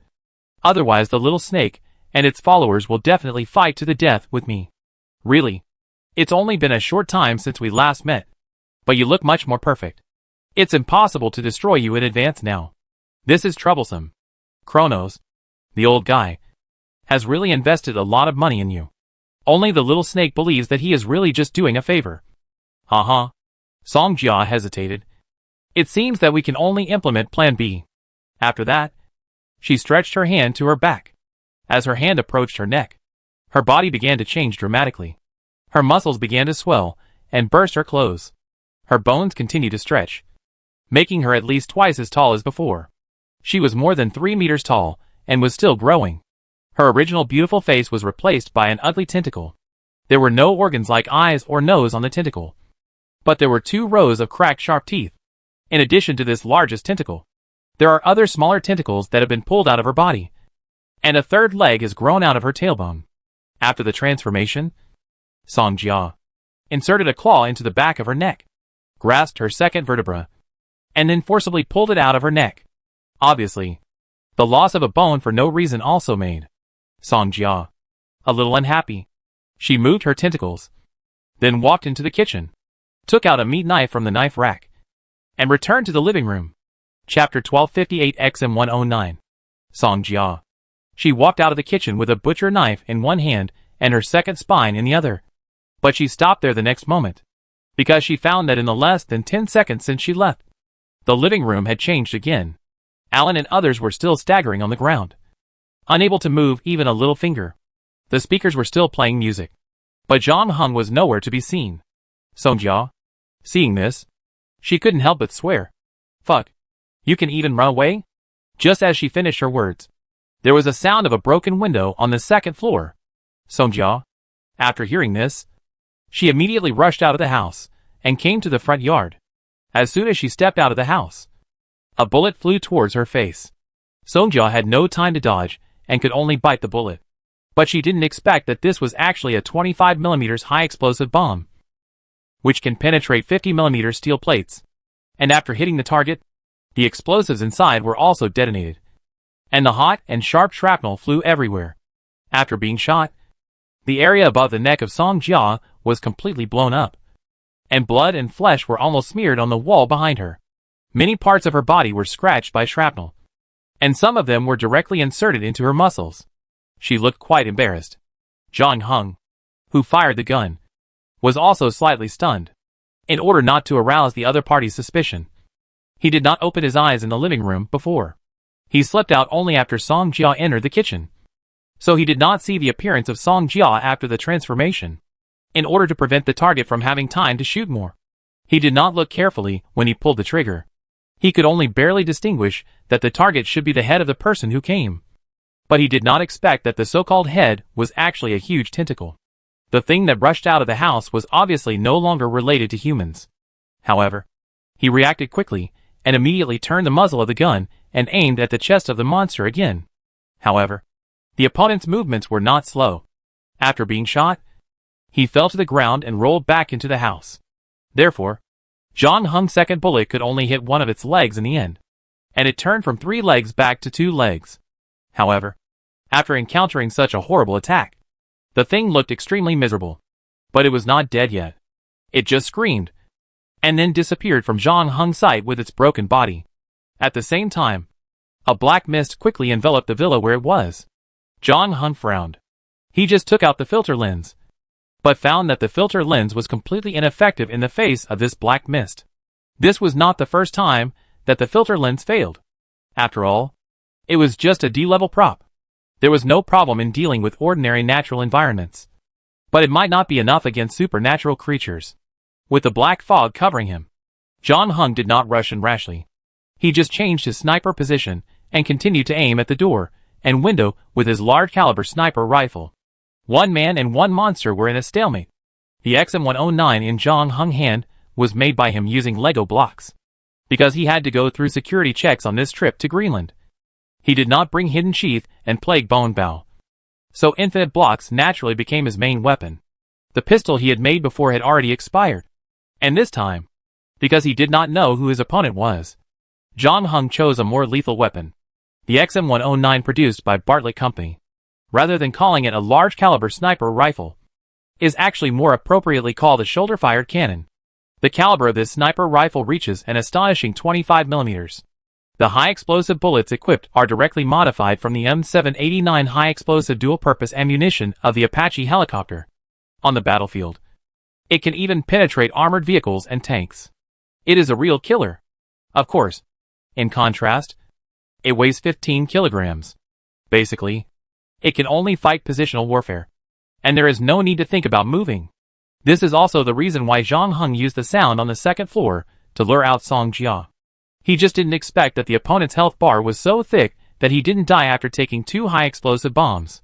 Just when John Hung was wondering how serious the monster's injury was, he didn't expect the other party to speak first, still using Song Jia's voice. But now the voice sounded a little angry and sharp. "Why didn't you fall asleep?" "Of course, it's because I didn't inhale what you released," John Hung said. "How is this possible? I have to admit that you disguised yourself very well. I didn't feel anything unusual during the day I spent with you, and I didn't doubt you." "Humph. That's because it was Song Jia herself who was with you before." Since it had been exposed, the voice in the room did not hide it anymore. "I only switched identities with her when we were in the bar." "No wonder. It was when she went to the bathroom?" John Hung thought for a moment. "That was when she left my sight. You wanted to get close to me when I was drunk. So my thinking, observation and judgment would be weakened to a certain extent than usual. It's a pity that you drank 3 bottles of strong liquor. But you don't look drunk enough to lose your vigilance. Don't blame you. Few people know that I can drink quite well. John Hung rarely drinks, and even the people around him think he can't drink. However, in the Black Sail instance, because he had been drifting on the sea for many years and couldn't drink clean fresh water, he could only drink rum to quench his thirst. And John Hung's drinking capacity was also trained quite well. The monster in the black fog seemed to have thought of something, and his voice suddenly rose a few degrees. You didn't deliberately show that embarrassed look and ordered strong liquor to hook me, did you?" John Hung did not deny it. "You knew I was coming for you. I don't know who you are. I just wanted to see if anyone was targeting me," John Hung said. "Since you know Kronos, you should know that he is very good at targeting people. Besides, we just heard a bizarre story, and saw earthquakes and red auroras. I have to be on guard against something targeting me. Have you always been so cautious? Aren't you the same? You obviously have a good disguise. But you choose to approach me when I'm drunk, and you use Song Jia to relax my vigilance first, and then bring me here to participate in this weird psychological massage, so that I will focus on Alan, and those incense and music. But they are actually not a problem. Just to cover up your own little tricks." Chapter 1259, Chaos of the Walking Creeper. It's not the music and the incense in the room that really make people sleepy, but the smell you release. If I'm not mistaken, The smell of seawater we smelled in the middle was caused by you. And you also specially cooperated with Alan's psychological suggestion. So that even if someone smells it, they will only think that it was Alan's psychological suggestion that worked. Zhang Heng said. Too insidious. I can't help it. Who made me deal with you? The monster in the black fog was not ashamed at all when he heard it. It's a pity that even if I did this, I couldn't succeed. What I can't understand is that 5 minutes passed between the time I released the smell of seawater and the time I went to the kitchen to get a knife. Why didn't you have any problem? Because I've practiced holding my breath, Zhang Heng said. His breath-holding ability was also developed in the Black Sail dungeon, and he could stay underwater for 7 or 8 minutes. However, since he awakened the ability to breathe underwater, this ability has not been used much. I didn't expect that it would come in handy during this trip to Greenland. I hate guys who have no weaknesses at all. The monster in the black fog was silent for a moment and said unhappily. Zhang Heng raised his eyebrows. I thought you were from this island. But now it seems that you are very familiar with me. Did we know each other before? Hee hee. You can think about it slowly. It's better to think about everyone around you and see who is more suspicious. The monster in the black fog provoked with interest. No need to go through so much trouble. Just kill you and see who is missing, Zhang Heng said lightly. If you want to kill me, the 3 bullets left in your XM1191 are not enough. Unfortunately, the knife is not with you. Otherwise you might have a chance of winning, the monster in the black fog said regretfully. At this point, Zhang Heng could be sure that the other party was indeed someone he knew.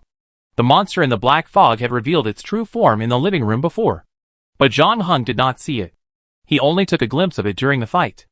Although it was only a short second, Zhang Heng still saw a lot of things. It was an extremely ugly and deformed monster, completely different from the Songjia it had disguised as before. However, it did not match the 2 monsters that Satsus had encountered on the ice field and in the city under the ice. But the 3 had many similarities in appearance and style. Zhang Heng was sure that there must be some kind of connection between the 3. But from its previous soliloquy in the living room, it seemed that it was not the same kind of person as the owner of the Ice City. In addition, its attitude towards Kronos was full of caution. Seeing that Zhang Heng did not speak, the monster in the black fog asked again. Why? Don't you believe it? Unexpectedly, the latter suddenly said. You are Nanako Mikachi. The monster in the black fog was really shocked this time. After a long while, he said, have you awakened some kind of prophetic ability? Can you guess this? Nanako Mikachi, a junior of Hayes Osaka, is a Japanese exchange student who came to Shiagawa to study this semester. She is cute and was introduced by Zhang Heng to Chen Huadong as a study partner to practice language and cultivate international friendship. Zhang Heng had never had much contact with Nanako before, until Chen Huadong asked him for help to choose books in the bookstore. As a result, Zhang Heng found a book on the bookshelf that did not belong there. And just when he was about to pick up the book, Kronos suddenly appeared and took the book away first. After that, the bartender also warned him to be careful of a person with a head of a hogue. It was then that Zhang Heng realized that Nanako Mikachi's identity was not ordinary, and that she was definitely not a player who could alarm Kronos and the bartender. She was more likely to be a supernatural creature. Considering her attitude towards Kronos, it was not difficult to understand why Zhang Heng regarded her as the number 1 suspect. However, soon, the monster in the black fog relaxed his tone again. It doesn't matter. Anyway, I have thousands of incarnations, and it's no big deal if you discover one of them. Who are you? And what do you want to do by approaching me? Zhang Heng asked. I am the thousand-faced god, the messenger of the outer gods, the crawling chaos Nyarlathotep, and the only outer god who can communicate normally with humans. The monster in the black fog said. You should be glad that you met me, because there are fewer and fewer people willing to talk sense these days. I haven't heard of your name. Of course you haven't heard of my name, because you are like a piece of carefully fired porcelain, which has been carefully cared for before leaving the kiln. The temperature, oxygen, every process has been set up manually, and there can't be any mistakes in the middle, because only in this way can a perfect piece of porcelain be fired. The monster in the black fog said. So you were going to tell me that you wanted to rescue me from the kiln when we met last time? I am not that kind, Nyarlathotep sneered. I originally planned to destroy you by taking you out before the porcelain was fired, so that the surface of the porcelain would be full of cracks. and it would completely explode when it was filled with water in the future. But I didn't expect that old guy Kronos was watching you closely. And his time ability was so annoying. We have only been separated for a month. And you are almost fired. It is impossible to destroy you at this time. So I can only think of other ways. At this point, Nyarlathotep sighed, looking somewhat distressed. Do you have any grudges with Kronos? John Hung asked. Grudges? No. I have nothing to do with that old guy. If he hadn't insisted on getting involved in this matter, I wouldn't have paid any attention to him at all. And I'm not targeting him. But the owner of the city under the ice. Is it your enemy? No. No. No. We are not enemies. In terms of strength, it should be regarded as the current boss of our group. And the stronger it is, the stronger our group will be. So in a sense, I really hope it will continue to become stronger, Nyarlathotep said. But the problem is that this will shake the position of Azathoth. He was originally our real boss. The great blind and foolish god. The original core of chaos. And he is omnipotent. However, his power is no longer comparable to that of the owner of the city under the ice. As the most loyal follower of Azathoth, I have to do something for my own boss. Chapter 1260 Special Container. Whether it is Nyarlathotep or Azathoth, these two names are somewhat unfamiliar to John Hung. After realizing that he might be involved in the game of gods, John Hung scanned all the mythological stories that can be found on the market. However, no matter whether it is Greek mythology, Roman mythology, Norse mythology, or even ancient Celtic mythology, there is no story related to these two names. But John Hung knew very well that this was different from the first time he encountered the monster from Papua New Guinea. The tribe that worshipped the monster had died in the long river of history. So almost no one in modern society still knew the name of the monster. And it could only survive in the static time world. However, the opponent John Hung faced this time was obviously not such a small fry. When Suches was telling the bizarre story, he mentioned a sentence that made John Hung very concerned. He said that humans live on an island called Ignorance and are surrounded by a black ocean. However, the black ocean is not an obstacle to exploring the outside world, but a kind of mercy and protection for humans. Therefore, we should never get close to the truth, because it will bring endless madness and fear. As if to prove his own statement, after he and Dr. Baker returned from the expedition, their mental state began to deteriorate. They tried to find the cause. Sachs found a novel about the city under the ice in the library. However, after reading one of the articles, his mental state deteriorated further. The nightmares became more frequent. So the two had to stop the investigation. And then, they all chose to stay at home and try to isolate themselves from the outside world. Sachs had not watched TV or surfed the internet for more than 10 years, which shows that what they feared was definitely not an unknown person. Loki also mentioned before his death that humans thought the previous versions of the apocalypse were not exciting enough. So they created a new god on impulse. He not only had the gene of killing, but also the seeds of destruction. This new guy feeds on fear, spreads wildly through the new media of the internet in a viral fission manner, harvests faith, and grows and expands at an unimaginable speed. If nothing unexpected happens, this new god is the owner of the city under the ice, the current boss in Nyarlathotep's mouth, and the culprit who caused Satsas and Dr. Baker to fall into madness. But the strange thing is that John Hung didn't know about its existence before. This situation is undoubtedly not normal, considering the metaphor of porcelain that Nyarlathotep mentioned not long ago. John Hung frowned. Someone has tampered with me, so that I can't receive any information related to you. Who did this? Kronos? Your intuition is very sharp. The monster in the black fog said. Yes. Kronos made a talisman for you at the request of your adoptive parents. The talisman can cut off the connection between you and the owner of the Ice City, and at the same time drive everything else related to it out of your life. Well, you can think of the talisman as an escort software similar to Green Dam, which can automatically block information that is very dangerous to you. Danger? Yes. Your situation is very special. The owner of the underwater city did not stay there voluntarily. It is rumored that only when the stars return to their positions can it wake up from its slumber and bring destruction to the world. However, no one knows when the stars will return to their positions. This originally sounds like a gimmick. So for so many years its followers and believers have been looking for new ways to allow their master to leave the city. They have made many attempts and put in unimaginable efforts. But unfortunately most of the attempts are in vain. The seal of the stars is very strong, and their master's body cannot leave the underwater city at all. He can only influence his believers and potential believers through his spirit. Finally, a smart man among them was inspired after a nightmare and found a method that seems feasible at least in theory. Since their master's body cannot leave the city, why don't they build a container and let their master's spirit descend into that container to escape from the cage? When he told the other fanatics about this method, the fanatics were all excited because they seemed to be able to see the day when their master would return to the earth. But this method sounds simple, but it is not easy to do at all, because the container is too difficult to find. You can't just build pots and pans on the roadside. Their master, just the spirit he exudes in his sleep, is enough to make ordinary humans completely crazy, seriously ill, or even crazy, not to mention enduring the arrival of the main body. Although its fanatics regard this as the glory of their lives, I am afraid that their spirits will be completely unable to bear it and choose to commit suicide as soon as the arrival ceremony begins. So choosing a suitable container has become their top priority. They have made many attempts and finally found that newborns have the best compatibility among all experimental subjects. Not only humans, but also various animals. However, they also took a detour after this. They initially set their sights on those newborns who were born with psychic powers. For this reason, they even attacked the Inuit tribe on Greenland.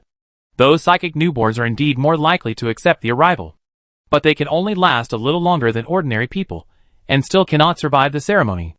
Those fanatics were very distressed for a while, until they got a special baby in Tibet. He was different from others at birth. He could breathe and have a heartbeat, and his physiological functions were normal. But he had lost his soul. There was no spirit in his big eyes, and he looked like two glass marbles. He was abandoned in front of the temple by his biological parents. The lamas in the temple picked him up, but they couldn't help sighing when they saw his appearance, because they knew that this child should not be born in the world at all. And even if he was born, he was destined to die soon. However, the lamas were kind-hearted and took the child into the temple and fed him with rice porridge. But no one expected that the news was known to the fanatics in the mountains. They attacked the temple on a moonless night. Although they were finally repelled by the lamas, they successfully snatched the child, the container they had dreamed of. Chapter 1261 Unprecedented Surprises. The monster in the black fog seemed to be amazed. They are really lucky. They have been struggling all the way, but they are almost successful. After getting the soulless baby, their plan is half completed, and it is the most critical half. But this does not mean that everything is fine, because they still have a series of preparations to do. First, send the baby to the city under the ice, and then connect it to the owner of the city, because there is no food and environment for the baby to survive in the city. The fanatics can only simulate the environment in the mother's womb. This is not easy for them, because the fanatics are the most affected and will go completely crazy as soon as they get close to the city under the ice. Fortunately, although most of the followers were sealed in the city under the ice with their master, not all of them were. There were still some followers outside. Those fanatics found 3-star followers and asked one of them to help bring the baby into the city under the ice. As a price, the star follower could never return to the ground again. After that, they used the connection to perform a blood transfusion for the soulless baby, converting all the human blood in his body into the blood of the master of the city under the ice. In this way, after the descent is completed, their master can continue to use his previous powers. Those fanatics have taken great pains. However, the whole blood transfusion process takes 2 years. During this period, the news somehow leaked out and was known by the old man Kronos. So the old man organized an expedition team, with his secret followers as the team, plus a group of scientists, and came to the uninhabited area of Greenland in the name of scientific investigation, and began to look for the city under the ice. In the end, he really found it. The old man was worried that he would disturb the owner of the city, so he asked a couple of Xia theologians and the guide and psychologist of the expedition team to go down and take out the container for him. At that time, Kronos didn't know what the container was, so he was surprised to see 4 people coming out with a baby. But in this process, some unexpected problems occurred. Although the 4 people successfully brought the baby out of the ice city before the blood exchange was completed and the advent ceremony began, in order to save the baby's life, the Xia theologian couple took the initiative to donate their blood to the child. And their actions also led to a series of chain reactions. First of all, the first change is that the blood in the child's body is no longer pure, but has been re-injected with human blood. This is not difficult to understand. But the second change is what no one imagined. When Kronos examined the baby, he was surprised to find that the latter actually had a soul. His life had ended from the moment he was born. Although he still had physiological activities due to his lack of soul, he was essentially just a piece of moving meat, no different from a stone on the roadside. However, after being manipulated by the fanatics, he was stuffed back into the mother's body and received a second pregnancy. The owner of the Ice City gave him new blood. If that was all, he would not have gained a soul, because the life gestation process of mammals is never completed unilaterally. Just like a person needs parents, only the combination of both parties can produce new life. In a sense, the owner of the Ice City is like the mother of the baby, and the intruding Xia couple, who transfused their blood to the baby, became his father together. The human blood and the god's blood blended together in his body, completing the combination, and miraculously gave birth to a soul again. Before this, such a magical thing had never happened before, because there were very few babies who lost their souls at birth, and they basically died at a very young age. In addition, no god would be idle and use his own blood to replace the blood of the baby, let alone interrupt the blood transfusion when it was about to succeed and inject human blood again.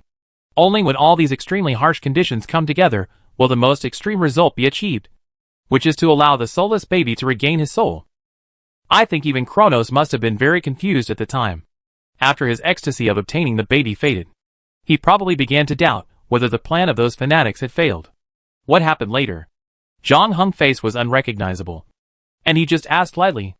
Later, Kronos realized that the blood of the owner of the Ice City was flowing in the veins of the baby in his hand. Although some human blood was mixed into his body due to the last incident, the amount of human blood was very small, which was insignificant compared to the blood of the gods in his body. As he grows up, the human blood will become thinner and thinner. In the end, he will lose all human emotions.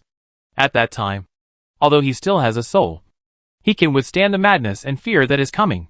Kronos was relieved. After a round, he still got what he wanted. He just needed to wait patiently for a while. Fortunately, as the god of time, he had plenty of time. Even if the Xia couple didn't ask him, he would make a talisman for the baby. Considering that the connection between the baby and the owner of the Ice City was closer than anyone else in the world, he had to ensure that the baby could not be sensed by the owner of the Ice City before losing all his emotions. At that time, the child would inevitably fall into madness because he could not bear the unimaginable fear. However, from another perspective, you must admit that the amulet he made ensured the child's life. Zhang Heng looked down at himself, but he couldn't find the thing he had been wearing since he was a child. Nyarlathotep seemed to know what he was thinking, and smiled and said, "Don't look for it. The amulet was put into your stomach by Kronos, and it will become ineffective. I believe you also know how much emotion you have left now." Chapter 1262 An Offer That Cannot Be Refused. "Why are you so kind to tell me these things?" Zhang Heng said in a deep voice. "Because since you didn't fall into my trap, and we are not sure we can take down the other party, then negotiation becomes our only option to resolve our differences," Nyarlathotep said. "Before our conversation begins, I need to help you understand your current situation." The monster in the black fog paused, and then said, "Over the years, those fanatics and their families have never given up looking for you. But Kronos, the old fox, is not a pushover. He has always hidden you well and placed you in the desert of faith in Xia country. For some well-known reasons, it is not friendly to all gods there, and the conversion rate of faith obtained is shockingly low. Until this round of the game began, few gods turned their attention there. But about a year ago, Kronos took the initiative to find a servant of the master of the city under ice, revealed your situation to him, and promised to help him train you into a perfect vessel for the master of the city under ice to escape, in exchange for his friendship. Since then, news about you has spread rapidly among those fanatics and followers. I believe you have met some of them." Zhang Heng thought of the gloomy seaside town, the half-human, half-fish-frog monsters in the town, and the guys he met on Yanaguni Island. Each of them looked at him with longing. But it was not until then that Zhang Heng realized that the longing was not directed at him. What they really longed for was the thing that used him as a container. They have found you. Once they realize that you have completely lost your feelings, they will happily surround you to accept the coming, whether you are willing or not. On the other hand, the old guy Kronos is obviously also making his own calculations. Friendship is just a lie. Kronos is not a fool. He must know that the owner of the city under the ice will not have any good feelings towards him because of his help. So he must have other intentions towards you. As for other gods, no one will welcome the arrival of a madman. Not to mention that the madman is extremely powerful and wants to bring fear and destruction to the world. They may not have any special hatred for you, but considering that killing you is the easiest way to prevent the guy from escaping the seal. If you were one of them, what do you think they would choose? The monster in the black fog chuckled and continued to analyze for Zhang Heng by counting on his fingers. After all I've said, I believe you can understand how bad your situation is now. Although I always think that the phrase enemy of the world is a bit childish, I have to admit that it is the most appropriate to describe you now. Although you may feel a little unwilling, you have unknowingly walked into this desperate situation. What about you? Zhang Heng asked back. What do you want from me? You are a smart person, and I always like to speak directly to smart people. Of course, I don't have any good intentions towards you. Nyarlathotep admitted it very readily.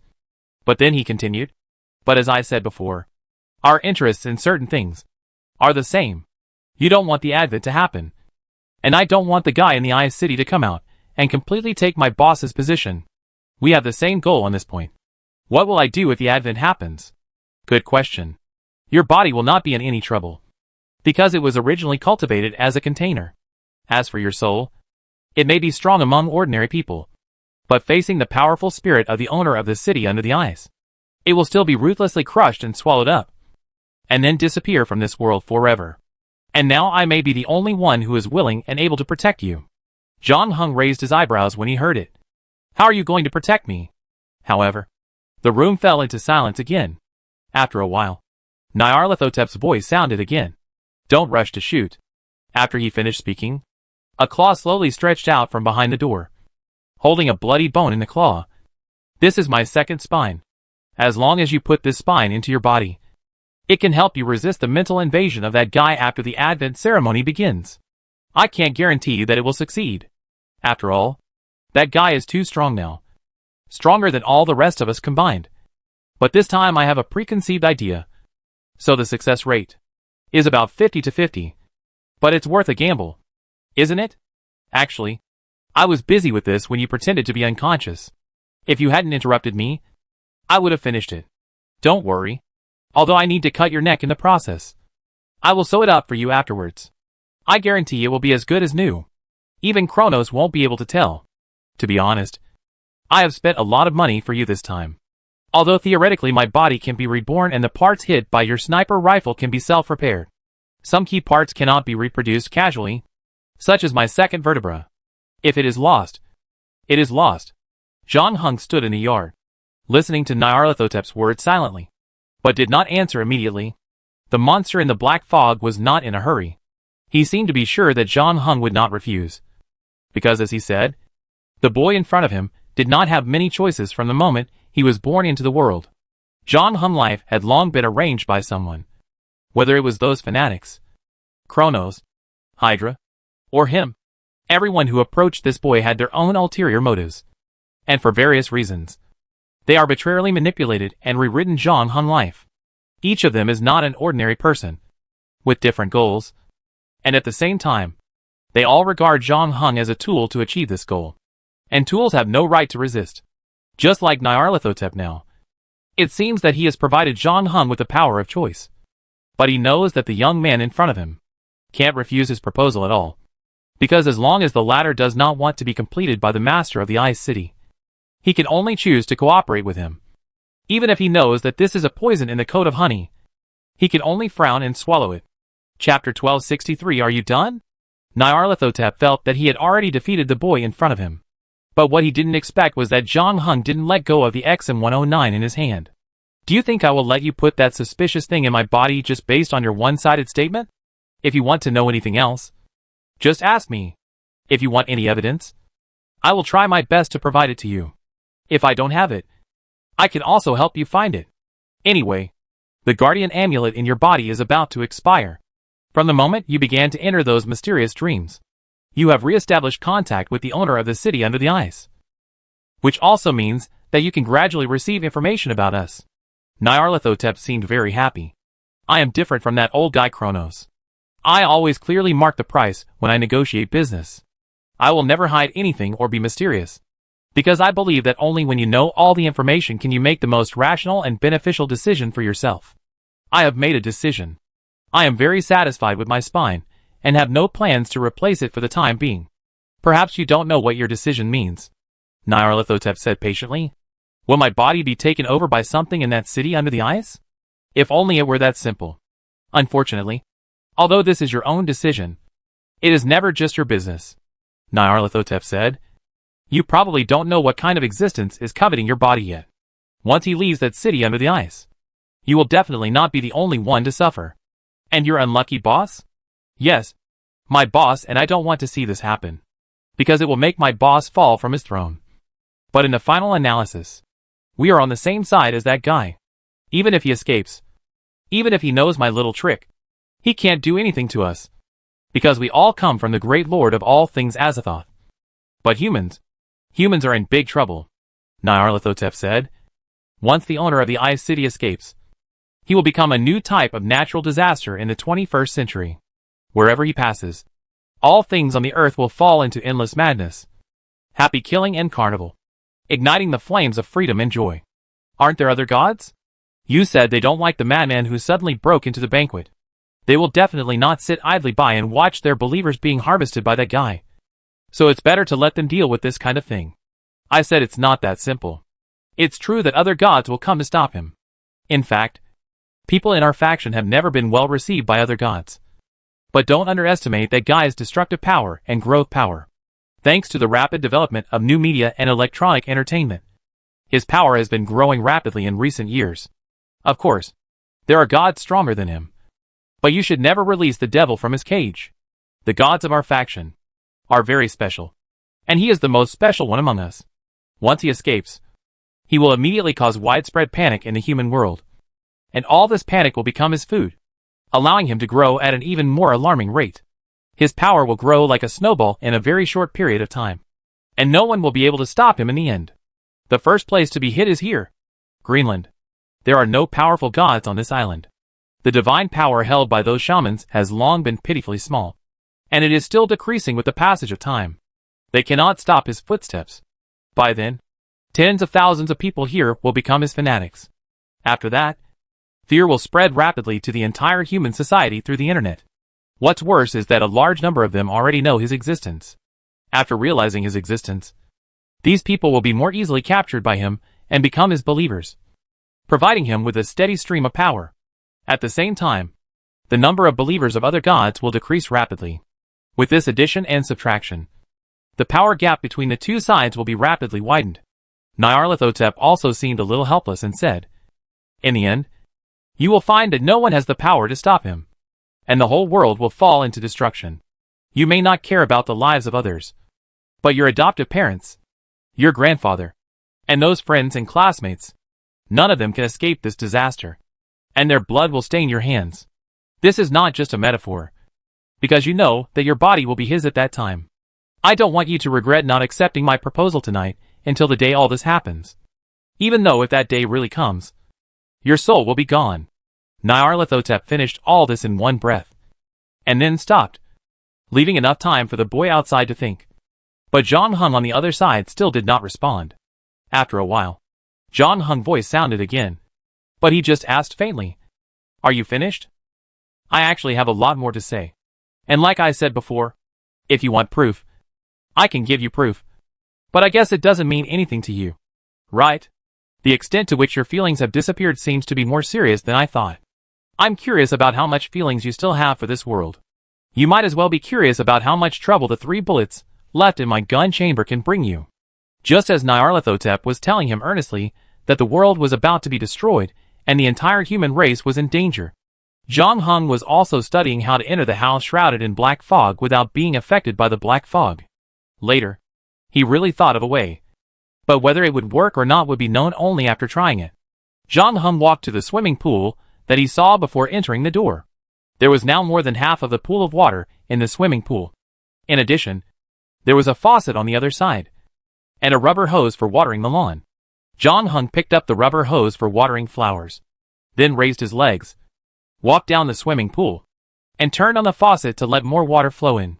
Soon, the water rose to his chest. But John Hung had no intention of turning off the faucet. Chapter 1264. Sudden Attack.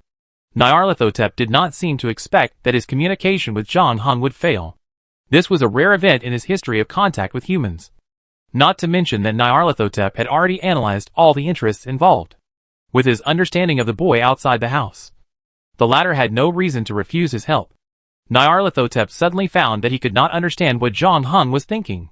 He did not know whether this was a sequelae of the disappearance of feelings, or whether the owner of the Ice City had begun to have an impact on John Hung. Either way, it was not good news for him. Nyarlathotep looked down at his broken third leg again, and within a short while, a new bone had grown out of the bloody wound, and the flesh on it began to heal. But it was a little tiny. At this rate, his third leg would be able to grow back in a quarter of an hour. But it was unknown how long it would take to return to its original state. In addition, there was a big hole on his head caused by a high explosive bomb. This is why he didn't want to fight with the boy in the courtyard. In fact, his followers have grown very rapidly in recent years. Although he is not as good as the master of the city under the ice, he has already surpassed many ancient gods. It's just that his soul and illusion attacks, which he is best at, have almost no effect on John Hung, who has lost his emotions. The other party will not be troubled by negative emotions at all.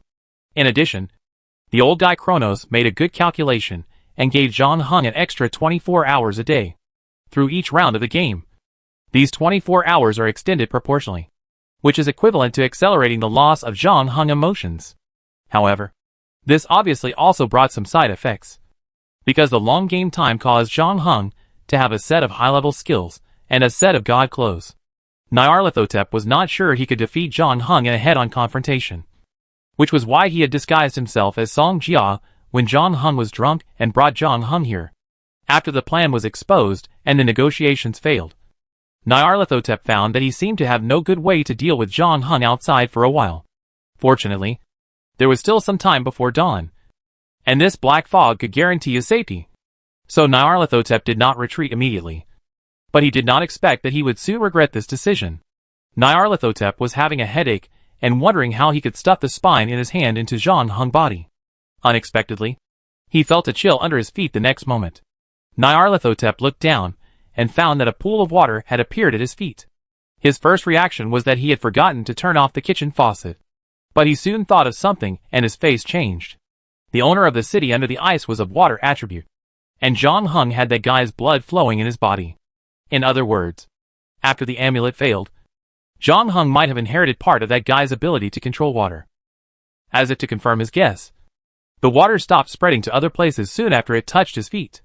And then it started to climb up his body along his feet like it came alive. But in the blink of an eye, the water had reached his chest, and the speed was so fast that Nyarlathotep was dumbfounded. And then, he was completely wrapped in a ball of water. To be honest, John Hung didn't expect that his ability to control water would improve so rapidly. The last time he used this ability was in the Chernobyl copy. At that time, he could create whirlpools in the river to capture aquatic animals. But this time he came to Greenland. I don't know if it was because he suddenly learned a lot of information about his life experience, or because he was closer to the owner of the city under the ice. His already increasingly proficient water control ability was greatly enhanced. John Hung originally just wanted to use the water flow to locate Nyarlathotep, and then use the remaining 3 bullets in the sniper rifle to severely injure him. But when he entered the swimming pool, he found that the water in the pool had almost become an extension of his body, and he could even control the water flow to easily do things that violated the principle of gravity. For example, he could completely wrap himself up with the water flow, leave the swimming pool with the pool water, walk into the house, and thus isolate his body from the suspicious black fog. For example, now, after he found Nyarlathotep's location with the water flow, he directly pulled him into the pool water. Nyarlathotep obviously didn't expect John Hung to dare to force his way into the house shrouded in black fog, and his ability to control water was so strong. So his expression became serious. If someone stood outside the house at this time, they would find that the black fog became thicker and thicker, almost like a substance. Then the black fog began to actively drill into the water from all directions. A small part of it was dissolved on the spot, but the larger black fog did not dissolve in the water. but turned into small bubbles. These small bubbles were very active, wandering around in the water, looking for the same kind. When two bubbles met, they would immediately merge into a larger bubble. As more and more small bubbles gathered together, they finally formed a wall of air. The air wall blocked the center of the living room, isolating Nyarlathotep and Zhang Heng again. When the black fog wall was formed, the water flow wrapped around Nyarlathotep finally broke apart and fell to the ground under the action of gravity. However, before Nyarlathotep could catch his breath, a rubber hose for watering flowers flew out from the other side of the black fog wall, wrapped around his neck, and dragged him to the other side of the air wall. The gods of Nyarlathotep and his faction have always fed on the fear and despair of their believers. But they did not expect that this classic plot in horror movies would happen to them one day. However, it was just an ordinary rubber hose after all. After realizing what happened, Nyarlathotep just used a fingernail to cut the rubber hose and stopped himself from being dragged. Afterwards, he had no intention of getting back at his opponent, so he retreated to the window on the right. Nyarlathotep took another deep look at the wall of black fog and the shadowy figure behind the wall, and left his last words without caring whether the guy inside could hear him or not. Don't ever enter the city under the ice. After that, the black fog wall dissipated, and the water that was blocked by the wall quickly rushed over. But there was no trace of Nyarlathotep in the room. Chapter 1265 The Burning Street. Zhang Heng found Song Jia in the innermost cubicle of the women's restroom in the bar. Fortunately, the translator was just unconscious.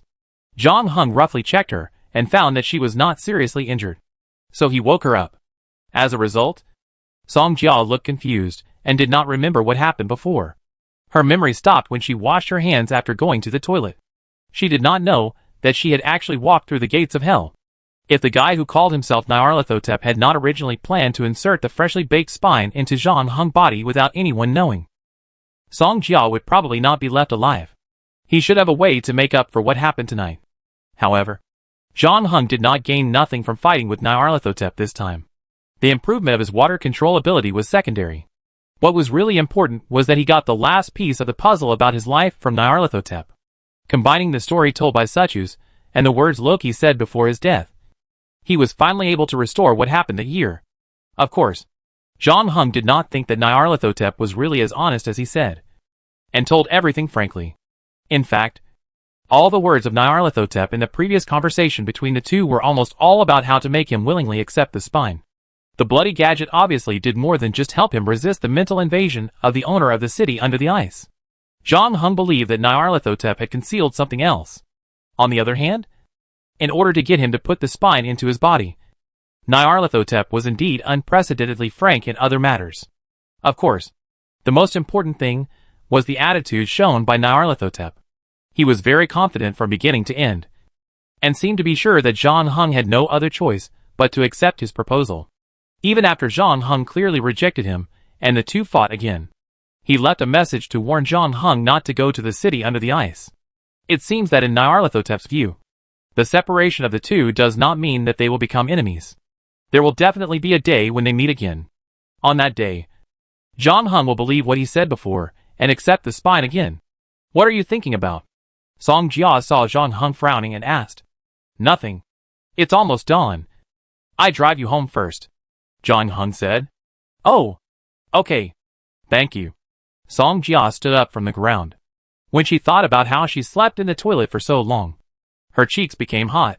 Sure enough, getting drunk is definitely not a good thing. As a result, just as she stood up, another female customer walked in from outside. The female customer saw Zhang Heng standing there in a daze. After about 2 seconds, she stuck her head out and looked at the sign above to confirm that this was indeed the women's restroom. Then, she looked at Zhang Heng and Song Jia with a strange look. Song Jia knew what the other party was thinking, because if she saw the scene, she would have the same idea in her mind. But she was speechless at this time, so she had to lower her head and quickly left the women's restroom behind Zhang Heng. Zhang Heng drove Song Jia's SUV back to her residence, and then he went back to the hotel to sleep. He felt a little tired after a night of tossing and turning. In addition, he needed to slowly digest the news he got from Suchus and Nyarlathotep. But that was all for later. Zhang Heng originally thought that he would sleep until noon, but he didn't expect that he opened his eyes again not long after he laid down. However, He looked at his right hand, and found that the starfish he had been wearing was not there. At the same time, light from the window shone in through the gap in the curtains. Zhang Heng walked to the bed and opened the window. He saw that the whole street was burning. There were flames everywhere. The shops, cars and trees on the street were all on fire. Even the hotel room where he was staying smelled of burning. The fire was approaching his bedroom on the second floor. The fire was fierce. Zhang Heng put on his clothes and did not go to the stairs because it was surrounded by flames. He directly climbed out of the window and fell to the ground. Although Greenland's public finances are average and various departments providing public services seem to be understaffed, it is still a strange thing that the fire has not appeared when the fire is so serious. Zhang Heng looked up and could hardly see any houses that were not burning. Moreover, many houses were far apart, and he did not know how the fire spread. What was even more strange was that even if the fire department didn't come, there was no reason for the locals to watch their houses burn. In fact, Zhang Heng found that he didn't see anyone on the street until he walked about 50 meters away and came to a crossroads. He finally saw a person. But Zhang Heng couldn't get anything out of him, because the poor guy was surrounded by fire. Although he was still running, he looked like a burning torch. He fell to the ground before he ran through the intersection, crawled forward a few steps, and finally didn't move anymore. This was clearly an extremely tragic scene. But Zhang Heng did not see any painful expression on the face of the guy who was burned to death. On the contrary, the eyes of the torch man were full of joy and madness. Zhang Heng was not unfamiliar with this expression, because those fanatics in the art museum looked like this before. Zhang Heng seemed to have thought of something, raised his eyebrows. Then he stepped over the corpse on the ground and continued to walk forward. 5 minutes later, he finally met new living people. And this time, there was more than one. There were 3 young people and an old man. The 3 young people were dressed like students, but they were holding torches and gasoline instead of books, while the old man was holding a shotgun. They seemed to be playing a happy game. The old man blew a student's head with a shotgun, and the other 2 students poured gasoline on him. The old man turned the gun and killed another student. But the other student finally struck a match and set the old man on fire, causing him and the street to burn. At the same time, the student picked up the old man's shotgun that had fallen on the ground and aimed at Zhang Heng, who was walking towards him. However, when he raised the shotgun, he lost sight of the Xia man. Zhang Heng picked up a broken light tube from the roadside and stabbed the end with sharp glass fragments into the neck of the last student. After that, he did not look at the other person's body, but continued to walk forward. Finally, at the end of the street, he saw a figure. The figure sat on the throne made of piled corpses, looking down at him like a king. And at the same time, Zhang Heng also looked up at the person on the throne. When their eyes met, Zhang Heng saw that the person had a face exactly like his. No, to be more precise, the person sitting on the throne now was him. But the flashing eyes in his eyes were completely different from his, full of indescribable horror. Chapter 1266 Boiling. Zhang Heng subconsciously reached for his waist, but found nothing. He then remembered that the hidden sheath was not brought with him this time. In fact, not only the hidden sheath, but also the travel bag where he put the props was not with him. He came here almost empty-handed. Even if the fire was about to burn to his bedroom, it was almost impossible for him to make such a low-level mistake with his calmness. In addition, the starfish watch that had been on his wrist was now missing. Zhang Heng had realized that he was probably in a dream at this moment. Nyarlathotep had warned him that the amulet Kronos had given him was gradually losing its effectiveness, and he began to reconnect with the owner of the city under the ice. In his previous dreams and subconsciousness, Zhang Heng had seen those half-human, half-fish frog monsters, the huge palace, and the huge black shadow in the palace.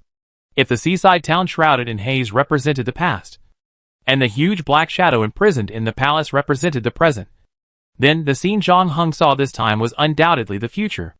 The entire Greenland was engulfed by the blazing fire, and the residents living here were completely crazy. They grabbed all the weapons they could get their hands on and turned their guns on their neighbors, friends, and even relatives without hesitation, welcoming the arrival of the figure on the throne with killing and death. Zhang Heng and his other self looked at each other for a moment. Then he started again, turned around, and rushed to a grocery store on the left. Zhang Heng took off his shirt and wrapped his elbow while running, then smashed the window of the grocery store with his elbow, jumped in, took out a fire axe, and a shotgun hanging on the wall behind the counter, and grabbed 2 boxes of bullets and a skinning knife from the counter. When he walked out of the grocery store, he saw a group of fanatics rushing out of a nearby building and surrounding him. John Hung's expression did not change, although the number of fanatics in front of him was larger than the one he encountered in the art museum before. Judging from their clothes, they should have been residents of the island not long ago, and their fighting power was naturally limited. John Hung grabbed a fire axe in one hand and a shotgun in the other hand and rushed forward. He did not rush into the crowd directly, but took advantage of the surrounding buildings and the speed of movement to fight with the enemy in front of him. At the same time, he was constantly approaching the figure on the throne during the fight. The latter had not made any movement until now, but still maintained the previous posture, and even moved his eyes away from John Hung, looking further away. Although Greenland is not small in area, the number of humans living on it is not large. This vast and sparsely populated land obviously cannot satisfy his appetite, especially since he had just escaped from the city under the ice and changed into a new body, longing for more power. At this moment, his eyes across the vast ocean and cast towards the nearest American continent. On the other side, John Hung had already left those fanatics behind for quite a distance without realizing it. He did not intend to continue to fight with these completely insane guys, because it was obvious that only by getting rid of the guy on the pile of corpses could this really end. If it were in reality, John Hung might have chosen a more cautious way of fighting, first figuring out what the other party's abilities were. But since he knew that he was just dreaming, John Hung would treat this battle as an advanced rehearsal. And the most important thing was to collect more intelligence and get to know the opponent better. Because if nothing unexpected happened, he and the owner of the city under the ice would have a battle later. And it would be either you or me. John Hung jumped down from the roof of a coffee shop. At this moment, he was less than 20 meters away from the pile of corpses. These 20 meters were just a blink of an eye for him. His left foot had already stepped on the back of a corpse, and he raised the hunting rifle in his hand again. The bullets in the gun chamber had already been filled.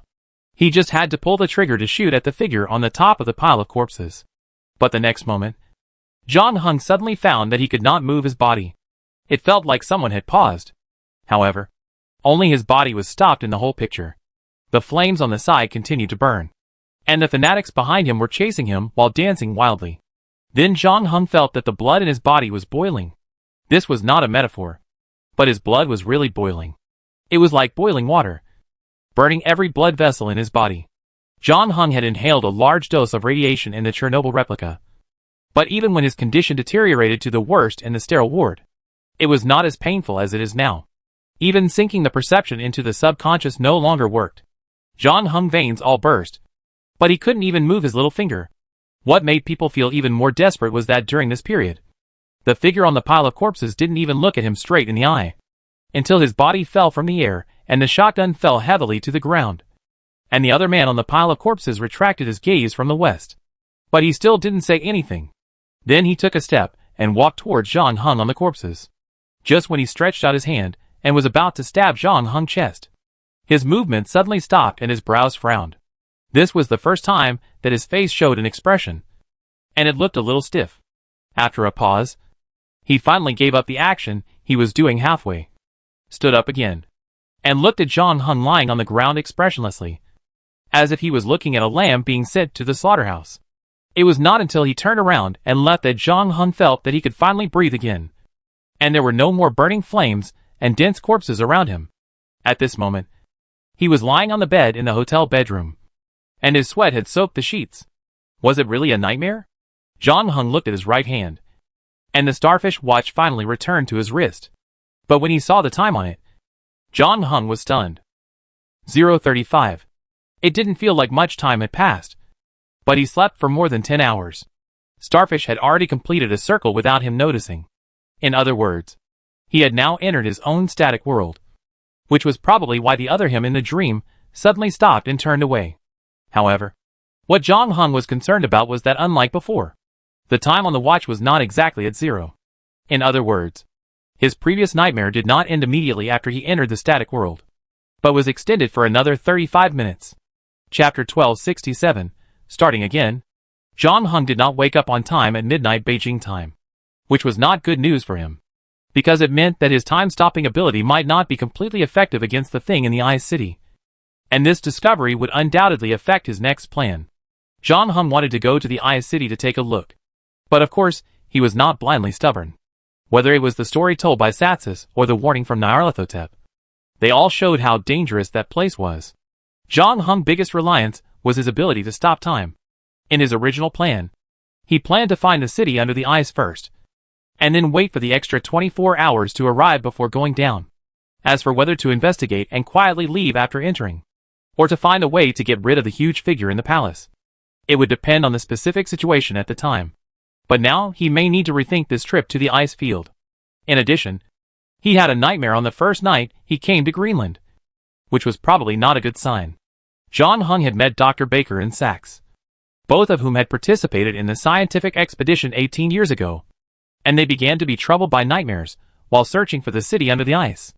After they came back, the situation did not improve, but became worse.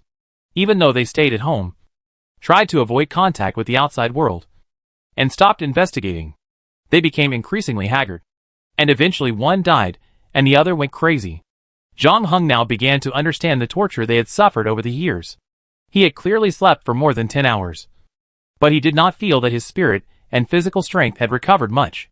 He was almost the same as before going to bed, and he was sweating. This was because his feelings were almost gone. Otherwise, the doomsday-like scene in his dream alone would have been enough to put pressure on his spirit. After getting up, John Hung went to the bathroom to take a shower and washed off the sweat on his body. Then he got dressed and went back to the bedroom. He picked up his phone and saw more than a dozen missed calls and about 20 new messages, all from Song Jia. Because he slept for an unusually long time, the translator must have been worried about something happening to him. John Hung clicked on the last few unread messages and saw that it was true. It seemed that Song Jia had come to see him once and knocked on the door, but no one opened it. Then the translator ran to find Alexia and Olai for help. After John Hung finished reading all the messages, he put his phone down and went to the convenience store next door to buy some food. After eating, he took another nap. This time, in the 24 hours that belonged to him, he finally had no nightmares to disturb him. Then John Hung opened his laptop and began to sort out the information collected during this trip to Greenland. He ticked the confirmed messages and drew question marks after the doubtful messages, and then verified each other. Unconsciously, he had filled half of the notebook and heard the doorbell downstairs. There was more than one ring. In fact, in the past 2 minutes, the doorbell rang almost non-stop, one after another, which seemed very urgent. John Hung stuffed the notebook into his travel bag, then went downstairs to open the door. He saw Song Jia, Alashia, and Ol standing outside the door. Ol was wrapped in bandages and holding the baseball bat, while Alashia had one hand in her pocket. Looking alert, John Hung opened the door, and Alashia almost subconsciously pulled out a pistol from her pocket. When she saw that the person in front of her was John Hung, she breathed a sigh of relief and put the gun back. "I called you several times and sent you many messages, but you didn't reply. I thought something happened to you.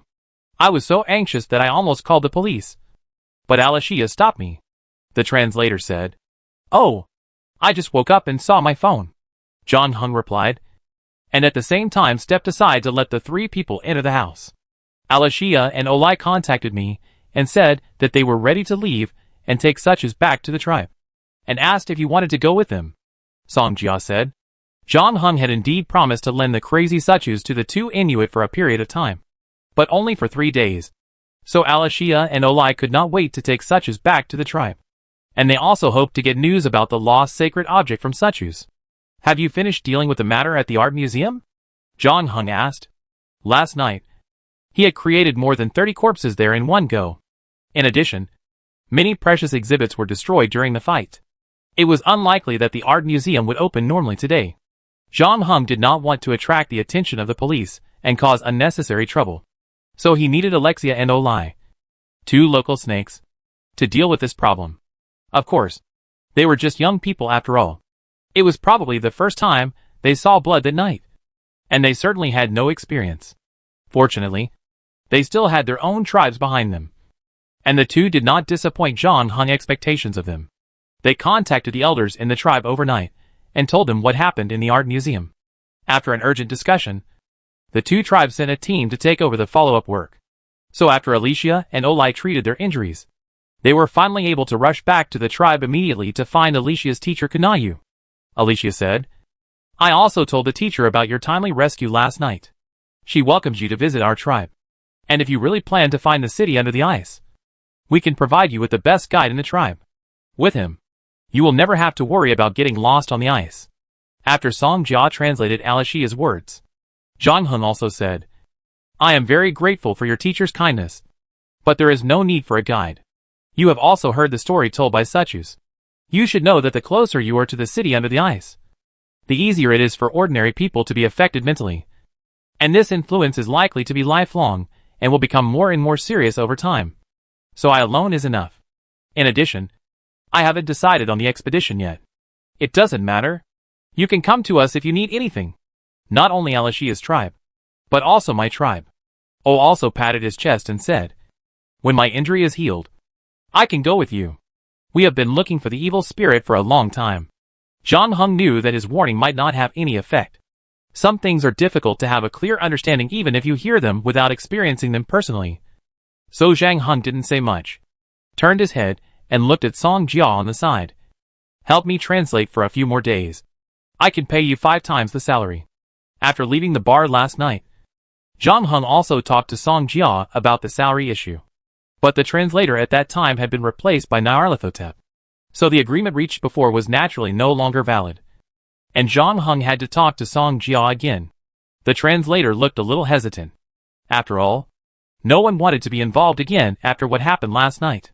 But Song Jia also knew that if she gave up here, Zhang Heng would not be able to find a suitable new translator for a while. So she finally decided to finish this last shift and go to Alicia's tribe with Zhang Heng. Chapter 1268 Dog Sledding. After confirming that Zhang Heng and Song Jia would go back with them, the two Inuit did not waste any more time and immediately returned to the van. Because Ol's injury had not healed yet, the driver was replaced by Alicia. When Song Jia opened the back door, the first thing that came into view was Suchus's face. The curator of the art museum showed her a nervous smile and opened his mouth to say something, but could only make a series of unclear sounds because his mouth was stuffed. His hands and feet were tied, and he was firmly fixed to the seat with a seat belt and 2 ropes. He's not very honest. As soon as you left, he started shouting something about Raya. The master of Raya is back. Only in this way can he be more honest, Alicia explained. Song Jia got goosebumps from Suchus's smile, especially when she thought about having to sit in the same car with him on the road. She felt even more inexplicably panicked. Fortunately, Zhang Heng behind her said, "I sit with him. You can sit in the back of the car." Olai also comforted softly, "Don't worry. It won't take too long. We will change the means of transportation when we reach the ice field." Song Jia got on the bus and sat in the last row after hearing this. Strangely enough, when Zhang Heng sat next to Satsas, the latter suddenly became honest, no longer showing a creepy smile or mumbling something incredible. But his body was desperately shrinking back, like a well-behaved elementary school student who met his class teacher. Seeing that everyone got on, Alexia also started the car. Song Jia found that the car suddenly fell into silence. Alexia was concentrating on driving with the steering wheel, and Zhang Heng was sitting in his seat looking at the street outside the window, not knowing what he was thinking. Even Ol, who had always been very enthusiastic about her before, did not speak at this moment, and seemed a little worried sitting in the passenger seat. What happened yesterday was beyond his imagination. He lost an important holy object and his closest friend, then was betrayed by his tribesmen and besieged by a group of fanatics. He almost died in a trap, and then heard an extremely bizarre and terrifying story told by Suchus. Even Ol, who was always known for his bravery and fearlessness, couldn't help but worry at this time, wondering whether the shamans, who were gradually declining, could defeat the powerful evil spirit under the ice field. Now he urgently needs to ask a wise man for advice. And there is no better candidate than Alicia's teacher Kanayu. Kanayu is the most powerful shaman among the Inuit. If it is her, she will definitely be able to find a way to retrieve the holy object and deal with the evil spirit. Although thinking so, Ol didn't know why he always felt uneasy in his heart. Even when the girl he loved was sitting not far away from him, he didn't move at all, just like a wooden log. Moreover, compared to Song Jia, Alicia beside him made him more worried. After what happened last night, although Alicia looked the same as usual, Ol could feel that there was a flame burning deep in her heart. When she was born, her parents were killed by a group of fanatics. Although the fanatics were later frozen into popsicles by the blizzard summoned by Kanayu. But Alicia obviously didn't want to let go of the mastermind behind all this. After she became an adult, she began to investigate the whereabouts of him and the evil spirit. And this time, she was finally closer to the answer than any time before. On the other side, Ol glanced at the Xia countryman sitting behind him through the central rearview mirror. John Hung has always been full of mystery. Ol still doesn't know his origins, and what drove the Xia countryman to come here from that distant eastern country. Fortunately, he doesn't seem to have any ill will towards them. And he seems to be the enemy of the evil spirit. By the way, Suchu seems to have mentioned before that there are also traces of those fanatics in Tibet. But John Hung doesn't look like a llama. Ol thought wildly. The van had already driven out of Nuuk for more than 300 kilometers. The end of the road was a mine. From here on, there was no more repaired road ahead. The speed of the car began to slow down, because the ground became rough and bumpy, except for Suchu's, who was firmly trapped in the seat. The rest of the people grabbed the safety handrails on the roof.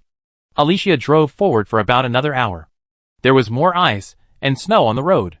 John Hung knew that they had reached the edge of the ice field.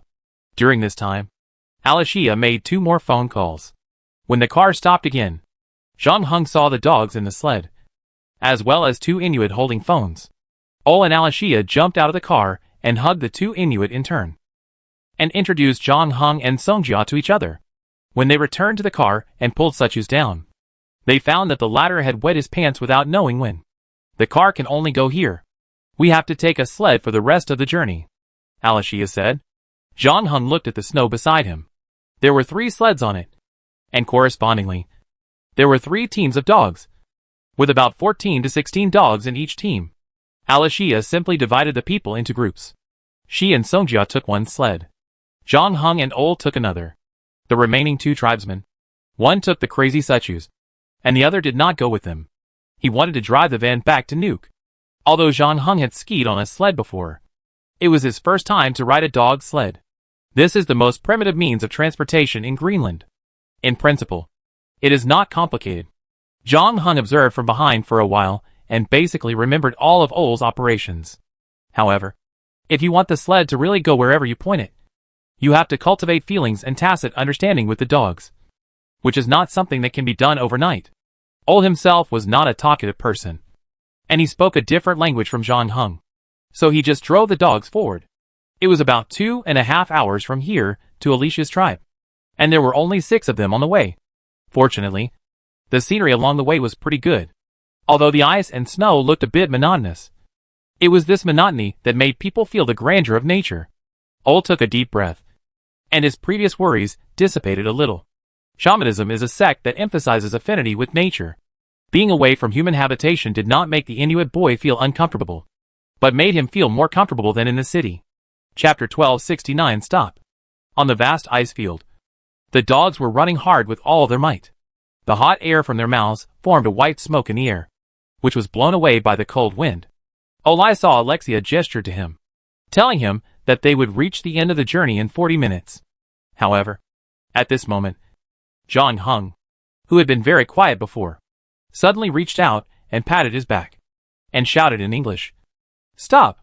Ol didn't stop immediately. He turned his head to see what John Hung was going to do. But when he looked behind him, he found that John Hung had disappeared. Ol was shocked. He didn't expect John Hung to be left behind halfway.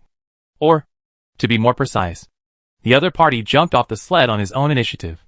You know, the speed of the sled is not slow now. About 25 kilometers per hour. If you jump off like this, you might fall somewhere. Just when Ol pulled the reins and prepared to stop the dogs, he heard a gunshot. Ol subconsciously shrank his neck, and after confirming that he was fine, he quickly turned his eyes to Alicia's sled. As a result, he saw that Alicia was also controlling the dogs to stop. She and Songjia also looked confused. Ol breathed a sigh of relief, and then he cast his eyes on another sled. As a result, he saw that the person sent by Alicia's tribe to pick them up had fallen on the sled. Then he heard Songjia shouting, "Lie down! Lie down! John Hung sent me a message saying there is a sniper." Ali was immediately terrified when he heard this. He didn't even have time to stop the dogs completely. He followed John Hung's example and jumped off the sled. He lay on the ice field without moving. Alexia and Songjia on the other side were a little slower than him, but they also hit quickly. About a minute and a half later, Songjia's phone vibrated again. She trembled and took the phone out of her pocket. She quickly glanced at it, and then her face regained some color. John Hung said the sniper has left, and he is chasing him. Let's wait here. Will he be okay? After all, the other side has a gun in their hands. Alicia was still in shock. We can go back to the tribe first and ask the hunters in the tribe to help find the sniper. Songjia also thought this was safer, but she sent a message to John Hung. But the latter did not reply, because they didn't know what the situation was on the other side. The three of them didn't even dare to get up completely from the snow. If John Hung really couldn't beat the sniper who attacked them, the other side would probably come back to kill them. But the three of them didn't drive away on the sled out of fear and leave John Hung alone on the ice field. Ole and Alicia bent over and ran to the third sled, only to find that the tribesman who came to pick them up had stopped breathing. As for such as behind him, he was safe and sound, and there was no fear on his face. Instead, his eyes were shining with excitement, as if he was happy to see death with his own eyes. Although Alicia and Ole were very dissatisfied with Such's attitude, they still dragged him off the seat and threw him on the snow because they still needed him to recover the holy relic. After that, the three of them waited for about half an hour, and finally saw John Hung coming from not far away, holding a rather small rifle in his hand. Boar S16. This is a lightweight rifle produced by an Austrian company. Unlike the previous sniper rifles that pursue range and lethality, this small rifle takes a different approach and achieves the ultimate in portability. It weighs only 2 kilograms, less than 1/7 of the previous XM109. In order to reduce the weight, a lot of carbon fiber materials are used on the gun body. Of course, its shooting accuracy and destructiveness are far inferior to those of the XM109. But it is enough for John Hung. And most importantly, it is light enough to facilitate the pursuit of targets.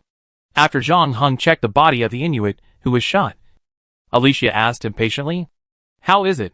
Did you find the sniper who attacked us?" And Songjia translated her question to John Hung. As a result, John Hung shook his head. "No. He ran away. He seems to be very familiar with the terrain around here." Ole and Alicia looked at each other after hearing this. And then the Inuit boy clenched his fist and squeezed out a name from his teeth. Hans. Hans was the one who was responsible for bringing the sacred object from the tribe to Nuuk. He was also the one who left a mark that only Alicia and Ole could understand, and tricked the two into the art museum. If John Hung hadn't appeared in time, Alicia and Ole would have died now. Ole then saw John Hung put his hand into his pocket and took out a knife from it. Seeing the knife, Alicia also exclaimed, "This is Hans's knife. He always carries it with him. Could it be that the person who attacked us was really him? Why? He also killed Uncle Luke, who had always been very kind to him and taught him how to fish," Songjia said. "John Hung said that you'd better not take the knife to heart. In fact, he didn't want to give it to you because he thought it was deliberately left there." "Deliberate?" Ole opened his eyes wide. "What about what happened in the museum before? Was it also intentional? There were not many people who knew about the mark. Hans ambushed here, obviously wanting to finish what he failed to do that night. He was afraid that we would tell Kuneo about all the good things he did." John Hung shook his head. "He wasn't targeting you, nor me and Songjia," he said, glancing at Suchus who was sniffing at the side. "That guy named Luke must have had bad luck." "How did you know?" Alicia asked. "I saw a bright light flashing in the snow before, and I judged that it was the lens of the sight reflecting the sunlight. So I found the position of the sniper and the direction he was aiming at. His shooting skills were not good. I just checked Luke's body and found that the bullet was shot from behind, which means that he waited for Luke's sled to pass in front of him before he started aiming. This angle is actually more suitable for shooting such as sitting behind the sled. But he didn't expect to accidentally kill Luke in front of him." After John Hung finished speaking, Alicia and Ole looked at each other in surprise. They didn't expect John Hung to analyze so many things just from the trajectory. Not to mention that they still didn't know where the light rifle in John Hung's hand came from. Chapter 1270 Kuneo. Because of the attack on the way, everyone became more cautious in the following journey. The journey that was originally 40 minutes took an hour and a half. Especially after Luke's death, there was a thorny problem that no one could take over his previous job of driving the sled. Fortunately, Zhang Heng stood up at this time. He had been observing how Ol controlled the dogs to operate the sled. Now he had no problem with basic steering and acceleration and deceleration. Ol and Alicia were a little skeptical at first, but after Zhang Heng got the hang of it and practiced for 5 minutes, they were relieved. So Zhang Heng took Suchu's, Ol took Luke's body, and Alicia took Songjia, and they set off again. They didn't encounter any danger on the road afterwards. As they got closer and closer to the tribe, Alicia's heart gradually calmed down, and when she saw a low building on the snowy plain, she completely relaxed. We are home. The tribe where Alicia lives has more than 200 people, making it one of the largest tribes in the vicinity. Although some people have moved out to live in Nuuk or other towns on the island over the years, nearly half of the people still stay. But they are mainly elderly people. There are not many young people like Alicia. There is no way around it. Young people always yearn for the outside world. In fact, even Alicia spends more time in Nuuk. She studies there and works there after graduation. She only comes back regularly to learn shaman knowledge from Cuneo. Unlike the records in the video materials and books, the houses inhabited by Alicia's tribe are not igloos made of ice, but wooden houses similar to those in towns. They look very solid and sturdy, but the colors are not as bright as those in towns. There are snowmobiles next to some houses. In addition, Zhang Heng also saw grocery stores and even gas stations here. It can be seen that modern civilization has a great impact on the Inuit tribe on the island. Even those who still stay here have basically left the old life of eating raw meat and drinking blood, and their lifestyles have changed a lot. According to Alicia and Olai, although the connection between people in the Inuit tribe is still very close, they no longer raise children together without distinguishing between parents as in the past, and children are sent to school to learn cultural knowledge, even though the result of doing so is that young people choose to leave this land after being exposed to the colorful life outside. But Kunayu said that nothing can be forced. If the tribe really disappears one day, it proves that everyone has lived the life they choose, which is not bad. In fact, in recent years, many small tribes have disbanded themselves, or united to form large settlements and developed into towns. And Alicia's tribe may also have such a day in the near future. But for now, many people have chosen to stay here. After seeing Alicia return to the tribe, the tribesmen in the tribe greeted her, and Ol behind her cordially. The latter is also a frequent visitor here, and basically everyone in the tribe knows him. In addition, they were also looking at Zhang Heng and Song Jia with curiosity, but no malicious eyes.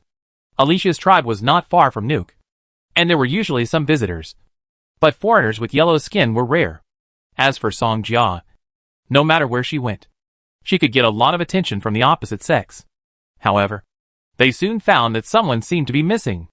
Luke, who had gone out to meet them, was not in the team. When they saw the things covered by blankets behind the sled, many people realized something, and their expressions became sad. Kunayu is waiting for you at her residence. An elderly man came over and said to Alicia, "Okay, we go there right away." Alicia led Zhang Heng and others to a wooden house that didn't look very big. This house was no different from other houses in the tribe, but everyone who passed by here would involuntarily lighten their footsteps and show respect on their faces. Alicia knocked on the door, and soon a gentle voice came from inside. "Come in." Alicia pushed the door open and walked in, while the others stayed outside for a while, leaving space for the master and apprentice to greet and exchange. 5 minutes later, the door of the wooden house was opened again, and Alicia poked her head out from inside. "Okay, the teacher invites you in." Although Eli had always been complained by his two friends as a reckless man, he still had the proper etiquette, letting Zhang Heng and Song Jiao walk in front. And he was the last one to enter the cabin, and he even closed the door. After Zhang Heng entered the room, he saw an old woman in her 60s or 70s sitting at a table. However, unlike what he imagined, the old woman was not wearing any strange traditional clothes or peculiar jewelry. She wore a gray thick sweater on her upper body and a pair of cotton pants on her lower body. She looked no different from an ordinary old lady. If Alicia had not stood beside her with a respectful look, no one would have believed that this old woman was the most powerful shaman among the Inuit. Zhang Heng and Song Jia bowed to the old man after entering the house. The old man waved his hand and asked them to sit at the table. Then he stood up and took out a pot of freshly brewed coffee from the kitchen. You came at the right time. The Brazilian coffee I asked someone to buy online finally arrived. Eve, who was in Nuke for business, brought it back for me. It's just right for us to taste it together, Cunha said with a smile.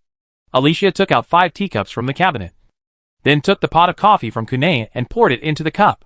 Ol took a cup and looked flattered. He drank it all in one gulp, regardless of the heat.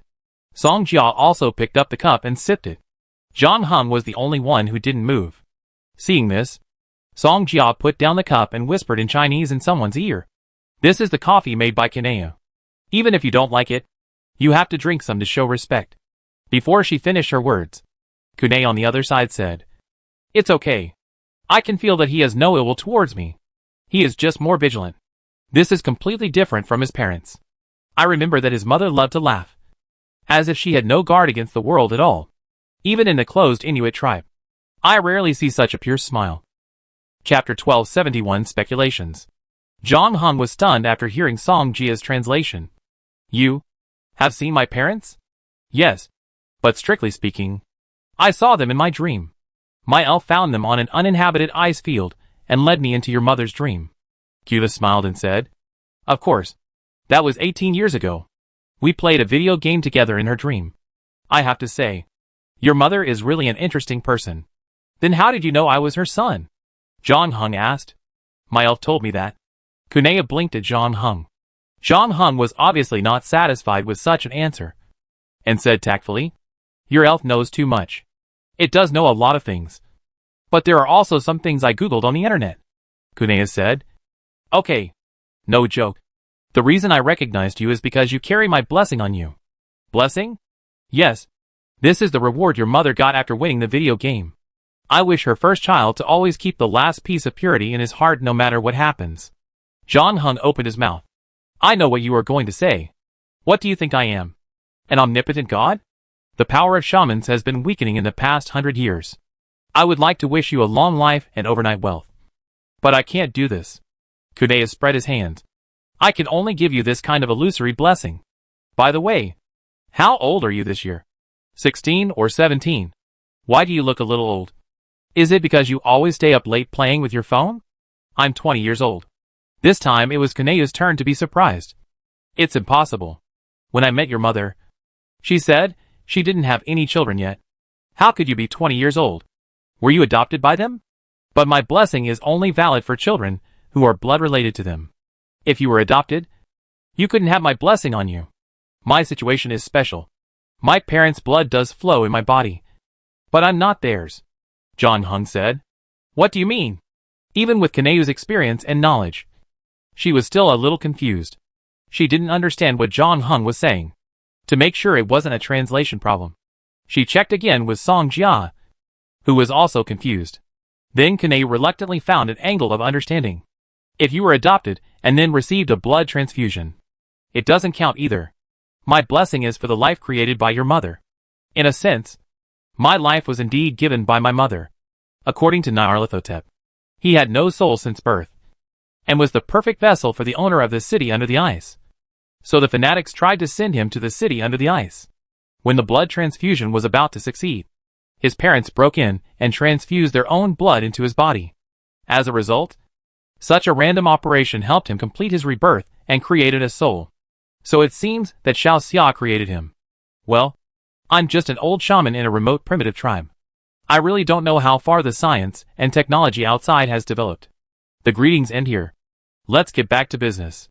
You said on the phone that you lost the holy object? Cunha looked at Alicia beside her when she said the last sentence. She didn't use a reproachful tone, but Alicia couldn't help but lower her head after hearing it, and seemed very self-blaming. Ol was very loyal. At this time, he stood up and patted his chest and said, It's not Alicia's business. I asked to borrow the holy object, and Alicia just listened to me. Cunha was a little amused. I'm not asking for accusations. Why are you taking the blame? I just want to know what happened. Zhang Heng pulled Song Jia up and said, You are talking about the sacred objects of your tribe. Should we avoid it? There's nothing to avoid. Cunha shook his head and said, That thing can barely be considered an antique. But it won't sell for much money in the hands of outsiders. You mean, that thing was stolen by our people? Alicia heard the hidden meaning. Ole on the other side also echoed. Hans is the most suspicious now, because he is the one responsible for transporting the holy relics. And he also left a code that only we can understand, leading us into the encirclement of the fanatics. This time when we came back, we ran into him again. He ambushed us on the road we had to pass, and attacked us despicably and killed Luke. However, Jong Hung said that his target was actually Sax behind the sled.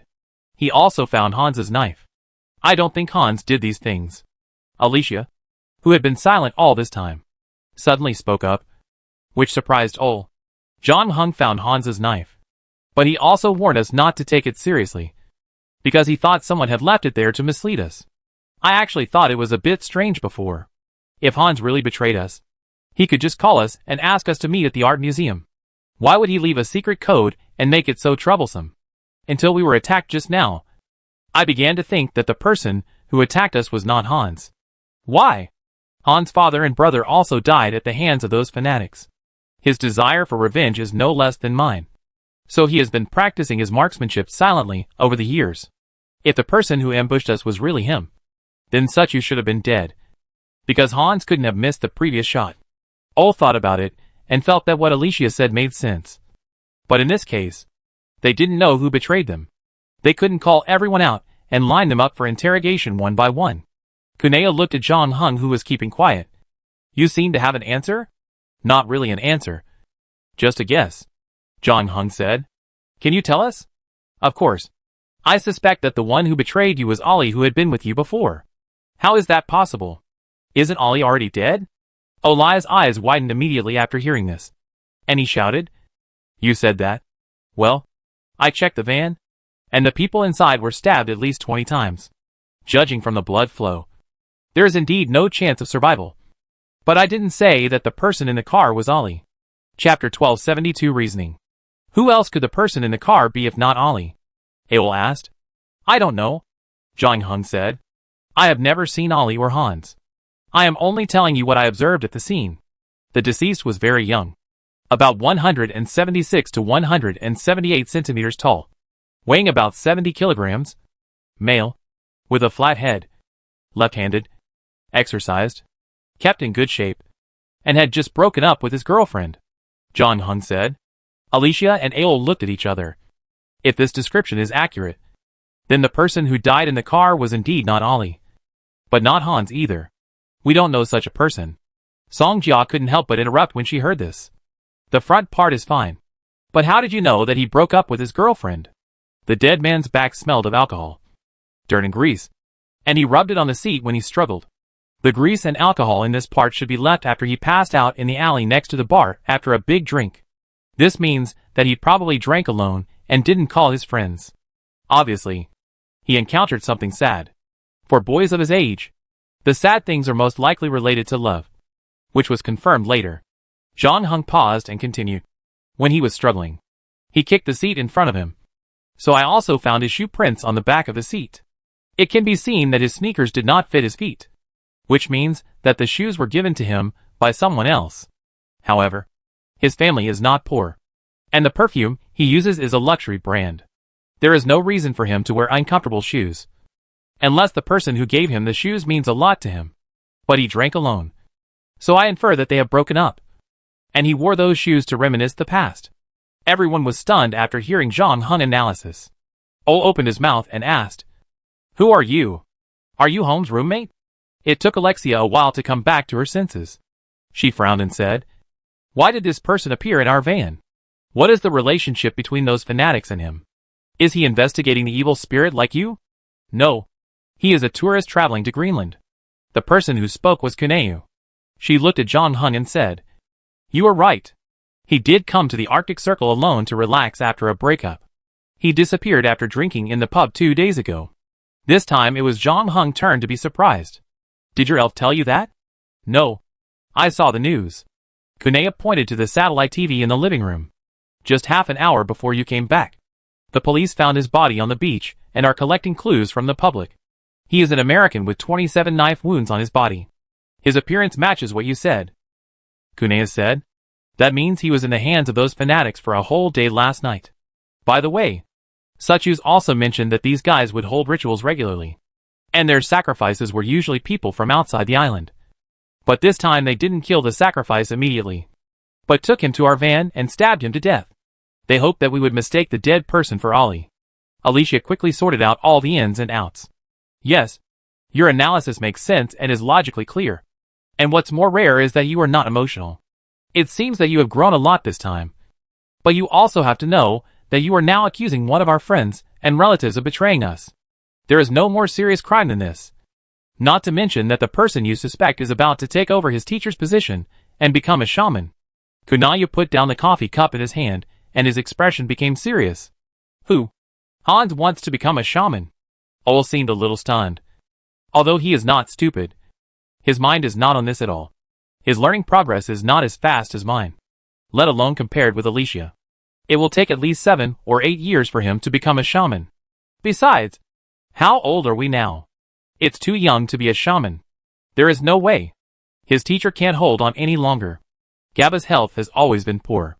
He feels that his time is coming. So he seems so anxious these years. He wants to give everything to his students. He has high expectations for Ollie. But unfortunately, he chose the wrong method. Kunaya sighed. I've told him many times not to push young people too hard. Especially Ollie, who seems quiet but has his own ideas. I was worried that the relationship between them would be strained. But it doesn't matter now. Java doesn't have much time left anyway. Last month, he went to the hospital for a checkup and found a malignant tumor in his head. He can't have surgery at that location. He's just taking some herbs himself now. And their tribe can't live without a shaman for a day. So it won't be long before Ollie becomes a shaman. We have to tell his teacher what he did before that. Alexia said anxiously. Let's not talk about the hatred between Hans and Luke. I'm worried that he has joined the evil mysterious sect without our knowledge.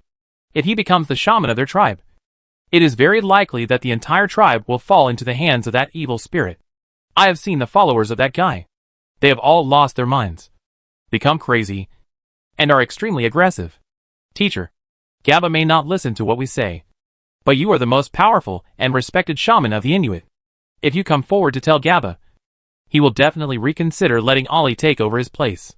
This is not a trivial matter. Although I am willing to believe your inference, I need more evidence to accuse a young man of being a traitor. Of course, we brought back Satsis. He was the leader of the fanatics. Although strictly speaking he was just an action commander. He should know all the actions of the fanatics. However, he has some mental problems and cannot communicate normally now. So I am afraid I can only ask you to go to his dream to take a look, Alexia said. Maybe we can find the whereabouts of the holy object. Okay. Kunaya did not refuse. I get ready. You can bring him in. At this time, Jang Hung said. Sorry. This is an internal matter of your Inuit people. I didn't want to interrupt, but I still have to say that as far as I know, that evil spirit you mentioned is also very good at invading other people's dreams. So if you want to enter the dreams of his believers, it may be very dangerous. Thank you for your reminder, young man. Kunaya nodded. Although you look very cold, it seems that you have inherited some of your mother's gentleness and kindness. I will be careful. And I have my elf. She will also protect me. Chapter 1273 Little Elf. Kunaya didn't take long to prepare. Probably less than a quarter of an hour. When she came down from the second floor and changed her clothes, she finally looked like a shaman. In addition, she was holding a small bowl in her hand. Kunaya carefully sprinkled the contents of the bowl around the sofa, then signaled Alicia to bring her recliner, put Suchus with his hands and feet tied on the recliner, and took out the towel stuffed in his mouth. Suchus looked at the old shaman standing in front of him, his eyes full of madness. Kunaya looked at him and said, Does he have our blood in his body? Yes. His father is an Inuit, and he learned hunting skills from his father tribe, Alicia said. I can feel an evil aura on him. He has been controlled by the evil spirit. Can his mind return to normal? Songjia couldn't help asking. It's difficult. It depends on how much his mind has been affected, Kunaya said. I heard that he has been haunted by that evil spirit for a long time. 18 years. He started having nightmares after he returned from the scientific expedition 18 years ago, Alicia said. It's amazing that he has survived until now before going crazy. His spirit is already very strong among ordinary people, Kunaya said matter-of-factly, and then said to Alicia, Give him a sleeping pill and let him sleep. Yes. teacher. As a result, Alexia encountered trouble at the first step. Suchus refused to take the sleeping pill and kept his mouth shut. Even if Ol helped to pry open his mouth and put the pill in, he vomited it out before he could drink water. The two worked for a long time and were sweating. But Suchus was still energetic and lively. Zhang Heng couldn't stand it anymore and said, "I do it?" Alexia handed the pills and water cup to Zhang Heng. Zhang Heng walked in front of Suchus, stretched out his hand to remove the latter's chin, and then threw the sleeping pill into his mouth and poured water into it. This time, Suchus was particularly well behaved. He took the pills honestly and didn't make any more trouble. But after waiting for half an hour, even Ol, who had been running around for half a day, felt a little tired. But he still didn't feel sleepy and was still mumbling something. Alicia slapped her head. "I forgot. He has been troubled by nightmares and insomnia for a long time. He must have been taking sleeping pills for a long time. And he probably has developed some drug resistance. I'm afraid we have to increase the dosage." As she spoke, she stood up to get the medicine, but heard Kanea say, "Don't bother. Leave it to me." The old shaman sat down on the sofa opposite Satsis, looked at him, and then hummed a ballad softly. The melody was not complicated, with only a few simple notes, repeated continuously. But as Kunayu sang, everyone in the room felt their spirits relax. Songjia couldn't help yawning, and Kunayu gestured to her to go upstairs and wait. After a while, Alicia couldn't hold on any longer and staggered up the stairs. On the contrary, Ol was still holding on, but his eyelids became a little heavy. At the same time, Satsis on the recliner gradually calmed down in the magical ballad, and even stopped talking nonsense. Ol wanted to wait until Suchus fell asleep first, but after another 5 minutes, he was so sleepy that he leaned against the wooden wall behind him and slowly fell down. Soon after he fell down, Suchus finally closed his eyes. Kanea sang a few more sentences, and her voice gradually became lower. When she stopped singing, she took a sip of the remaining coffee from the cup beside her to moisten her throat, and then looked at Zhang Heng, who was sitting at the wooden table, with some surprise. The latter's eyes were still clear at this moment, as if he was not affected by her singing. But Kunayu also knew that now was not the time to study Zhang Heng, so she pointed to Ol on the ground and then to the upstairs. Zhang Heng knew what she meant, so he stood up and walked over, carrying Ol, who had fallen to the ground upstairs. In the bedroom on the second floor, Songjia had already fallen asleep on the bed. As for Alicia, Zhang Heng did not see her shadow in the bedroom. When he put Ol on the ground and walked downstairs, he saw Alicia walking in from the door. It seemed that she had jumped out of the window into the snow, washed her face with ice and snow to refresh herself, and then came back again. The old shaman nodded to his student, and then Alicia checked and closed all the doors and windows. And then she stepped aside, leaving only Kunayu and the sleeping Suchus in the range of the previous watering. Kunea noticed that even in his sleep, Suchus's face had a ferocious and happy look, as if he was running and killing freely in his dream. Coupled with Zhang Heng's previous warning, the old Suchus knew that this trip into the dream would not be easy. So she took out a sealskin hand drum from under the sofa, and changed a song while beating the drum. This time her style became very cheerful and full of joy. When ordinary people heard it, they would probably raise their mouth corners involuntarily. Of course, Zhang Heng still didn't react, but now Kunea couldn't care about him. She summoned her guardian spirits with this happy song. These little things are like children on weekdays. They like to run around and are very sensitive to various emotions. They will get close to happy things and run away when they feel sad. Kunea still remembers that when she was 20 years old, she lost her sister in an accident. After that, she locked herself up and didn't communicate with others. She was depressed all day long. The elves who liked to surround her in the past disappeared. No one knew where they hid. They didn't come back until she came out of her sadness. It was not a surprise that the elves found Zhang Heng's mother when the expedition team was in the wilderness, because the elves naturally like such pure-hearted, optimistic and cheerful people. At their age, they probably haven't seen many people who live as heartless as Xiao Xia. Just like bears seeing honey, they flocked to her. In fact, if they were not afraid of someone in the expedition team, they would have wanted to hold hands and dance around Xiao Xia day and night. On the contrary, it was not so easy for Kunayu to ask the elves to help enter Suchus's dream, because Suchus exuded a smell that they didn't like, and they could smell it from a long distance. Chapter 1274 Awakening. Kunayu summoned his guardian spirit to his side, with the elves' favorite song. It was a polar bear named Gumok, with snow-white hair all over his body, looking majestic.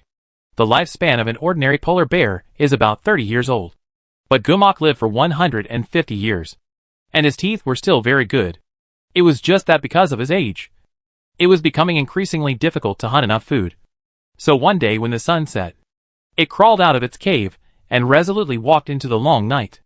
No one had seen it since then, until a little Inuit girl named Kunayu saw a polar bear basking in the sun on the shore while playing by the river one day. Kunayu ran home and told her father about it. However, her father and 2 other hunters came to the river but did not see any polar bears, nor did they find any polar bear footprints on the ground. However, Kunayu clearly saw the white polar bear lying on a piece of floating ice, drifting downstream along the river. It just floated past Kunayu's father and the 2 hunters. But the adults acted as if they didn't see it at all. After learning about this, the shaman in the tribe told Kunayu's father that the child could communicate with spirits. So let her follow him. From then on, Kunayu was trained as the next shaman. And the first elf Kunayu saw, Gumok, became her guardian spirit, protecting her as she grew up. Although Gumok was very playful and often ran away without knowing where to go. As long as Kunayu sang a cheerful song, Gumok would definitely run back.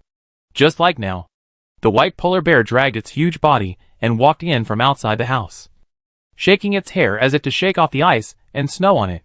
It squatted beside the old shaman, like a child waiting for candy. But when its eyes fell on Suchu's, it shrank back again. Kunayu had to reach out a hand to touch the white polar bear's belly and comfort it. When Gumok's emotions stabilized, Kunayu began to discuss with it about entering Suchu's dream. However, in the eyes of Zhang Heng, an outsider, the old shaman was just gesturing at the air and muttering something. Fortunately, he could see that Kunayu did not have any mental problems. But even so, Zhang Heng remained alert. And seeing his appearance, Alicia beside him also became nervous and put a hand into her pocket. Then the 2 saw Kunayu's eyes close and her body fell on the sofa. Alexia knew that this meant that the teacher had successfully entered Suchu's dream. It was obvious that Kunayu was not at ease in there.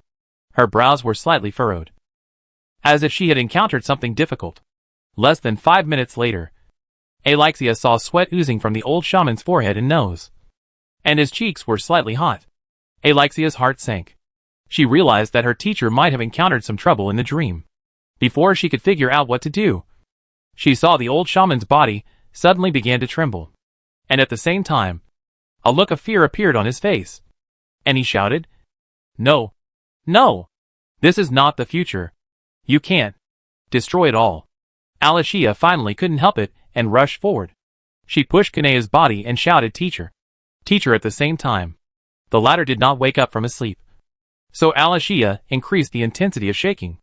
Unexpectedly, Kunayu suddenly struggled violently and kicked her in the lower abdomen. Alicia was kicked and flew out, knocking over the table beside her. But she didn't care about the pain in her body. Instead, she looked in the direction of Kunayu nervously. Kunayu was old after all. Although she kicked Alicia away, she was not feeling well either. The leg she kicked was broken by the recoil. But she still did not wake up in pain. Instead, her voice became more rapid and sharp. "Gumok! Come back!" she shouted anxiously. Songjia and Aol on the 2nd floor were also awakened and ran down from above. "What happened?" Aol asked. "I don't know. The teacher entered Satsuchu's dream and then became what she is now. I'm worried that the evil spirit also appeared in Satsuchu's dream. We have to find a way to wake the teacher up." Alicia got up from the ground, holding her stomach, and said quickly, "Okay." Ol agreed immediately, but he was also a little dumbfounded when he saw the old shaman on the sofa. Although he knew some ways to quickly wake people up, Kunayu was a great shaman respected by all Inuit people and Alicia's teacher. Ol's hand couldn't help but tremble before it even approached Kunayu, and finally froze in midair. "Why are you standing there like an idiot?" Alicia said. "Go to the kitchen and get a basin of water." "Oh. Ol turned and ran into the kitchen, and quickly got a basin of water. Alicia ran outside and knocked a large piece of ice into the basin, making it a basin of ice water, and then knelt in front of Kunayu. "I'm sorry, teacher." After she said that, She asked the strong Ole to hold Kanea down. In the end, Ole didn't know how Kanea's thin body could contain such a strong force. Although one of her legs was broken, her struggling strength was still very strong. Fortunately, Ole was also very powerful, and he still pressed Kanea on the sofa. And then Alexia pressed Kanea's face into the ice water basin.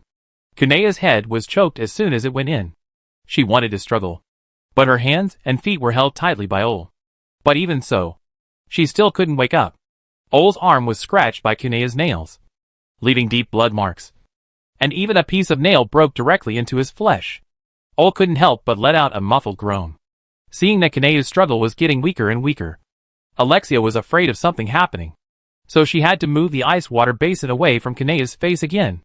As a result, the old shaman became quiet at this time.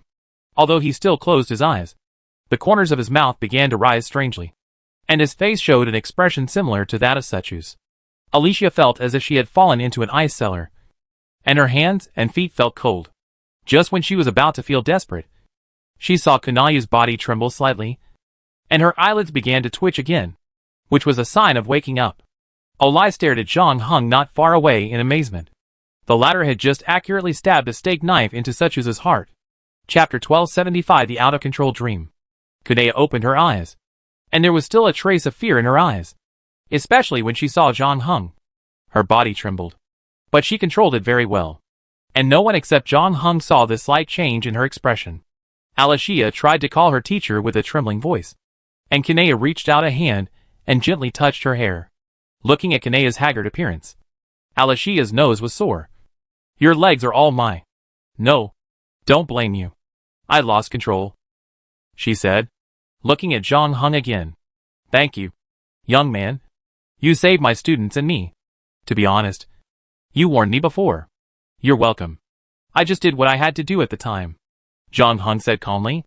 Alexia also turned around and thanked him again, saying, "You said you would only lend him to us for 3 days, and asked him to take you to find the city under the ice.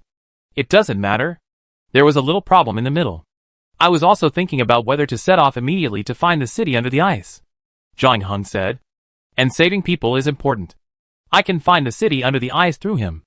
There were many people who participated in the scientific expedition that year. Although some died in the middle of the journey, many people survived except Dr. Baker and the guide Sechu's. Even if we don't consider Kronos himself, there are also those retired soldiers who obeyed his orders. Of course, Zhang Heng actually has a simple way, which is to find his adoptive parents. The two were also members of the expedition team that year, and they had personally entered the city under the ice. However, Zhang Heng didn't want to involve them again unless it was absolutely necessary. In fact, after knowing the general direction of the scientific expedition team that year, he could also search in that direction, with the connection between him and the owner of the city under the ice. It is estimated that it is not difficult to find the destination. "Can you tell me what you saw in his dream?" Zhang Heng pointed at the body of Satsis and asked. "Of course. With the help of my elf Gumok, I entered his dream. I have never seen such a scene before. There was madness and killing everywhere. It can be seen that his mind has been completely distorted. But I still glimpsed something from those incoherent fragments. I saw the fierce battle you had in the art museum before. I saw Ollie standing with him. They were talking about something. Then Zhang Heng appeared. Ollie said he went downstairs to help, but I didn't see him again. In addition, I also saw the secret rituals of those fanatics. They placed the kidnapped victims on the ground around the black well. Then, they cut open their chests and let their blood flow into the well. But they didn't let them die immediately. They were left there to scream and witness their own deaths. They collapsed mentally because of fear, while the fanatics surrounded the victims and the well, took off all their clothes, twisted their bodies and sang and danced. Excuse me, that was not a dance at all. It was just a group of people twisting their bodies randomly according to their own interests. It looked extremely ugly, and they kept roaring like beasts from time to time. But I noticed that there seemed to be something in the black well. I wanted to see it more clearly, but at this moment, the fanatics suddenly stopped their movements and looked at where I was hiding. Then, they rushed towards me together, as if they had received some orders. I was not too scared at the time because I knew that this was just a dream, and they could not actually hurt me, especially from my previous experience of dreaming. As long as my emotions fluctuated violently, I would leave the target's dream. But this time, the situation was completely different from before. They caught me, and I could not break free. Then they dragged me to the well. A leader-like person came towards me, cut open my chest with a knife, and placed me together with the sacrifices. I felt very painful, and there were wailing in my ears, but I did not wake up. It was at that time that I realized that something might have gone wrong. And then as the ritual continued, I finally saw what was in the well. Did you see what it looked like? John Hung asked. Unfortunately, I only took a quick glance and didn't see it very clearly. But there is no doubt that the thing inside is not human. Even without the oath ring, John Hung could see that the old shaman was not telling the truth. Considering the look Kunea gave him before, John Hung guessed that what Kunea saw in the well was probably related to him. But Kunea chose to conceal it. Of course, this did not do any good to the old shaman, but it prevented other people in the tribe from being hostile to John Hung. Alicia was still okay. After all, John Hung had saved her life before. But if the others knew that the evil spirit in the well had his face, even if Kunaya came out to explain that they had no relationship, the Inuit in the tribe would probably be wary of him. Moreover, what happened here would not just stay here, and it would probably spread among the Inuit soon. And it would become increasingly difficult for him to move around on this ice field. What happened next? What happened next? Alicia asked. Gumak was afraid of the well. But when it saw me being bullied, it bravely rushed into the well. I knew it was no match for the thing in the well, so I asked it to come back. Kunayu said, considering what she said before. Gumak, come back. It should have happened at that time. Did you see anything else? Alicia continued to ask. Nothing else. The old shaman shook his head. Others might not have thought much about it, but Alicia was stunned when she heard it, because she clearly heard a sentence when she was downstairs before. No. No. This is not the future. You can't destroy it all. But Kunea didn't even mention this. If it was old straightforward temper, he would have asked the teacher if he had forgotten something. But Alicia didn't say so. Just nodded. I find a doctor for you to fix your broken bones. Don't worry about this, Kunea said. I want to talk to John Hung.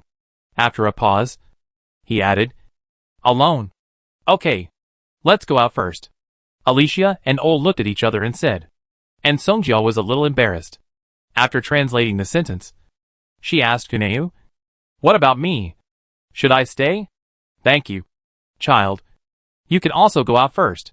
I have a way to communicate with him, Kunea said gently.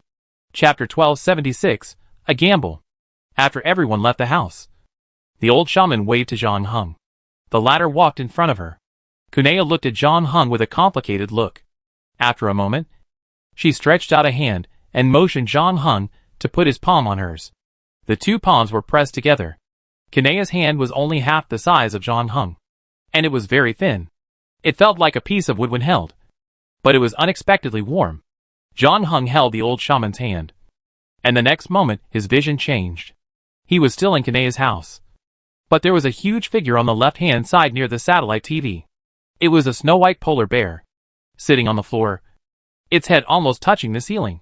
John Hung knew that this should be Kunea's guardian spirit Gumak, but the latter looked a little listless, with a bowl-sized wound on his abdomen, not only bleeding, but also rotting on the surface of the wound. The polar bear looked very painful. Its body was trembling, and when it saw John Hung looking at it, a trace of fear appeared on its face, and it shrank back to Kunea's side. Sorry. It just got a little scared and hasn't recovered yet.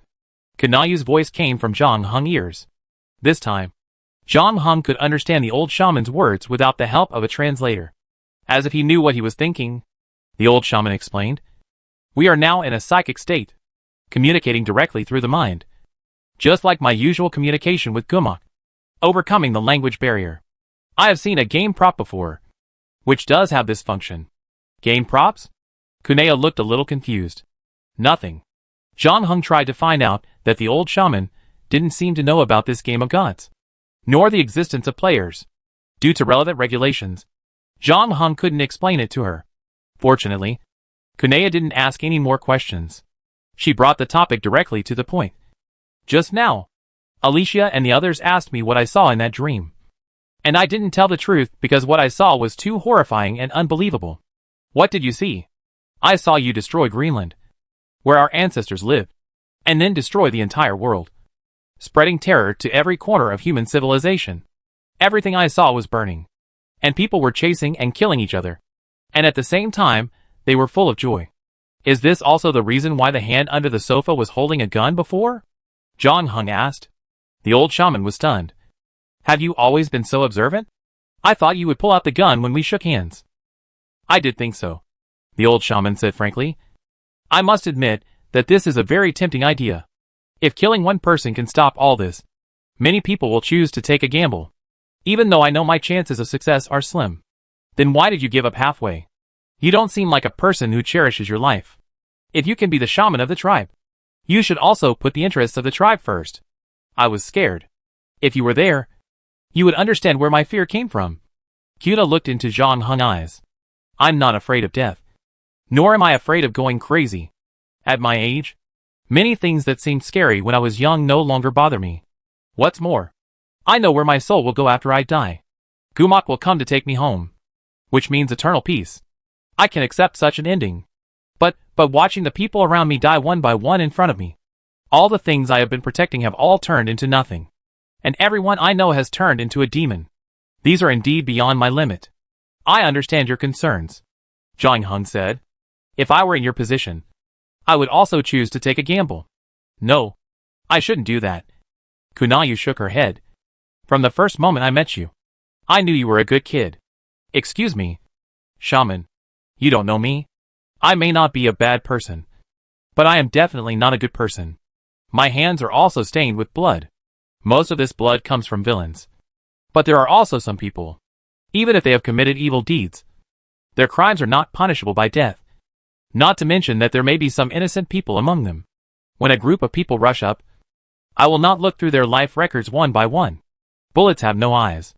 Whether they are evil or kind, they will stop breathing after their hearts are pierced by bullets. Everyone is equal, Zhang Heng said calmly. Everyone in this world has a different definition of a good person. I don't know your past, but I can feel the kindness in your heart towards the world. Even if you yourself have never noticed this kindness. But you are your mother's son. Although I still don't understand how your mother created you. There is her blood in your body. There is no doubt about this. Otherwise my blessing would not be effective. Kunayu paused. I told my students to let nature take its course and not force anything. But this is all nonsense. If killing one person can save the world and protect my people, I don't mind turning into a devil. But what if I'm wrong? What if I'm not destroying the devil, but shaping a devil with my own hands? You helped me, just a few minutes ago, awakened me from that horrible nightmare.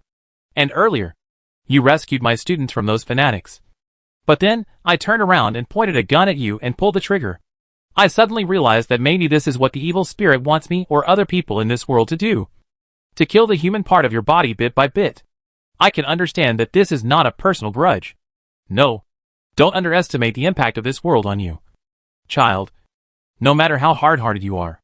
We are part of the world. Your actions are changing the world. And the world is always giving feedback to you. Kindness is like a fragile flower. It does not appear there for no reason. Nor can it grow alone. It needs people to carefully care for it. If a good person responds to the world with kindness, but all he gets is malice, then the flower in his heart will gradually wither. Rather than betting on whether your knife is faster or my bullet is faster, I would rather bet that no matter what happens, the flower in your heart will not wither. And all I have to do is pour the first spoonful of water on it. Zhang Heng also fell into silence after hearing this. And after a moment, he raised his head. Thank you, shaman. Chapter 1277 New Car. You have an extremely difficult road to go. I tried to look into your future, but it was a mess, and I couldn't see anything. Moreover, many people don't know that the future is not fixed. Otherwise our current efforts would be meaningless. Although I don't want to admit it, my power is too weak compared to the evil spirit on the ice field. It didn't even target me. It just released its aura unintentionally, which made it difficult for Gumak and I to resist. So what I can do for you is limited. But I hope you know that you saved me and Alashia from that evil spirit. You are the Inuit's eternal friend. No matter what happens in the future. If you need help, you can come here to find us. And I also wish that the flowers in your heart will never wither. Kunea said the last sentence and let go of Zhang Heng's palm. Zhang Heng also stood up and saluted the old shaman. He and Songjia stayed in Alashia's tribe for one night and received unprecedented warm hospitality. The next morning, Jong Hung borrowed a snowmobile and took Songjia back to Nuuk. Kanayu had confirmed Ali's betrayal through dreaming. Next, she would personally inform Ali's teacher and his tribe. At the same time, Alicia, Olai and others would contact other Inuit to start looking for the whereabouts of Ali and the sacred objects. These were internal affairs of the Inuit, and Jong Hung did not intervene. You said you were going to leave? Songjia seemed very surprised. Just when she was about to quit her translation job with Jong Hung, she didn't expect that the other party would speak first. Well, I booked a flight for tonight. Wait, aren't you going to look for the city under the ice? I thought you cared about it a lot. You said you came here to investigate things related to it. I have already got what I wanted to know. Even more than I expected, Jong Hung said. I am indeed very interested in the city under the ice. But I won't go there this time. That's a good idea, Songjia said happily. I also heard the story of Suchus. Even if what he said is not all credible, that place is indeed very evil. And that evil spirit is so powerful that even Kanayu is not its opponent. We should all stay away from it as much as possible. Right? Yes. Jong Hung took out an envelope and put it on the table. This is your reward for coming here during this period. You can just transfer it to me directly. There is no need to put it in an envelope and make it so mysterious. Songjia took the envelope while speaking, but was stunned after holding it, because the weight was lighter than she thought, and the shape did not look like a banknote. Songjia tore open the envelope, and a car key fell out from it. What? Jong Hung pointed behind her. There were 2 parking spaces next to the small cafe where they had agreed to meet. A truck was parked in one of the parking spaces, blocking the car inside. After entering the cafe, Songjia finally saw the car parked in the other parking space through the glass window. It was a Volvo. It was not completely new, but it was obvious that its previous owner had taken good care of it. The paint was shiny, and there were no scratches on the body. How is this possible? How did you know that this was the car I was looking at before? After Songjia saw the car clearly, she couldn't take her eyes off it. She rushed out of the coffee shop and came to the car. Jong Hung followed her after paying the bill. You mentioned it many times, although you didn't say the seller's name. There was a lot of other side information, coupled with the description of the car.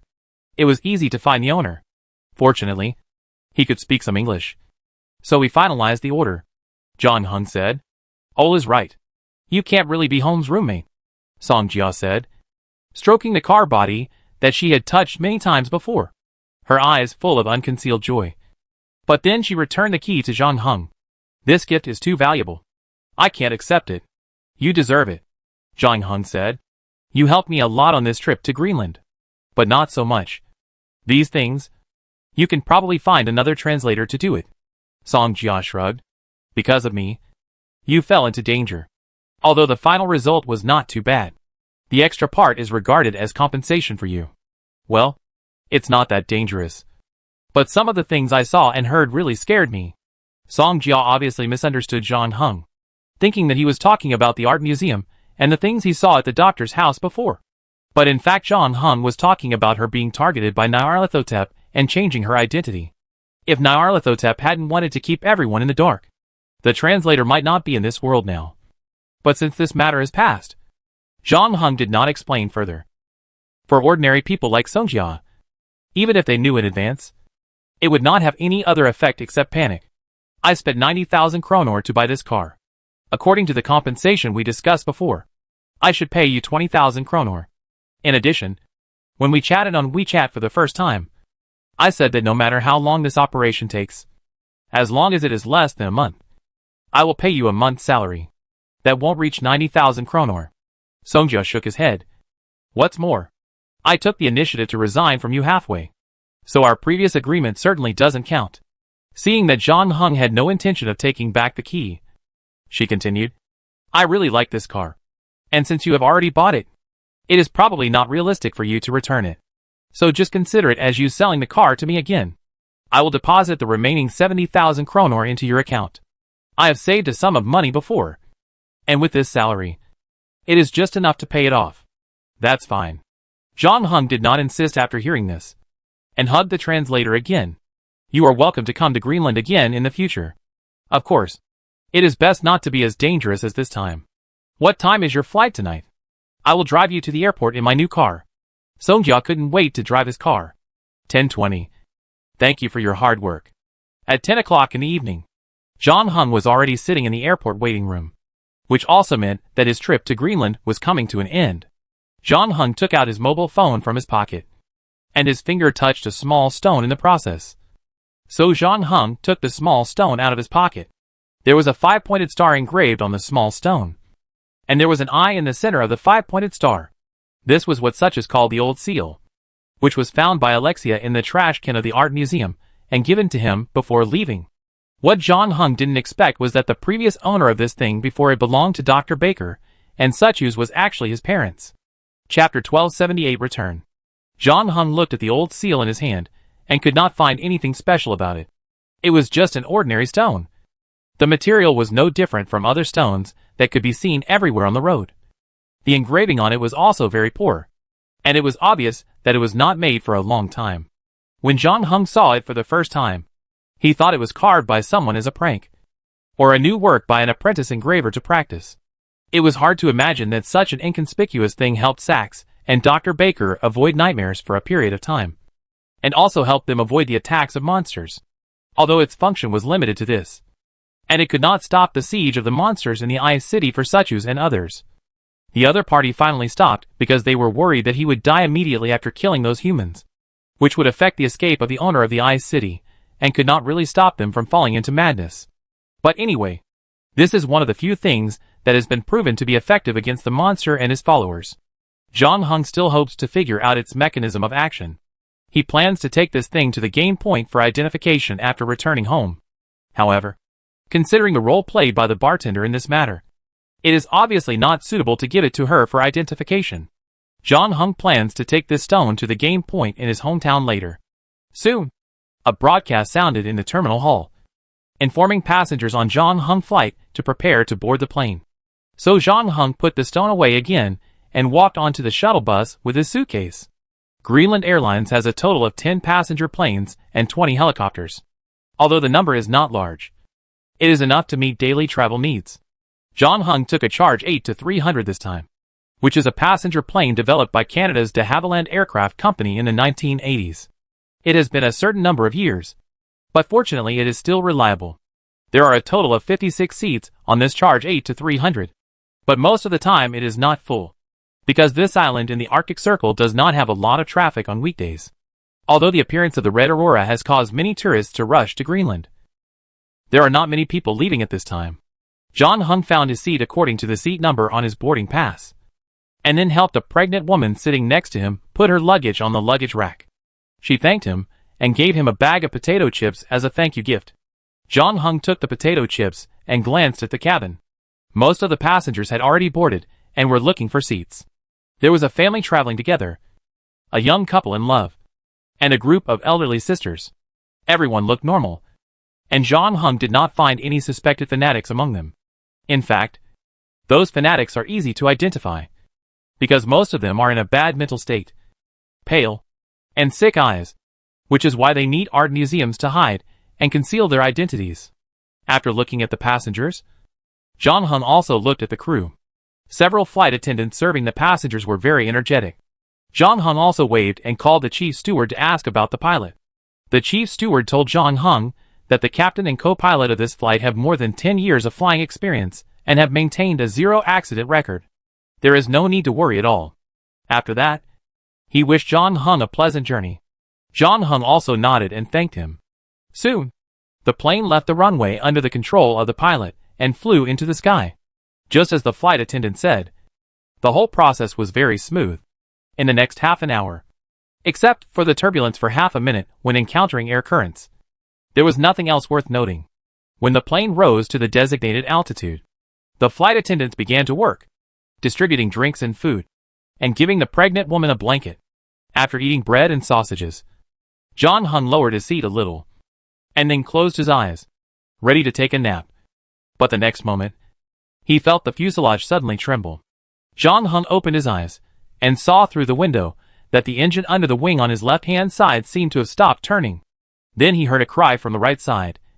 Someone shouted something and pressed the button to call the flight attendant. And then all the oxygen masks fell off, and the fuselage began to fall down. All this happened so quickly that most of the passengers on the plane couldn't even react. And the next second, screams and crying filled the entire cabin.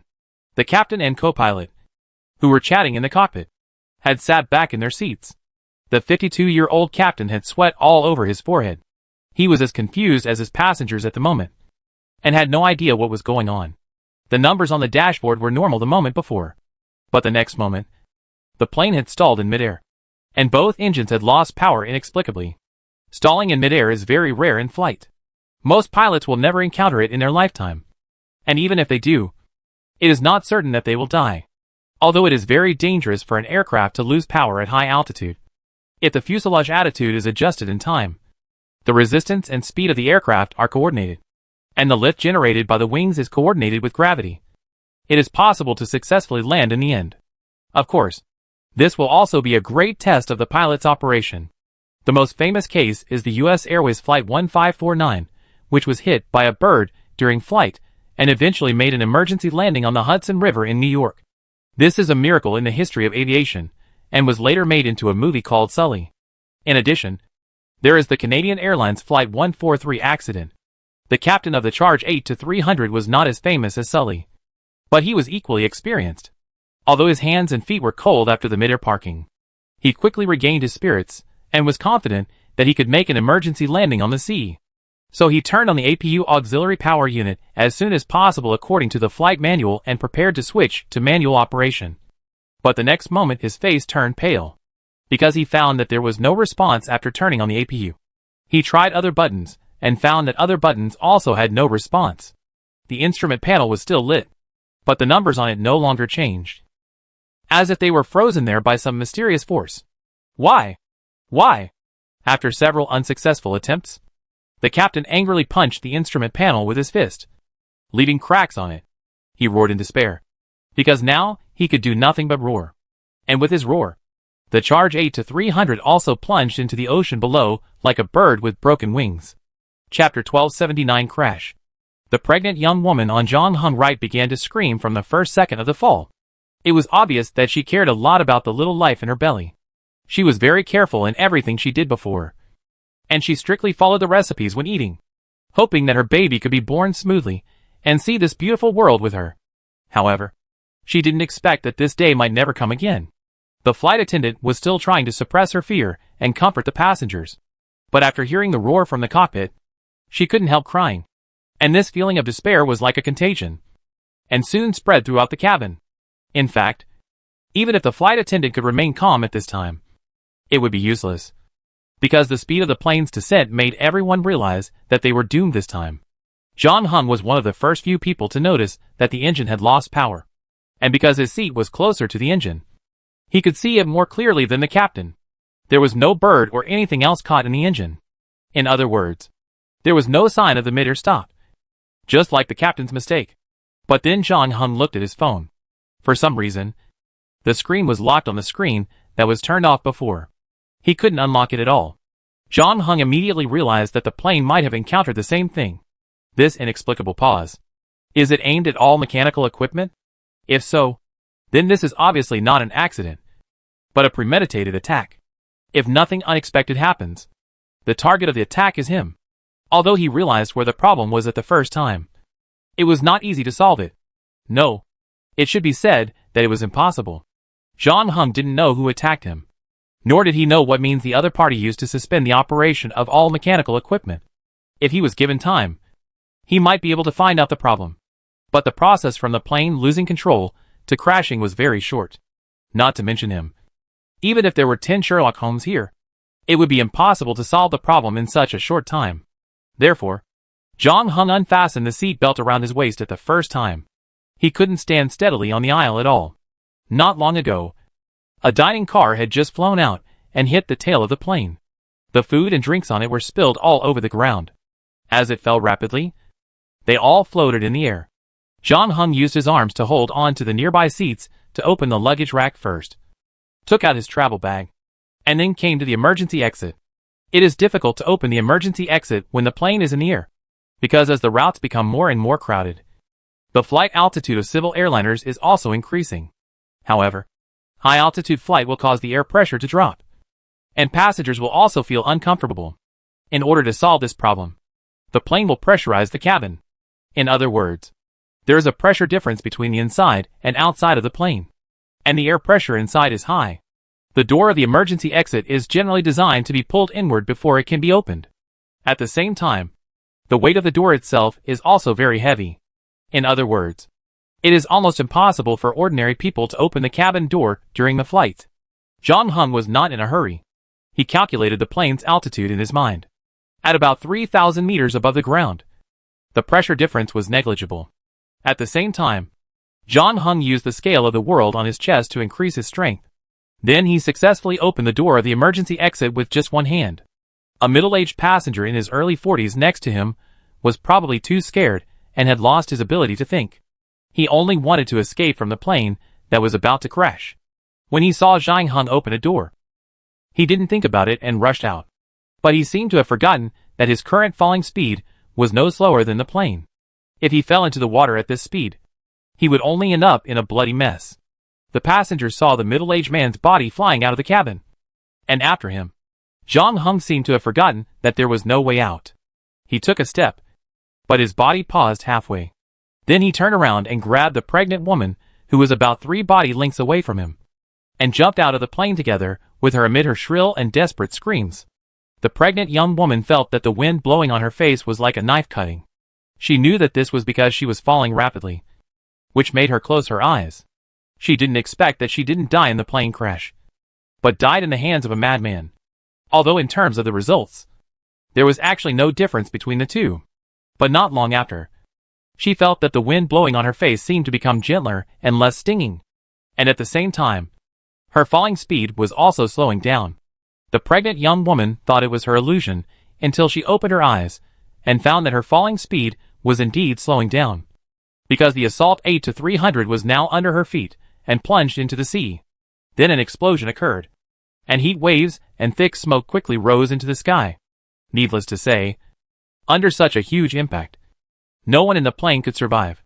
The pregnant young woman just didn't understand why she was still alive. Could it be that she was on her way to heaven before others? She subconsciously looked up and saw the man who helped her put her luggage and pulled her out of the cabin was holding her hands. And a pair of wings appeared behind the man at some point. But the wings were different from the white wings of angels in movies and novels. His wings were made of shadows, which looked a bit dark and eerie.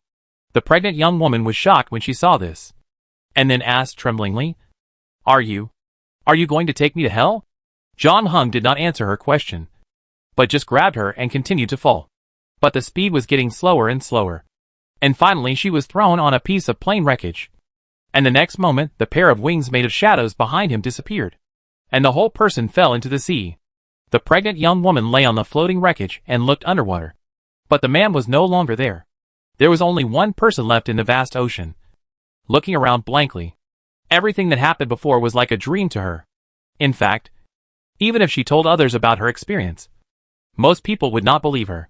They would only think that this woman who miraculously survived the plane crash had suffered too much shock and had hallucinations. Chapter 1280 Water Ghost. Under the calm sea water, there is actually an undercurrent. The fish seemed to sense something and fled in all directions. The next moment, a turbulent current swept past from a distance, and those fish that did not have time to escape were unfortunately caught in it, and immediately experienced the joy of a drum washing machine. The speed of the current gradually slowed down until it was close to the coastline. After a while, the current dissipated, and a man appeared on a beach. It was already 4 o'clock in the morning in Denmark, and there were few people at the beach. John Hung walked out of the sea with his travel bag. He was soaked, his hair stuck to his forehead, and his travel bag was dripping with water. 6 hours ago, when John Hung first boarded the plane, he would not have thought that his air trip would turn into an underwater tour. The plane inexplicably lost all power halfway, and all mechanical parts stopped working. John Hung immediately judged that even if he rushed into the cockpit and took over the flight, he could not avoid the crash. So he immediately opened the emergency exit and jumped directly from the plane, using his shadow wings to slow down the speed of falling, and finally landed safely in the sea. He also saved a pregnant woman on the way. But unfortunately, this was his limit. Considering their falling speed and the distance from the sea surface, John Hung could not bring another person.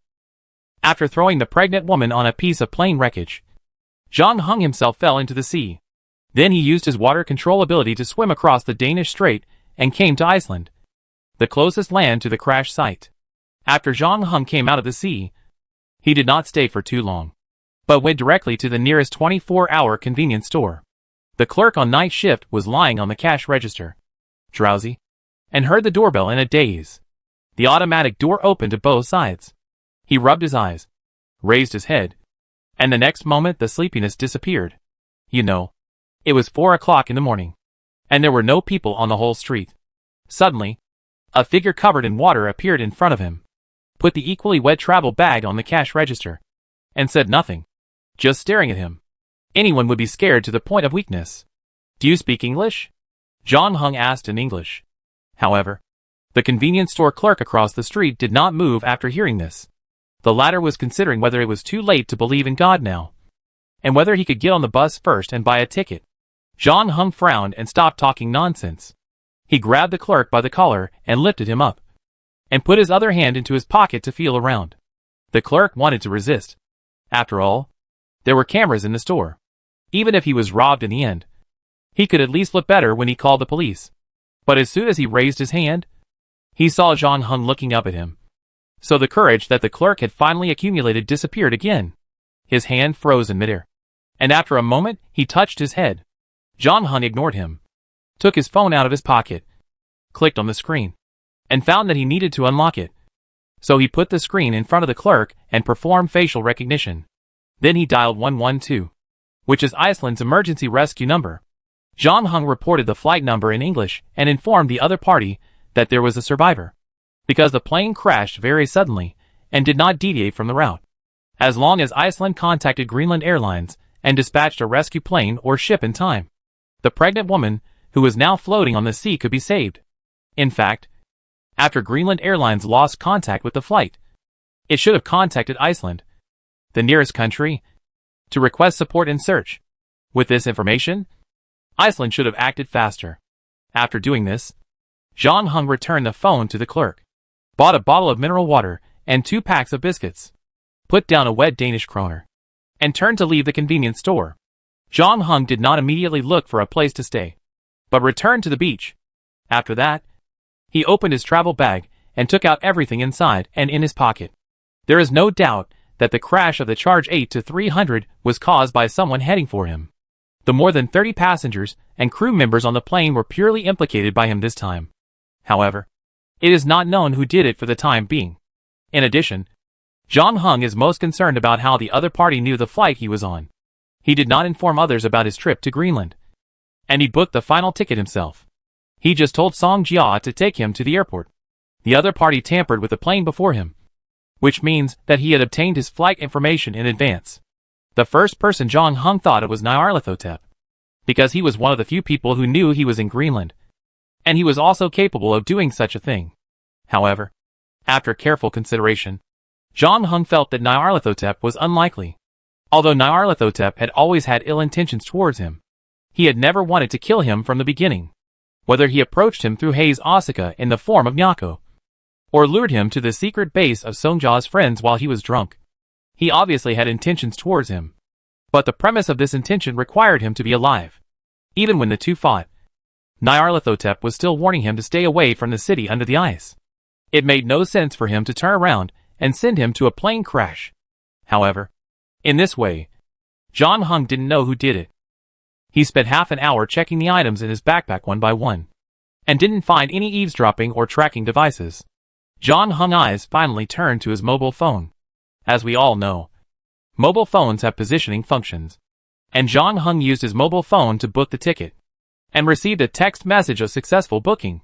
If there was no problem with Song Jia, then the only thing that could leak his itinerary was his mobile phone. However, Zhang Heng himself was also a hacker expert, and he did not find any signs of his mobile phone being hacked. However, you have to know that the world he lives in is full of supernatural powers. In connection with the previous large-scale leak, his mobile phone number has indeed been leaked. If someone or something really locates him through his mobile phone number and completes the invasion when he is unaware, it is not completely impossible. Zhang Heng did not hesitate and smashed his water-soaked mobile phone with a stone. Destroyed the chip and SIM card inside, and then threw it into the sea. Chapter 1281 Valkyrie. Copenhagen International Airport. A flight from Greenland to Denmark has just arrived, and the passengers are getting off one by one. Among them is a middle-aged man wearing a wide-brimmed hat, who looks like an engineer. He took out his mobile phone while walking and clicked on the news client. The most conspicuous position was a breaking news. 2 hours ago, a Greenland Airlines passenger plane suddenly lost contact during the flight. It is reported that there are 41 passengers and crew members on the plane, and their whereabouts are now unknown. Greenland and Iceland immediately organized a rescue team to prepare for search and rescue. The middle-aged man who looked like an engineer had a strange look on his face after seeing the news. It was not the joy of escaping a disaster, nor was it sympathy and regret. When he saw the news, he breathed a sigh of relief, and there was a hint of excitement in his eyes, as if he had just accomplished something. However, he quickly closed the news client, clicked on a person named Car Maintenance in the address book, and sent a message to him. I have succeeded. You can delete the record of our contact as agreed, and don't come to me again. After that, the middle-aged man who looked like an engineer also prepared to completely format the phone and restore it to factory settings. But he didn't expect that the next moment he bumped into someone, and the phone slipped out of his hand. It was about to fall to the ground, but was caught by a hand. The palm looked beautiful, slender, but powerful. The middle-aged man who looked like an engineer had a look of surprise on his face. He subconsciously reached out to take back the phone, but he didn't expect that the person opposite him didn't seem to have the intention of returning the phone to him, and held it in his hand to play with it. The middle-aged engineer looked up, and his expression suddenly changed when he saw the person standing opposite him. It was a woman with a supermodel figure, wearing a feather hat, a red lawn skirt, and a braid of golden hair tied behind her head. Valkyrie, the middle-aged engineer said in a lost voice. Then he took a half step back and tried to put his hand in his pocket. But the next moment his back hit something soft again. However, the middle-aged man who looked like an engineer could not feel the slightest bit of charm at this moment, because then both of his hands were grabbed by two women who were no less beautiful than the woman opposite him. They were estimated to be over 1.8 meters tall, with the same model figure, full of strength. I prefer people to call me by my name, Brunhild, the woman wearing a feather hat said. I am Shigagul, the woman who grabbed the left hand of the middle-aged man who looked like an engineer said. Slud, nice to meet you. The other woman holding the right hand also smiled. I have heard of your name for a long time. God of Machinery, Brunhild said. But I didn't expect our first meeting would be like this. Why did you come to see me? The panic on the face of the middle-aged man who looked like an engineer flashed away, and soon returned to normal. But his words sounded a little bit timid. Is this what Odin meant? Has he forgotten those ancient and sacred agreements? The gods who made an oath cannot fight each other, and can only decide the winner through games. God of Machines. Can I call you that? You new gods don't even have names. It's really hard to get used to it. Brunhild shook her braids and said, This matter has nothing to do with my father. You know in your heart why we came to you. I don't know anything. If Odin didn't ask you to come, then who did it? The middle-aged man who looked like an engineer said with forced calmness. You violated the rules of the organizing committee and attacked the agents of other gods in private. And the other party did not offend you or do anything dangerous to you. So, according to the rules, I'm afraid I have to ask you to go with us.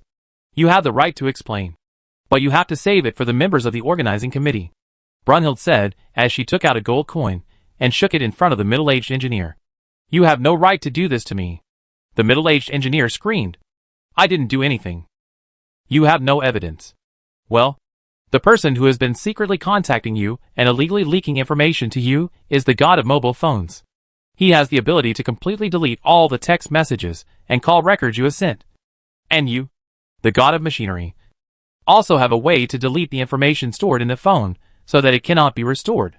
So even if we catch you, as long as we insist that you have nothing to do with this matter, then we can't do anything to you without evidence. That's what you are thinking, Brunhild said while holding the cell phone of the engineer-looking man, who also fell silent after hearing this. Unfortunately, you chose the wrong partner, Brunhild said. You know that the god of cell phones has been held hostage by Set. So the person behind him now is Set. You can't expect the god of chaos to be sincere to his allies, because chaos itself means unpredictability. I know you may not want to believe it. And in fact, I find it a little hard to believe myself. Just an hour ago, your communication records were sent to the organizing committee by Set. What? The engineer-looking man said in a lost voice. So the contents of your phone are of no use to us. I'm telling you this in advance to avoid you from doing useless work, and to avoid you from having to fight with us on the road to get your phone back. Shigeru also said, we don't mind returning your phone to you and letting you delete the contents. But you are the god of machinery. And we don't want your hands to knock over any mechanical objects. Who knows what will happen? As she spoke, she took out a pair of gloves from her bag and put them on the hands of the middle-aged engineer. The organizing committee can't do this to me. The engineer-like man lost his composure and shouted, I did this for everyone's good. I helped you get rid of a time bomb. You should thank me for this. Everyone. Every one of you owes me a favor. Brunhild shrugged. I told you that you have the right to explain. But you have to wait until we take you back. You can defend yourself at the trial. By the way, it's useless for you to yell now.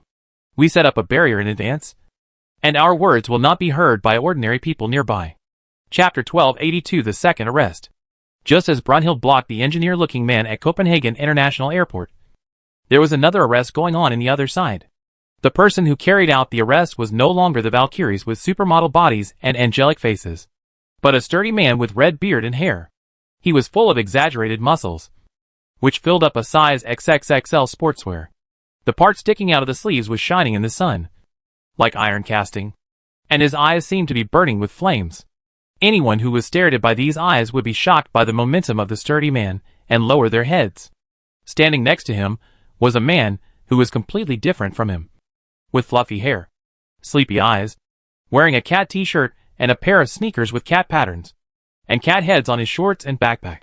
He was holding a box of cat food in one hand, and the whole person was almost printed with a cat on his forehead. This weird combination didn't match up at all, and no one knew how they got together. The sturdy man with fire in his eyes did not hide his contempt for the cat man. If he didn't need him to lead the way, he would have left this guy and worked alone. He suppressed the discomfort in his heart, looked at the community in front and asked, Is this here? Yes. That's what my cats told me. If you're worried, I can find another one to ask. The catman said. He looked around and found a stray cat in the green belt outside the community gate. The catman took out a cat bowl from his backpack, opened the box of cat food in his hand, and poured it into the bowl. He also poured some mineral water because he was afraid that the cat would be too dry if it only ate dry food. After doing all this, he called the cat in the green belt over. Generally speaking, stray cats in the community or outside have a bad impression of humans and are afraid of people. When seeing people coming, it would run away without waiting for them. Not to mention running to people on its own initiative. Basically, don't even think about it. But for some reason, when the catman shouted, the stray cat in the green belt stood up suddenly, and then trotted to the catman, and began to eat the cat food in the bowl in big mouthfuls, without any fear or vigilance. And even when the catman reached out to stroke it, it did not dodge, and even purred with satisfaction. The sturdy man with fire in his eyes seemed a little impatient, and urged, Are you done? Can't you put the cat away and feed it later? Let's do the business first. If Seb runs away again, who knows where he will hide? Obviously, that guy has power in his priesthood. Why can't he just run around like a mouse and pick on the weak? Feeding the cat is the main thing. Other things should be discussed later. Although the catman was a little afraid of his companion's terrible fighting ability, the cat in question could not help but argue. The sturdy man with fire in his eyes waited patiently for another half a minute. But the stray cat was still eating. The catman beside him had an anti-smile on his face, and did not have any intention of urging him. The sturdy man with fire in his eyes finally reached the limit of his patience. He was originally known for his bad temper, and waiting was probably the thing he was least good at. So he turned to his companion and said, Hey, you stay here with your cat. I'm going in. The catman showed a look of surprise on his face. Huh? However, the sturdy man with fire in his eyes did not pay any attention to his companion's answer. He was just notifying the other party, not asking for his opinion. After saying this, he raised his right hand, and a hammer flew from the air and fell into his palm. And the moment he held the hammer, his hair and beard were all stretched, and he exuded an invincible momentum. An old lady, who was walking her baby nearby, was startled when she saw this scene. She almost pushed the stroller into the flower bed. After a moment, she patted her chest and said with lingering fear, "Young man, are you here, filming a movie? Are you playing Guan Yu?" The Catman showed a bitter smile on his face. He reached out and picked up the stray cat on the ground, held it in front of his face, and said softly, "Grandma, look here." The old woman heard his voice, and turned her head to temporarily move her eyes away from the sturdy man with fire in his eyes. As soon as her eyes met the stray cat, she was instantly attracted. At this moment, she felt that there was no creature more lovely than a cat in the world. The gem-like eyes, the cute little pads on the soles of the feet, the slender limbs, and even the dirt and garbage on the fur did not look so dirty, but made the four-legged beast in front of her look somewhat lovable. In comparison, even her grandson, who was originally so precious to her, was now forgotten by her. Not to mention the strong man who could summon a hammer out of thin air. The cat was the only one left in her world. The old man let go of the stroller, walked quickly to the Catman, and stretched out a trembling hand. "Can I touch it?" "Of course.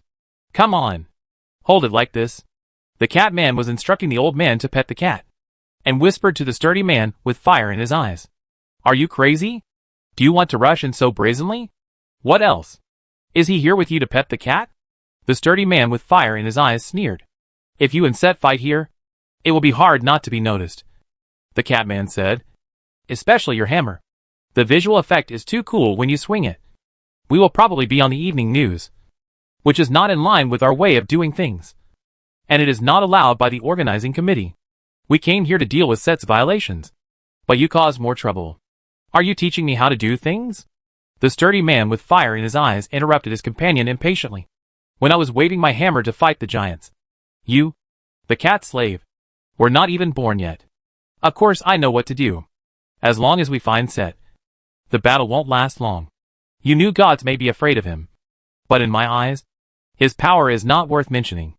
I will deal with this matter before anyone reacts."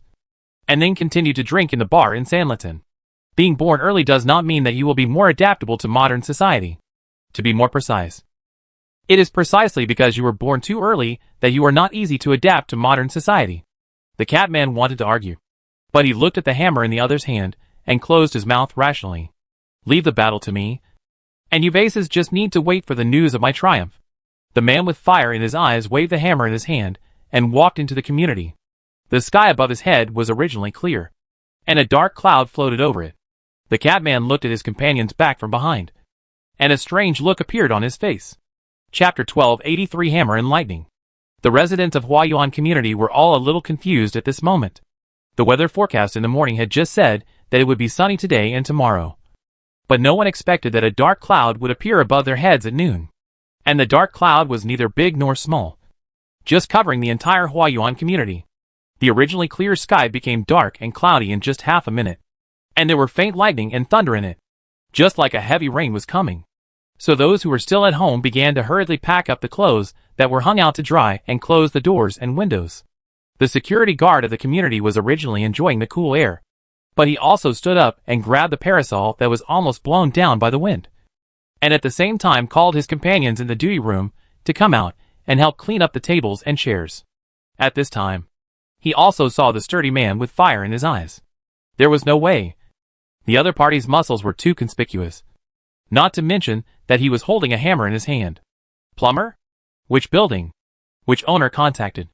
Although the community security guard was intimidated by the other party's aura, he still asked with gritted teeth, and picked up the visitor book. "Sign up." Unexpectedly, just as he finished this sentence, a lightning bolt suddenly struck down from the sky. "Oh my God!" The community security guard was frightened by the lightning that was only a few feet away from him, and sat down on the ground. Realizing that he was holding a lightning rod in his hand, he quickly let go of the parasol and threw it aside. But in fact, the lightning had already struck down. But the target was not him, but the surveillance camera next to him. The camera was struck by the lightning, and the electronic components inside were burned directly, and naturally lost the recording function. Then another security guard finally ran out of the duty room and helped his companion up. When the two turned their heads and looked at the place where the strongman had stood before, they found that the other party was no longer there. "Where is the person? How come he disappeared? This is really weird." The security guard who fell to the ground before said, touching his forehead. He must have left. Don't worry about it. Hurry up and take the table and umbrella in case there is another thunderstorm. Another security guard urged. Yes. Yes. Yes. Thinking of the scene just now, the two security guards were a little scared and quickly packed up their things. At this time, the strong man with fire in his eyes had entered the community. The way he entered the community was as simple and direct as always. After using lightning to eliminate the camera, he bent his knees slightly and jumped up from the ground. His body actually crossed the 2-meter-high community fence and did not fall down, but continued to rise and stepped on the branch of a sycamore tree next to the community. His calves exerted force again, and the muscles of his whole body burst out with a huge force. The branch as thick as his thigh was directly broken by his foot on the ground, and the next moment he was standing on the air conditioner on the 12th floor. Fortunately, the wind was blowing hard at that time, making all passers-by unable to open their eyes. Otherwise, if someone used a mobile phone to record the shocking scene, the internet would explode again. The sturdy man with fire in his eyes did not stop, and stepped on the air conditioner outdoor unit all the way to the 28th floor rooftop. Then he raised the hammer in his hand, and the lightning in the clouds was like a shark smelling blood. And they all struck at the hammer. At least dozens of lightning bolts gathered together, interweaving into a terrifying electric grid. And the dancing current rushed along the hammer to the sturdy man. If an ordinary person was struck by such a blow, he would have been wiped out. But the strong man's face did not show any pain. On the contrary, he looked a little bit happy after being struck by such a shock. The current did not weaken at all after passing through his body, but was strengthened. Then it spread along the soles of his feet, turned into small snakes, and swam all the way down. The strong man on the rooftop closed his eyes, opened them again 2 seconds later, and shouted, "Found you." Then his body disappeared from the rooftop. On the 15th floor, room 1503 was in a mess. A working man fell in a pool of blood. His eyes were empty, and his chest was also empty. The heart inside was missing, and his wife was nailed to the wall by 12 steel bars. Those steel bars passed through her shoulder blades, thighs, and arms. Her blood flowed along the wall, but she did not die immediately. This was not because her vitality was stronger than her husband's, but because the guy in the kitchen deliberately left her half alive and let her watch him cook her husband's heart. The figure with a jackal head was busy in the kitchen, and asked, "Where's the ginger? Madam, where did you put the ginger? If you don't put some, it will taste too fishy." "Oh, and cooking wine. Is it Chianha's? Good. This brand has 0 additives. Healthy, and is the best for roasting meat." The woman's eyes revealed a trace of fear, and at this moment, lightning and thunder began to flash in the community. "TSK. TSK. TSK. You said I was eye-catching. And this way of appearance is even more low-key." As the jackal said this, he casually pulled down the blinds of the kitchen window. As a result, he just picked up the kitchen knife and prepared to cut the onion on the chopping board. Unexpectedly, the next moment, the kitchen window suddenly burst open. Glass fragments flew, and at the same time a black shadow flew towards him. The jackal's reaction was not slow. He grabbed the kitchen knife in his hand and chopped at the thing. However, before his kitchen knife touched the thing, an electric current had already climbed up his arm, making the hair on his body stand up, and his movements paused. And then he saw that the black shadow hit his chest solidly. It was a silver iron hammer, not very big in shape, but with amazing kinetic energy. The hammer broke the sternum of the bearded man, and his entire chest was sunken.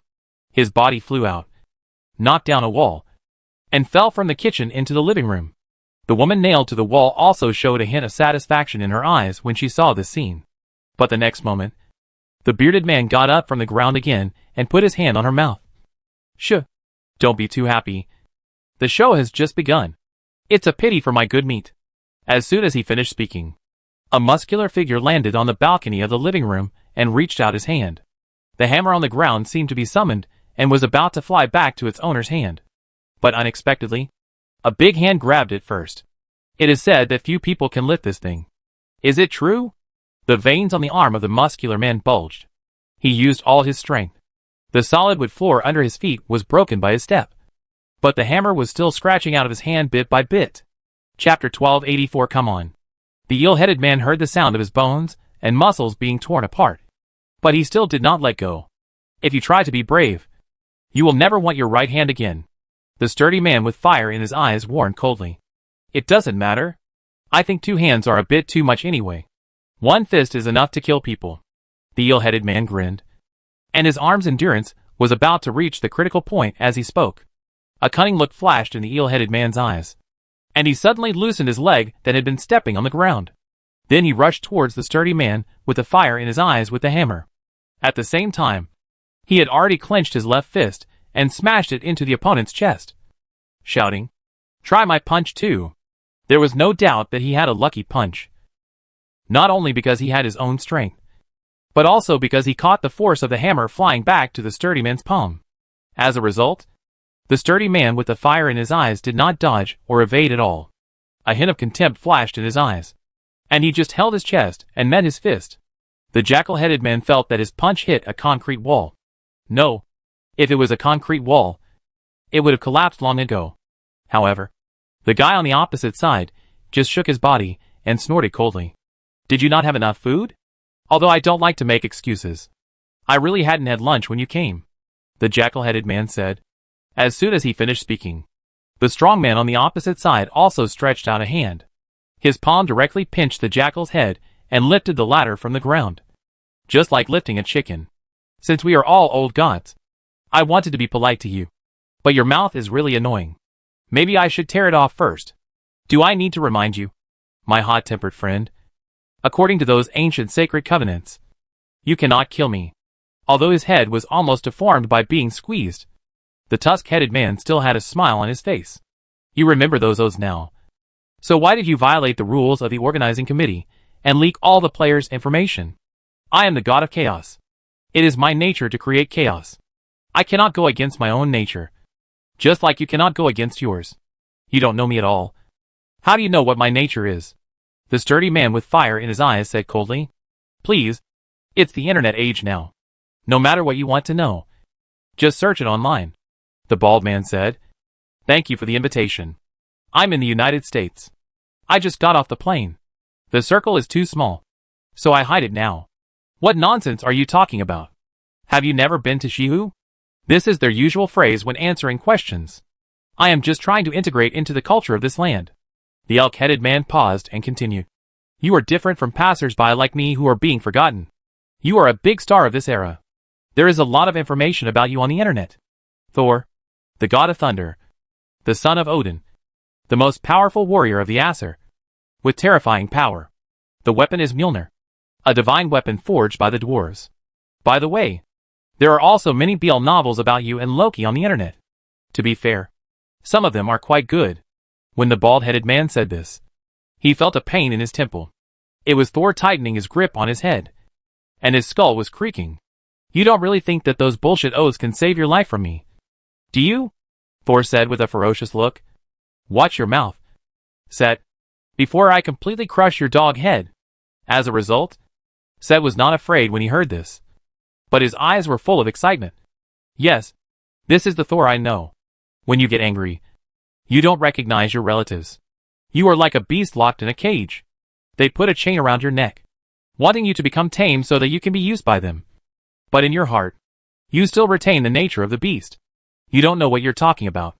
Thor swung his hammer and killed the poor woman nailed to the wall.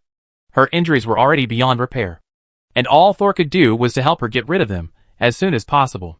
On the other side, Set, who was held in his hand, was still talking non-stop.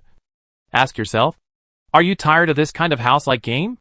If I remember correctly, there is also a war in your priesthood. Don't lie to yourself. You are thirsty for blood, and you must be silently missing the years of fighting with the frost giants, the killings and the wine of Asgard, and even the last war. You swung your hammer, and no one could stop you wherever you went. Oh, Thor, the bards also wrote countless poems for that battle, praising your heroic figure. Times have changed," Thor said coldly. "Yes, times have changed.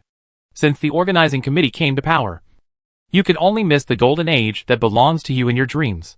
There is no pleasure and freedom in the battle. There are only those stupid popcorn movies and comics. And those BL fans who covet your ass and chest muscles. There is no respect. If you want to provoke a conflict between me and the organizing committee, you'd better save your energy, Thor said. I really don't like my current life. But no matter what era, I will never associate with a stupid deal like you. Unfortunately, sometimes things don't always go as you wish. I don't want to waste time talking to you. Tell me where you hid the god of mobile phones. Then come back to the organizing committee with me to accept the trial. Kneel on the ground and beg for forgiveness from everyone. This is the only thing you can do, Thor said sternly. You want to know the whereabouts of the god of mobile phones? No problem. As long as you don't use your hammer, we can have a fair fight. This is too unfair. You have a world-famous artifact in your hand, and I have nothing in my hand. You are asking for trouble. I can beat you with just my little finger, Thor said. You may have had your own glory, but now you are just a third-rate god that few people know. My reputation has spread throughout the world, whether it was more than 1,000 years ago or now. You are no match for me whether you use a hammer or not. Words are not enough. You have to try to know, Set shrugged. Or are you afraid of my challenge? I am Thor, the son of Odin, and I am not afraid of anyone, Thor said word by word. I can accept your challenge, but after this you must keep your promise and tell me the whereabouts of the god of mobile phones. Otherwise I swear, you don't have to go to any organizing committee. I will crush your head right now. Right here. It's not worth it to break those ancient oaths for me. Seeing Thor loosen his hand, Set also stepped back 2 steps, moved his wrist and neck, licked his lips and said, Come on! Chapter 1285 Ask Loki Something. Thor really dropped the hammer at his feet as promised. In order to make Set accept defeat sincerely, he even dispersed the electric current on his body. Thor was confident that he could beat the jackal in front of him to accept defeat with his own strength. Of course, he knew that Set's proposal to fight him again might have some conspiracy. But no matter what tricks the other party was going to play, it was meaningless in the face of absolute power. And Set also read from Thor's eyes that the other party was going to break a few more of his ribs. That's more like it. Set's eyes lit up with fighting spirit. It's really the most fun to fight with the old gods. Those new gods have great powers, but they are all sissy. If your words get out, it will stir up conflicts between the new and old gods. But, Thor paused. Personally, I couldn't agree more. It seems that even scum can occasionally say something pleasing to the ear. Really? Then try my fist again. Set roared and concentrated all his strength on his arm. His right hand instantly swelled more than twice, and the blue veins on it were as thick as fingers, and they were densely packed like earthworms. Thor's expression became a little more serious after seeing this. After all, Set was one of the 9 gods in Egyptian mythology, and he still had some strength. Like him, he had experienced the test of time. Although his power was weakening, his fighting skills were becoming more and more mature. Thor was ready to fight. But then his expression froze. Set, who had just finished boasting and looked like he was preparing for a big move, turned around and fled towards the door. He didn't even have time to open the security door of the living room.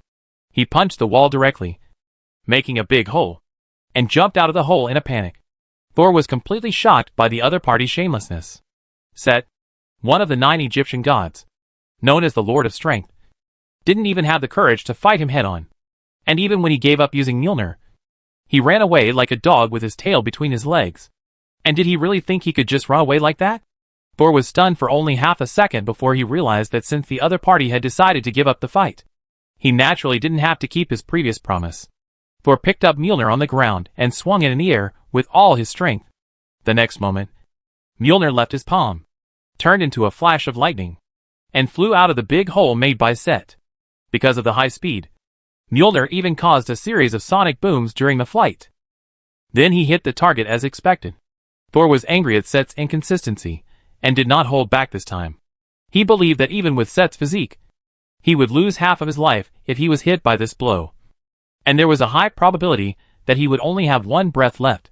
In fact, he wanted to beat this fool who had no sense of warrior honor to death with a hammer beat bouquet.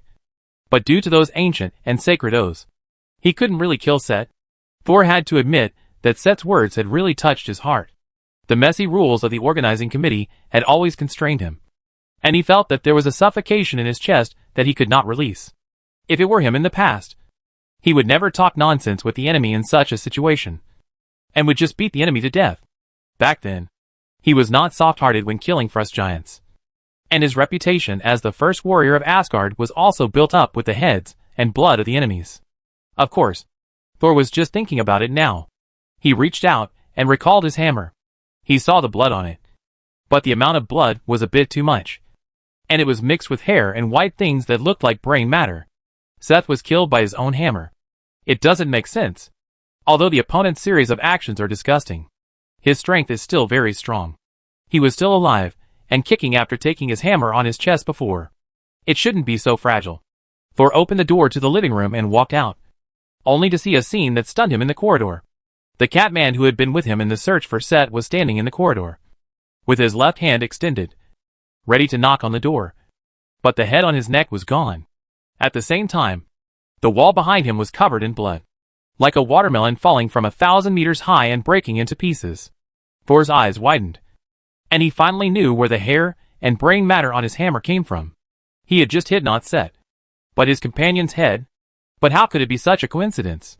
The Catman didn't come earlier or later, but stood outside the door at this time. He was really unlucky. No, it wasn't bad luck. Thor's temples began to throb wildly. He faintly smelled a scent of conspiracy. However, analysis and thinking had never been his thing. He was a warrior, and warriors only had to believe in muscles. In fact, it was not just him. The gods of Asgard were used to asking Loki for a solution when something happened, or going to Kvasir, because Kvasir knew everything. But the good times didn't last long. After Kvasir was murdered by the dwarves and turned into poetic meat, everyone had to rely on Loki's tricks again. Thor wanted to ask Loki, but the latter hadn't appeared for a long time, and no one knew where he was fooling around. Moreover, Loki's position had always been a mystery, and no one knew what was going on in his head. But Thor still knew that he was in trouble. Not only did he break those ancient and sacred oaths and kill a god, but the one who died at his hands was a new god, although he was a cat-slave god with little presence. When Loki saw him for the first time, he was thinking, what the hell is this thing? What are modern people thinking about? They finally evolved to the top of the food chain, but they found a master for themselves.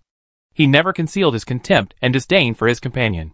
If he didn't have to rely on the stray cats of the other party as biological detectors, he would have kicked the Catman away long ago. However, contempt and disdain are one thing, and killing the other party with your own hands is another. Especially in recent years, the old and new gods have not been getting along well. Although there has been no large-scale conflict, there have been many small contradictions and frictions. And he, Thor, as the signature existence among the old gods, just used his hammer to blow a new god's head. You can imagine how much waves this will cause.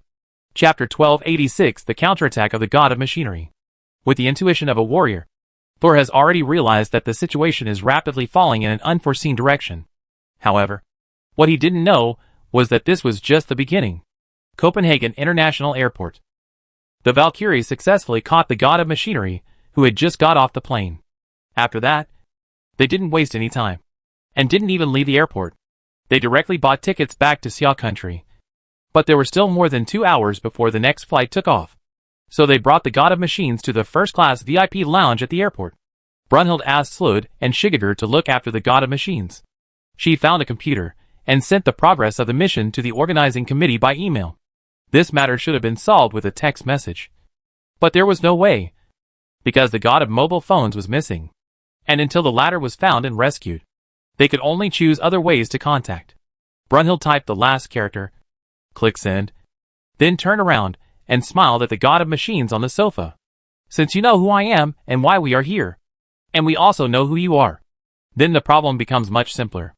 The God of Machinery did not speak, but his eyes were sneaking around, taking in all the mechanical creations in the VIP waiting room. If he was given a minute, no, half a minute, he could assemble the computer next to Brunhild, the wall clock behind her, and the coffee machine on the snack table into a mechanical sword. It seems that I still can't beat these 3 women in front of me. The God of Machinery sadly discovered that he was no match for the 3 Valkyries in terms of force. However, Brunhild did not despise him because of this. On the contrary, the Valkyrie seemed very polite, because she knew how terrible the man in front of her was. We will take a plane back in a while. I don't want the previous incident on the 8-300 to happen again. What happened? The God of Machinery was playing dumb. Just tell me. You won't do anything to the plane you're on, right? Shigegar asked. If you really fall off, won't you be doomed? Or are you planning to threaten us with death after getting on the plane? Seeing the change in the face of the god of machinery, Shigegar knew that he guessed right. You guys, do you really think so? Then it seems that we have to make some preparations. It's a pity that we didn't want to do this. What do you want to do? Kill me? The god of machinery finally got nervous. As a new god, he was actually quite a homebody. Although he didn't interact with other gods, he knew the conflicts between the new gods and the old gods. In the eyes of the new gods, the old gods were all barbarians who ate raw meat and drank blood. They carried the barbarity and ignorance of their ancestors. Many people would not talk properly when they could take action. There was a rumor that they were dissatisfied with their status being taken away by the new gods, and wanted to unite and kill all the new gods. I don't like the way you look at us. I always feel like you're thinking of something very rude. Slud also said, maybe we should really kill you once and for all. You know, we are very good at doing this kind of thing. While saying this, Slud also made a gesture of wiping his neck. Don't scare him. Brunhild frowned, then turned to the god of machinery and said, we are just following the orders of the organizing committee. I hope you can cooperate. We won't hurt you. But just in case, we will knock you out after you get on the plane. You just need to sleep for a while. And when you open your eyes, the journey will be over. The god of machinery thought that this proposal was not good at all, but he could not refute it. Slud and Shigegar on the side had been eyeing him covetously, not giving him any chance to take advantage of, which resulted in him being unable to do anything until now. Fortunately, Brunhild, the leader, had a good attitude towards him. There is still some time. Don't think about the computer and mobile phone. Do you want to read a book or newspaper, or have a cup of coffee? Then give me a cup of coffee. The god of machinery could only say so. In the eyes of others, the middle-aged man who looked like an engineer in the waiting room looked so happy. He was holding a supermodel on his left. Another supermodel was sitting on his right leg. And another supermodel was making coffee for him.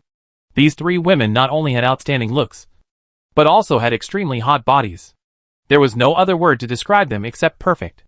Moreover, unlike ordinary supermodels, they also had a heroic temperament. Damn it. How many minds does this bastard have at home? Why do all these beauties throw themselves at him? The first-class waiting room was originally filled with corporate executives and social elites. But seeing this scene still made them feel like they were eating lemons. And the most important thing was that the pretentious guy in the middle looked like he had lost all hope in life. Brunhild was making coffee, and suddenly a sense of danger arose in her heart. She didn't know where this sense of danger came from.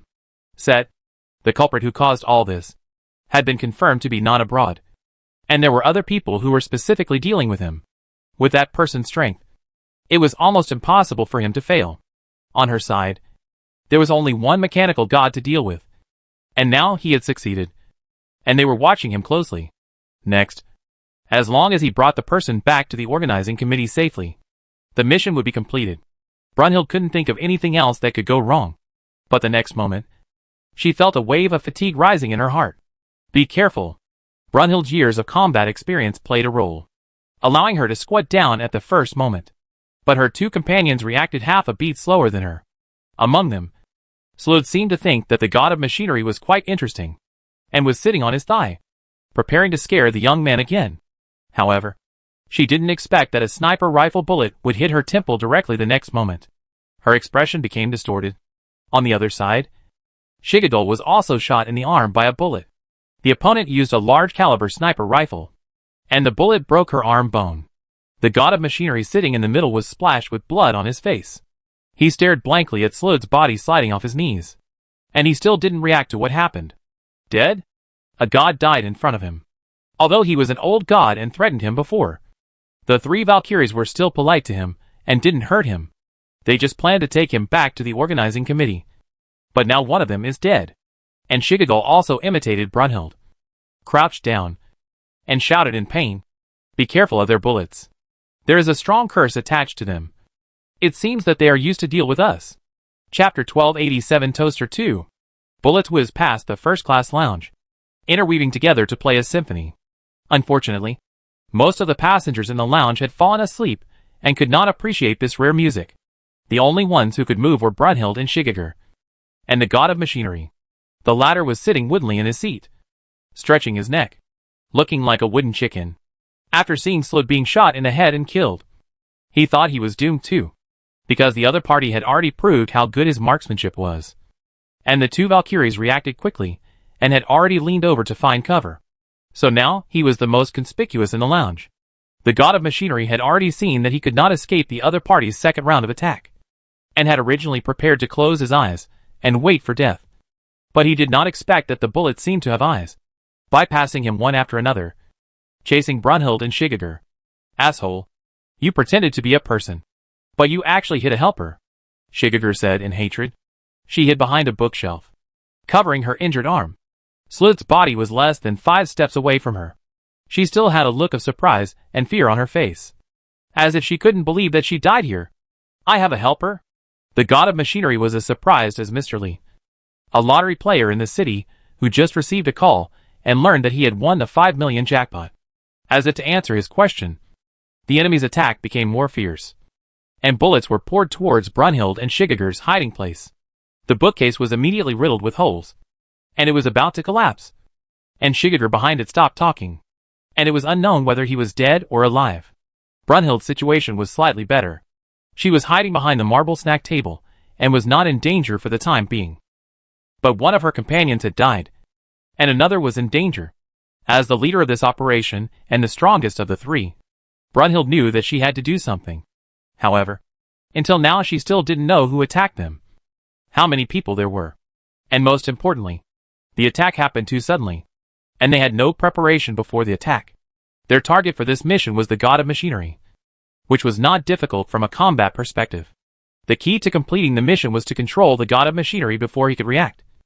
Otherwise, once he came into contact with the mechanical creation, the situation would develop in an unpredictable direction. Therefore, Brunhild and the other two did not carry weapons or armor, but dressed in their daily clothes and tried their best to blend in with the passengers at the airport. In the end, they did successfully capture the god of machinery, but they did not expect that this would be a trap. Brunhild judged from the shooting frequency that there were at least 6 gunmen on the opposite side. In other words, she and Shigegar each had 3 gunmen to take care of them, which fully guaranteed the continuity of firepower and left her no chance to rush out from behind the snack counter. Brunhild did not have any weapons that could attack from a distance, so she could only think of other ways and said, "Hey, can you hear me?" The god of machinery was stunned for half a second before he reacted. Are you calling me? Otherwise, I need your help, Brunhild said. Did I hear you right? You are asking me for help? But aren't we enemies? The god of machinery looked incredulous. I am just doing my job and want to bring you back to the organizing committee. Even if there is a little conflict between us, it is not enough to become enemies. Not to mention, what's more, Brunhild was in no hurry to answer the question of the god of machinery, and instead said, "You don't seem to know the people who attacked us. Although I don't know them. They didn't attack me, which means they have no ill will towards me. It's obvious that they came to save me. I think I can get to know them." Although the god of machinery didn't have so many crooked ideas, he was not stupid. He could still tell who was better to him. Don't be stupid. Can't you see that they spared your life so that you could take the blame? Take the blame? If my 2 sisters and I die here, who do you think is the most suspicious? Brunhild asked. The god of machinery finally realized the seriousness of the problem. But I don't know them. I just need to tell the truth to the organizing committee. Brunhild sighed. Are you going to explain yourself to the organizing committee? The god of machinery was speechless. He is still a fugitive. And do you really think that after we die, the group of people outside will let you walk out and talk nonsense everywhere? Seeing that the god of machinery was still hesitant, Brunhild quickly put another weight on the table. Breaking the rules and attacking the agent is one thing. Murdering the gods and violating those ancient oaths is another thing. Not to mention that you are the new god, and we are the old gods.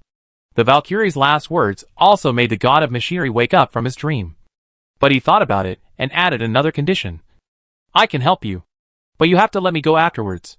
And you have to explain to the organizing committee everything that happened here, especially your dead companions. Deal? Brunhild said without hesitation. Hearing this, the god of machinery stood up from his seat and rushed to the refrigerator on the right. The gunman outside hesitated for a moment, but finally did not shoot him, allowing him to successfully rush behind the refrigerator. As soon as he touched the refrigerator, the god of machinery seemed to have changed into a different person. He was no longer dull and rigid, and his eyes were full of energy, just like Sun Wukong, who had found the Dinghai magic needle. "Leave it to me," he said confidently, while inserting a hand into the back of the refrigerator. Then he saw that the refrigerator seemed to come alive, and various parts were falling off and reassembling quickly, just like the Transformers in the cartoon. "Coffee machine!" The god of machinery suddenly shouted in the middle of the conversation. Brunhild pulled off the tablecloth and let the coffee machine on the snack table fall into her hands. Then he threw the coffee machine to the god of machinery. "Toaster 2. Brunhild did not hesitate. She threw 1 and 2 at the same time. It was easy. "TV. I can't get it." Brunhild did not move this time. She said unhappily, "Don't push it. The TV is more than 30 meters away from me. If you run over, I will be a sieve. Forget it. The main thing is that I lack an LCD screen and 2 speakers." The god of machinery scratched the back of his head and said, "But it's basically done anyway." Chapter 1288 Fortress Turret and Flashlight. The refrigerator in front of the god of machinery had already changed beyond all recognition. It had become something similar to a fortress turret, with 2 refrigerator doors becoming the guard plates in front of the turret, and a gun muzzle as thick as a thigh sticking out from behind the guard plates. "How did you make this thing?" Brunhild was also stunned after seeing the finished product. It just amplified the power of the compressor. And, forget it. You don't need to explain. I don't understand anyway, Brunhild said. The key is how powerful this thing is. You know, after firing 1 shot. The god of machinery was also very simple. And then he raised the muzzle directly. Just at this time, a new round of bullets had arrived. The god of machinery fired a shot in the direction of the bullets. And as a result, a terrifying big hole appeared on the wall. At the same time, ice chips were flying everywhere. The whole waiting room was shaking as if it had experienced an earthquake. "Why is there a freezing effect?" Brunhild finally dared to stick her head out, looking at the big hole in the wall and the ice crystals nearby. She was very shocked. "Well, after all, it's a refrigerator. I have a heating bomb made from a toaster." The god of machinery paused, and then said, "By the way, do you need any weapons and equipment? Can you make it?" Brunhild raised her eyebrows. "Of course. But it's just a mechanical version. It's definitely not as useful as your original weapon. If possible, please make me a spear and a shield," the Valkyrie said. This was her most handy weapon. But unfortunately, she didn't bring it this time. "No problem." The god of machinery agreed immediately. And then his eyes began to look at other mechanical equipment in the room. Brunhild took this opportunity to roll out from behind the snack bar and came to the place where Shigagul was hiding. The latter had fallen into a coma. Shigagul had at least 6 gunshot wounds on his body, but fortunately none of them were vital. Relying on the Valkyrie's strong physique, he was able to withstand the terrifying kinetic energy of the bullets. But there was nothing he could do about the special curse on it. Now her cheeks were burning terribly. Her eyes were tightly closed, and the blood flow from the wound seemed to be unstoppable. "Hold on. I take you back to Asclepius. He will definitely be able to heal your wounds," Brunhilde said as she tore off her clothes and bandaged Shigagul. At the same time, the god of mechanics also began to assemble weapons for Brunhilde as agreed. As for the shield, it was much simpler. Just remove the 2 refrigerator door guards in front of the cannon and give them directly to the Valkyrie. Anyway, he had no more shells after firing another shot, so he just had to stay alive and see if he could come up with something else. Brunhild quickly treated Shigagul's injuries. Of course, she just helped her stop the bleeding. But whether she could hold on, and how long she could hold on, depended on Shigagul herself. Outside the door, after a brief silence, gunshots rang out again. And this time, they not only attacked Brunhild and Shigagul, but also the god of machinery. However, the gunshots were less frequent than before, and it seemed that there were only 3 gunmen left, and their positions were wide open to avoid being killed in one fell swoop. The god of machinery fired the remaining shell and killed another gunman. At the same time, he threw a mechanical spear and a refrigerator door shield to Brunhild. After the latter took it, she weighed it. The weight of the shield and the spear combined exceeded 40 kilograms. For ordinary people, it was very uncomfortable to just hold it, let alone swing it. But in Brunhild's hands, it seemed flexible and free. Then the Valkyrie jumped out from behind the bookcase and rushed towards the door of the waiting room. She had already torn off the hem of her long skirt, which no longer affected her running. At this moment, she stretched out her two slender legs, and her body was like a cheetah, elegant and full of power. She caught all the bullets with her shield. Although sparks flew everywhere, Brunhild was unharmed. The terrifying kinetic energy of the bullets only made her body pause slightly. But in just 3 seconds, she had rushed to the first enemy within 5 meters. The enemy had his face covered and could not be seen. But Brunhild could still see the surprise in his eyes. Facing an enemy of unknown origin, the Valkyrie did not dare to hold back, and threw the mechanical spear in her hand with all her strength. The enemy on the opposite side did not seem to expect that Brunhild could launch an attack from such a distance. He had no time to react, and was still holding the sniper rifle in his hand. As a result, he was pierced through by the mechanical spear, and was nailed to the ground. Brunhild was a little surprised. She did not expect that the opponent's body would be so fragile. However, she did not have time to think too much because another gunman had already launched an attack on her. At such a close distance, Brunhild had to be extremely alert and relied on her excellent motor nerves to dodge the shot from the left-hand side. And that's not all. A fist from the other side has already hit her. Brunhild raised her shield again, but this time her refrigerator shield made a whine, and was hit hard and dented. And the Valkyrie's body also took a rare step back. This power. Is it Seth? Or other gods with power attributes in the priesthood? Brunhild wanted to pick up the mechanical spear stuck on the ground, but there was a gunman staring at her, which made her a bit of a dilemma. At this moment, a dazzling light came from behind Brunhild, causing both opponents to close their eyes. The Valkyrie took this opportunity to pull out the mechanical spear, and then stabbed the tip of the spear into the chest of the last gunman. This is a human body? When Brunhild killed the first gunman, she was still a little skeptical. But now that the spear was in her hand, the feedback was clearer, allowing her to finally confirm that the group of people who ambushed her were human beings. This surprised Brunhild, because she originally thought that this was just a conflict within the gods, and one or several people were unable to sit still. But now it seems that the involvement is probably greater than she thought.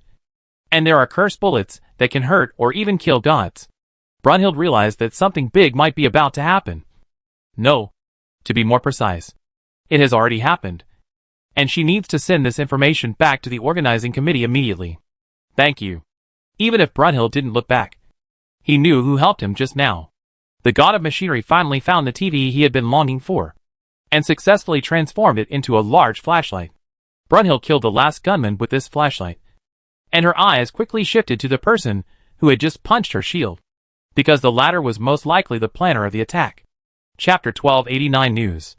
After throwing away his phone, John Hung first found a clothing store on the street, used pet wire to open the store door, took a set of clothes from the shelf, changed his wet clothes, put some change on the cash register, and then found a hotel, booked a room, ate, and had a good night's rest. I don't know if it was because he was far away from Greenland, or because the old mark on his body took effect. He finally didn't have a nightmare that night. After regaining his strength and spirit, John Hung climbed out of bed again, sat at the desk in the hotel room, and began to think about his next move. The sudden crash of charge 8 to 300 was obviously not an accident, but John Hung didn't know who did it yet. With the large-scale leakage of personal information, the relationship between players has become increasingly tense. Although the 3 major guilds immediately issued a stern joint announcement to warn all those who were ready to make a move. With the blatant betrayal of Tianma, the president of Silver Wing, this joint announcement has become a joke. Although Silver Wing later issued a new announcement, claiming that Tianma's account was hacked, and all the previous radical remarks were not his original intention. It was half a day later. The speed of this crisis public relations is too slow. Moreover, the statement of hacking, like the slip of the hand, is a standard answer in the public relations industry. It can be found everywhere, and it is conceivable how many people will believe it. Although Zhang Hung was dealing with his own life experience these days, he also followed the progress of the matter on the forum. However, many of the old accounts that were active in the forum before have disappeared, and a large number of new accounts have flooded in. Most of these new accounts, like Zhang Hung, just browse and do not speak. The number of posts and replies on the forum has dropped sharply, and even many of the previous gossip-eating parties have disappeared, without their tireless digging and spreading of various true or false gossips. Everyone on the forum feels as if they have been blindfolded. Now people rely on news reports to get information. Recently, there have been more and more missing persons and accidental deaths in various places, mixed with various strange weather and natural phenomena, such as the sudden appearance of large dark clouds and lightning above Huayuan community. And a couple was unfortunately struck to death by lightning. The reporter also interviewed the community security guard, who was almost struck by lightning. The latter looked frightened and described vividly how he escaped from the lightning. Then the TV station invited a meteorological expert to seriously introduce the causes of thunderstorm clouds and what ordinary citizens should do to protect themselves on rainy days and reduce the probability of being struck by lightning to end the news. However, there is another version of this incident on the player forum. There are rumors that Thor and another unknown god had a fierce battle here, and the result is unknown. In addition, there are also news about previous disappearances or accidental deaths, and it has been found that the deceased also has the identity of a player. Some experienced old criminal police in the public security department also smelled something from it. But I don't know why the subsequent investigations have come to nothing. These bizarre deaths and disappearances are also the favorites of various junk marketing accounts. But there seems to be a mysterious force that has been suppressing the heat of related events. Seeing that the related videos and public accounts cannot get traffic, they have turned to hype celebrity gossips. Only the player forums are still quietly paying attention to these news. Now a difficult decision is placed before all players.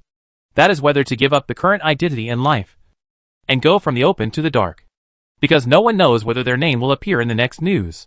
Doing so will undoubtedly increase their own safety. But in the eyes of many people, it is not much different from being dead. And this kind of thing is not a joke. How to survive after losing a job, how to hide in the city, and how to explain to your relatives are all problems. The only good news for Zhang Heng may be the recent sharp drop in the points exchange rate. Many players are planning for the future and exchanging their points for currency. On the one hand, they are preparing for hiding and seclusion. And on the other hand, they want to leave enough capital for their families before leaving. According to the latest exchange rate table sent to him by Ding Si, the exchange rate of points to RMB has fallen from 40,000 to 24,000.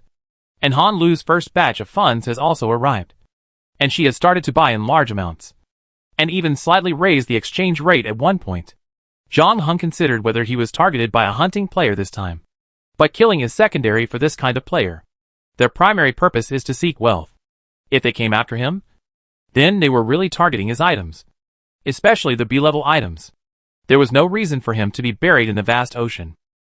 As for personal grudges, Zhang Heng had always been a solo player before, rarely encountered other players, and basically all the enemies he had made were resolved directly in the dungeon.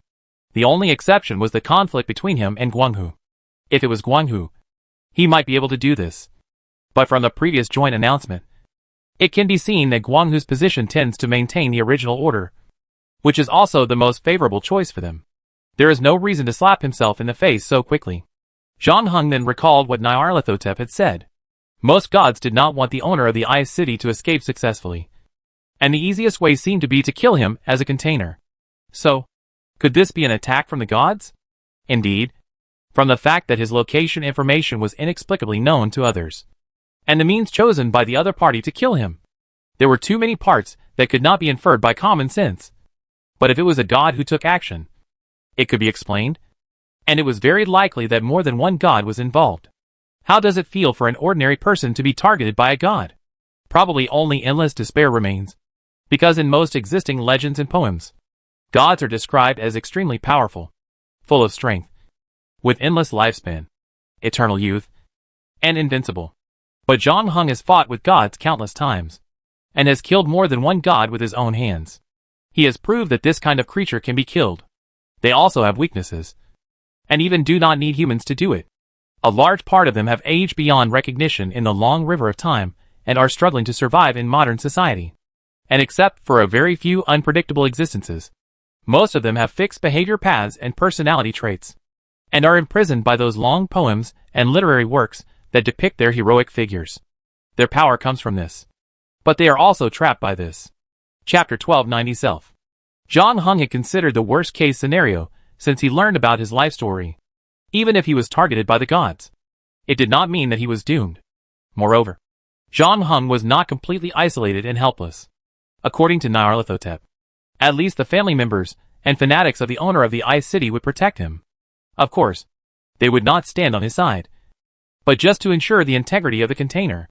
However, for Zhang Heng, this was at least a point that could be used. The bartender lady usually looked lazy and indulged in slacking off. But Zhang Heng knew that her strength was not weak. Before, in the underground tunnel, when Jormungandr was about to wake up, it was she who sealed the giant python back. Zhang Heng guessed that her strength was at least on par with Jormungandr. In addition, there were many gods in the pantheon of the owner of the Ice City. In addition to Nyarlathotep, who had fought with Zhang Heng, there was also Azathoth, his boss, whom Nyarlathotep mentioned. However, unlike the Norse pantheon, the gods in this new pantheon did not seem to be very united. So Zhang Heng did not expect to get much help from this aspect. In addition, the biggest danger to him was not the hostility from these external gods, but the blood flowing in his body and veins. Although he temporarily got rid of the nightmare last night, Zhang Heng knew very well that this was not the end, but more like a beginning.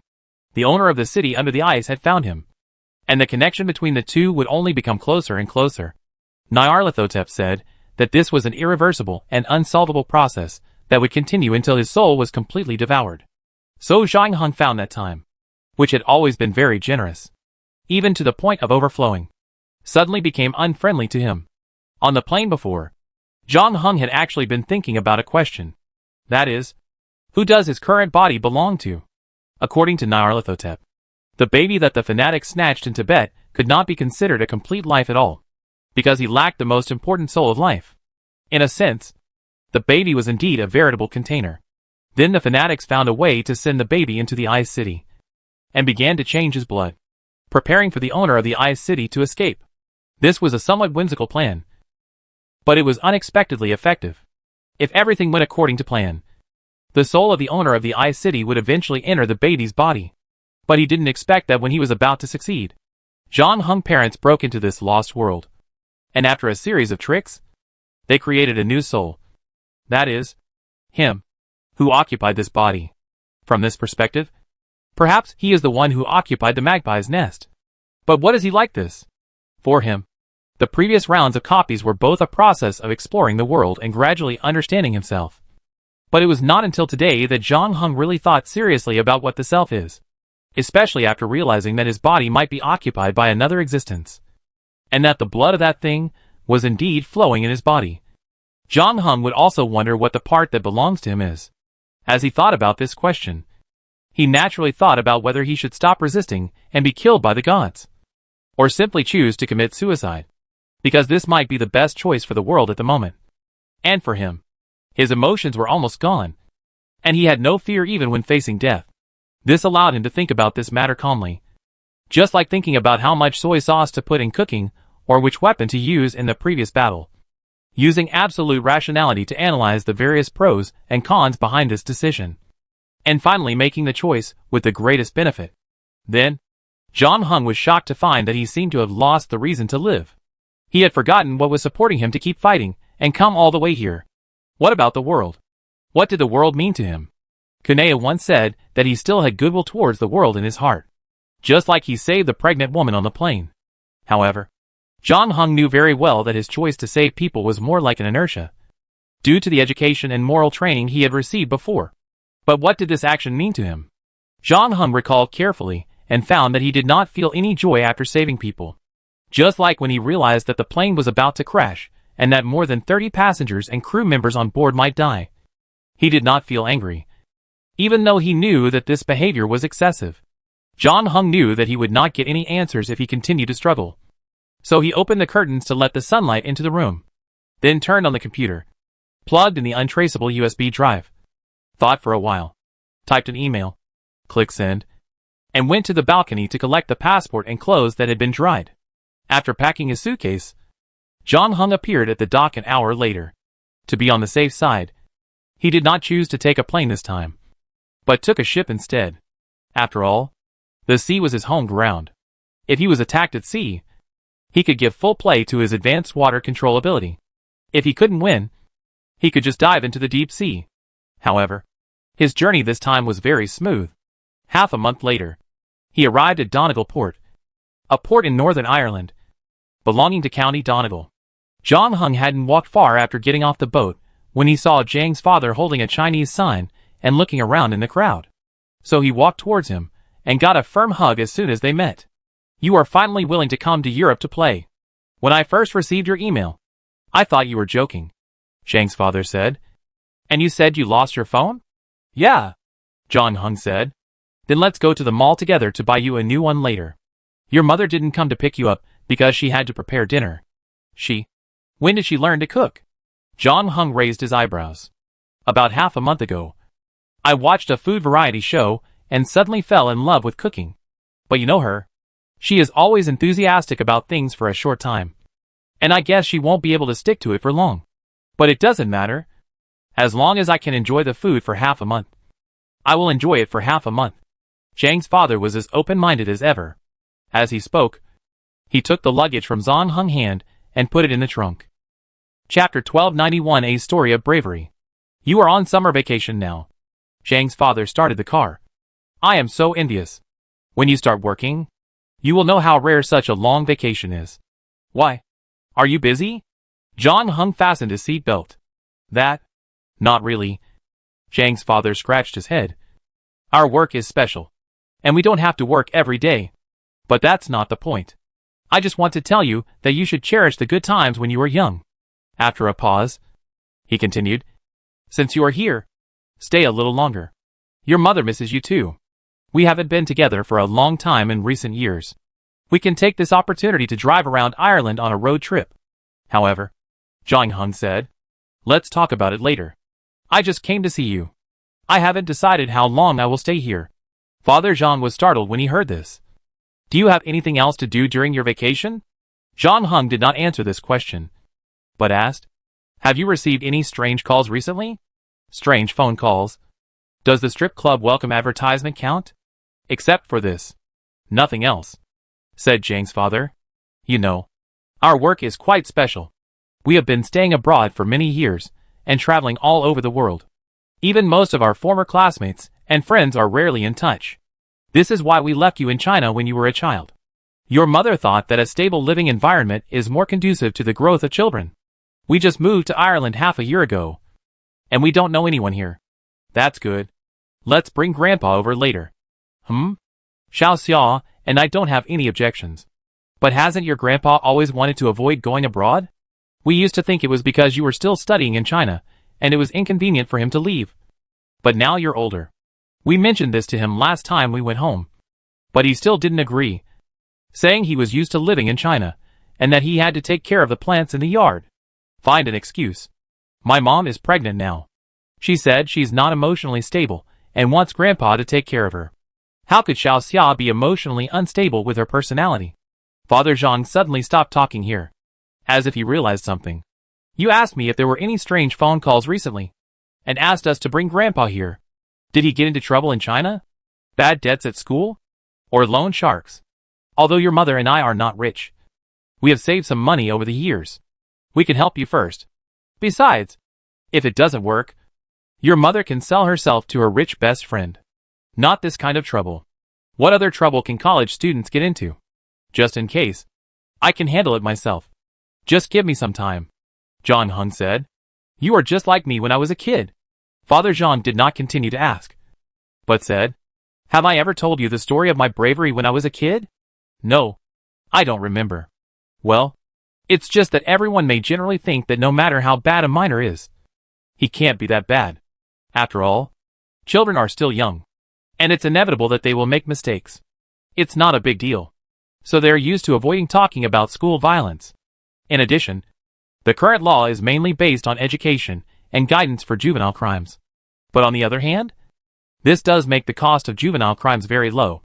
Anyway, at that time, there was basically a school bully in every school. They basically gave up studying and gathered a group of bad friends.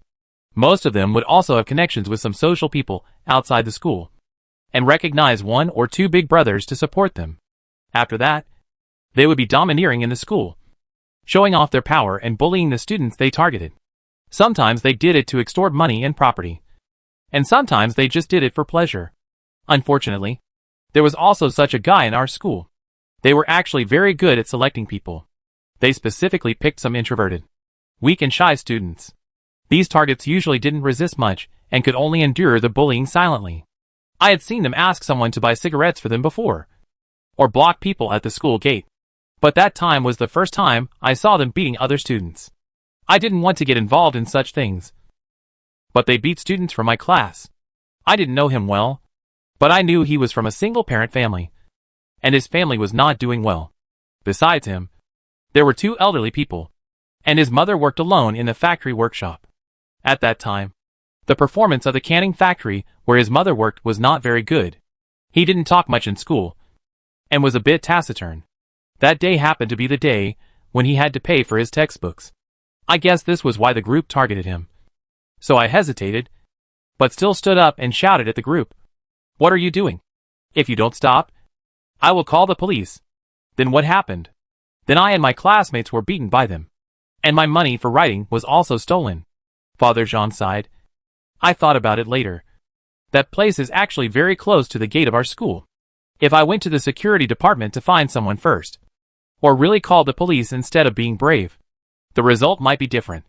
Maybe we wouldn't be beaten and our money wouldn't be stolen. Well, you always told me to stay calm and rational when encountering danger. I didn't expect that you would be so impulsive. Don't think I'm just an ordinary middle-aged man now. But who hasn't been young? Zhang's father was very excited when he talked about this. When there was no one on the road, he opened the car window and stepped on the accelerator, feeling the pleasure of the wind whistling in his ears, as if he had returned to his youth. An hour later, the 2 arrived at Zhang's father and mother's new residence in Ireland. Although it was a rented house, it was very clean, and all kinds of home appliances had been purchased and equipped. The front yard was also planted with flowers and plants. Zhang's mother was busy frying something in the kitchen. Compared with the Chinese New Year, her belly was now obviously bulging. But it was still a long time before the birth, and it should be a few months away.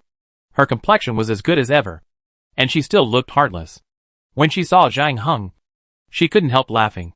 You guys still have the nerve to say that I'm confused. You're so old, but you can't even take care of your phone. Where did you lose it? If I knew where it was lost, I would have picked it up. Zhang Heng said. That's right. Never mind. You came at the right time. I've mastered my cooking skills, and you can have the chance to taste the delicious food. Let's go buy you a mobile phone tomorrow. I also want to buy a food processor.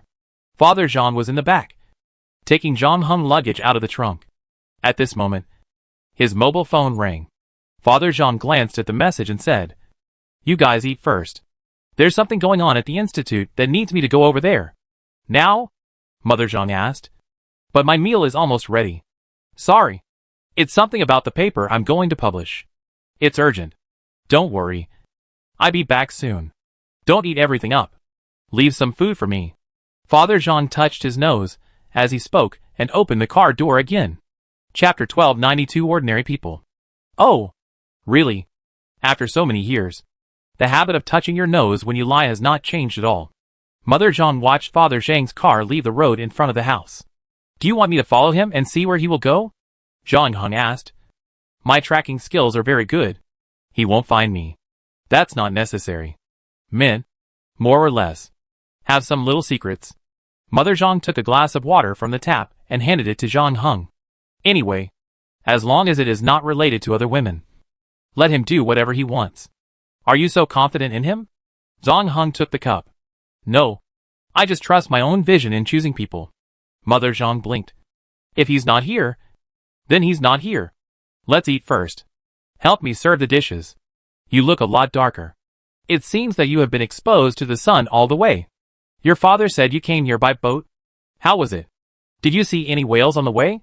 Just as Zhang Heng and his mother were eating and chatting, his father also parked the car on the side of the road. His face was no longer as gentle and calm as usual. His eyes were cold, and he stared at the billiard hall opposite. I don't know what he was thinking.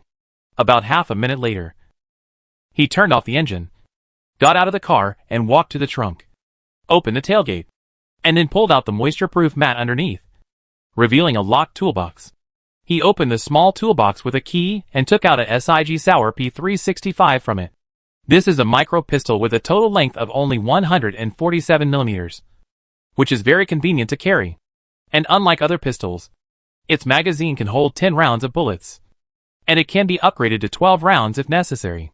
Father Jean took out the SIG Sauer P365, opened the magazine and checked it, confirming that it was loaded with bullets.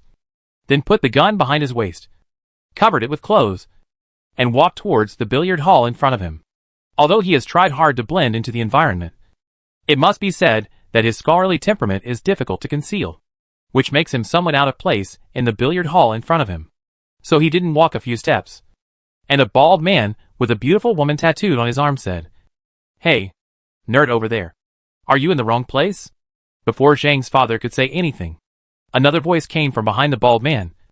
"No, he's not in the wrong place, because I asked him out." The bald man turned around and saw an old man in his 60s smiling at him gently. "I suggest you continue playing billiards with your girlfriend and stop meddling in other people's business." "What else?" The bald man clenched his fist. The old man shrugged. "Otherwise I pop your daisy with this billiard cue in my hand." "Old man, are you looking for death?" The sturdy man was furious when he heard this and took a step forward. However, before he could do anything, he felt a sharp pain from somewhere behind him and fell to the ground. No one present could see clearly how the billiard cue in the old man's hand disappeared. In fact, there was still a distance of 10 meters between him and the bald man. "Take your boyfriend to see a doctor quickly. If it's too late, there may be sequelae." The old man turned his head and smiled kindly at the stunned little girl next to the bald man, reminding him. The latter, however, seemed to have seen a devil. She quickly helped her boyfriend up from the ground, pulled out the bloody pool cue stuck somewhere behind him, and fled quickly with a limp, bald head. "Are you having fun?" Zhang's father asked. "It's okay. After all, I'm helping you out. Even if I don't say thank you. There's no need to put on a bad face, especially in front of an old friend." Zhang's father walked to the pool table where the old man was, looked into his eyes. "You who claim to be gods always use your supernatural powers to act recklessly and ignore laws and rules. No matter where you appear, there will be no good things. That's a bit unfair." The old man took a new golf club from the shelf next to him. "You humans have been praying for us to appear. Whenever you encounter difficulties, are in desperate situations, or even just feel bad because of trivial things, you will shout our names and hope for miracles. You see, you have the desire to break the rules. That's because they don't understand the good things you have done. You overestimate your kind. But it doesn't matter." The old man set up the billiards. "I asked you out today, not to argue with you about this kind of thing. Then what is your reason?" The old man smiled. "Play around with me first. I'm a little itchy. We played in Nuke.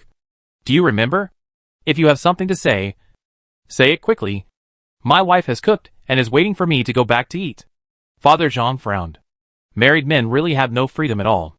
The old man seemed very sympathetic, but seeing that Father Jean really had no intention of playing with him, he did not force him, took out a shell from his pocket, placed it on the edge of the table, then leaned over and aimed at the white ball in front of him.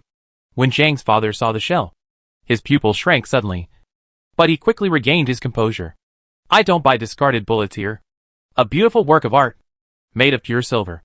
The bullet tip is coated with crystal orchid juice, and the bottom of the shell is engraved with Hebrew words, 'All things must die.' But the most creative thing is the inside of the shell. The core is actually filled with the blood of the goddess of curse. Eris is the goddess of curse in Greek mythology. Her curse is very powerful.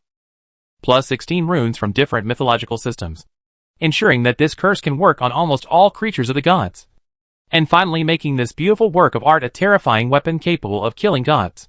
The old man swung the club in his hand, and the white ball flew out and hit the colorful balls in the triangle in front of him. Just 2 weeks ago, this bullet hit a goddess named Slud. If it was someone else, I might have to explain who Slud is. After all, not many people know her name now. But you are studying these things, so you should know who she is. Valkyrie. The Valkyrie in Norse mythology is Odin's maid. It is said that they will ride horses with the wild hunt to go to the battlefield to find the souls of the fallen heroes, give the chosen ones a kiss, and take them back to Valhalla. Father Jean said calmly. "Bingo! You are indeed a professional. I have to say that many people underestimated you. When I first met you and your wife, I focused my attention on your wife because I had never seen such a pure soul. In comparison, you are much inferior. Although your personality and temper are good, you are just a good ordinary person. Chapter 1293 What a Father Should Do. I am indeed just an ordinary person, Father Jean said expressionlessly. If you are looking for the murderer who killed Slud, then you obviously found the wrong person. Relax. I am not here to accuse you. The old man watched the two balls go into the hole, changed direction, and crouched down again. And I know that the incident at Copenhagen International Airport was not done by you, because during this period, you have not left Ireland. Right? Are you spying on me? Zhang's father's face darkened. We made an agreement when we separated.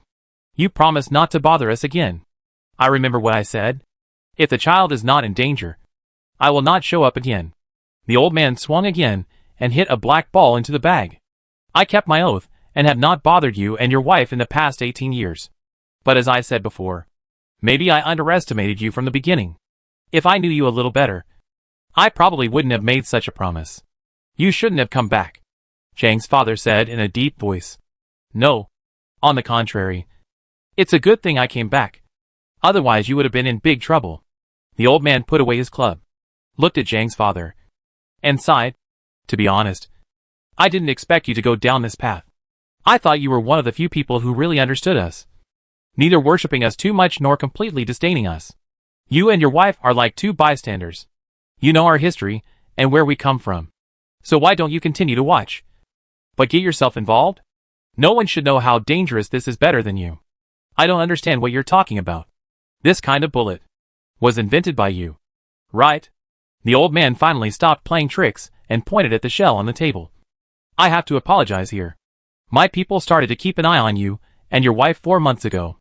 I originally wanted to know if your attitude towards Jean Hung had changed. After all, we haven't seen each other for a long time. And humans are a species that easily changes their minds. As a result, I accidentally discovered that you were secretly contacting a group of people without telling your wife. You were very careful. You never called. Only sent emails. So you didn't leave your voice messages. And you didn't use your own computer, tablet, or mobile phone. You always went to an internet cafe and changed places frequently, even driving an hour to the next city. You sent emails using a temporary mailbox that was only valid for 24 hours. So my people couldn't find out who you were contacting. And this matter also aroused my curiosity. My responsibility as a husband made me have to hide this relationship, Zhang's father said seriously. The old man was amused by him. It's useless even if you make fun of yourself. Don't forget who I am. I can't change the past. But it's okay to go back half an hour after you left the internet cafe and take a sneak peek. Also, do you want to make a bet? What bet? I bet the magazine of the gun behind you is also loaded with this kind of bullets. The old man put the pull cue on the ground and said leisurely, What a pity. We talked so well before. I thought we would become friends. Friends? I will never forget that you forced us to enter the city under the ice. And you saved the world. Didn't you? You know very well how bad things would be if the owner of the city under the ice got out. If I hadn't organized that scientific expedition, the whole world might have been shrouded in fear. And then you proposed to adopt the child. And I agreed, and gave him a talisman to help him block the connection with the owner of the city under the ice. I did almost everything I could. The old man spread his hands. That's the problem. From what I know about you, Kronos would never be so kind for no reason. So 10 years ago, you started looking for people who hated the gods for various reasons all over the world, brought them together, and consciously guided them to help them find ways to fight against the gods with their mortal bodies, and finally created this kind of god-killing bullet for these extremists? As the old man spoke, he picked up the shell on the edge of the table again. They are not extremists. They just have relatives or friends who died at the hands of gods. Most of them are not even the targets of those gods. For example, there was a captain who took his brother and son out to sea to fish. As a result, Poseidon was in a bad mood that day and raised a 40-meter high wave on the sea. In the end, his son and brother died in the shipwreck. For so many years, he has been living in despair and pain because no one believed his words. They just thought he was hallucinating due to excessive grief. He also believed that he would never be able to take revenge. Then you gave them hope. Hatred is the best driving force. I admit that some of us are really rough in our work. But these bad habits are also given to us by you humans, because you think that this will make our image more flesh and blood. More like you. and more conducive to the spread of those stories. The old man put his palm on the club. Dramatic. Most of us also hate this word. It is like a kind of curse to us. And don't label yourself as so righteous. Others may not know. But I know very well that the real purpose of your doing this is not to help those extremists avenge. You must have figured it out in your heart a long time ago. Zhang Heng's true identity will be leaked sooner or later. It is not difficult to guess how the gods will react on that day. Killing him is the easiest way to solve the problem. You know that this child will become the enemy of all gods one day in the future. So you have been thinking of a solution as early as 10 years ago. If the gods want to kill him, then kill all the gods. If I hadn't peeked at your email, I wouldn't have believed that an ordinary person, who looks easygoing and good-tempered in the eyes of friends, would have such a crazy and arrogant idea. I just did what a father should do, Zhang's father said calmly. Even if this decision will destroy the whole world, not only us gods, but also other humans, you should understand that letting Zhang Heng live means that the owner of the city under the ice may be able to escape. Interesting. Although some of your blood also flows in his body. After all, he is not born by you and your wife. Is it necessary to do this? The old man asked curiously. Chapter 1294 Guardian. When we first met, I didn't like him very much. I even considered using my ice pick to hit him on the head. After all, according to the situation at the time, this was the most normal option. Yes. So why did you change your mind later? The old man took out a bag of randoms gummies from his pocket, tore open the bag, grabbed a handful from it, and threw it into his mouth. Because my wife has always been a heartless person since she was a child. She lives in a daze every day and likes to push all problems to people around her to solve. She is not worry-free at all. But she has a natural intuition that the guy has never made a mistake in all the major events in life. I always thought it was some kind of supernatural ability. It was not until we got married that I got the answer to this question. What is it? The old man also became interested and asked while chewing the candy. No matter how cruel and dangerous the world is, she can always find the kindness hidden behind this cruelty and danger that is ignored by others. So the world always returns her kindness, Zhang's father said. At that time, we were in the city under the ice. We all saw that the child would die after leaving the tentacles. But we were indifferent and even hoped that he would die. However, only Xiaxia wanted the child to live.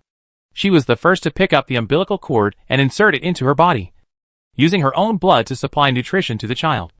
Although I don't think she fully thought through the risks at that time. But this is her. And if you live with her long enough, you will understand that you don't have to question her choices.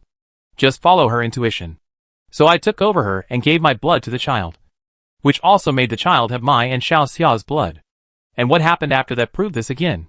Just when we were surrounded by those monsters and thought we were doomed, it was this child who saved us. Because they were worried that killing us would also kill the child. They stopped and watched us leave the city under the ice. Xiao Xia and I gave him life. And he also gave us life. It was at that time that I felt a certain connection between us and him. That's why we decided to give up everything and just adopt him, Father Zhang said. To be honest, I was also shocked when you asked me this. I almost thought you had been influenced by the owner of the Ice City and became its fanatics, the old man said. But after I found that he accidentally possessed a soul, it was indeed no longer suitable to keep him with me or hand him over to my group of secret believers. It might be a good choice for you and your wife to adopt him. After a pause, he continued. So, you are willing to challenge the gods for him because he saved you in that city under the ice? Father Zhang did not answer this question, but asked, You have never raised a child, although you have children, and there are quite a few of them. 3. Kronos raised his eyebrows. We are gods, and we are indeed not very experienced in this area.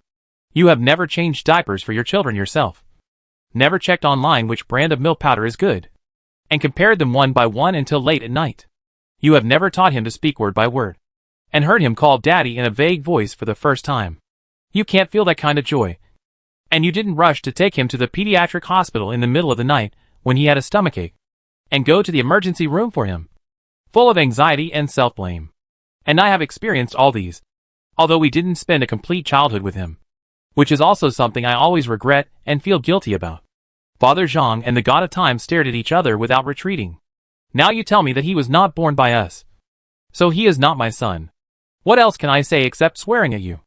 I will only say these words once, and I don't want to repeat them again. You shit gods. One by one. Anyone who comes for my son. Step over my body first. After saying the last sentence, Father Jean also pulled out the P365 behind him and pointed it at Kronos in front of him. But then he noticed that there was no screaming from others around him. In fact, the entire billiard hall was unusually quiet, and even the sound of the balls hitting each other was gone. Father Jean glanced at the two young girls at the table next to him and found that their movements were frozen there, motionless, like two sculptures. Then he saw that Kronos' expression did not change, and he nodded and said, "I feel relieved when you say that." "What do you mean?" Father Jean frowned.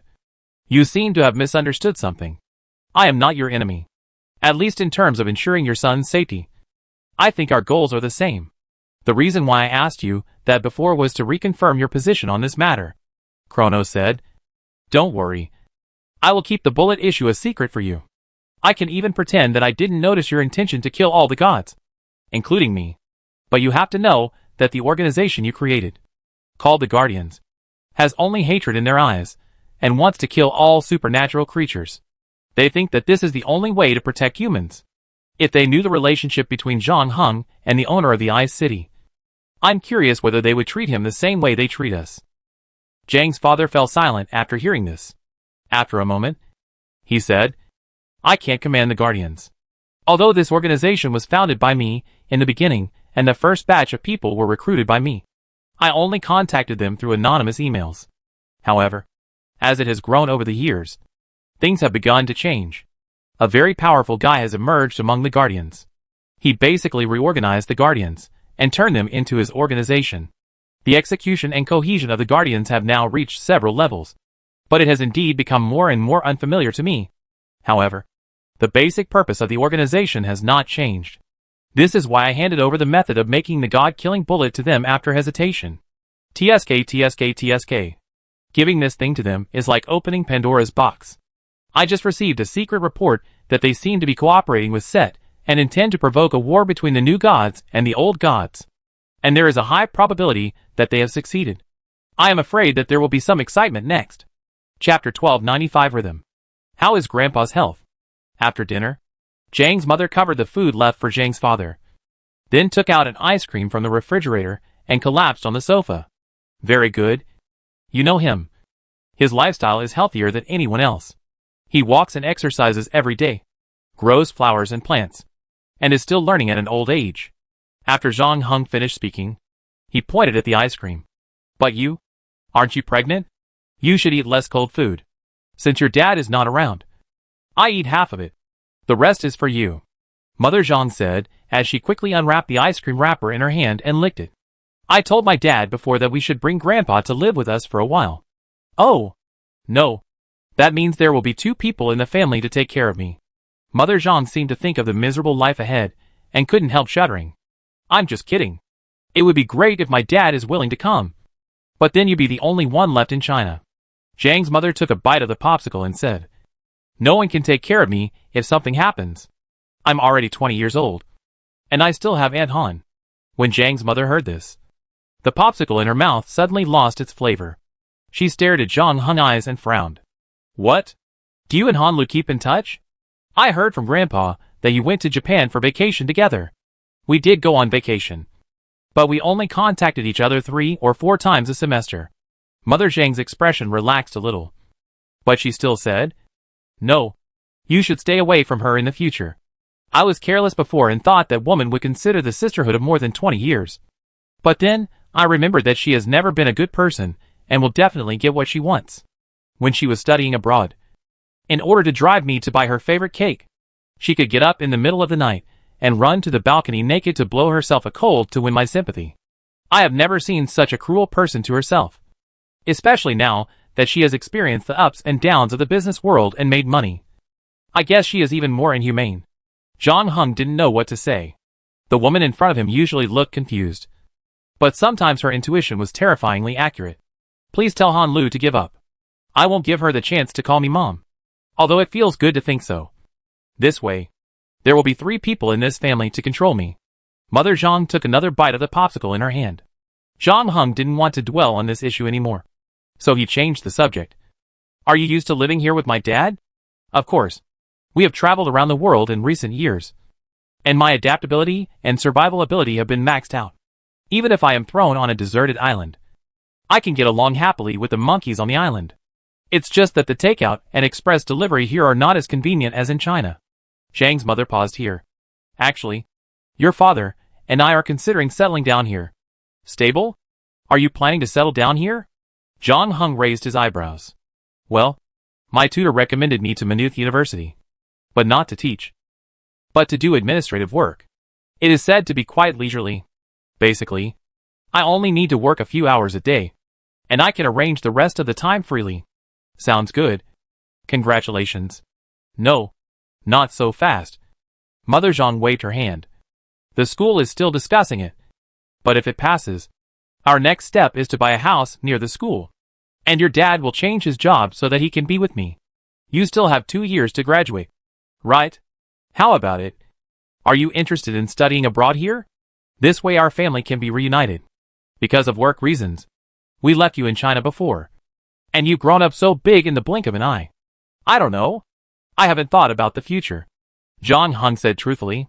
He didn't even know who he was. So how could he think about whether he should study abroad in 2 years? It's okay. You can think about it slowly. I don't mean to force you. I just mentioned it when I thought about it. Everything depends on your wishes. If you meet a girl you like, and she is willing to stay in China to develop, that's good. When I was your age, I thought about novels and comics, and where to eat delicious food every day. Zhang's mother yawned as she spoke. Perhaps because of her pregnancy, she was more sleepy than usual, especially after a meal. Her blood sugar level rose, making her more sleepy.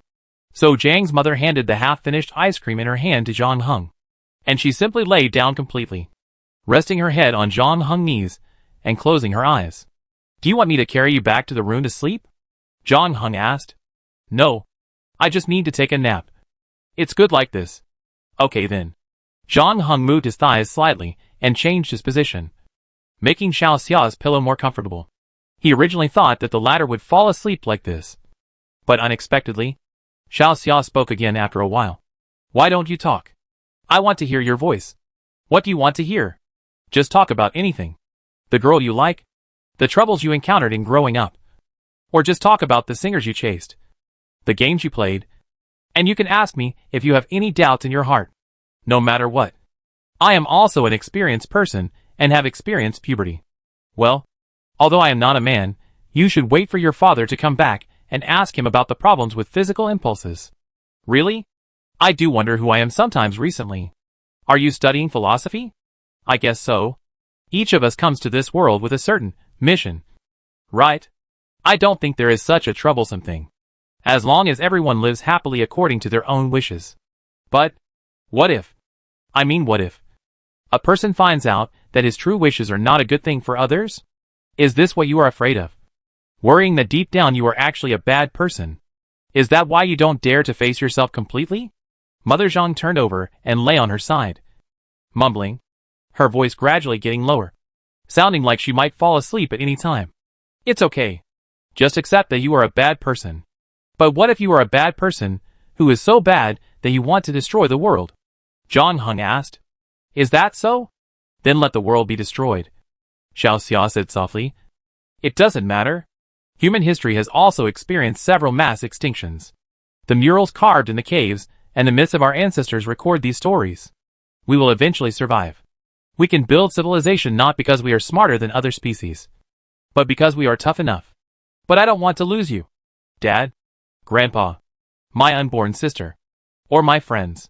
Silly child. You won't lose me, because no matter what you become in the future, you are still my son, and no one can change that. And that's enough. Enough? Xiao Xia's voice finally became undetectable when she said the last sentence, and she fell asleep peacefully. Zhang Heng placed his palm on her lower abdomen, feeling the strange rhythm coming from there. He could feel that a new life was being nurtured there. Chapter 1296 Situation. Zhang Heng lived in his parents' new home for about half a month, but declined his father's proposal to travel around Ireland. When his grandfather's plane arrived safely, he also booked a ticket to return home the next day. Leaving so soon? Zhang's mother was puzzled. Summer vacation should be only halfway through. Yes, But there are still some things to be resolved in China, Zhang Heng said. Hey, mysterious, is it related to feelings? Do you have a girlfriend? Ask her to come to Ireland to play with us. Next time, Zhang Heng went upstairs with his laptop, locked the door of his room, and then inserted the untraceable USB flash drive, and then logged into the player forum.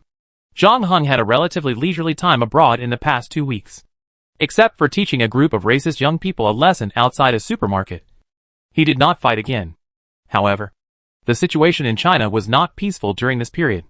The players were actually fine, although some vicious incidents began to occur and people on the forum were panicked. The scope was not too large. The 3 major guilds were still trying to maintain the situation, but the organizing committee seemed to have some problems. The frequency of various supernatural phenomena has increased significantly in recent times, and the organizing committee is also working hard to cover up the matter and avoid attracting the attention of ordinary people. However, as time goes by, the situation has not improved, but seems to be accelerating. At first, there were some vague rumors, but as some agents were involved, the players also realized that the relationship between the new gods and the old gods was becoming unprecedentedly tense. In the chat room, an ID named Don't Want to Practice Piano was introducing the current situation to Zhang Heng. The person who leaked the player's identity has been found. It is Set, one of the 9 Egyptian gods, and the mastermind behind the death dream that was deceived from the 3 major guilds. He also kidnapped the god of mobile phones. God of Chaos? That's right. The organizing committee sent Thor, the strongest god of thunder in Norse mythology, to deal with him. But for some reason, he escaped in the end, and a new god who was traveling with Thor died there. Did Set kill him? Zhang Heng typed. No. If he really died at the hands of Set, there would not be so many troubles later. The one who killed him was Thor, although Thor himself argued that it was a trap set by Set. Judging from the fighting at the scene, Thor actually had the situation under control. But for some reason, he showed mercy to Set's men. With Thor's personality, he should be easily provoked. Yes, most people think so. But the problem is that when the organizing committee was still investigating the matter, Thor made another stupid move. His temper flared up again, and he escaped from the room where he was temporarily imprisoned. And he also injured the guard, who was also a new god. This move also completely intensified the situation. The new gods were almost indignant. They found Odin and asked Odin to hand over Thor. I don't want to practice the piano. Then what? Although the Norse gods admitted that Thor was wrong, they refused to make any promises. This move further aroused the protests of the new gods and caused the gods of the Norse pantheon to be disconnected from the internet for the next 10 days. They asked the telecommunications company to check several times, but they were helpless. Well, I didn't expect this. Then someone killed Odin's Mount Sleipnir to avenge the Norse gods, making Odin furious. It sounds like someone is trying to stir up conflicts between the new gods and the old gods. Is it Set?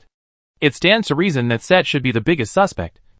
But after Thor disappeared, Set came to the organizing committee alone and declared himself surrendered. He cooperated very well throughout the whole process. In addition, I wonder if you have heard about the incident at Copenhagen International Airport. What happened? Zhang Heng's expression changed. 3 weeks ago, a battle took place there. 2 Valkyries died, while a team of the organizing committee was carrying out a secret mission there. And another Valkyrie was missing. It is said that the suspect is the god of machinery among the new gods. Large-caliber lethal weapons made by the god of machinery were also found at the scene. God of machinery? Zhang Heng's fingers stopped on the keyboard. He keenly caught something. The battle should have happened on the same day that the Sturm 8-300 he was riding crashed, considering the mysterious failure of the plane at that time. All mechanical parts stopped working, and the so-called god of machinery appeared at the end of his journey. Copenhagen International Airport in Denmark. If it was a coincidence, it would be too coincidental if there was no connection between the two. These days, Zhang Heng has been thinking about whether his identity has been completely leaked out, known by all gods, and become the #1 target of the gods. But now it seems that the situation is not as bad as Nyarlathotep said. But there is no doubt that this god of machinery is likely to be another god who knows his identity besides Kronos, the bartender lady, and Nyarlathotep.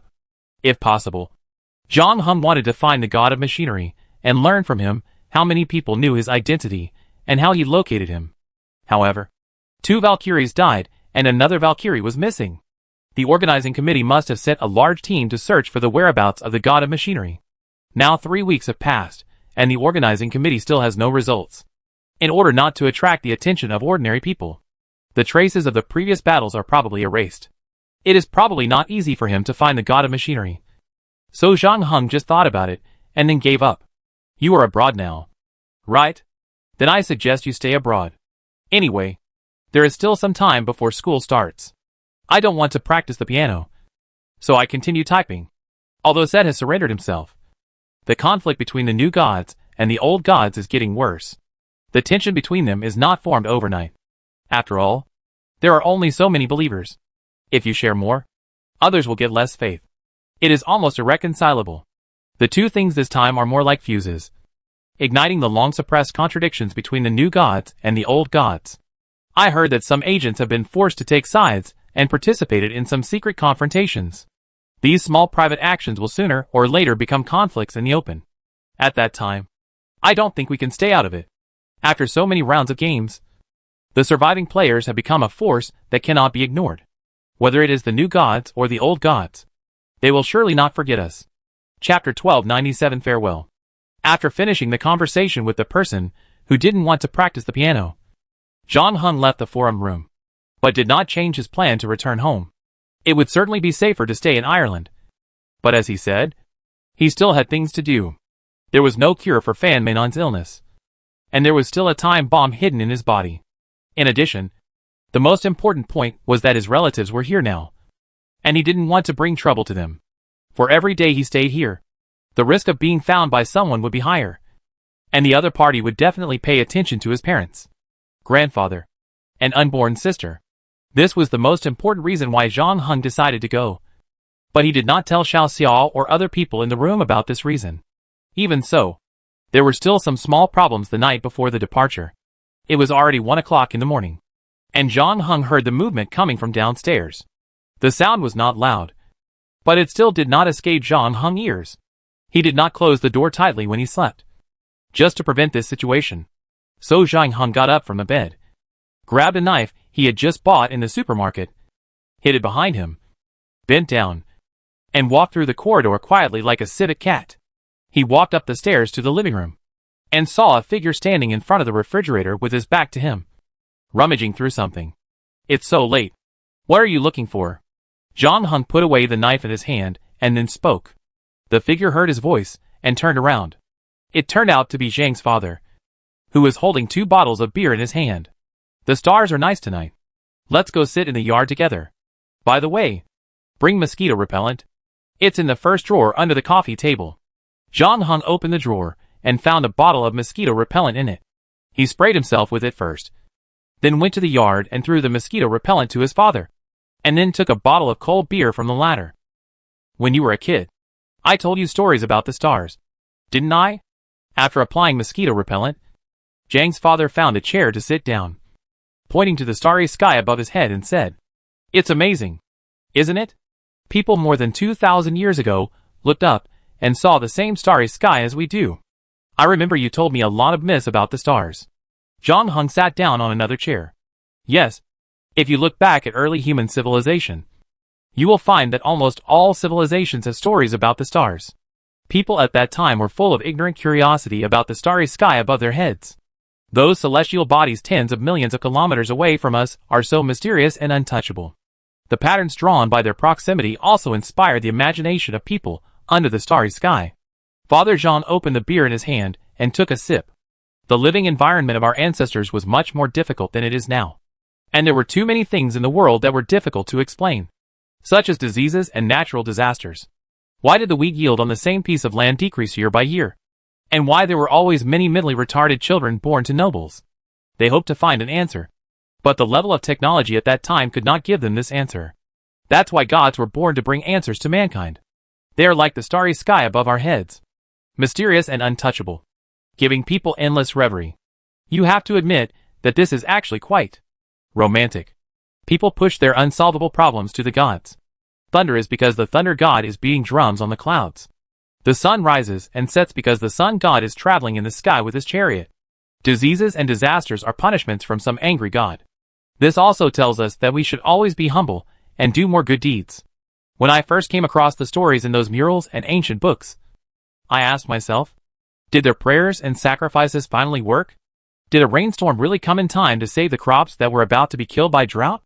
When their country was in danger, did the god of war also send the blessing of victory to the warriors of their country? Will the goddess of fertility bless him to have a smooth birth of his second child? Then I suddenly realized that all this was actually not important. People choose to believe in a certain god because faith can help them gain some kind of spiritual comfort in this chaotic and difficult world. At least before our civilization develops to a certain level. We cannot control the weather. Rain may come tomorrow, or it may not. Those who firmly believe that rain will come tomorrow will be happier than those who do not believe that rain will come tomorrow.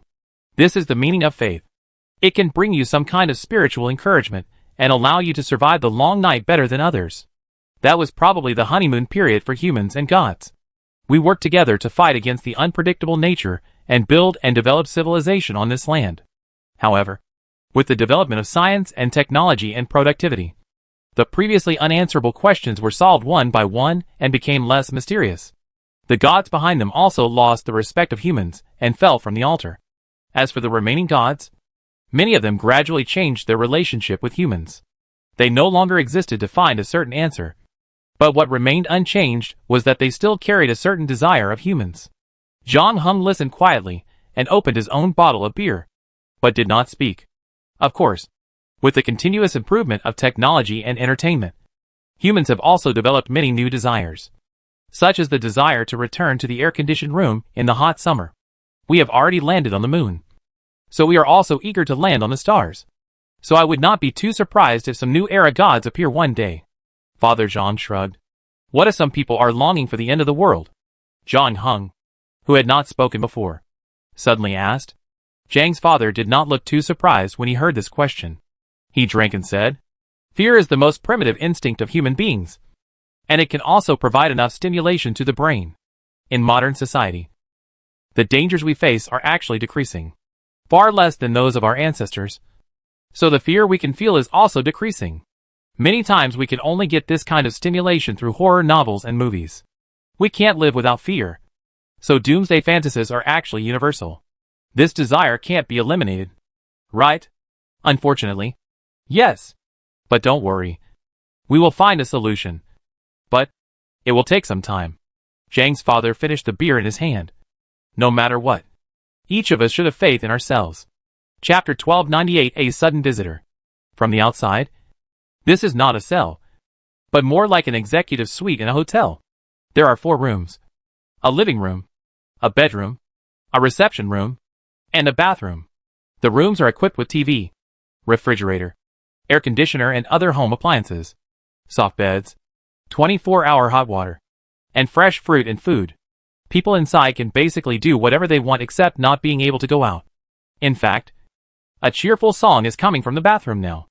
Seth soaked his body in the bathtub, humming a little tune while squeezing milk and orange-flavored bath gel in his arms to make bubbles. He seemed very satisfied with the treatment he enjoyed, and even grinned at the surveillance video above his head, as if greeting the person on the other end of the surveillance. Too arrogant. In the next room, a woman wearing a suspender dress and a ponytail suddenly threw the switch in her hand on the table and said angrily, "What's wrong?" A handsome boy next to her, who was dressed very fashionably and looked like a trainee, was watching the latest episode of Produce 102 on his computer. He took off his headphones after hearing this. What does that bastard in the room think he is doing? Participating in a reality show? He has to make a face to the camera every half an hour. It makes me so angry. After all, he is the god of chaos. He must want to make some trouble all the time. I think he is quite pitiful, the trainee boy said. What's so pitiful about him? It is said that he was a big shot more than 1,000 years ago, with many believers and many temples built for him. But now, except for a few tourist attractions, the rest have long disappeared. He himself has gone from a first-line god to an outdated clown. Generally, the more times like this, the more desperately they will hype themselves up and attract attention.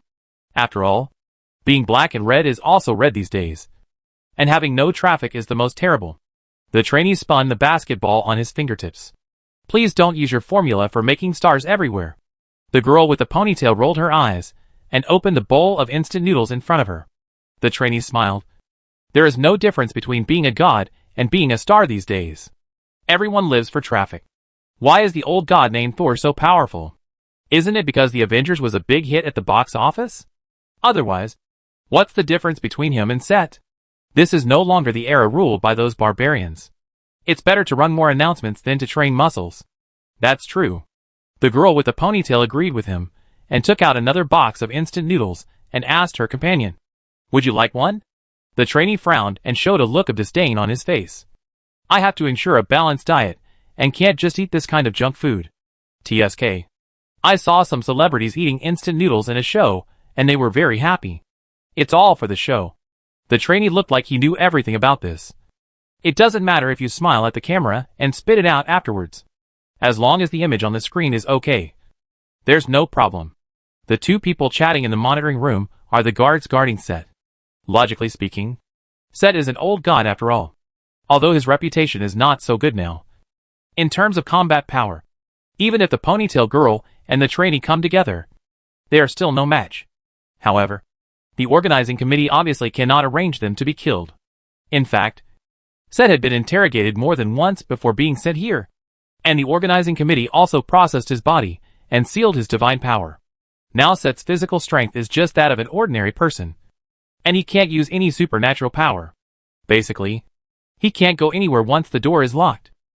But what the ponytail girl and the trainee didn't expect was that while they were chatting, the door of Set's room was suddenly kicked open from the outside. When they saw the person on the screen, they were both shocked and looked at each other. After a moment, the ponytail girl asked in a trembling voice, "What should we do?" "Let's send an email to the organizing committee first," the trainee said, with an uncertain expression on his face. "I didn't expect there was really something fishy between the two of them. I said that none of the old gods are good things. This time, I want to see how the Norse gods will quibble." The person who broke into the room at this moment was none other than Thor, the god of thunder. He looked furious, and his eyes seemed to be spitting fire. He didn't stop at all after entering the room, and went straight into the bathroom. Seth saw that Thor didn't show any surprise, but just sighed. Son of Odin is so rude, running into someone else's bathroom without even knocking on the door. "What? Do you think Loki is the one bathing here now?" As a result, before he could finish his words, Thor grabbed his neck and dragged him out of the bathtub. "Where is my wife?" Seth's throat made a hoarse sound, because Thor used too much force on his hands, and his eyes were almost squeezed out of his eye sockets. Thor wanted to beat this bastard to death with a hammer, but he had to let go before finding his wife.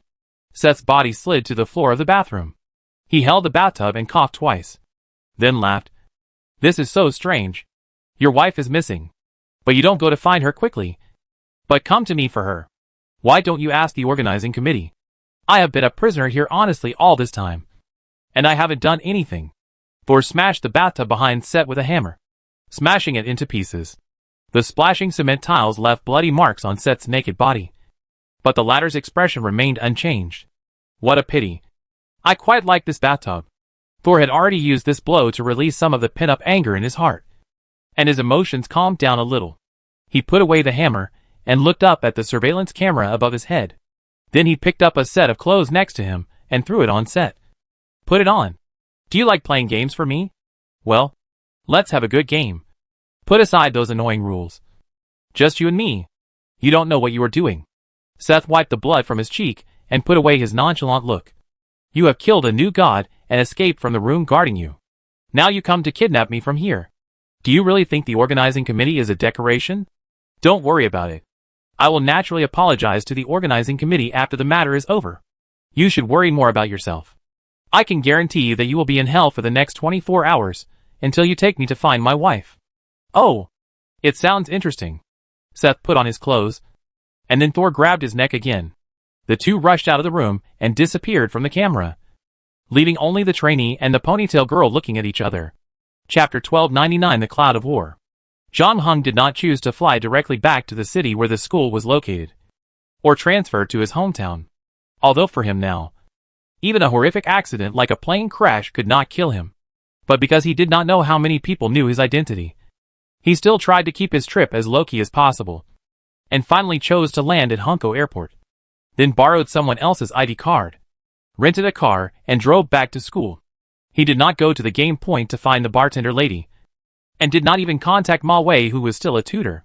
He just went to the storage point to get the hidden sheath and plague bone bow, exchanged for his polo, and then took advantage of the time stop and drove out of the city overnight. He drove the car to his and Grandpa's residence, because Grandpa was now in Ireland. It was dark here. Zhang Heng opened the door with a key and walked into the room. Before leaving, Grandpa cleaned the house very cleanly. The chairs and cups were washed and placed neatly. There was almost no dust in the house. Zhang Heng walked around and saw no traces of intruders. But he still did not completely relax his vigilance and searched the yard again. In the information form exposed on the internet, his address was written as school, and even the dormitory number was detailed. But there was no information about the house in his hometown. However, Zhang Heng would not feel relieved. After all, it is now an information society. As long as you are willing to spend time, it is not difficult to find another information by following one or several pieces of information. So even though Zhang Heng didn't find any signs of intrusion, he still didn't plan to stay here. He just took advantage of the time stop to catch up on some sleep, put on some makeup to cover up his original appearance, and then drove away before the extra 24 hours were up. At 017, Zhang Heng parked his polo in front of the KTV he was looking for, and then walked straight in under the eyes of 4 burly security guards, past the counter in the lobby, ignored the front desk's questions, and went directly to room 2306. The last time he came here, the bunny girl with a hot body and a sweet smile stood by the door of the private room. But this time, there were 2 strong men who were even bigger than the security guards outside, and their waists were bulging. Zhang Heng showed them the number on his arm, but they did not move away, but instead signaled Zhang Heng to raise his hand. Zhang Heng stared into the eyes of one of the strong men, causing the latter to pause. "One person," Zhang Heng said. The sturdy man nodded, asked his companion to stand at the door, and he continued to walk forward and reached out to touch Zhang Heng's body. Zhang Heng agreed to the body search because he saw that the sturdy man did not seem to be targeting him, but was just doing routine work. Moreover, if the other party really had any problems and was coming for him, he could subdue the other party with his extraordinary reaction ability if there was only one person.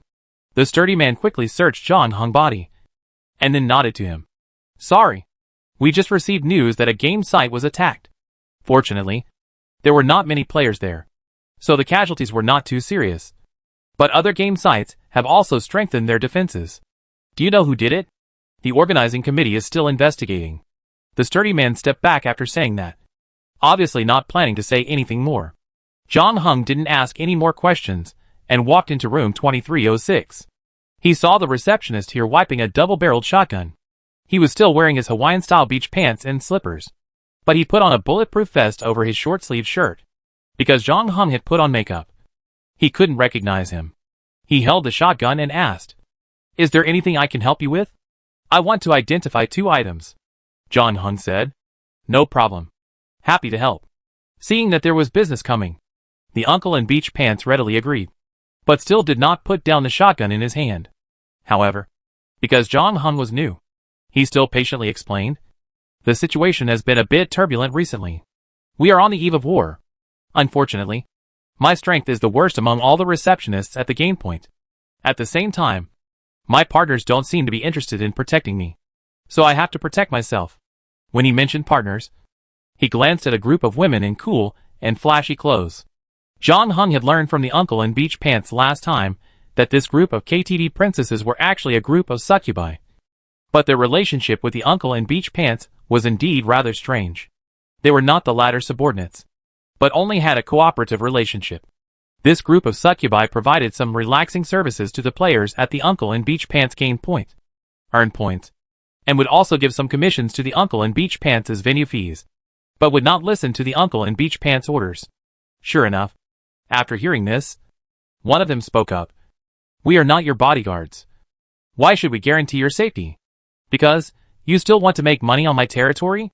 The man in beach pants said cautiously, "If you die, we can find another game place to stay.